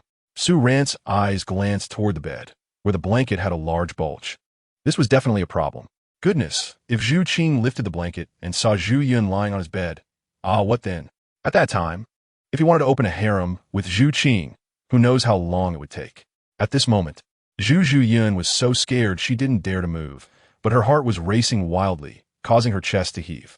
At that moment, Zhu Zhuqing felt a bit dissatisfied and helpless about her own figure for the first time. She was sweating profusely, hiding in Su Ran's blanket, and a unique masculine scent belonging to Su Ran made her heart feel more restless. This time, regardless of whether Zhu Qing noticed anything, her innocence was gone. She never expected that she, who had always been pure, would now have some entanglement with Su Ran here. Just as Zhu Zhuqing was lost in her thoughts, suddenly, a large male body pounced on her, diving into the same blanket with her. An even stronger masculine scent enveloped her, and she felt as if a heavy weight was pressing down on her body, making it hard for her to breathe, not to mention the strong masculine scent flooding her nostrils. Zhu Zhuqing couldn't help but want to curse. She had never felt this kind of grievance in her life. She couldn't help but pinch Su Ran's thigh hard, hoping to feel a bit better. Su Ran was even more helpless. If he didn't jump in, with such a high bulge on the bed, Zhu Zhuqing would notice immediately. What did he do then? Su Ran slowly leaned back, covering Zhu Zhuqing's beautiful face below him. His back pressed against her nose, and the scent belonging to Su Ran made Zhu Zhuqing's heart even more anxious. As a woman, her modesty made her want to push Su Ran away, as this position was somewhat suggestive.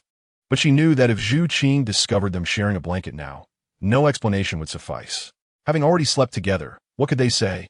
At that time, all explanations would be powerless. So now, she could only pray that Zhu Zhuqing wouldn't notice their odd situation. Zhu Zhuqing was currently surveying Su Ran's room, and seeing the slight tension on his face made her more certain of her suspicions. She felt an immense sense of guilt. She truly was an irresponsible fiancé. Ahem. Zhu Zhuqing, could you turn off the lights? I've been traveling for the past half-month, and I'm a bit tired.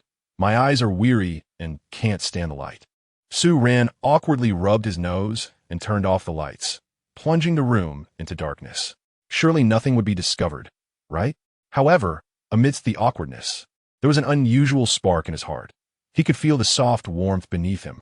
This made him feel incredibly stimulated. Okay, Zhu Zhuqing listened to Su Ran's words, bit her lip, and pulled the curtains open before closing the door. The room was only illuminated by faint moonlight, casting a dim glow. Tears welled up in Zhu Zhuqing's eyes. She had heard that when boys do bad things at night, their eyes tend to be a bit dazed. Zhuqing, what's wrong? Su Ran couldn't help but ask, noticing Zhu Zhuqing's tearful expression. Nothing. Zhu Zhuqing shook her head, knowing that men cared about their pride. If she mentioned such things, it would hurt his self-esteem. Did you come here for something today? Su Ran tried to speak in a relaxed tone, his gaze sincere as he looked at Zhu Zhuqing, as if the older sister beneath him had completely disappeared. In such moments, as a man, he must not panic but remain calm. I want to see my sister today. She invited us to meet them tomorrow and get acquainted, Zhu Zhuqing said softly. Okay, got it. Su Ran nodded, maintaining his composure while looking at Zhu Zhuqing. Also, this is the sachet I've been stitching for you these days. Zhu Zhuqing walked toward Su Ran's bedside, her delicate face slightly flushed under the moonlight as she handed the sachet to him. Just as Su Ran took the sachet from her hand, Zhu Zhuqing suddenly pressed her palm against his shoulder. Su Ran could only see Zhu Zhuqing's lovely face drawing closer, and her bright red lips directly pressed against his. At that moment, it felt as if the world had come to a standstill. Feeling Zhu Zhuqing's kiss, a unique fragrance filled Su Ran's nostrils. At that moment, he couldn't think of anything else.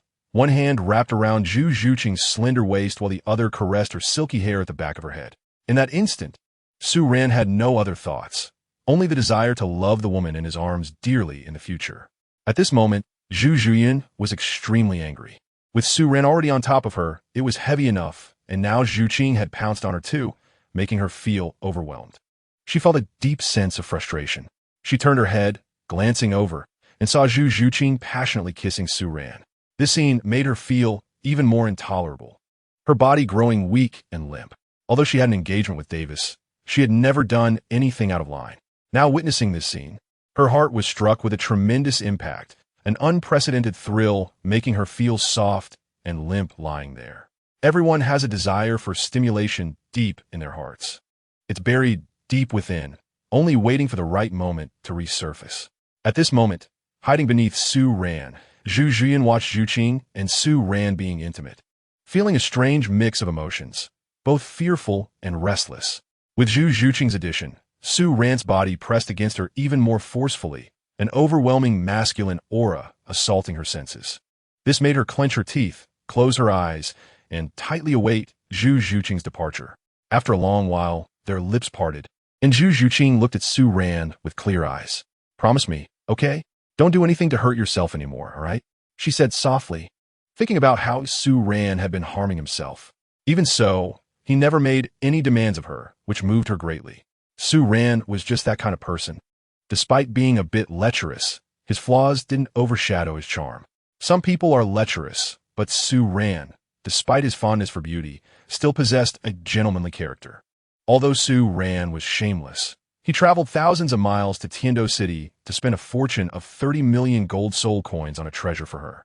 While she didn't know how he became so wealthy, she could imagine that this was likely all his savings. Su Ran had spent everything for her. Moreover, he had likely spent the past half-month traveling back and forth from Xinglua City to Tiando City. For these days, Su Ran must have been on the road day and night just to deliver the gift to her quickly. Otherwise, he wouldn't have returned so soon. Su Ran stared blankly at Zhu Zhuqing, noticing her deeply moved yet somewhat guilty expression, and found himself in a daze. What bad thing had he done? Did Zhu Qing think he was doing something that a lifelong single man would do alone in his room? Come on, am I that kind of person? I have a fiancé, Ian Xiao Wu. Do I need to? He thought to himself. However, Su Ran still had to go along with Zhu Zhuqing's thoughts. If she misunderstood, it would save her from discovering Zhu Zhuqing, who was heavily pressed beneath him, which would be problematic. If the sister-in-law was discovered, everything would be over. Okay, I won't do that kind of thing anymore. If there's ever a situation like that again, I'll come to find you, Su Ran suddenly said with a brightened expression. From now on, we are lovers. Any problem should be solved together, Zhu Zhuqing said, her pretty face reddening. Yes, I've thought about it. From now on, we are to be lovers for eternity. Any issues should be resolved together in the same room. That's the correct way to solve problems, Su Ran smiled, admiring the perfect figure of his beautiful wife before him, unable to resist feeling moved. Okay, Zhu Zhuqing listened to Su Ran's words, feeling something was off, but also thinking that what he said made a lot of sense. When two people are together, they must be honest, without any concealment. If Su Ran faced any difficulties, she could help with her own hands. Then I'll leave first. Tomorrow we will go meet my sister. Zhu Zhuqing glanced at Su Ran and then directly left, closing the door behind her. She could tell that Su Ran's expression was a bit off, even somewhat awkward. This was Su Ran's pride acting up. Boys always want to show their strong side, and being caught doing something bad would naturally make him feel embarrassed. At that moment, Su Ran didn't know how he felt. Although Zhu Qing had treated him that way, making him a bit awkward, there's also a sense of unexpected joy. As the saying goes, a blessing in disguise. Zhu Qing's willingness to help him in that regard meant what? The harem was not far behind. Not long after Zhu Zhuqing left. Realizing she had truly walked far away, Su Ran jumped off the bed to let Zhu Yun beneath him breathe. Ha! Ha! Zhu Zhuqing suddenly threw off the blanket covering her, revealing her flawless female body. At that moment, Zhu Zhuqing was already drenched in fragrant sweat, her black dress clinging to her body, perfectly outlining her figure, making her incredibly alluring. Zhu Zhuqing took deep breaths of fresh air, her chest rising and falling violently. Her rounded legs bent as she lay on Su Ran's bed. Just moments ago, she had almost suffocated, because Zhu Qing and Su Ran just kissed. And she was very close to him. She didn't even dare to breathe heavily. However, her chest was firmly pressed down by Su Ran, making it impossible to take in fresh air without effort. Cough, cough. Zhu Zhuqing patted her ample chest, waves of pain troubling her, causing her to frown. Of course, just now Su Ran was sitting there, and Zhu Qing jumped on him. How could she possibly bear that weight? Sorry, just now I was afraid Zhu Qing would notice. After all, you know your body. The blanket was raised so high, it was obvious there was a problem. So Su Ran smiled awkwardly, touching his nose. Damn. To be honest, if it weren't for Zhu Zhuqing's concerns, he would have directly confessed to Zhu Qing, and it would have been nothing. But speaking of which, that scene just now was indeed thrilling. Lying beneath him was Zhu Yun, while Zhu Qing was kissing him. That exhilarating and pleasurable feeling truly made Su Ran feel somewhat unable to stop. Sigh. Zhu Qing and Zhu Yun are the two most beautiful flowers of the Zhu family, and also the two most dangerous flowers, because they are both connected to the royal family. Zhu Qing is fine. Dai Mubai is a waste, far away at Shrek Academy. And still doesn't he know about his relationship with Zhu Qing. But Davis is quite a character. In the original work, if it weren't for Tang San and the others being too aggressive, Dai Mubai would definitely be suppressed by Davis, unable to move at all. Moreover, almost everyone in the Xinglua Empire sees Davis as the future emperor. His power in the Xinglua Empire is not low. Snatching his wife seems a bit difficult. But life and death are nothing to him. If he doesn't agree, then fight. How could Su Ran be afraid? With the system by his side, what is there to be afraid of? At worst, let the system's sister give him a resurrection sheet. Host brother, this system does not provide that service. The system's sister sensed Su Ran's thoughts, blinked her beautiful eyes, and then said, "Cough, cough, if there isn't, then there isn't. I'm not afraid of one life." Su Ran pouted, feeling timid. What a hassle. Just like now when he took advantage of Zhu Zhuqing. What could Davis say? By the way, be careful, it's skewed. At this moment, Zhu Zhuqing was standing up to adjust her dress, and Su Ran couldn't help but glance at her chest, saying, at this time, Zhu Zhuqing's chest was not symmetrical at all. From the neckline of her long dress, Su Ran could understand what was going on. After all, Zhuqing had a great figure, even a perfect one. This was true for Su Ran, but it was a concern for Zhu Zhuqing. So she would tightly wrap her figure with a chest wrap. Sigh, not every man will cherish a woman. Some people, upon seeing Zhu Yun's figure, would use vulgar words to hurt their self-esteem. Su Ran had seen a lot of such things. Chapter 65. Shameless Su Ran, speaking wildly. What is skewed? Zhu Zhuqing frowned, looking at Su Ran with a puzzled expression. However, following his gaze, she quickly realized her abnormality. Her cheeks turned red. Having her secret discovered by someone else made her feel embarrassed and angry. Turn around. Zhu Zhuqing couldn't help but say playfully, Su Ran is too shameless. Even at this moment, he is still thinking of looking around. Oh, Su Ran shrugged, closed his eyes, and turned around to stop looking. I think it's unnecessary to bind it anymore. It's not good for either you or it. Su Ran kindly reminded, feeling a bit pained. Just the figure being bound was so perfect, let alone if it were released. The kind of figure, once exposed, would likely make countless people feel moved. Mind your own business. Zhu Zhuqing couldn't help but feel a bit annoyed, adjusting her chest wrap while casting a complicated glance in Su Ran's direction. The pain from her chest, due to the strain, made Zhu Zhuqing recall the intimate moment she just had with Su Ran. That kind of scene just now. Even between couples, wouldn't normally happen. All right. Zhu Zhuqing finally finished adjusting her clothes and turned to face Su Ran, looking at the man in front of her. She felt both angry and amused. She didn't expect Su Ran to be so honest, not even taking a glance. Her figure and beauty were quite famous throughout the Xingluo Empire. As one of the most outstanding talents of the Zhu family and the future princess, she naturally attracted a lot of attention, and her beauty and figure lived up to that reputation. At this moment, having just come of age, she could be said to be the most beautiful woman in the Xingluo Empire. After all, Zhu Qing was still young, although beautiful.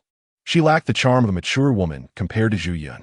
Of course, give Zhu Qing some more time, and her beauty will likely surpass Zhu Zhiyun's in the future, as her skin will become very smooth. However, her figure may not be better than Zhu Yun's. In Su Ran's eyes, Zhu Yun was already an exquisite figure. If it were any fuller, it wouldn't be good. Zhu Yun's current figure was perfectly balanced, making one unable to help but applaud.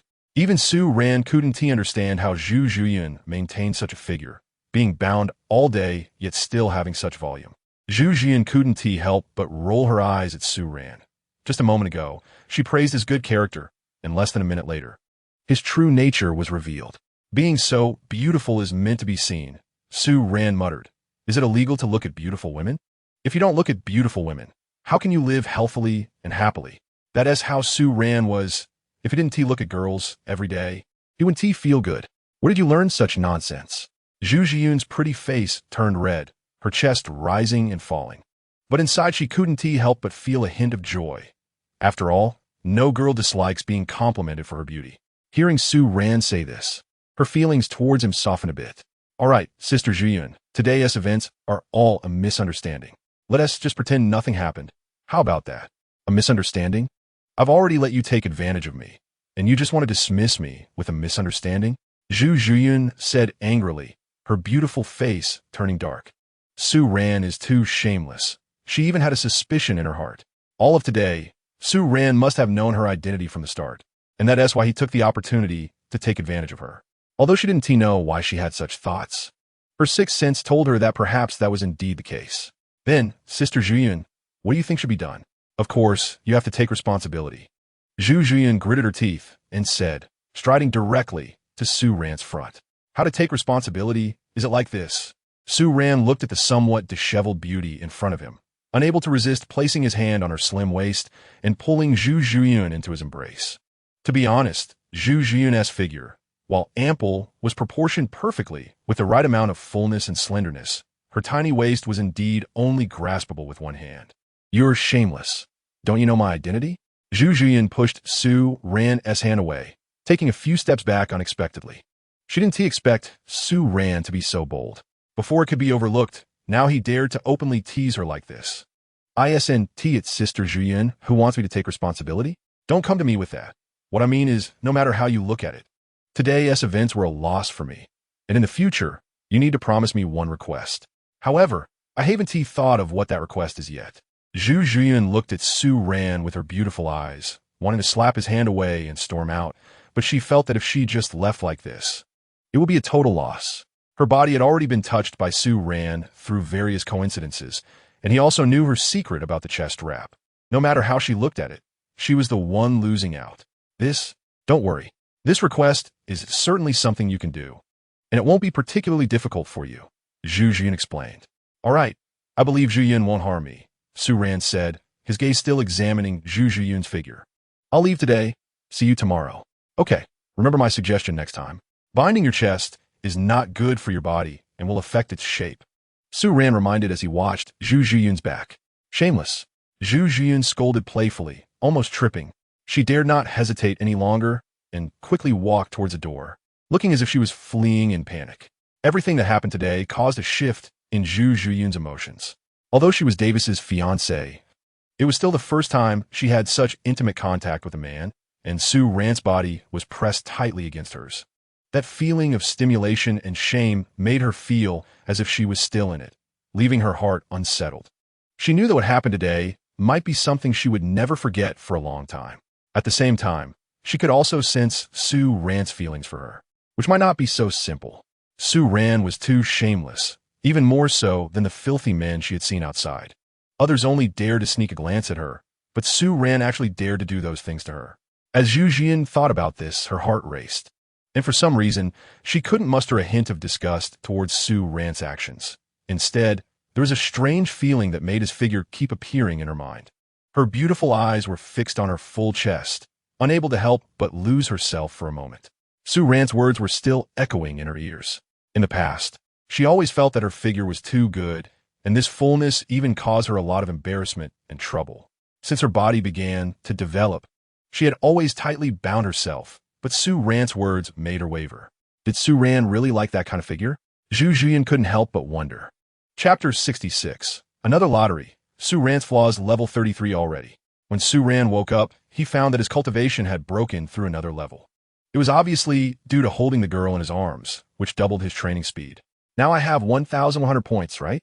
Su Ran thought, remembering that he had 600 skill points left after the last lottery, and he gained 500 skill points yesterday, totaling 1,100 skill points. Let's draw. 10 consecutive draws at the gold level, Su Ran said. He had never been able to save skill points. Although he wanted to see if the diamond draw was indeed better, it required 10,000 skill points, which was a hefty price. When would he open a harem? If the skill point rewards were abundant, he would grit his teeth and save for a diamond 10 consecutive draw. Congratulations, host, you have obtained another routine operation. Su Ran's face darkened. He couldn't help but feel like vomiting blood. He didn't understand why. Even with the auspicious beast and the protective aura of good fortune, he still couldn't draw anything good.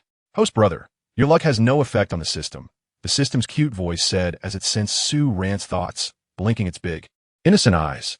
Then fine, just read out the guaranteed rewards, Su Ran couldn't help but say. Okay, congratulations, host. You have mastered the 4 arts of Qin, chess, calligraphy, and painting. After the system's announcement, Su Ran immediately felt something different within his body. Various chess manuals, music scores, and writing and painting techniques all appeared in his mind. What use are these things? Su Ran's face turned dark. To him, anything that couldn't improve his strength was simply useless. In Doluo continent, strength is paramount.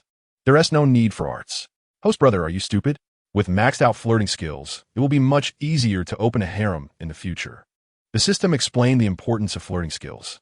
Oh, so that's how it is. But I still feel like I've been cheated. How about a refund and another try? Su Ran nodded, but still felt like he had lost out. thinking of ways to trick the system into compensating him. That's not possible. Once you draw, you can't return it, the system innocently replied. Then can the system's sister at least compensate me a little? Or let me see your photo. It doesn't have to show your face. Su Ran said.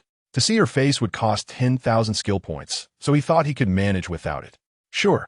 In the system's space, the system's sister mischievously blinked, then sent Su Ran a photo of herself wearing a big cotton coat with her face pixelated. What? What can you tell from this? Do you have a cooler photo? Su Ran was dumbfounded. Hearing this, the system's sister sent him another photo of her standing by the sea in a short-sleeved shirt, showing her silhouette.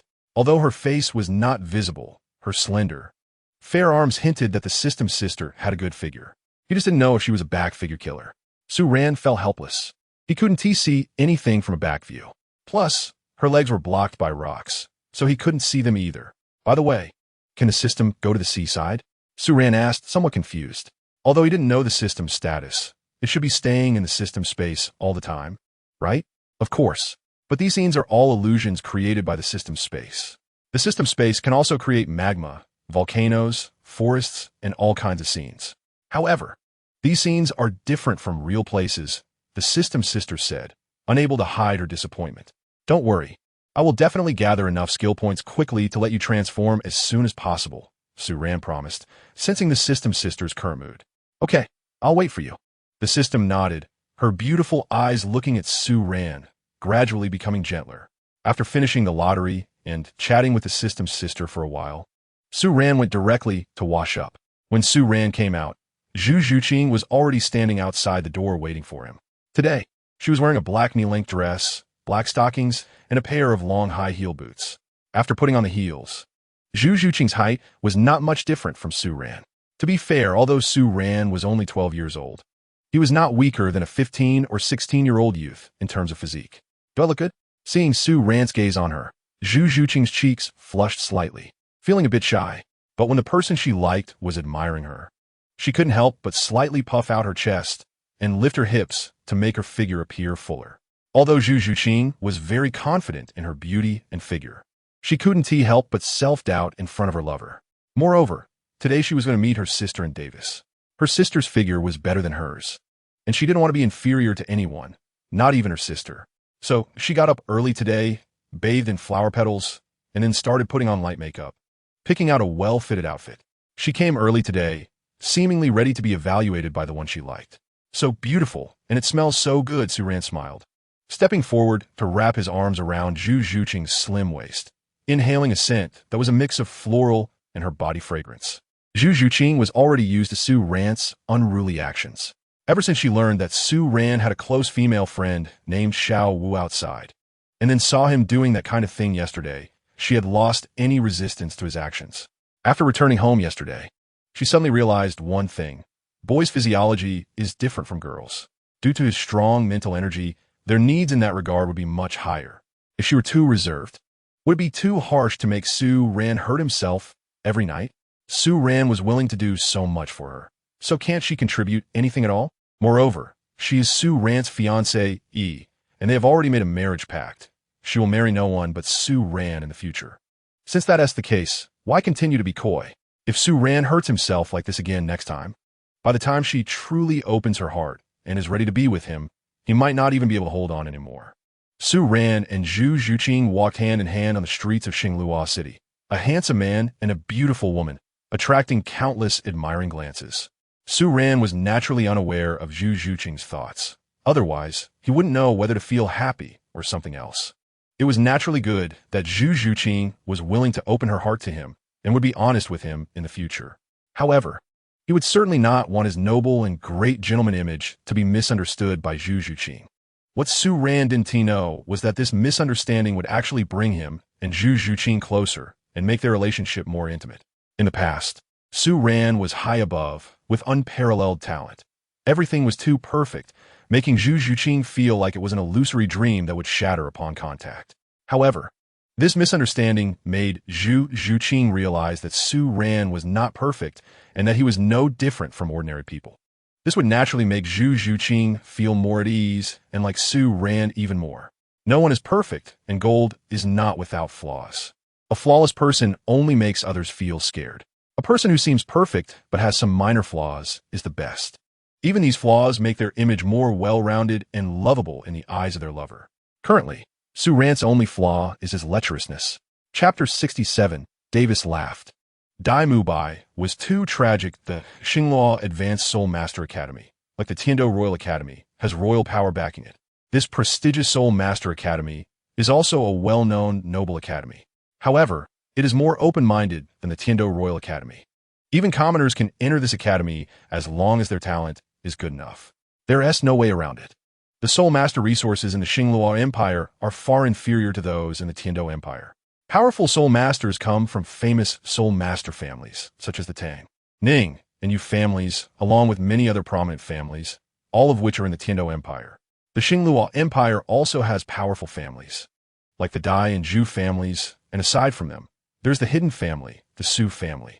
The Su family's inherited martial soul, Star Crown, is also a very powerful auxiliary martial soul. Not only can it assist in battle, but also possesses considerable combat power.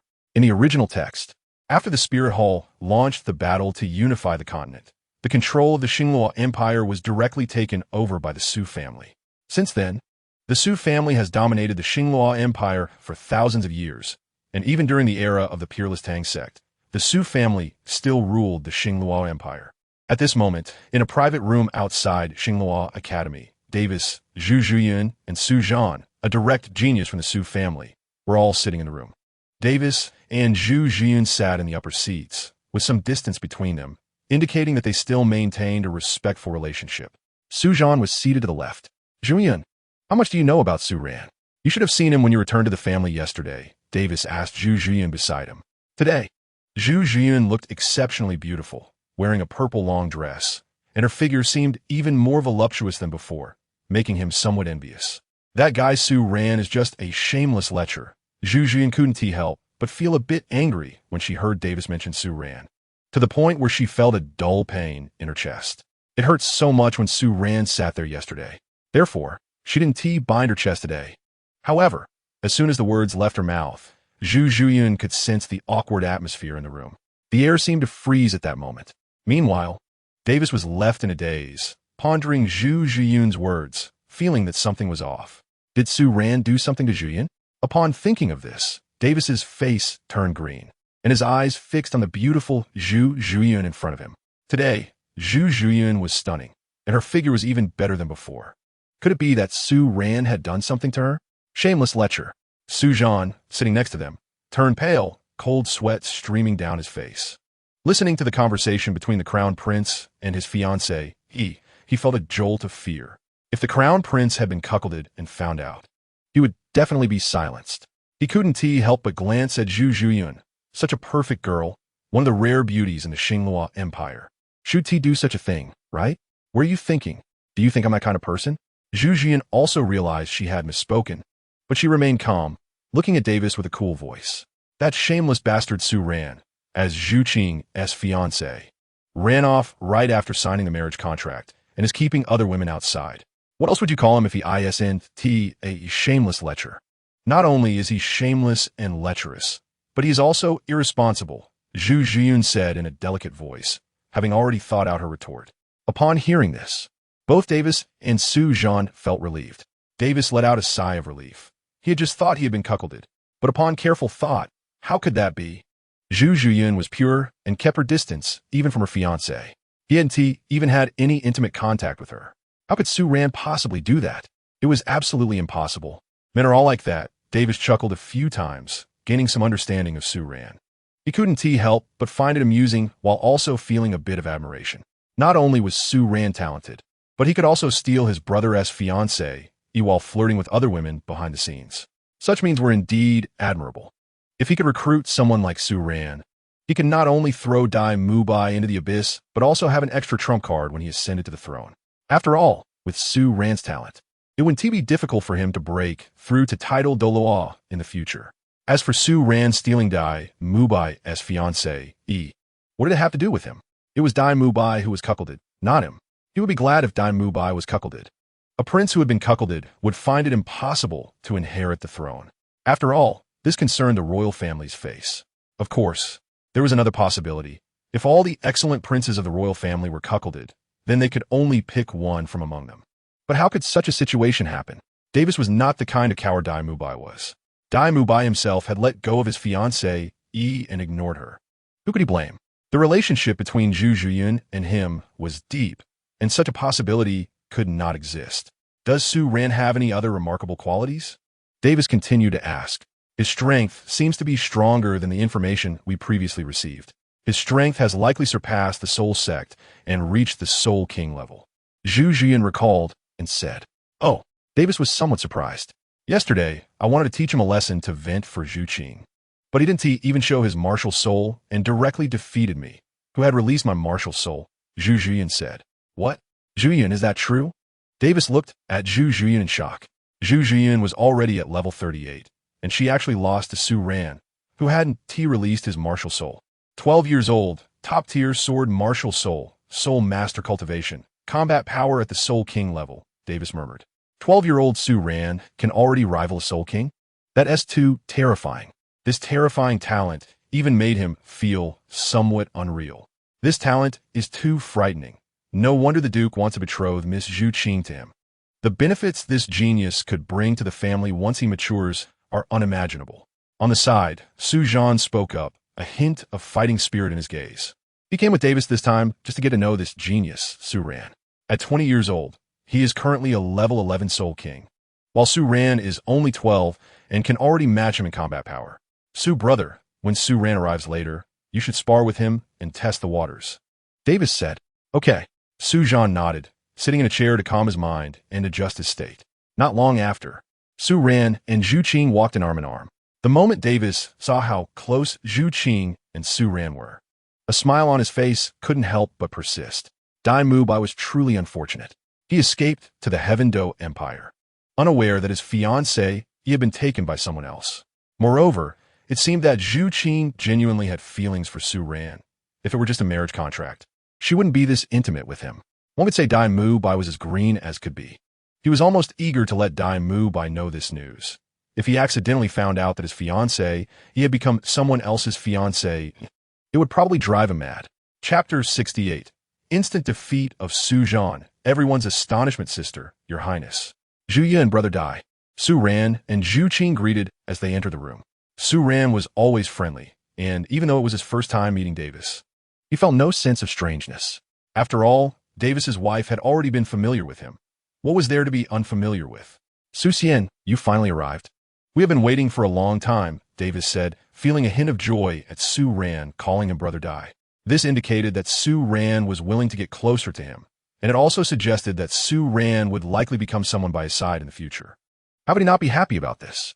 If someone like Su Ran, a prodigy, joined him, wouldn't it be easy for Davis to seize the throne? Su Ran's talent needed to be valued by everyone. Even his father, the emperor, was no exception. If Su Ran was willing to assist the royal family, then even if Zhu Qing married Su Ran, it wouldn't matter. Clinging stubbornly to rules would only lead to ruin. Now, the Spirit Hall was powerful, using its might to suppress 2 empires and 3 major sections. Although it seemed calm on the surface, there were undercurrents brewing beneath. If using a woman could exchange for a world-class genius, a future powerhouse that could guard the empire, it would definitely be a profitable deal. Moreover, it was using one's competitor's wife in exchange, a blood profit without loss. In fact, the royal family had learned about Su Ran and Zhu Qing's relationship through various channels. However, the royal family wanted to know Su Ran's attitude towards them. A world-class genius could have a certain deterrent effect on opposing forces in the current unstable situation on the continent. How could the royal family bear to kill him? Of course, if Su Ran was unwilling to befriend the royal family, the Dai family would not show any softness either. One could only say that in this world, all actions were driven by interests. Brother Dai, you are too polite, coming so early to wait for me and Zhu Qing. I can't accept such a grand gesture. Su Ran smiled and looked at Davis, who had now broken through to Soul Sect and was doing quite well in terms of cultivation. At the same time, Su Ran noticed another person in the room, dressed in black with black hair and handsome features. This person stood up at the moment he arrived, though there was a hint of fighting spirit in his gaze as he looked at Su Ran. Brother Dai, who is this? Su Ran asked. Oh, this is Su Zhan, the young submaster of the Su family from the Star Crown sect. Ever since he heard us talking about your talent, He has been wanting to meet you. Today, he took the opportunity to come along, as we young geniuses of the Star Luo Empire are gathering together, Davis said, his words polite but directly placing Su Zhan's intention to spar with Su Ran on the table. I am Su Zhan, a level 51 Soul King. I have heard that Brother Su Ran has unparalleled talent and astonishing combat power, so I wanted to witness it. Su Zhan said as he stepped in front of Su Ran, cupping his hands in respect, performing the etiquette for a duel between soul masters. The Su family? Su Ran raised an eyebrow. The current status of the Su family couldn't compare to the Zhu family. But their martial souls were not inferior to those of the Zhu and Dai families. I am a level 33 soul master, with a martial soul of the god-slaying sword. Brother Su, you may go first, Su Ran said directly, revealing his information without further ado. All right, I want to be polite then.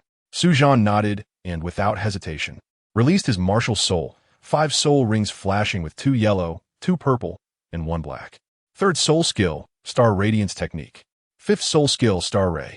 Su Zhan said as a number of blue crystal-colored rays shot out from his Star Crown martial soul. 1 blue ray amplified himself while the other red rays shot towards Su Ran. The rays from the Star Crown martial soul were designed to enhance oneself and teammates with blue rays, while the red rays were meant for killing. The Star Crown martial soul primarily boosts combat power, which is still somewhat inferior compared to the comprehensive enhancement of the 7 Treasures Glaze Tower. However, as an auxiliary soul master, Su Zhan himself already had extremely high combat power. After releasing his soul skills, Su Zhan focused all his attention on Su Ran, who also released his martial soul. 2 purple and 1 black soul rings spiraled upward, dazzling and causing the 4 people present, including Zhu Zhuqing and Zhu Yun, to be momentarily stunned. Under their watch, Su Ran's first soul ring burst forth with endless black brilliance. At that moment, Su Ran suddenly drew his sword, unleashing countless sword energies that sliced through all the rays shooting towards him.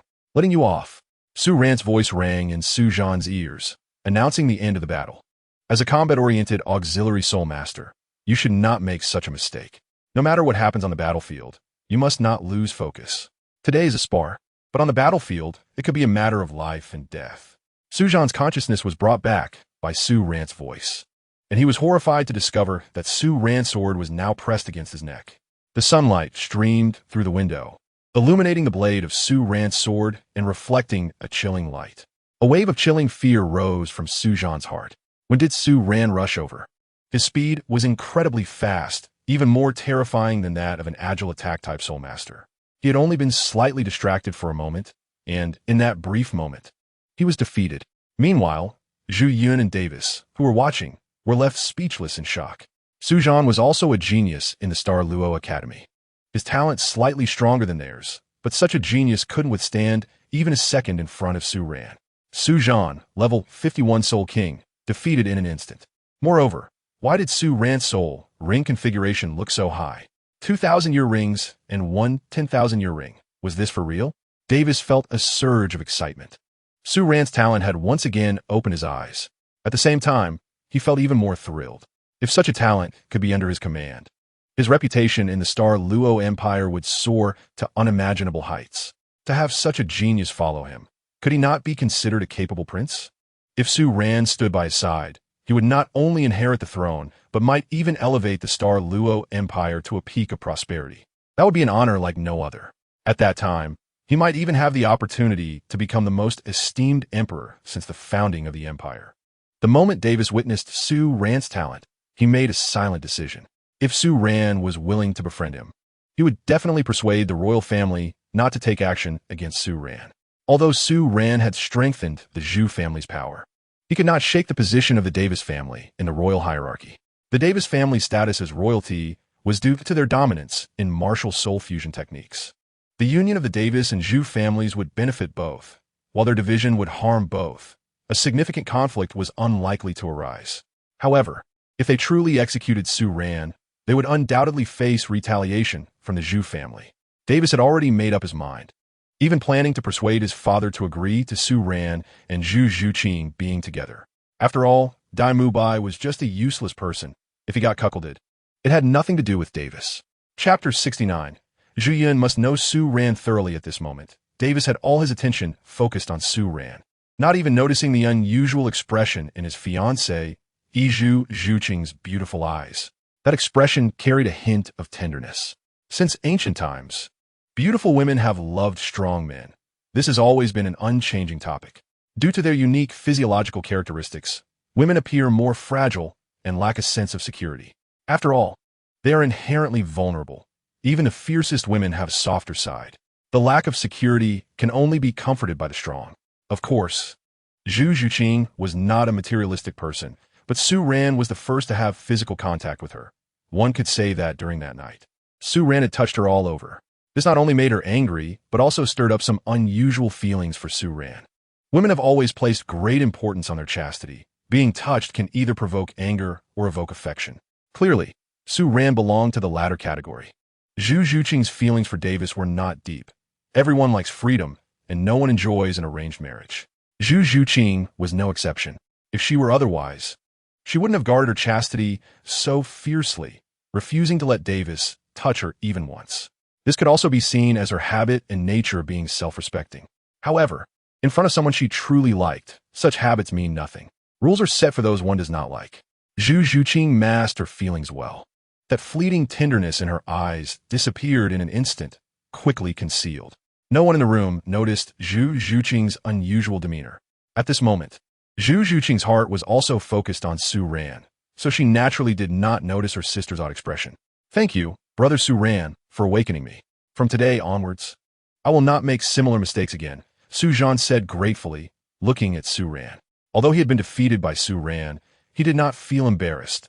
Instead, he was somewhat appreciative of Su Ran's reminder. Su Ran was right. If this had happened on the battlefield today, he wouldn't even know how he died. This made Su Zhan unconsciously admire Su Ran. After all, not everyone would kindly remind their opponent.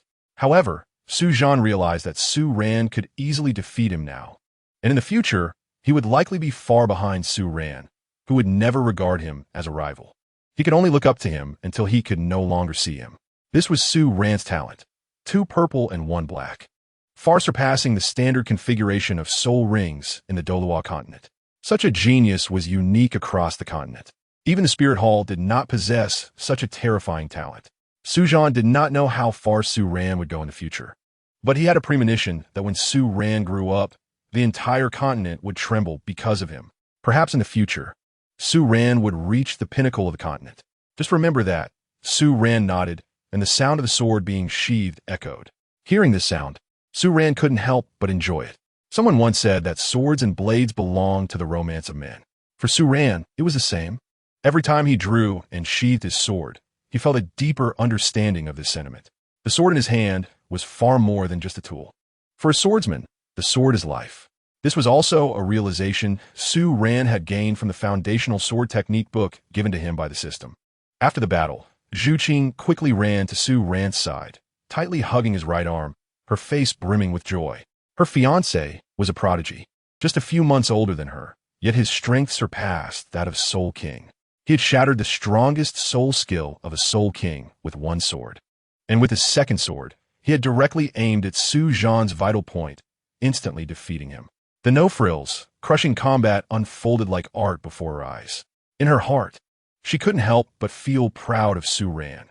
At that moment, her emotions were even more excited than when she broke through her own cultivation.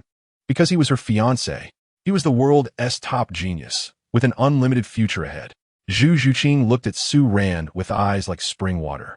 She held his arm tightly against her chest, her pretty face slightly flushed and shy. But thinking back to how Su Ran had hurt himself with such actions yesterday, her heart completely relaxed. She was Su Ran's fiancé, and would one day be his wife. In this life, she belonged to Su Ran.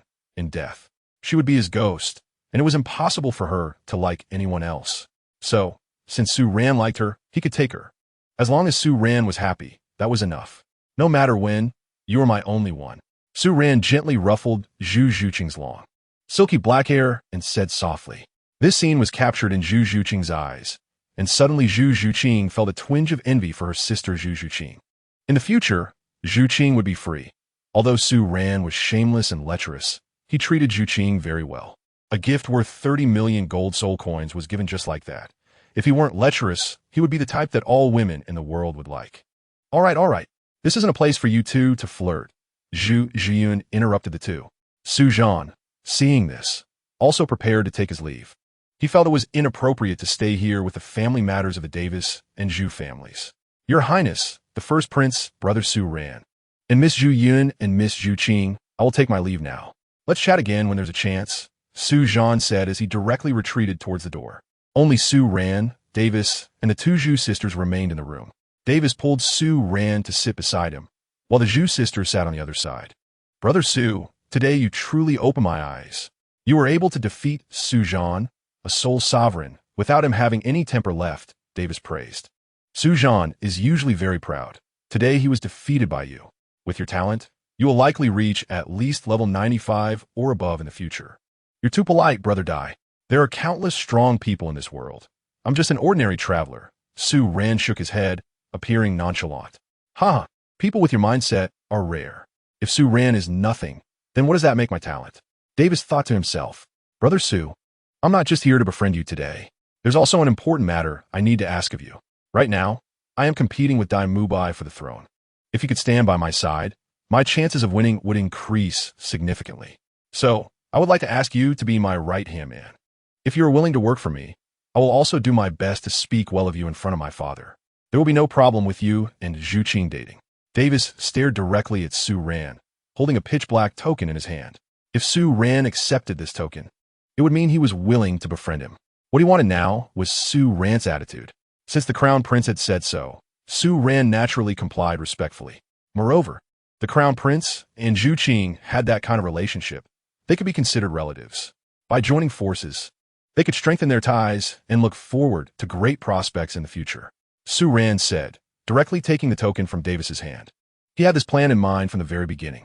He wanted to use Davis to help resolve the dissatisfaction of the Dai family royal regarding his marriage to Zhu Qing. Besides that, he could have more opportunities to be with Zhu Yunyan. If he became Davis's advisor, wouldn't that mean he could run to Zhu Yunyan's room every day? All right, that's settled. In the future, you and Zhu Qing can be together without worries. I will handle any issues that arise. Davis said, here is a gold card containing 10 million gold soul coins, valid across the continent. Su Ran, please take it for any emergencies. Davis joyfully stuffed the gold soul coin card into Su Ran's arms, unable to suppress a smile. Dai Mubai was such a fool. Not only could he not compete for the throne, but his fiancé, he also ran off with someone else. The key point was that using Dai Mubai's fiancé, to recruit an unparalleled genius was a win-win situation. After all, it was Dai Mubai's fiancé, being used. Not his. Using Dai Mubai's wife to recruit a genius was a great deal. He was laughing inside, not knowing how Dai Mubai would feel if he found out they had directly assigned his fiancé, to Su Ran. In any case, he found it amusing. After the dinner, Su Ran and Zhu Qing left, leaving only Davis and Zhu Yunyan in the room. Zhu Yunyan, for the next week or two, stay at home and keep an eye on Su Ran. It's crucial to understand his temperament. Such a genius must be thoroughly understood. Only you, as the eldest daughter of the Zhu family and Su Ran's sister-in-law, have the opportunity to get close to him. Once you know him well, I will be able to truly grasp him, Davis said. In the room, Davis gazed at his enchanting fiancé, whose voluptuous figure made him exclaim, I love it. Under the sunlight, Zhu Yunyan's figure was striking, making Davis marvel. Having her in this life was enough. Zhu Yunyan was not only stunning, but would also be his capable consort. As the future queen of the Star Luo Empire, she would assist him in solidifying his rule. What's wrong? Why are you silent? Davis smiled, looking at Zhu Yunyan. Zhu Yunyan was Zhu Qing's sister and could be considered Su Ran's sister-in-law. Relying on the relationship between Zhu Qing and Zhu Yunyan, she could better approach Su Ran and understand him deeply. Although he was Zhu Yunyan's fiancé, he was still the crown prince. As a prince, even Zhu Yunyan couldn't be completely honest with him, let alone outsiders. I will go back to the Zhu family these days to try to communicate more with Su Ran. If a genius like him can be of use to you, your position will be unshakable in the future, Zhu Yunyan said, a hint of unusual emotion on her face. Upon realizing her faint feelings for Su Ran, she instinctively wanted to evade and didn't want to have too deep communication with him.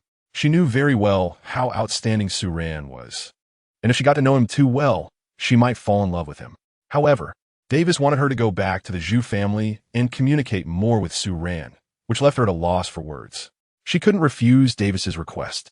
If she overly expressed her desire to avoid Su Ran, it would likely lead Davis to misunderstand her relationship with Su Ran. That wouldn't be good for either of them. Thank you for your hard work these days. A genius like Su Ran will surely venture to the Heaven Do Empire, a place where soul masters gather. His recent departure from Star Luo City to the Heaven Do Empire indicates this as well. Therefore, we must solidify our relationship with Su Ran before he leaves. As the Crown Prince, Su Ran will inevitably have some reservations due to the inherent negative impact of this status. However, you're different. Your relationship with Zhu Zhuqing is enough to establish a solid friendship with Su Ran, Davis said, looking at the enchanting woman before him, feeling a warmth in his heart.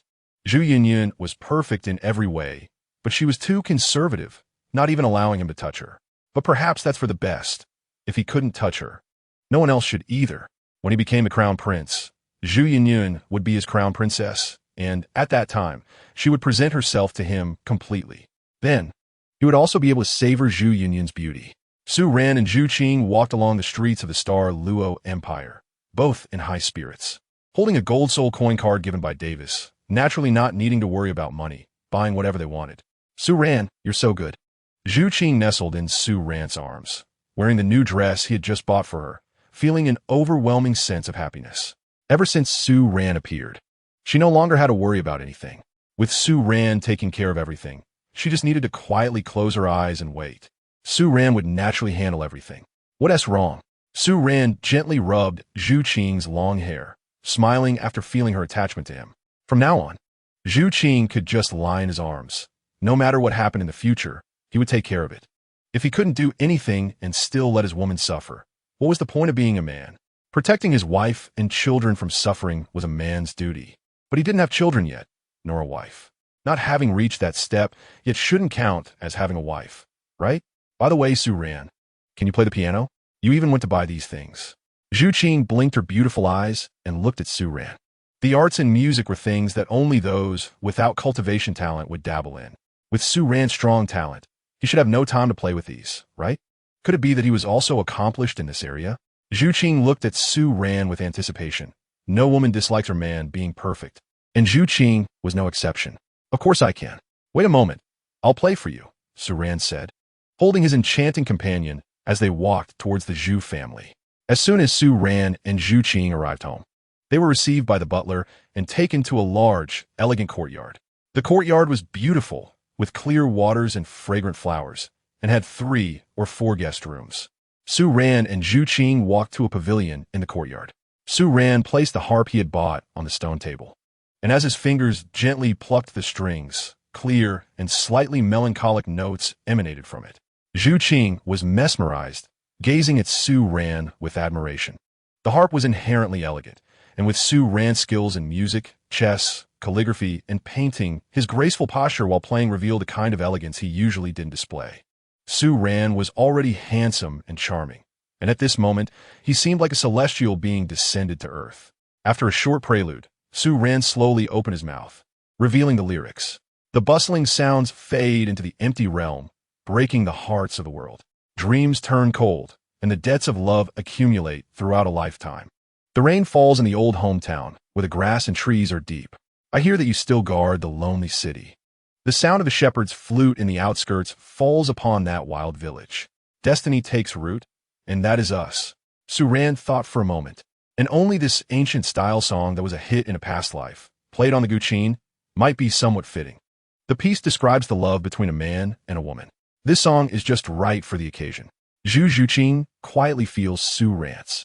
The tenderness in her heart is completely stirred, although she is not particularly clear about what the song is about. She can feel that it must tell a touching love story. This only makes her feel a bit anxious. How are she and Su Ran any different? Although they have a marriage contract, they are entangled in the interests of the Zhu and Dai families. If Su Ran cannot bring them great benefits, they will directly fall into the abyss. She is not afraid of death, but she does not want to die. She wants to be with Su Ran every day. After the song ends, Su Ran puts away the guqin. Zhu Zhuqing gazes affectionately at Su Ran, her feelings laid bare in her eyes. Su Ran, what do the lyrics say? Zhu Zhuqing, nestled in Su Ran's arms, lies on his shoulder and softly asks. In the past, a general guarding the city was ordered to defend the border town and encountered a local woman. They felt a deep connection at first sight and quickly promised each other a lifetime. Later, when the enemy invaded, the general was ordered to go to war. Before leaving, he held the woman's hand and said, "Wait for me to return after I win." However, the general died in battle and never returned. The woman went to the nearby Qilin temple to pray for him, hoping for his safe return. But day after day, she aged without him returning. She was in such pain because she was too conservative and had not given him her most important virtue before he left. Su Ran sighed slightly and began to narrate the story to Zhu Zhuqing, feeling moved himself.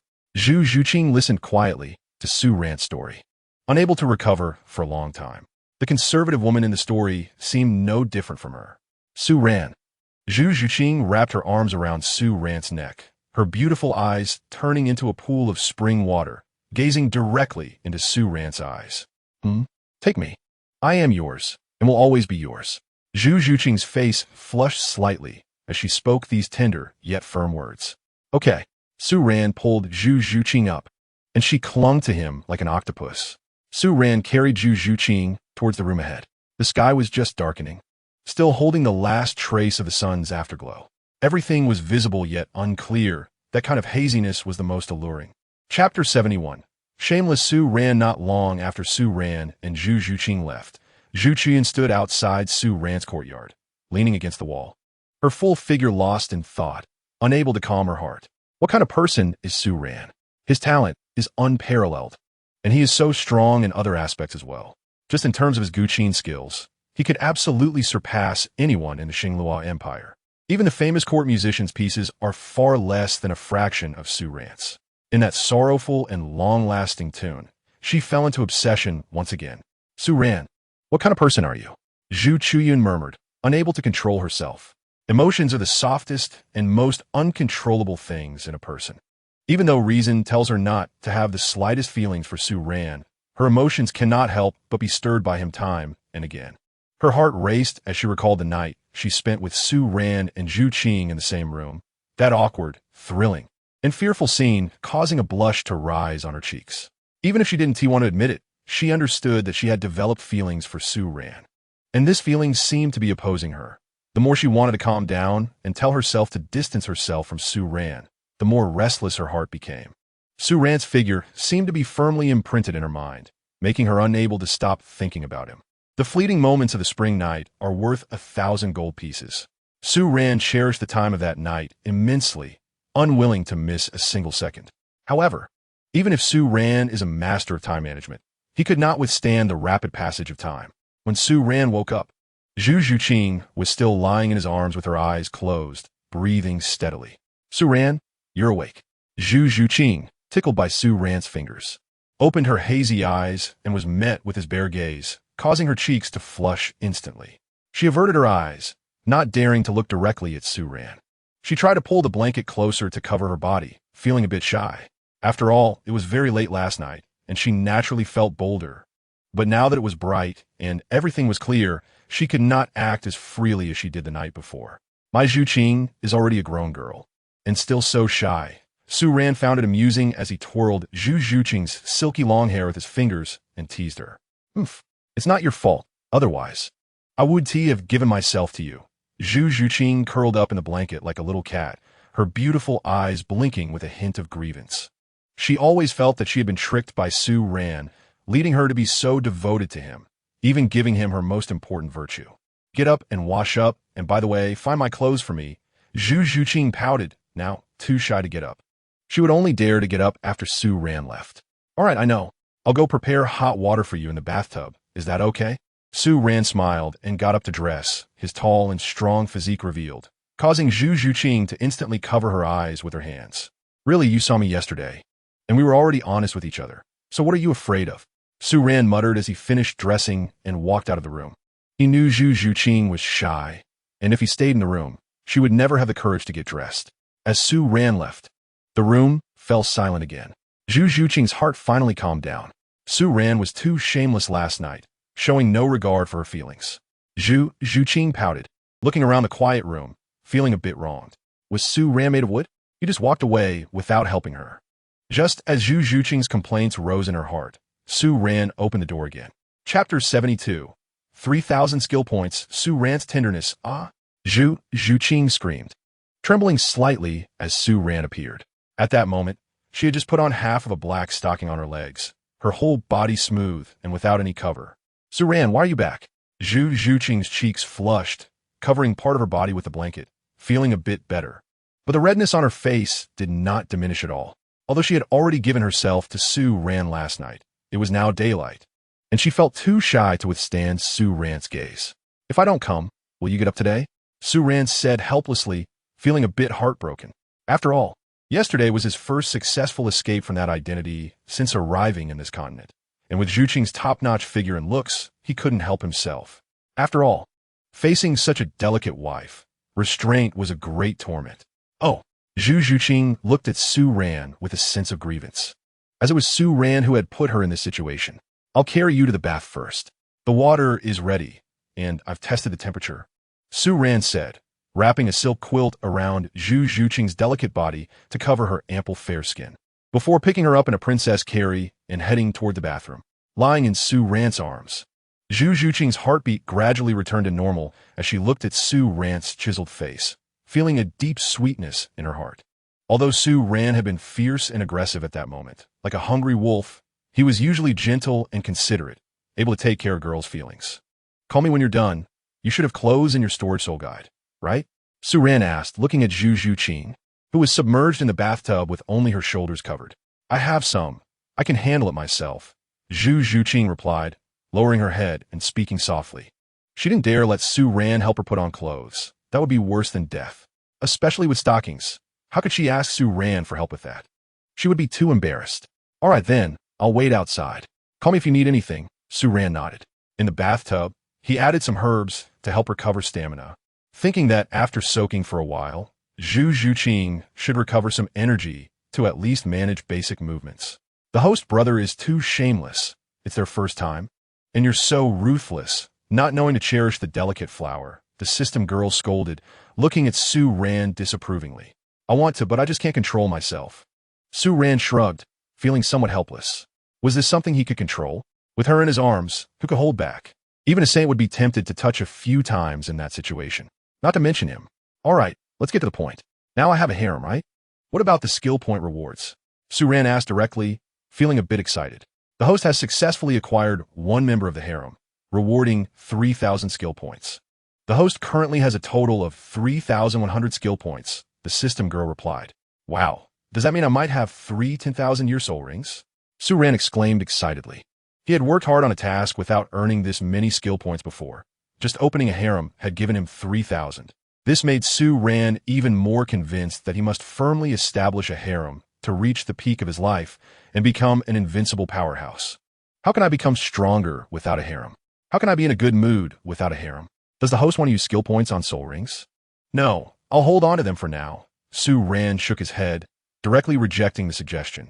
Using skill points on soul rings seemed too low in value at the moment. Even if he had 3 10,000-year soul rings, that would still just make him a soul sovereign. Even 300,000-year soul rings would still be worthless. Moreover, having 3 10,000-year soul rings would be too shocking for him right now. After all, having 2 purple and 1 black soul ring could still be somewhat acceptable. But 3 black soul rings would be astonishing. At that time, his talent would definitely reach the ears of the Spirit Hall. So, he had already decided to save more skill points to directly extend the duration of his Qilin form. At the very least, he needed to elevate his soul beast form to a 10,000-year level to have some confidence when facing powerful opponents like Doloa. Still lacking skill points, Su Ran felt helpless. He would need about 10,000 skill points to elevate his soul beast form, and he also needed to extract the enhanced plant cultivation liquid for Ayin. Otherwise, Ayin would not know when she could transform again. Suddenly, Zhu Zhiyun's voluptuous and beautiful figure appeared in Su Ran's mind, and a bold idea arose. At that moment, Zhu Zhuqing opened the door, wearing a loose black long dress that covered her entire body. She walked out slowly, leaning against the wall for support. Zhuqing, why didn't you call me? Why did you come out by yourself? Su Ran exclaimed, quickly stepping forward to help Zhu Zhuqing. Stinky Su Ran. Now it's good. Later, the sisters will laugh at me. Zhu Zhuqing lightly punched Su Ran's chest with her small fist, not using much force, almost like she was being cute. What are you afraid of? We didn't do anything wrong. Besides, Uncle agreed as long as we take precautions and don't cause any fatalities, he won't say anything. Su Ran smiled, honestly not wanting to cause any fatalities. After all, he hadn't had enough fun yet. If he accidentally got into trouble, it would be disastrous. After all, he couldn't flirt with girls in front of his own children. That seemed inappropriate. So, Su Ran had long since decided that he wouldn't have children until he had his fill of fun. Then why did Zhu Zhuqing blush yesterday? And when we started talking, she didn't dare to continue. Wasn't that a good day? Su Ran smiled, ruffling Zhu Zhuqing's hair, knowing what she wanted to ask. Oh. Zhu Zhuqing nodded, understanding and not saying anything more. When Su Ran and Zhu Zhuqing walked out of the room, the butler had already been waiting outside for a long time. When he saw Zhu Zhuqing walking unsteadily, he immediately understood a lot. Miss Zhuqing, young Master Su Ran, the Duke asked you to come over after you got up. The butler revealed a knowing smile, secretly admiring in his heart. Thinking that young Master Su Ran had a good physique and strong cultivation talent, excelling in that aspect as well. Zhu Zhuqing felt a bit embarrassed upon seeing the butler. After all, being caught in such a situation was somewhat awkward for a girl. However, Su Ran was unfazed.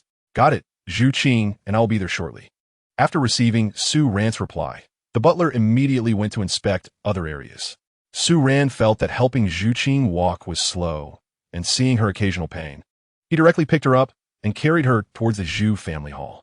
Chapter 73. Marquis, the fated Marquis in the Zhu family hall, the head of the family. Zhu Zihai and Zhu Zhuyin were gathered around a table of food, waiting for Su Ran and Zhu Zhuqing to arrive. When Su Ran carried Zhu Zhuqing into the hall, Zhu Zihai and Zhu Zhuyin both turned their gazes toward them. Zhu Zhuqing closed her eyes and lowered her head, not daring to look at her father and sister. She had been a bit shy before, but thinking about how embarrassed she would be if her father and sister saw her limping, she allowed Su Ran to carry her. However, this was merely a way to deceive herself. As someone who had experienced such things, Zhu Zihai could not possibly be unaware of what was going on between Su Ran and Zhu Zhuqing. At that moment, looking at Zhuqing's somewhat weak appearance, Zhu Zihai's muscles twitched slightly. As a great soul master, Zhuqing had received a lot of resources since childhood, and her physical quality was definitely not poor. But even so, Zhuqing had become so weak. This only indicated one thing. Su Ran had quite the charm, reminiscent of his youth. Uncle, Zhuqing, sorry to keep you waiting, Su Ran said as he placed Zhu Zhuqing in a chair beside him, apologizing to Zhu Zihai and Zhu Zhuyin. No worries. It was I who interrupted your couple's time without knowing, Zhu Zihai said with a smile, secretly pleased that Zhu Zhuqing and Su Ran would hurry to consummate their relationship. He was delighted to see them in this state. After all, Su Ran was merely a distant relative of the Zhu family. If he didn't have something to bind him to them, he would only have himself to blame if Su Ran went to another power. He had heard from Zhu Yun that Su Ran's soul rings had unexpectedly changed to 2 purple and 1 black.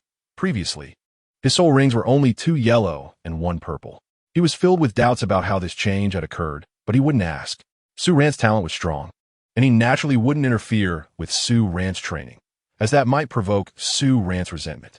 What he wanted was for Su Ran to become very strong. The stronger the better. The stronger Su Ran became, the more prosperous the Zhu family would be, and the stronger the Xinglua Empire would also become. Zhu Zhuqing sat on a chair, unable to help but kick Su Ran a few times under the table when she heard her father's teasing voice. If she had known that doing that would cause her so much pain, to the point of being unable to walk normally, she definitely wouldn't have done that. Su Ran felt Zhu Zhuqing's small foot gently kicking him under the table and couldn't help but laugh. However, he couldn't tease Zhu Zhuqing at the dining table and had to turn his attention to Zhu Zihao and discuss serious matters. Uncle, what did you want to discuss with me this time? Oh, during the morning court today, His Majesty specifically mentioned you. You are now a prodigy of our Xinglua Empire, a child of destiny. Your future prospects are limitless. Zhu Zihao said cheerfully, a smile radiating from his face. He had originally worried that the Dai family would create trouble after learning that Su Ran and Zhu Zhuqing were together. At that time, no matter how he clashed with the Dai family, he would have to protect Su Ran.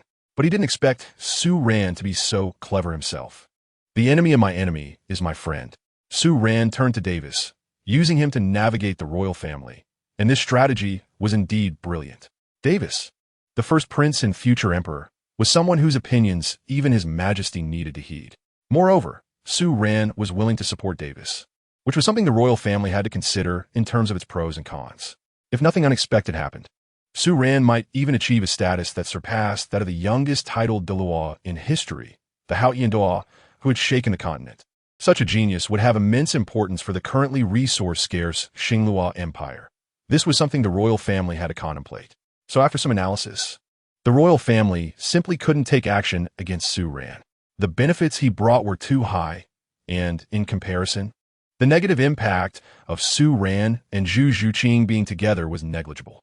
In fact, at that time, the royal family could even create an appearance of genuine love between Su Ran and Zhu Zhuqing, portraying the royal family's magnanimity to the world. Uncle, what do you mean by that? Su Ran raised an eyebrow and looked at Zhu Zhuqing. His Majesty does not oppose you being with Zhuqing. You just need to be careful in Xingluo City not to let people gossip. Besides that, Zhu Zhuqing looked deeply at Su Ran and said, His Majesty and the ministers have decided to grant you a noble title, the title of Child of Destiny. From now on, you will be the Marquis of Destiny in the Xingluo Empire, theoretically only subordinate to me, the Duke, and the other 6 powerful marquises of the empire. What? Su Ran, Zhu Zhuqing, and Zhu Zhuyin all looked at Zhu Zhuqing in shock, somewhat dumbfounded. Dukes and marquises, a marquis's rank is only below that of a duke. Don't be so surprised. His Majesty only granted Su Ran a title and did not provide any substantial land or official position. It's just a title that sounds impressive. Zhu Zhuqing laughed. This is a means for the royal family to win people's hearts. However, even if Su Ran only hold a title, the benefits it brings him are still considerable. It's already very impressive. Throughout the history of the Duluo continent, there has never been a marquis as young as Su Ran. Not even a count this young has ever appeared. Zhu Zhuyin couldn't help but say, her gaze on Su Ran filled with complexity. If news of Su Ran being granted the marquis title were announced to the world, his reputation would become known everywhere. To be a marquis at 12 years old, what a tremendous honor that is. Zhu Zhuyin and Zhu Zhuqing couldn't help but feel their cheeks flush with excitement. Once His Majesty's decree was conveyed, Su Ran would be famous throughout the world. Indeed, this time the royal family has shown sincerity in binding Su Ran to the empire, Zhu Zhuqing said. However, Su Ran's talent merits such actions from the Dai family. With the soul ring configuration of 2 purple and 1 black, and combat power that can defeat soul kings in seconds, Su Ran's talent is indeed astonishing. Su Ran took a token from Zhu Zhuqing's hand, engraved with a large character for Su, and on the back of the token was a fierce-looking leopard-shaped soul beast. This beast-shaped token was a symbol of his marquis title. Marquis of Destiny? Su Ran held the token in his hand, playing with it for a while before storing it in his storage soul guide. He didn't feel particularly surprised about this title. It had both advantages and disadvantages for him. Once the emperor announced it to the world, he would undoubtedly become a hot topic across the continent. A young marquis, this would be a huge sensation, enough to become a topic of conversation for countless people. But it might also draw the attention of some major powers too soon. However, the advantages seem to outweigh the disadvantages. Being a marquis, only below a duke, meant that in terms of rank within the Xingluo Empire, he was only second to Zhu Zhuqing. With this identity, friendly exchanges with Qianren Xue would likely be much easier. Chapter 74. If I see you with another man, then I will go crazy. After dinner, Su Ran directly took Zhu Zhuqing to rest. She was not in a condition to move around today and needed to rest more. Su Ran.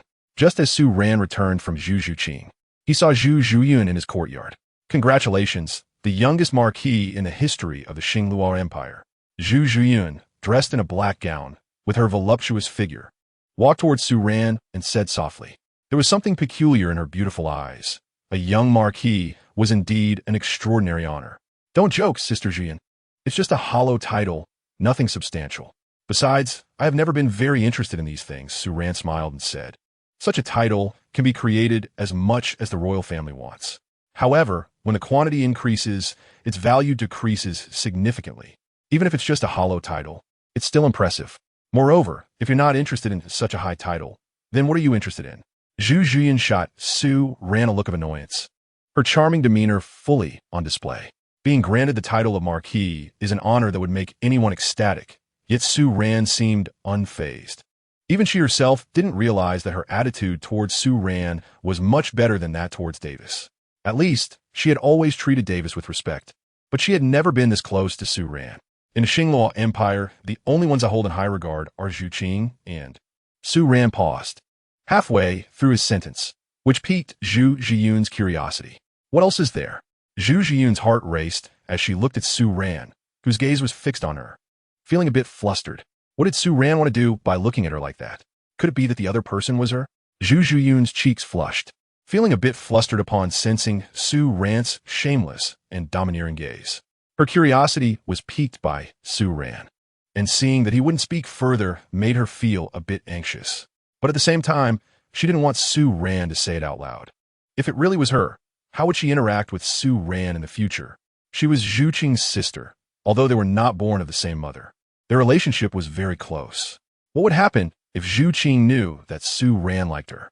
Moreover, she is still Davis's fiancé, and Davis is the Grand Prince. The most valued prince, completely different from Dai Mubai, who ran away and was not even sought after. In the future, she would be the queen, mother of the world. If she dared to have any relationship with Su Ran, no matter what level of genius he was, he would have to die. Sister Zhu Yun, what are you thinking about? Su Ran looked at Zhu Zhuqing, seeing her delicate face involuntarily flush with embarrassment, revealing an expression of both fear and expectation. He couldn't help but smile, walking closer and placing his hand on Zhu Zhiyun's curvaceous figure. Su Ran, what are you doing? Are you crazy? Zhu Zhuqing felt the thick palm pressed against her back and suddenly came to her senses, exclaiming. She quickly looked around, and when she saw no one nearby, her panic subsided somewhat. Am I crazy? No. If I see Sister Zhu Yun being taken away by another man, being cherished by someone else, then I would truly go crazy. Su Ran's arm bent forcefully, pulling Zhu Zhiyun directly into his embrace, her full bosom pressed tightly against him. His gaze fell on Zhu Zhiyun, filled with deep emotion. Zhu Zhiyun's figure was so outstanding that there were hardly a few people in the world who could compare to her. Even Zhu Qing might not have a figure as good as Zhu Zhiyun's in the future.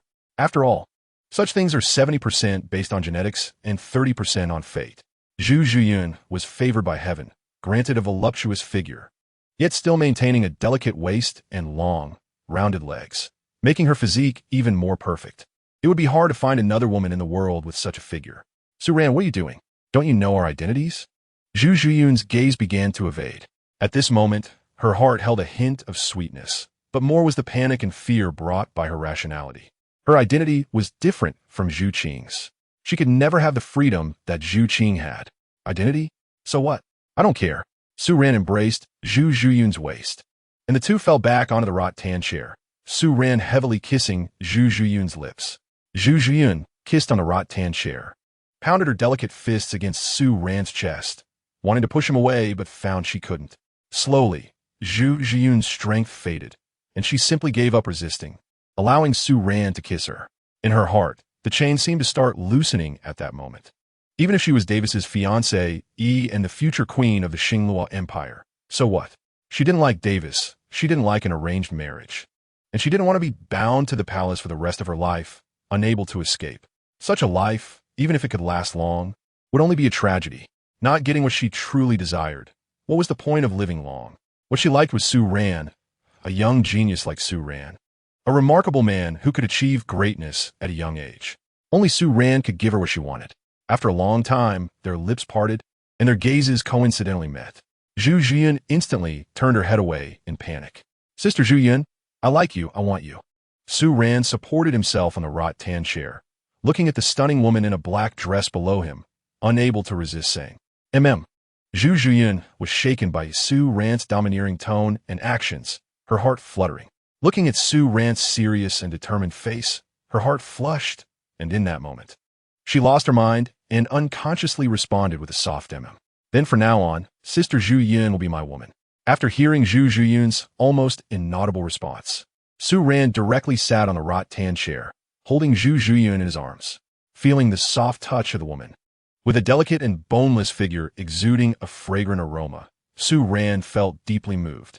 Su Ran, Zhu Zhiyun looked at Su Ran, who was tightly embracing her as if she was his possession, her delicate brows furrowed. Could their relationship really last? What if their relationship became known to the royal family? What would Su Ran do? Su Ran, let's not tell anyone about our relationship, okay? In front of outsiders, let's maintain the distance we had before. If it's just us two privately, you can do whatever you want, as long as it's not too excessive. I can agree. Zhu Zhuqing's pleading gaze looked at Su Ran. If their relationship was exposed, the entire empire would be shaken. She wasn't afraid of how her reputation would be tarnished or if someone would call her that kind of woman. She only knew that if it was exposed, Su Ran would be hunted down by the royal family. Chapter 75. Staying with Zhu Zhuqing. A few small clothes all right for now. Let's maintain the previous state. I will make it hard for you. Su Ran nodded. He knew how big of a storm would arise if his affair with Zhu Zhuqing was exposed. The Grand Prince's fiancé, who might become the queen of a nation, having an affair with him would directly cause a stir in the entire Luo Empire. That would truly be a disgrace to the royal family. However, I need to compensate. Su Ran looked at Zhu Zhuqing, who was curled up in his lap, unable to resist saying, Randy, you're really bad. Zhu Zhuqing playfully glared at Su Ran, pouting. Clearly, keeping it hidden was also good for him, yet he shamelessly wanted compensation. However, she found herself unable to resist Su Ran's request. Zhu Zhuqing quickly pecked Su Ran's cheek like a little bird, then quickly withdrew. Now, you should be satisfied, right? Zhu Zhuqing said, lightly punching Su Ran's chest a few times. She finally understood why Zhu Qing fell for Su Ran in such a short time, even giving her precious self directly to him. Although Su Ran was shameless and lecherous, he understood a girl's thoughts very well, able to stir a girl's feelings without making others feel disgusted, but instead providing a sense of comfort and ease. Moreover, Su Ran's shamelessness added a touch of roguish charm, and the mischievous smile on his handsome face was both infuriating and amusing. Very satisfied, Su Ran nodded, placing his nose in Zhu Zhuqing's elegantly styled hair, inhaling the fragrant scent that belonged to her. He knew that maintaining such a relationship with Zhu Zhuqing was already quite difficult. Although he wanted to take it a step further, now was not the time. The royal family agreed to let him be with Zhu Qing because, in their view, even if they didn't allow Zhu Qing and Su Ran to be together, she and Dai Mubai would still perish in the competition for the throne. Rather than that, it would be better to agree to use her to exchange for a genius. Zhuqing was different. Without sufficient strength, he could only hug and cuddle with Zhuqing for now. Otherwise, if he took Zhuqing's virginity and the royal family caught wind of it, Zhuqing would be in serious trouble. He was unencumbered and could take Zhu Qing far away, but Zhuqing would definitely not leave. After all, if she brought shame to her family because of him, she would never abandon her family and leave alone. Randy, when will you and Zhu Qing leave? Lying in Su Ran's arms, Zhu Zhuqing suddenly asked. She knew that Su Ran and Zhu Qing would eventually leave the Xinluo Empire. The emperor's moods were unpredictable. If they stayed here, it would be very dangerous if the royal family became dissatisfied at any time. Moreover, with Su Ran's talent, he would have better opportunities in the Tiando Empire. About a week. Su Ran said that although he really wanted to accompany Zhu Zhuqing, if he stayed in the Star Luo Empire for too long, their relationship would inevitably be exposed. Leaving early would be a good thing. Moreover, Tang San and Yu Xiaogang should also be coming to Shrek Academy, and he needed to go show them off as soon as possible, especially Yu Xiaogang, who had no real ability but still proclaimed the slogan that there are no useless martial souls, only useless soul masters. Wasn't that a slap in the face? He had never taken in a disciple with a poor martial soul to prove his theory. This so-called master might just be the same kind of person as Master Ma Baohua. After all, they're both masters. Randy, will you play me a piece before you leave? Zhu Zhuqing suddenly recalled the melody she had heard outside the courtyard yesterday and couldn't help but speak. Sure, just lie still in my arms and I'll play for you. As the farewell approached, Su Ran felt a bit heavy-hearted, knowing that he had stirred feelings in her. And now he was about to leave. He would fulfill any request Zhu Zhuqing made as long as he could. Besides, this was just a simple task for him. Su Ran sat up straight, holding Zhu Zhuqing, placed a harp on the stone table in front of him, and began to play. The end of the world is wind and sand. The story of dust is called longing. When the sword is drawn, the grievances are settled. Who laughs? I only seek to embrace you today. Su Ran was already proficient in music, chess, painting, and calligraphy, and could naturally play those ancient masterpieces. However, he always felt that the ancient-style pop music that was both retro and trendy was more vivid. Being with his beloved, he didn't need to pretend. He just had to enjoy it. Randy, why are you so talented? Zhu Zhuqing lay in Su Ran's arms, listening to his music, and couldn't help but be captivated. With Su Ran's extraordinary talent and such skills, it would be hard to find another person like him in the world. At that moment, Zhu Zhuqing felt a bit fortunate. Although due to her and Su Ran's identities, they might never truly be together in this lifetime. Having such feelings in her heart was enough. Having experienced it, she would not regret it. That was how she felt. From today onwards, she wouldn't let Davis touch her anywhere, not even her hand. She would keep herself pure for Su Ran, and if by the time she married Davis, Su Ran had not grown up, she would rather take her own life than let Davis truly touch her. In just a few days, Su Ran had left a deep mark in her heart, and she would never have room for anyone else. After meeting Su Ran, she felt that everyone around her had become unbearably ordinary. Compared to Su Ran, they were worlds apart, with no comparison whatsoever. Randy, I should go back now. If I stay in your room too long, I might attract gossip, Zhu Zhuqing said. She had been in Su Ran's room for a while, and staying longer might lead to trouble. Okay, by the way, here are some undergarments I prepared for you. These few are sports types, and the others are for everyday wear. Su Ran took out a few pieces of clothing from his storage soul guide and handed them to Zhu Zhuqing. When he learned that Zhu Zhuqing used binding cloth to restrain her body, he had asked the system for these items. Although he didn't know her size, he still got them. What is this? You, shameless. Zhu Zhuqing was stunned when she first saw the clothing Su Ran brought out. She was a bit confused but quickly understood, cursing Su Ran for being shameless for bringing out such embarrassing clothes. However, she also found it somewhat novel. The bras from Bilawah continent were naturally different from those on Earth in her previous life. Zhu Zhuqing also knew that the ones Su Ran brought out were more suitable and could secure them better. Previously, during battles, they often shifted, which made her feel a bit troubled, but it seemed there was now a solution to that problem. Zhu Zhuqing stored the clothing Su Ran had brought out into her own storage soul guide, and then turned to leave. She felt a bit pleased in her heart. She hadn't expected Su Ran to be so thoughtful and even specifically prepare clothes for her. Chapter 76, The Tenderness of Home. A week passed, and Su Ran's name gradually resonated throughout the Star Luo Empire. Because the Emperor's decree had finally been issued, people from all over the Star Luo Empire, from Star Luo City to various other places, knew that a 12-year-old young talent had been granted the title of Marquis. Su Ran's famed sword, especially in Star Luo City, where he often accompanied Zhu Zhuqing shopping and could frequently hear himself being discussed as a topic of conversation. A 12-year-old Marquis was enough to attract countless people's attention. It was said that the Heavens Mandate Marquis was given such a high title by the royal family to win him over due to his extraordinary talent. At that moment, in a private room in Star Luo City, Davis and Zhu Zhuqing had come to bid farewell to Su Ran and Zhu Zhuqing. As today was the day they had decided to leave, traveling from Star Luo City to Shrek Academy would take a considerable amount of time, and Su Ran naturally didn't want to delay any longer. Su Ran, why don't you and Zhuqing come to Star Luo Academy with us? With your status as a Marquis, no one would dare to provoke you there, Davis urged. Davis, I appreciate your kindness, but I, Su Ran, am not suited for too comfortable a place to cultivate. Too much comfort can actually be detrimental to a soul master. Su Ran patted Davis on the shoulder and said with a smile. These days, he had often been to the palace due to his title, thus establishing a friendship with Davis.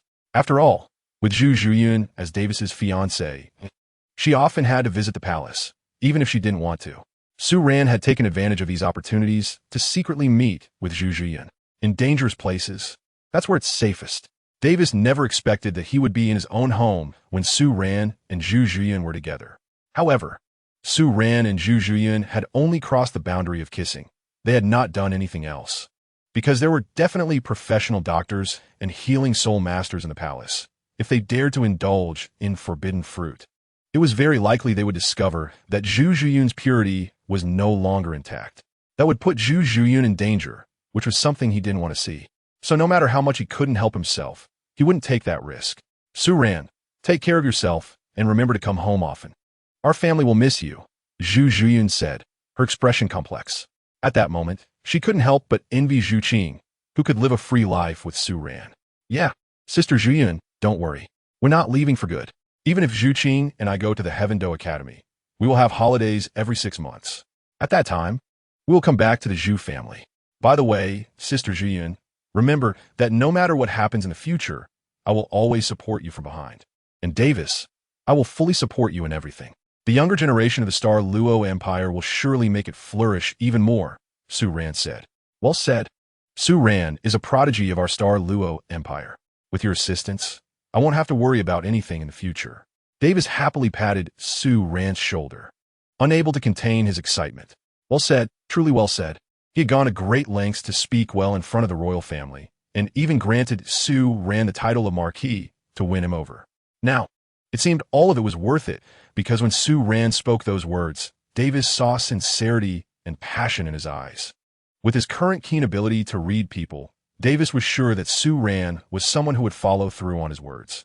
He would become his right-hand man and a pillar of the Xinglua kingdom. All right, let's not chat any longer. It's time to set off. Su Ran saluted and, with Zhu Zhuqing, headed downstairs where a carriage was already prepared on the street. Watching Su Ran's departing figure, Zhu Zhiyun's eyes revealed a sense of reluctance, which Davis couldn't help but notice. He nodded to himself, realizing that Zhu Yun had truly developed a deep friendship with Su Ran over the past few days. Su Ran was a person of genuine character, as evidenced by his willingness to pursue Zhu Zhuqing despite the royal family's authority. To deal with someone like Su Ran, if he sensed that you were scheming against him, he would not wholeheartedly ally with you. Only genuine feelings could keep Su Ran. This was exactly the scene Davis wanted to see. Zhu Zhiyun and Su Ran were already close, and now that they had established a friendship, as long as it didn't make things too difficult for Su Ran in the future, wouldn't he be at their service? Zhu Yun, you've worked hard during this time, Davis said, looking at the beauty in front of him. His Zhu Yun was truly beautiful, with a figure that was unmatched in the world. Not even in his father's harem was there a woman as beautiful as Zhu Yun. She was simply the best among women, a celestial beauty. Well, I'm feeling a bit tired today, so I'll head home to rest, Zhu Zhiyun said, not wanting to say much more to Davis, finding an excuse to leave. With Su Ran gone, she felt a bit empty inside. She had already considered herself Su Ran's woman and naturally did not want to stay with Davis. Outside Xinglua City, a carriage slowly headed towards Suatua City. Zhu Zhuqing, dressed in leather pants, extended her legs, allowing Su Ran to rest his head on her lap. Su Ran often visited Davis and His Majesty in recent days, so he must be quite tired. Su Ran, how about I continue reading for where I left off yesterday? You can listen while you rest, Zhu Zhuqing said, feeling a bit bored sitting in the carriage. Sure. Su Ran yawned, resting his head on Zhu Zhuqing's smooth, beautiful legs, readily agreeing. The last time she returned from Suatua City, she was traveling alone and almost bored to death. Now, with his lovely wife accompanying him, he didn't feel bored at all. Instead, it was quite enjoyable. Oh, I was reading Volume 2 of Basic Sword Techniques last time.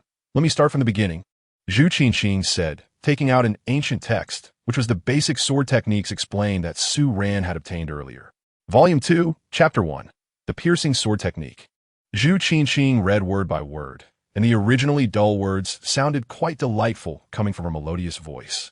What a pleasure, Su Ran couldn't help but think, realizing why some said that a gentle home is a hero's grave. All day long, he and T thought about cultivation at all. Fortunately for Su Ran, pursuing girls could make him stronger, and the gentle home was his paradise. Su Ran just wanted to say that the more gentle homes, the better. Chapter 77. Arriving at Shrek Academy to meet Flander after arriving in Suatua City, Su Ran and Zhu Zhuqing headed straight for Shrek Academy. At this moment, Su Ran couldn't help but feel a bit excited. He didn't know what expression Dai Mubai would have later. He definitely wanted to show off in front of Dai Mubai. Su Ran, where are we going? Zhu Zhuqing asked, looking at Su Ran in confusion, not quite understanding. Aren't we supposed to go to the Advanced Soul Master Academy? That should be in Heaven Do City, where geniuses and strong people gather. What are we doing in this poor rural area? The academy we're going to is right here.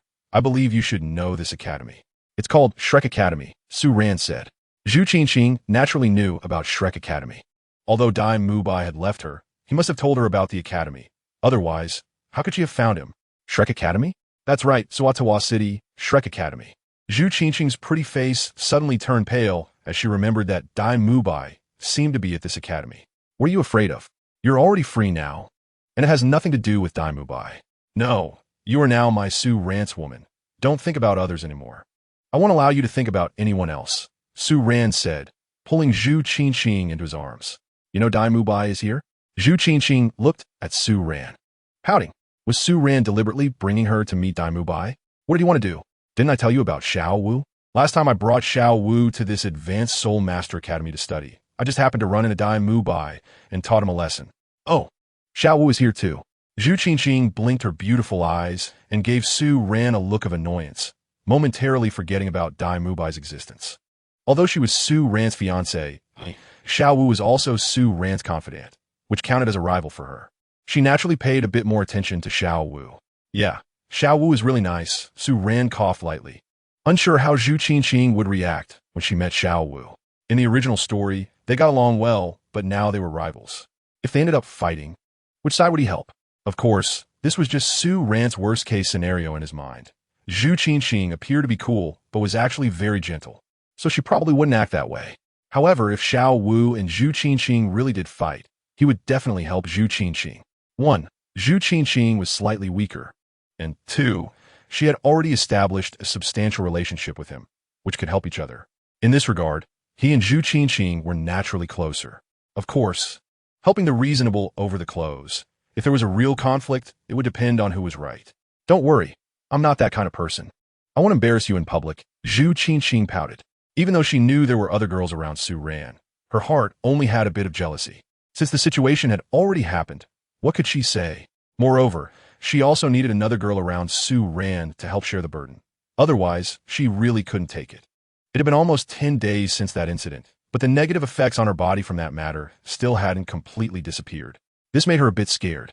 Su Ran had made several requests during this time, but she had directly refused each time.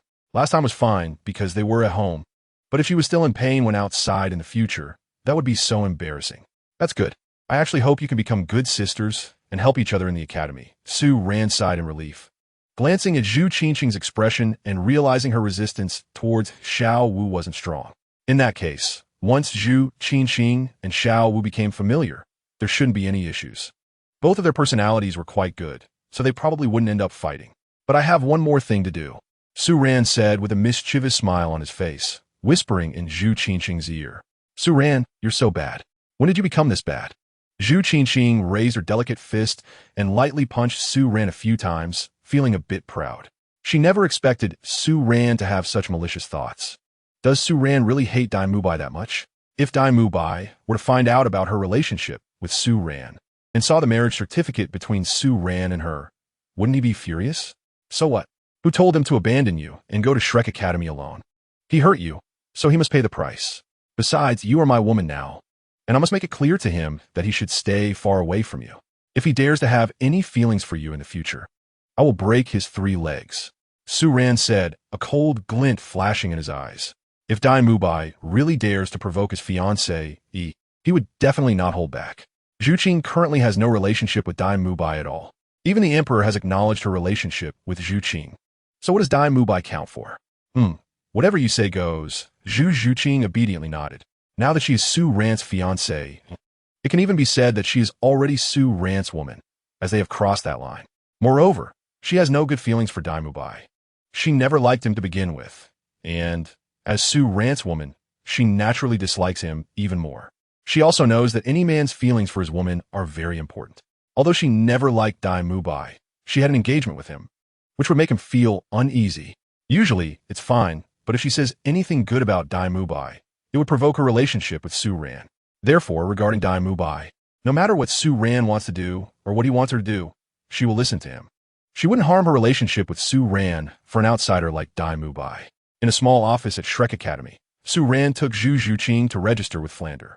Flander, with his square-shaped glasses, looked at Su Ran bringing back another girl, and she was even more beautiful than Xiao Wu.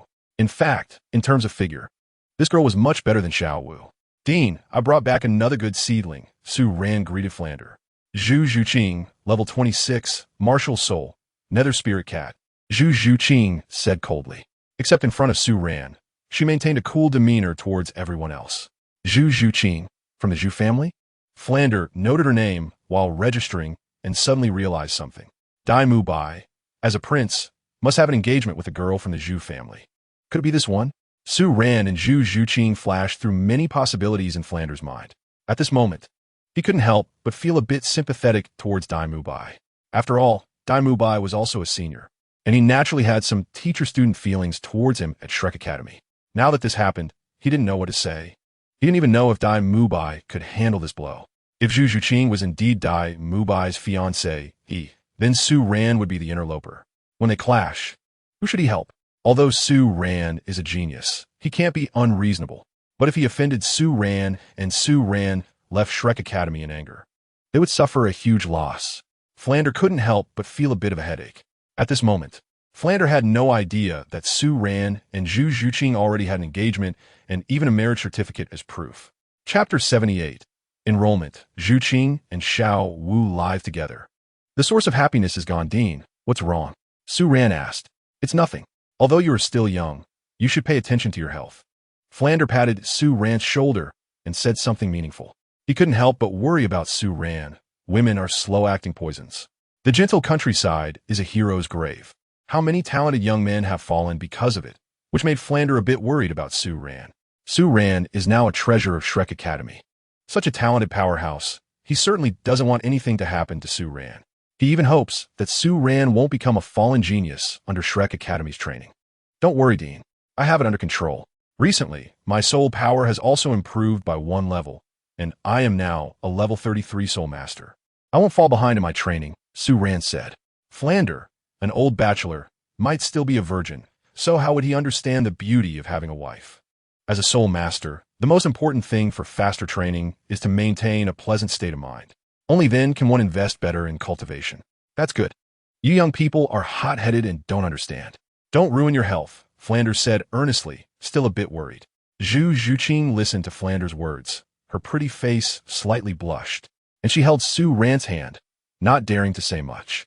Su Ran nodded to indicate that he understood. Dean, does Zhuqing need to take a test? Su Ran asked. No need for testing. I trust the person you brought, Flanders said, glancing at Zhu Zhuqing. As the direct descendant of the Zhu family, with her talent and strength meeting the standards, what else needs to be tested? Of course, the key point is that Zhu Zhuqing is also Su Ran's girlfriend. If the test doesn't meet the standard, how could she not be allowed to enroll? If Su Ran were to leave, Shrek Academy would lose 3 talents at once. Since that's the case, it would be better to cancel the test directly. Thank you, Dean. Su Ran cupped his fists. All right, you can leave now. You are familiar with the student dormitory. Go choose a good room for your girlfriend, Flander waved his hand. Today, you don't have to attend classes. But from tomorrow onwards, you must participate in training. Su Ran, your situation is special. You can arrange your training time and plan yourself, without having to follow our pace. Flander called out from behind. Su Ran's situation is special. His soul master level can rival that of a soul emperor. With such strength, Su Ran must have his own extraordinary training plan. If Su Ran were to train with them, it might not be a good thing. Understood. Su Ran responded and walked out with Zhu Zhuqing. Shrek Academy now has 6 members including you and me.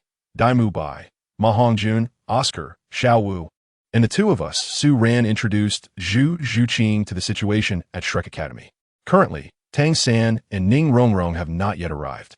Where does Xiao Wu live? I want to go live with her. Zhu Zhuqing nodded and then looked at Su Ran with burning eyes, directly stating. She wanted to live with Xiao Wu for a reason. On one hand, she could get familiar with Xiao Wu, as they would be comrades in the future. She didn't want any discord between them. On the other hand, if she lived with Xiao Wu, Su Ran would have concerns and wouldn't easily come to her or Xiao Wu for help. After all, she was a bit scared. The promised relief was actually painful to death. She wouldn't believe Su Ran. However, this was just Zhu Zhuqing's one-sided wish. Once she became familiar with Xiao Wu and stayed in the same dormitory, it would only become more ridiculous.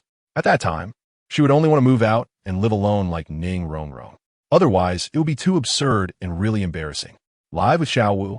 I'm afraid you two will end up fighting. Su Ran raised an eyebrow, a bit helpless. He actually wanted to find a quieter place for Zhu Qing, which would help her train, and of course, he could easily find time to visit her. If Zhu Qing and Xiao Wu lived together, wouldn't his source of happiness be gone? Of course, she might also become happier. It's just that it's a bit uncertain. Who knows if Xiao Wu and Zhu Qing can accept that? Shameless. Don't think about those dirty things. Zhu Zhuqing noticed Su Ran's gaze and immediately understood something, saying in a delicate voice, Su Ran is too shameless, always thinking about those things day after day. However, this made her even more convinced that she must find a roommate and not let Su Ran easily succeed. Su Ran is too shameless, occasionally coming to make those requests. She doesn't want that. All right then. but you must compensate me once, otherwise I would be at a loss. Su Ran wrapped his arms around Zhu Zhuqing's slim waist and couldn't help but say something shameless. Fine. Zhu Zhuqing rolled her eyes at Su Ran, somewhat helpless, and could only nod in agreement. She had already thought it through. They should prioritize their studies now. Even if Su Ran is full of energy, he still needs to restrain himself. Although she is Su Ran's fiancé and needs to fulfill her responsibilities, she cannot delay Su Ran's cultivation. Then I'll take you to find Xiao Wu. Su Ran took Zhu Zhuqing's hand and walked forward. To be honest, after so many days, he somewhat missed Xiao Wu. Xiao Wu has long legs and gives off a vibe of girl next door growing up, while Zhu Qing has a curvy and beautiful figure. The combination of both would not be boring. At this moment, Xiao Wu was sitting cross-legged in her dorm room, cultivating. She wore a pink outfit that outlined her slender figure, not revealing much, yet possessing a unique beauty. Since Su Ran left, she had been diligently cultivating. Her cultivation level had already broken through to level 29 and was not far from level 30. Because if she didn't focus on cultivation, she couldn't help but think of Su Ran. Although Su Ran had said he would come back to find her, she still couldn't help but feel a bit lost, and her heart felt emptier. Su Ran, when will you come back? Xiao Wu completed the final rotation of her soul power and opened her sparkling eyes wide. She really missed Su Ran a bit. Only when she was by Su Ran's side did she find a sense of security. Since she learned of Tang San's malicious intentions towards her, she understood that due to her special identity, anyone who knew she was a 100,000-year-old beast would harbor malice against her. Even the best friends would distance themselves once they learned of her identity. Only Su Ran wouldn't, because Su Ran, like her, is a soul beast. Chapter 79. Dai Mubai smiled. His fiancé, he came to find him who? Xiao Wu looked outside. Her dorm was far from the boys' dormitory, and, generally, no one would come to her side. It's me, who else? Su Ran said with a smile. After being away for so long, hearing Xiao Wu's voice again made him somewhat happy. Su Ran, you're back? Hearing Su Ran's voice, Xiao Wu immediately became excited, jumping off the bed and going barefoot to open the door for Su Ran. However, when the door opened, Xiao Wu's expression suddenly changed, because she saw that there was an incredibly beautiful girl beside Su Ran with a cold demeanor. In terms of looks, she was on par with Xiao Wu, but in terms of figure, she surpassed her by a lot. That voluptuous figure showcased the beauty of a woman's curves, making even her, as a girl, unable to help but look a few more times, let alone a man. While Xiao Wu was sizing up Zhu Zhuqing was also sizing up Xiao Wu. Xiao Wu had neatly braided hair that hung down to her calves, and her pink outfit wrapped around her developing petite body. Although her figure wasn't very ample, that tiny waist and those incredibly long legs could make countless women feel inferior. The two girls didn't speak, each observing the other, with a hint of astonishment in their eyes. At this moment, Zhu Zhuqing naturally understood why Xiao Wu could attract Su Ran. A girl like Xiao Wu could also be considered stunning. Although her figure wasn't ample enough, given a few more years, she would undoubtedly have a captivating beauty. Hello, I'm Zhu Zhuqing, Su Ran's fiancé. Zhu Zhuqing said, taking the initiative to extend her hand to befriend Xiao Wu. But the first thing she said was to directly state her status as the main partner. No matter how open-minded she was about allowing Su Ran to be with other women, she would never allow another woman to take her place in Su Ran's heart. So you are Zhuqing. I'm Xiao Wu, the dance of the dance. After a brief moment of anger, Xiao Wu quickly understood Zhu Zhuqing's identity. Su Ran had already mentioned that he would bring his fiancé the next time he came. So Xiao Wu quickly accepted this fact. However, when she heard Zhu Zhuqing say she was Su Ran's fiancé, she couldn't help but feel a bit sour inside. Zhu Zhuqing is Su Ran's fiancé. So what about her? What was her relationship with Su Ran now? But this emotion quickly dissipated as Xiao Wu reminded herself that Zhu Zhuqing was indeed Su Ran's fiancé, and she was merely the third party. What position could she demand? You two can chat slowly. Later, Zhu Qing and I will go to Soto City to see if there's anything we need to buy. Su Ran said, turning to leave. After all, the two girls meeting suddenly needed to get acquainted, and it was meaningless for him to stay there. You don't need to come. I'll accompany Zhu Qing to shop. We've been in Soto City participating in the soul fighting competition these days, so we haven't had many classes. Zhu Zhuqing also nodded and took the initiative to link arms with Xiao Wu. Although the two had just met, they seemed to be like good sisters already. Of course, Su Ran could still see the restraint and awkwardness on their faces. After all, they had just met. But after a few days of getting to know each other, that sense of strangeness would disappear. Living in the same room, after a few days, the unfamiliarity would fade away. Buy whatever you want. This gold soul coin card is a gift for you. Su Ran generously stuffed the gold soul coin card that Davis had given him in Zhu Zhuqing's arms. And by the way, he felt the softness there, causing Zhu Zhuqing to give Su Ran a not-so-happy glare. In front of Xiao Wu, Su Ran still didn't know how to restrain himself. At this moment, in Dai Mubai's dormitory, Dai Mubai was sharing a large dormitory with the fatty. Hearing Ma Hongjuan's words, he couldn't help but become excited. There's a girl beside Su Ran wearing a black tight outfit and having a voluptuous figure? What does that mean? His fiancé, Yi, has come. He had told Zhu Zhuqing before leaving Star Luo City that he would go to Shrek Academy. Now Zhu Zhuqing is here to find him. Dai Mubai felt a bloom of happiness in his heart. He found Su Ran somewhat amusing. His precious fiancé, Zhu Zhuqing, came to find him. But Su Ran was acting like a flower protector, accompanying Zhu Zhuqing to find him. The scene made him want to laugh. After all, how talented is Su Ran? Such a genius, yet he isn't good at romance? Watching the woman he likes come to find his fiancée, but he had to personally escort her to Shrek Academy out of concern for her safety. How painful and helpless must Su Ran feel? Oh, Su Ran, you're still not as good as me. No matter how beautiful Xiao Wu is, she can't compare to my Zhuqing. Xiao Wu's legs may be long, but Zhuqing's figure is something she can hardly reach.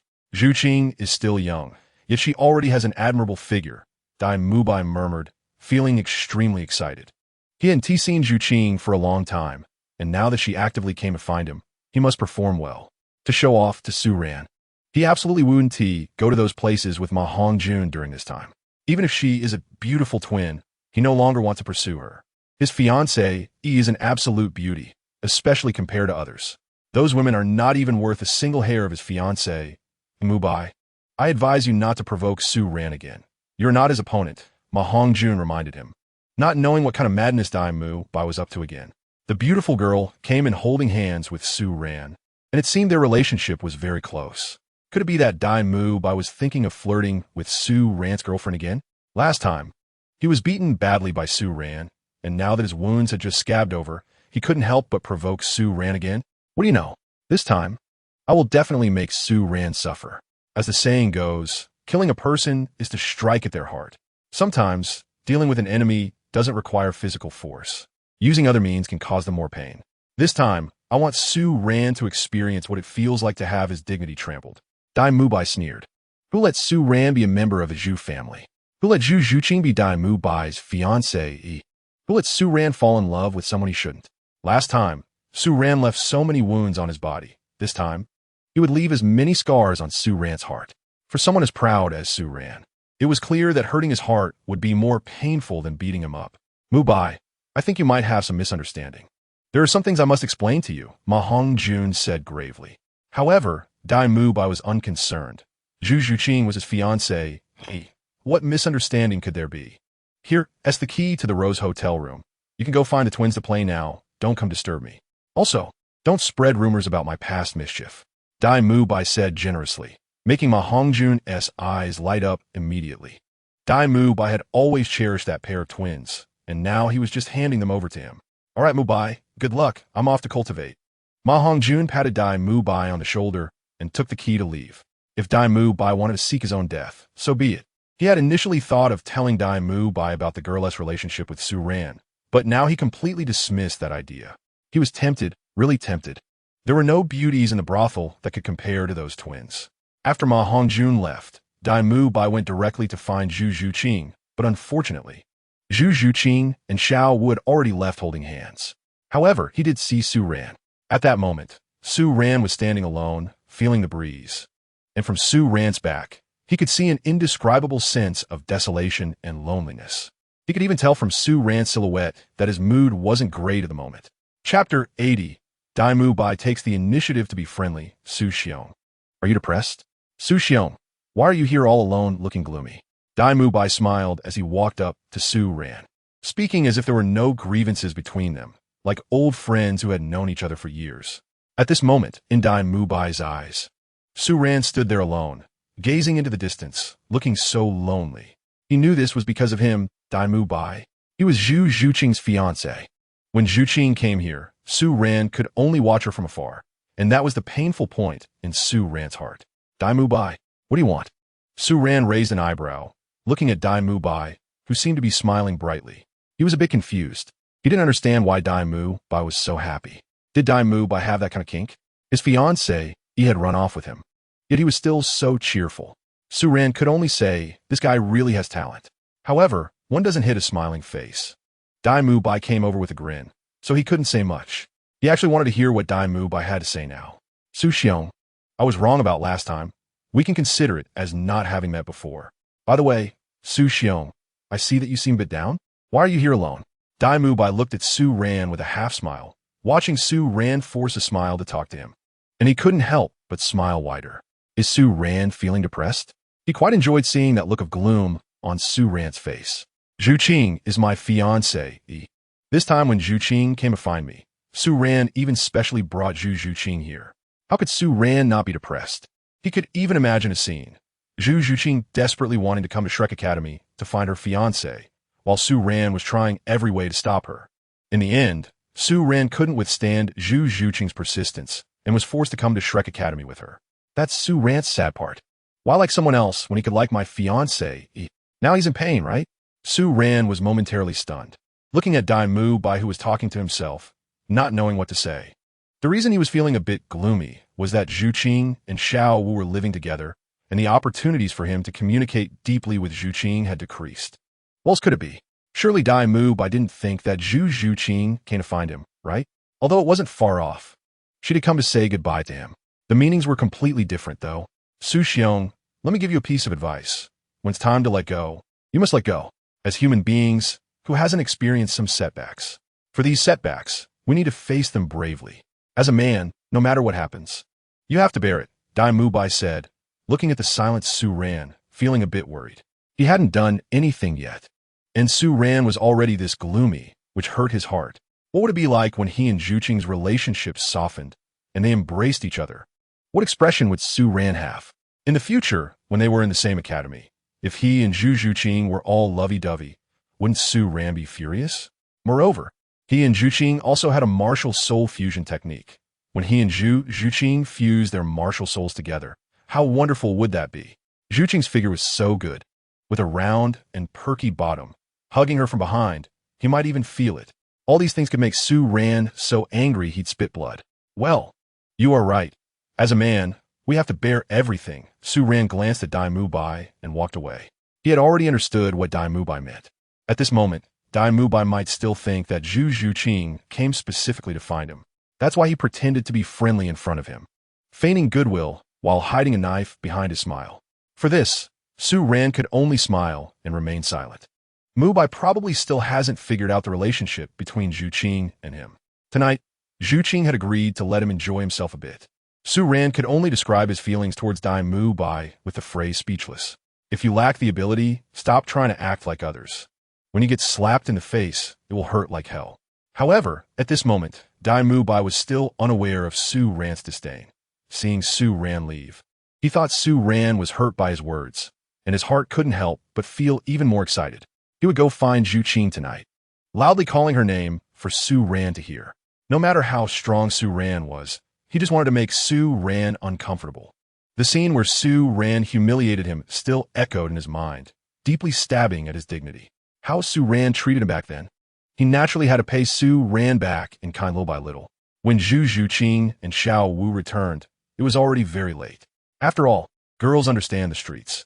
If it weren't too late, they might still want to continue shopping. Zhu Qing, your figure is really good. Su Ran must really like it, Xiao Wu said, holding Zhu Zhuqing's arm. Xiao Wu, what nonsense are you talking about? Zhu Zhuqing blushed and glared at Xiao Wu. They had already developed a good relationship after spending half a day together, especially since they shared a common interest, Su Ran. Xiao Wu didn't understand how Zhu Zhuqing had developed such a good figure, especially since she was a few months older than Zhu Zhuqing. Ah, Xiao Wu, you are so lewd, Zhu Zhuqing exclaimed in a huff. But your figure is also great, your legs are so long. Zhu Zhuqing pouted as she looked at Xiao Wu's long legs tightly wrapped in liquid stockings. Xiao Wu's legs were very long, with her height of just over 1.6 meters, more than half of her body was legs. This was something Zhu Zhuqing envied. She knew that legs were also part of a good figure. Xiao Wu's leg shape was so perfect that she hadn't noticed it before when Xiao Wu was wearing long pants, but now in stockings, even she felt a bit envious. Hee, I can't let you take all the good things, Zhuqing. Besides, your legs are also very long and so shapely, Xiao Wu giggled, looking at Zhu Zhuqing's rounded legs wrapped in leather pants, not feeling that Zhu Zhuqing's legs were any worse than her own. Shoo, no more talking. We're almost at the academy. It wouldn't be good if others heard us. Zhu Zhuqing interrupted the conversation with Xiao Wu. Girls' private talks should not be overheard. Chapter 81. Silly Dai Mu Bai. Su Ran is really angry this time when Zhu Zhuqing and Xiao Wu returned to the dormitory. Su Ran was standing outside their dormitory by a large tree with a blue-silver grass in his mouth, looking nonchalant. Today, when Zhuqing insisted on staying with Xiao Wu, they had already discussed it, and Su Ran naturally wouldn't miss this opportunity. After all, Zhuqing had turned him down several times these days, and he couldn't let her back out this time. How could that be? As a fiancé, he needed to consider the girl's physical condition, but when it was time to be assertive, he had to be a bit more assertive. Su Ran, what are you doing here? Xiao Wu asked in surprise when she saw Su Ran standing at the entrance of their dormitory.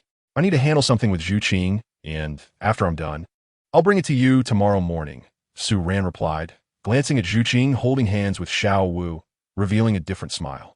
Oh, Xiao Wu nodded understandingly, looking at Zhuqing and Su Ran, instantly understanding what Su Ran meant. She had never expected that Zhuqing and Su Ran's relationship had already progressed to that stage. After all, Zhuqing was a few months younger than her. In her surprise, she couldn't help but feel a bit disappointed. Zhuqing was already Su Ran's fiancé, and now that they had developed a substantial relationship, Zhuqing was probably the most important woman in Su Ran's eyes now. This made her start to feel anxious. Since he was already with Zhuqing, when would he come back to find her? If he came to find her, should she agree? Xiao Wu's mind began to wander. Zhu Zhuqing looked at Su Ran in embarrassment and anger. Seeing Su Ran say such shameless words, she felt like she wanted to find a hole to hide in. Xiao Wu was right there, and Su Ran actually dared to say such suggestive things. Then you and Zhuqing can go be busy, Xiao Wu said, pushing Zhu Zhuqing towards Su Ran and walking towards the room alone. At that moment, she felt a bit heartbroken.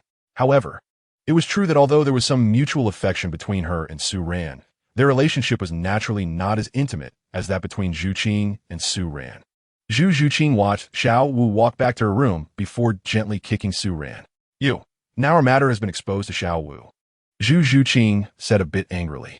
In her view, such matters were extremely embarrassing, and letting outsiders know, even Xiao Wu, would make her feel a bit shy. What is there to be afraid of? She is not an outsider, Su Ran laughed. If he didn't drop a hint, how could he stir up Xiao Wu's emotions? If that were the case, how long would it take to win Xiao Wu over? Now, with only about a week left before Tang San and Yu Xiaogang arrived at Shrek Academy, and with Tang Hao definitely planning to come, there might be some trouble then. If he didn't win Xiao Wu over, it might be a bit troublesome. After all, Xiao Wu was the heroine of Doloa continent, and if he brought her into his harem, he would gain many skill points. With skill points, he could become stronger and resist Tang Hao. However, he thought about it, and felt he still needed to spend skill points to see if he could draw something good. Otherwise, he really wouldn't know how to deal with Tang Hao. The experience card for the 10,000-year Qilin had already been used up. These thoughts flashed through Su Ran's mind, and after thinking about it, he decided to cast them aside. Now that he had the beauty in his arms, he wouldn't allow himself to think of anything else. Su Ran picked up Zhu Zhuqing in a princess carry and walked towards his dormitory. Not long after Su Ran and Zhu Zhuqing left, Dai Mu Bai arrived. He had already figured out that Zhu Zhuqing should be living with Xiao Wu now. He held a bouquet of flowers with 99 roses in the middle. Su Ran. Oh, Su Ran, just wait until I resolve my differences with Zhuqing and see how I'll show you off. By then, Zhuqing will use her martial soul fusion skill with me every day, and it will definitely make you feel overwhelmed, Dai Mu Bai said, standing at the door of Xiao Wu's dormitory, calling out Zhu Zhuqing's name. He was more than 3 meters away from this dormitory. He was now afraid to offend Xiao Wu. Su Ran was very strong, and he didn't want to give Su Ran any reason to go after him. After all, Su Ran was probably very displeased with him now, and as long as Su Ran found a suitable reason, he would definitely beat him up. Dai Mu Bai called out for a while outside, and Xiao Wu impatiently opened the door. Dai Mubai, do you want to die? Xiao Wu said angrily, hands on her hips. I'm looking for Zhu Qing, Dai Mubai said, hiding the flowers behind his back. Zhu Qing isn't here. Xiao Wu looked at Dai Mubai with disgust and directly closed the door. Zhu Qing isn't here? Dai Mubai looked at Xiao Wu's expression and seemed to believe she wasn't lying. He then looked around at the dark surroundings. This was the dormitory area. Excluding their and Oscar's dormitory, there was only one room with the light on. Oh, I must have made a mistake. Dai Mubai touched his nose, feeling a bit embarrassed, but more so excited. He had originally thought that Zhu Qing was living with Xiao Wu, given Xiao Wu's dislike for him. Wouldn't she keep saying bad things about him to Zhu Qing? If Zhu Qing had her own room, then that would be great. At this moment, Dai Mubai, because he was a bit too excited, failed to realize a problem. At this time, in the dormitory area, there was only one room with the light on, and Xiao Wu's dormitory had only her alone. Wouldn't that mean two people were missing? Where did Su Ran go? At this moment, the silly Dai Mubai had no idea that Su Ran was doing something delightful with his precious Zhu Qing. Inside Su Ran's dormitory, he was passionately kissing Zhu Zhuqing, having knocked her down and was just about to do something when Dai Mubai's voice came from outside the door. Zhu Qing, are you there? Dai Mubai's voice was extremely loud. He stood outside with a smile on his face. He knew that Su Ran was also living in some room in this dormitory area. His loud voice was meant to tell Su Ran. He, Dai Mubai, Zhu Zhuqing's fiancé, was looking for Zhu Zhuqing on this dark night. Such a night, with such a voice, was enough to keep Su Ran awake all night. Zhu Qing had always been cold towards him, and her attitude had never been very good. But Su Ran didn't know this. His voice was enough to trigger Su Ran's wild imagination. Once Su Ran began to associate rich thoughts with his voice, his purpose would be achieved. He just wanted to see Su Ran's reaction, to see the expression on Su Ran's face when he wanted to punch him but felt helpless. The engagement between him and Zhu Zhuqing was a hurdle that Su Ran could never cross. Hearing Dai Mubai's voice, Su Ran was stunned, and so was Zhu Zhuqing. This idiot. Su Ran cursed silently. At that moment, he really wanted to go out and stab Dai Mubai with his sword. How unethical, this dog. He was about to push Zhu Zhuqing down, and Dai Mubai pulled this stunt? Forget that idiot. Su Ran said softly, looking at the beauty beneath him, and leaned in for another kiss. However, Dai Mubai's voice still came through, loudly calling Zhu Zhuqing's name. There was no response in the room, and he didn't think much of it. After all, Zhu Zhuqing had always been cold towards him and was dissatisfied with him. So it was normal for her not to respond. But Su Ran was angry. You keep shouting outside, what am I supposed to do? Chapter 82. Dai Mubai. I successfully showed off in front of Su Ran. Is this idiot out of his mind? Su Ran couldn't help but mutter. Dai Mubai, this moron. He didn't go looking for trouble, yet Dai Mubai actively came to provoke him. Su Ran, stop it, there are people outside. Zhu Zhuqing's face was flushed. Her delicate hand pressed against Su Ran's chest, trying to push him away. Awakened by Dai Mubai's voice, she felt extremely embarrassed and annoyed, completely devoid of any such thoughts. Although she had no feelings for Dai Mubai, he was still her former fiancé. With him shouting so loudly outside, how could she possibly have any other thoughts? Even if it wasn't Dai Mubai, no one would have such desires in this situation. You can't go out to see him. Su Ran frowned, holding Zhu Zhuqing tightly in his arms, feeling her soft and fragrant body, which eased his mood a little. If it weren't for worrying about Zhu Zhuqing's reputation, he would have long gone out to beat up Dai Mubai. How dare Dai Mubai shout like this in front of his dormitory, calling out his wife's name? Isn't that asking for death? He didn't actively seek trouble with Dai Mubai, yet Dai Mubai took the initiative to provoke him. However, even though Su Ran was angry, he could only hold it in at this moment. Otherwise, if things got too loud, everyone would know about his relationship with Zhu Qing, which wouldn't be good for her. After all, Zhu Qing was still very young, and exposing such matters now was inappropriate. As it stood, only Xiao Wu truly knew about the substantial relationship between him and Zhu Qing. Xiao Wu was already his woman, and the relationship between Zhu Qing and Xiao Wu was quite harmonious, so it was fine if she knew. But others couldn't know. At this moment, Su Ran had made up his mind to beat up Dai Mubai tomorrow. All right, Zhu Zhuqing pouted, looking at Su Ran's gloomy face, and couldn't help but giggle. Su Ran had always been calm and collected. No matter what situation he faced, he always seemed to have everything under control. This was the first time she saw Su Ran flustered. Zhu Qing, are you there? Dai Mubai called out many times, but Zhu Zhuqing didn't respond, which made him anxious. Did Zhu Zhuqing really dislike him that much? He had been shouting for so long, and Zhu Zhuqing couldn't even respond? There was a hint of malice in Dai Mubai's eyes. If it weren't to annoy Su Ran, would he have come to find Zhu Zhuqing so shamelessly? Zhu Zhuqing was his fiancé. If he really didn't care, he could do whatever he wanted. But that feeling was quickly suppressed.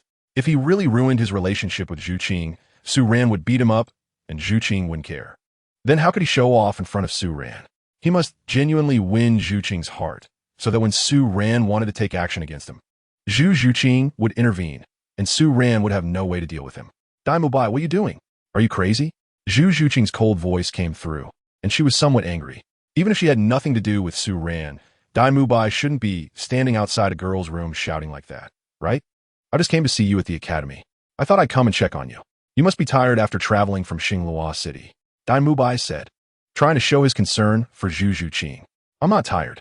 You should leave quickly. You're not welcome here. Zhu Zhuqing didn't want to have anything to do with Dai Mubai and didn't want to talk to him. She was now Su Ran's woman, and she was very clear about her position. But I want to chat with you more. I haven't seen you in a long time. Ever since I left Xinglua City, I haven't seen you again. You came to Shrek Academy today, but I couldn't meet you, Dai Mubai said, thinking that Zhu Zhuqing came to Shrek Academy for him. Now that she was at the academy, why was she so cold and indifferent? However, Dai Mubai thought Zhu Zhuqing was just being tsundere. Girls were often like that. And Zhu Zhuqing was no exception. Seeing that Dai Mubai was still being persistent, Su Ran became even more irritated. He couldn't help but pat Zhu Zhuqing's perky bottom, signaling her to quickly shake off Dai Mubai. A night of passion was worth 1,000 gold. Su Ran didn't want to waste even a second of this time. Zhu Zhuqing was caught off guard by Su Ran's sudden move, gasping in surprise as she felt a tingling sensation in her intimate area, embarrassed and furious. Zhuqing, what's wrong? Dai Mubai's heart skipped a beat at the alluring sound, which was truly suggestive. He was experienced in such matters and was very familiar with that kind of sound. That sound, what was that? Dai Mubai's heart raced, suddenly feeling panicked. But when he thought of Zhu Zhuqing's character and temperament, he calmed down. His fiancée, Zhu Zhuqing, was so cold and indifferent to everyone. How could she possibly do such a thing? Zhu Qing must just be feeling uncomfortable, that's all. Dai Mubai thought to himself, calming his heart. However, he still felt somewhat inexplicably anxious. For some reason, at this moment, his heart was racing faster and faster, as if something significant was about to happen. The last time his body reacted this way was when Davis was preparing to send someone to assassinate him. At that time, he decisively ran away and saved his own life. So what was this reaction indicating now? Zhu Zhuqing was also startled by her own voice. After hearing Dai Mubai's question, she felt extremely embarrassed and annoyed, directly pressing Su Ran's hands against her own, forbidding him from doing anything inappropriate. I've been traveling for days, and I'm tired. I'm not talking to you anymore. I'm turning off the lights and going to sleep, Zhu Zhuqing said, completely turning off the bedside lamp, putting an end to Dai Mubai's attempts to entangle her further. Seeing Zhu Zhuqing turn off the light, Dai Mubai outside stopped pestering her. Anyway, his goal had already been achieved. He had successfully shown off in front of Su Ran. Su Ran must have heard that he came to see Zhu Qing on this dark night. That was enough to make Su Ran feel pain. This made him feel incredibly satisfied. Now, as long as Su Ran was flustered, he would be very pleased. Although Zhu Zhuqing was still cold towards him, it seemed even colder than before. But he was confident that in the future, he could completely win Zhu Zhuqing over. With his experience with women, wouldn't it be simple to pursue one? Moreover, this woman was his fiancée. If he got serious, he could definitely manipulate Zhu Zhuqing, this emotional novice, completely.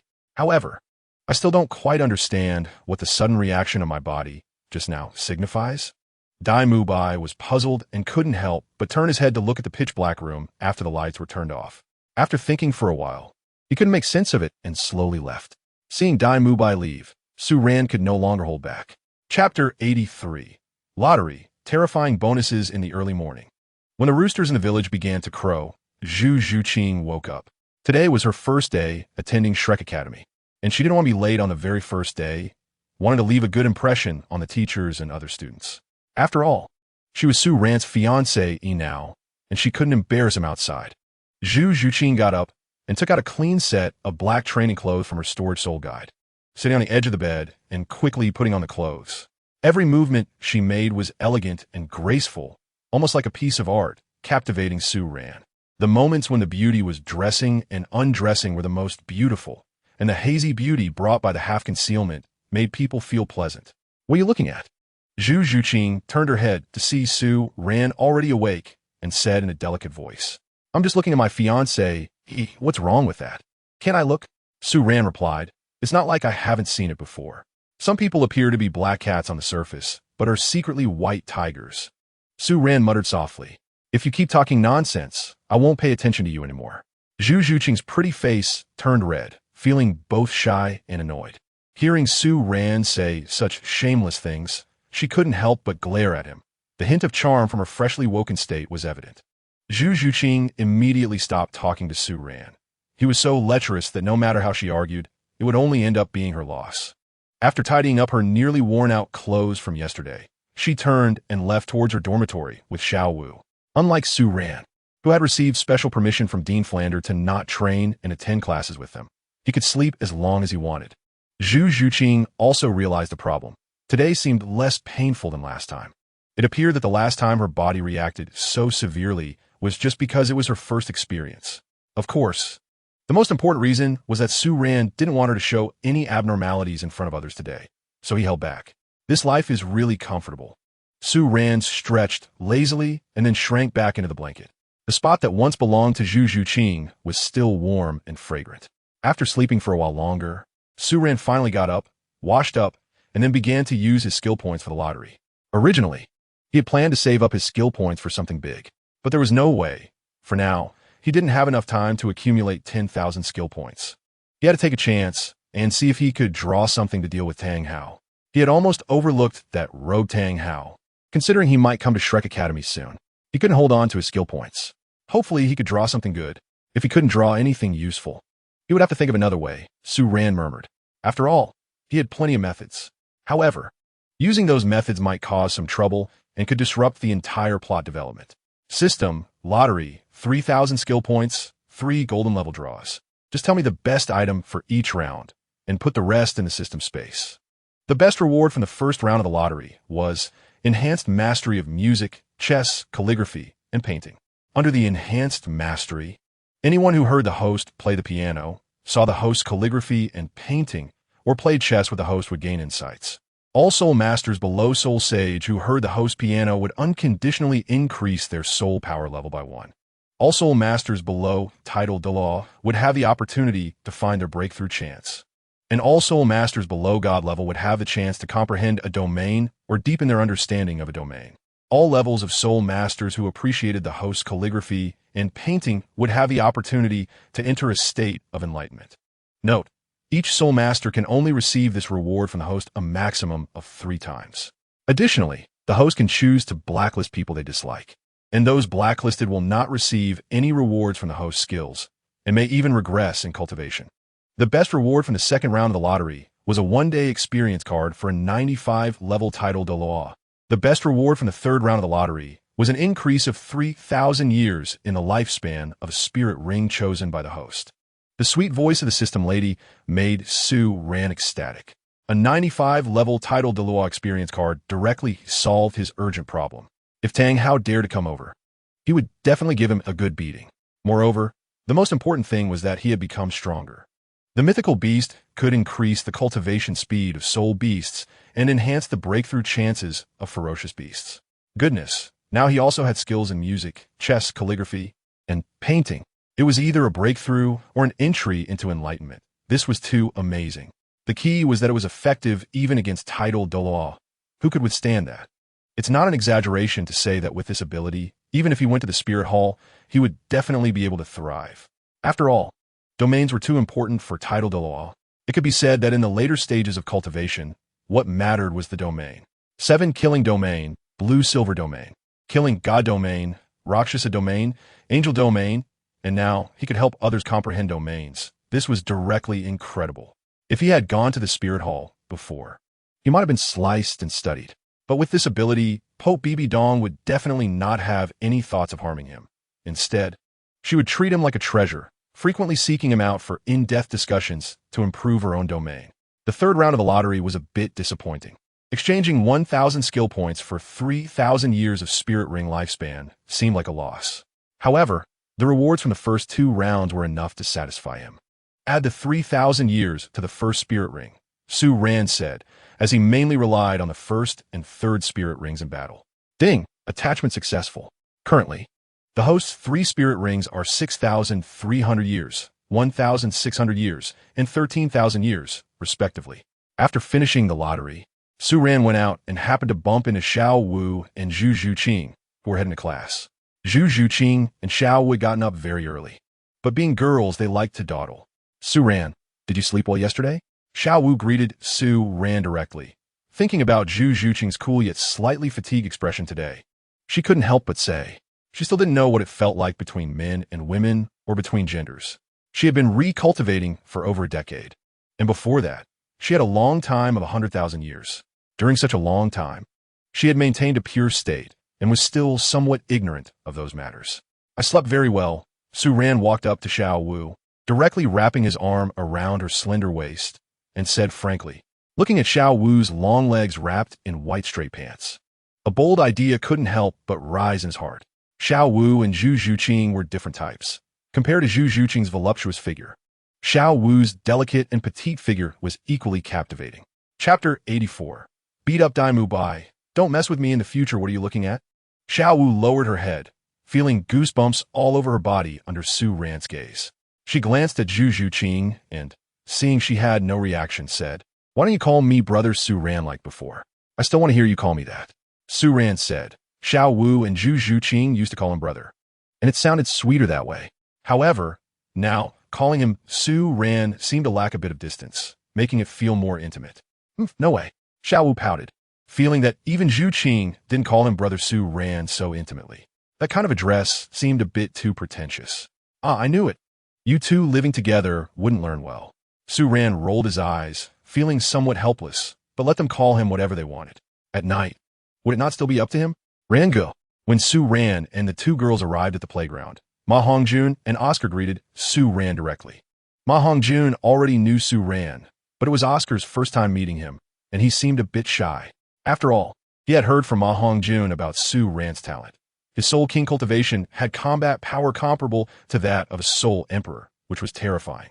Moreover, before he even enrolled in the academy, Su Ran had directly beaten Dai Mu Bai, who ended up lying in bed for half a month, spending a fortune on supplements and medicine to recover. Otherwise, he would probably still be lying in bed for another half month to heal. For someone as extraordinary as Su Ran, it was best to make friends, not enemies. Hello. Nice to meet you. Please take care of me. Su Ran stepped forward and shook hands with Oscar, who felt a bit flattered, not expecting Su Ran to take the initiative to greet him. He had always thought that a genius as powerful as Su Ran would be extremely proud and arrogant. But unexpectedly, Su Ran didn't seem to have any airs at all. Dai Mu Bai saw Ma Hongjun and Oscar fawning over Su Ran like 2 lackeys and felt a bit unhappy. Su Ran had stolen the spotlight that originally belonged to him upon arriving at the academy. Previously, at the Lake Academy, Oscar and Ma Hongjun had followed him around. However, his gaze was fixed on Zhu Zhuqing. Just as he was about to walk towards her, a fist struck his face at lightning speed. Dai Mu Bai screamed in agony as his body flew backward, but Su Ran's speed was even faster than Dai Mu Bai's flight. Just as Dai Mu Bai was about to hit the ground, Su Ran kicked him back into the air. Bang! Dai Mu Bai's tall body slammed into the ground with a loud thud. Seeing this, Ma Hongjun and Oscar were dumbfounded, feeling a bit of a chill run down their spines. Su Ran's strength seemed even stronger now. Beating Dai Mu Bai was completely effortless. If Su Ran were to take action against them, wouldn't it be even easier? At this moment, especially Oscar, as a support-type Soul Master, he was quite weak and couldn't help but shiver at the violent scene. Dai Mu Bai was a combat-type Soul Master with a strong physique, but he couldn't handle this kind of torment. His body would be wrecked. Xiao Wu and Zhu Zhuqing were also a bit surprised that Su Ran had suddenly attacked Dai Mu Bai without warning. However, Zhu Zhuqing quickly understood why Su Ran had acted against Dai Mu Bai. After all, if it weren't for the special circumstances last night, he would have already rushed out to beat Dai Mu Bai up. Yesterday's situation, let alone Su Ran, even she had felt a bit angry. Anyone would be in a bad mood when interrupted at that time. It hurt so much. Su Ran, are you crazy? Dai Mu Bai kept wailing in pain. caught off guard, and unable to even release his martial soul. Su Ran's speed was so fast that he couldn't muster the strength to use his soul power. At this moment, he finally understood what yesterday's physical reaction had been foreshadowing. Su Ran must have been angry and sleepless all night, suffering immensely. That was why he attacked him as soon as they met. This made him feel a bit of a twisted pleasure while being tortured by Su Ran. Ah, Su Ran. Even if you beat me to death, it won't change the fact that Zhu Zhuqing is my fiancé. Zhu Zhuqing is my woman, and once I have Zhuqing, I will be part of the Zhu family. You are just a side branch of the Zhu family. What do you count for? Dai Mubai thought to himself. However, he didn't dare to say these words out loud. If he provoked Su Ran again, Su Ran would likely hit him even harder, being violently beaten by Su Ran. Dai Mubai's gaze turned to Zhu Zhuqing. Seeing her calm expression, watching her fiancé being beaten without any reaction, he couldn't help but feel furious. After all, he was still her fiancé. Was Zhu Zhuqing really that heartless? No matter how heartless she was, she shouldn't completely disregard him. Damn it. If it weren't for Zhu Zhuqing being able to help restrain Su Ran and even help me show off against him, I would definitely have fallen out with Zhu Zhuqing. A woman alone, without relying on her fiancé, what use could she have in her whole life? Dai Mubai, don't provoke me again. I've already taught you a lesson last time, but it seems you still don't know your place. Your so-called pride and status mean nothing to me. Oh, by the way, I almost forgot. You probably have no status now. You are just a stray dog that doesn't even dare to return home. Su Ran said disdainfully. Dai Mubai was indeed quite pitiful. If it weren't for Tang San forcibly giving him a boost, with his cowardly attitude of running away before the fight even began, he would never have inherited the Dai family's throne. As a prince, what clean women did he not have access to? It would be ridiculous for a prince to go to brothels. With such a character, if it got out, how could he possibly succeed? Moreover, Davis had been entrenched in the Star Luo Empire for so many years, with numerous dignitaries placing their hopes on him. As long as Dai Mubai dared to show his face in the Star Luo Empire, he wouldn't need Davis to take action. Those who had already formed teams would actively eliminate him. Su Ran's words ignited Dai Mubai's fury. Looking at Su Ran's contemptuous gaze, he felt his dignity trampled by Su Ran. No matter how bad he was still a prince. What was Su Ran? The person Su Ran liked was his fiancé. What right did Su Ran have to act so arrogantly? Dai Mubai gritted his teeth in hatred.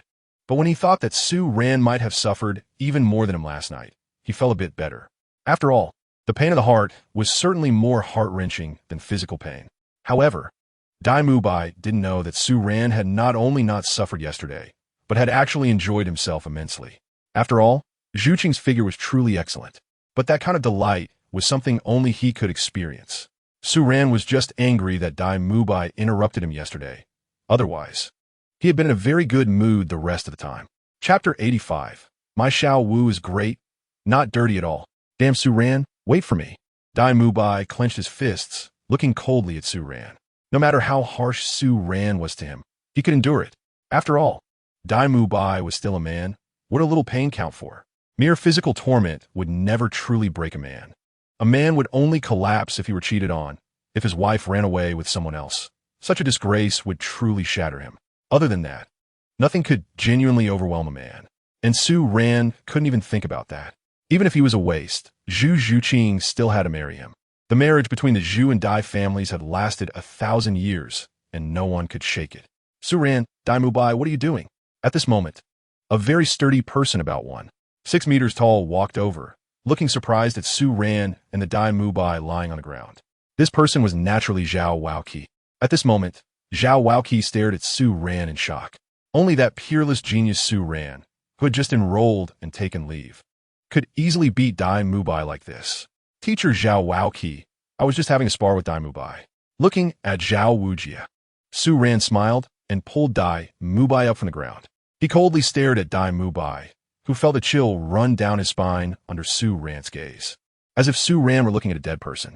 If he dared to say anything bad about Su Ran would definitely take more severe action against him in private. Teacher Zhao, it's true. I was just messing around with Su Ran. Dai Mubai said with a bitter smile. Initially thinking of reporting him, he ultimately backed down. No matter how he complained, no teacher would punish a genius like Su Ran. So what was the point of complaining? Of course, it wasn't entirely useless. If Su Ran really committed a serious mistake, Flinder and the others wouldn't be soft-hearted. But they wouldn't care about something like fighting. Messing around? Zhao Wuji looked at Dai Mubai, who had a bruised face. Is this what messing around looks like? However, he didn't want to delve too deeply into it. Teacher Zhao, I'll head off to practice now, Su Ran said, greeting him before leaving. Su Ran could freely arrange his time, which was a result of the many teachers at Shrek Academy discussing after realizing his talent. Because no one could be Su Ran's teacher. Although they had their own teaching philosophies and methods, none of these were suitable for Su Ran. A groundbreaking genius like Su Ran was beyond their teaching capabilities. Su Ran could cultivate himself to this level, and he must have his own methods. So they ultimately decided that Su Ran could ignore the rules and practice freely. Of course, every couple of months, they would check Su Ran's strength. With such cultivation, what if he encountered temptations, like a gentle embrace, and delayed his training? Go ahead. You can control your own time, Zhao Wujia said, watching Su Ran leave. The teaching at Shrek Academy was relatively simple. Zhao Wujia only taught about 20 minutes of knowledge about Soul Masters before arranging for the students to run laps around Shrek Academy. No matter how good the theory was, it couldn't compare to practical operation. The teaching methods at Shrek Academy had always been straightforward, either training or participating in soul battles at the Soul Arena in Soto City. After running dozens of laps, Xiao Wu and Zhu Zhuqing were both drenched in sweat. Su Ran stood at the finish line waiting for them. Once they finished, he handed them 2 handkerchiefs and 2 bottles of water. Take a break and drink this, Su Ran advised, sizing up the 2 girls who were soaked in sweat. After intense exercise, both girls exuded different alluring scents. One looked like a cute neighbor girl with a touch of sweetness. The other had a perfect figure, unconsciously radiating feminine charm. Zhu Zhuqing took the handkerchief from Su Ran and turned around to wipe some sweat off her body. But she still felt a bit sticky and uncomfortable. I'm going to take a shower first, Zhu Zhuqing said as she walked towards the dormitory. There was only one bathroom in the dormitory, so Xiao had to wait for Zhuqing to finish before she could go in. Wait until you cool down a bit before showering, and don't use cold water, just for comfort, Su Ran called out to Zhu Zhuqing. Got it, Zhu Zhuqing nodded, feeling a hint of sweetness in her heart. Now that she was at Shrek Academy, she no longer needed to hold back. Back in Xinglua City, she had to consider the royal family's face, and there was still some restraint between her and Su Ran. At home, there was no need to hold back, but outside, they still had their reservations. But now that they were at Shrek Academy, there was no pressure at all. Not many people here knew about her and Su Ran's identities. The only one who knew where they were from was Dai Mubai. Xiao Wu gulped down a few sips of water and couldn't help but feel a bit envious of Su Ran. He had been specially approved to skip group training and even classes. How could she not be envious? However, Su Ran's talent was indeed too strong, and training alongside them would have no real significance. Running a few laps was very beneficial for them as lower-rank soul masters, but for Su Ran, it had little effect. After all, he was a divine beast himself, naturally possessing the ability to break the rules. After finishing her water, Su Ran directly pulled Xiao Wu into his arms. Xiao Wu was still dripping with sweat, her whole body soaked, and her pretty face was flushed. Su Ran looked at her and thought about taking a bite. Su Ran, don't. I'm dirty right now, Xiao Wu whispered, trying to push Su Ran away. Her body was sweaty and messy, and she didn't want to leave a bad impression on him. But as a girl, Xiao Wu didn't realize that her sweaty appearance was even more alluring than usual. I'm not afraid. My little Wu is not dirty at all, Su Ran said, wrapping one arm around Xiao Wu's slender waist while using the other to hold the back of her head, kissing her forcefully. At that moment, Xiao Wu's lips had a hint of salty sweat mingled with her unique fragrance, making her even more enticing. Seeing that Su Ran didn't mind her sweaty and messy body and kissed her without hesitation made Xiao Wu's heart tremble, and she slowly responded.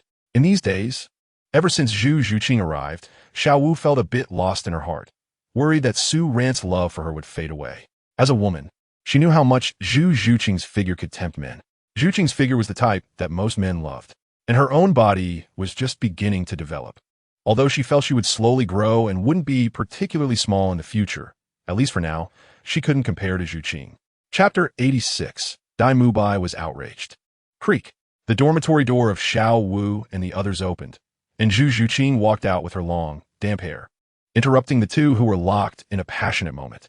Go ahead. Take a shower first. Su Ran gently patted Xiao Wu on the butt. Oh, Xiao Wu shot Su Ran an annoyed glance and quickly walked into the dormitory. Su Ran then directly pulled Zhu Zhuqing, who had just come out of the shower, into his arms. While Su Ran and Zhu Zhuqing were being affectionate outside, Oscar and Dai Mubai appeared at Su Ran's door simultaneously. Dai Mubai was naturally looking for Zhu Zhuqing. Last night, Zhu Zhuqing went to bed early and didn't come out at all. Today, he was preparing to find Zhu Zhuqing to talk when he was suddenly beaten up by Su Ran. Up until now, he hadn't had a proper conversation with Zhu Zhuqing, which made him feel somewhat suffocated. Why was it so difficult for a prince like him, handsome and extraordinarily talented, to talk to his fiancée? Where was the justice in that? Oscar, what are you doing standing here? Dai Mubai called out to Oscar, who was holding a clay pot and walking directly towards Zhuqing's room. This was his fiancée's room. What was Oscar doing here? Was he here to curry favor with Zhuqing? His fiancé, he was not someone just anyone could provoke. Oh, Mubai, the dean asked me to bring some osmanthus lotus seed goji berry porridge to Rangu.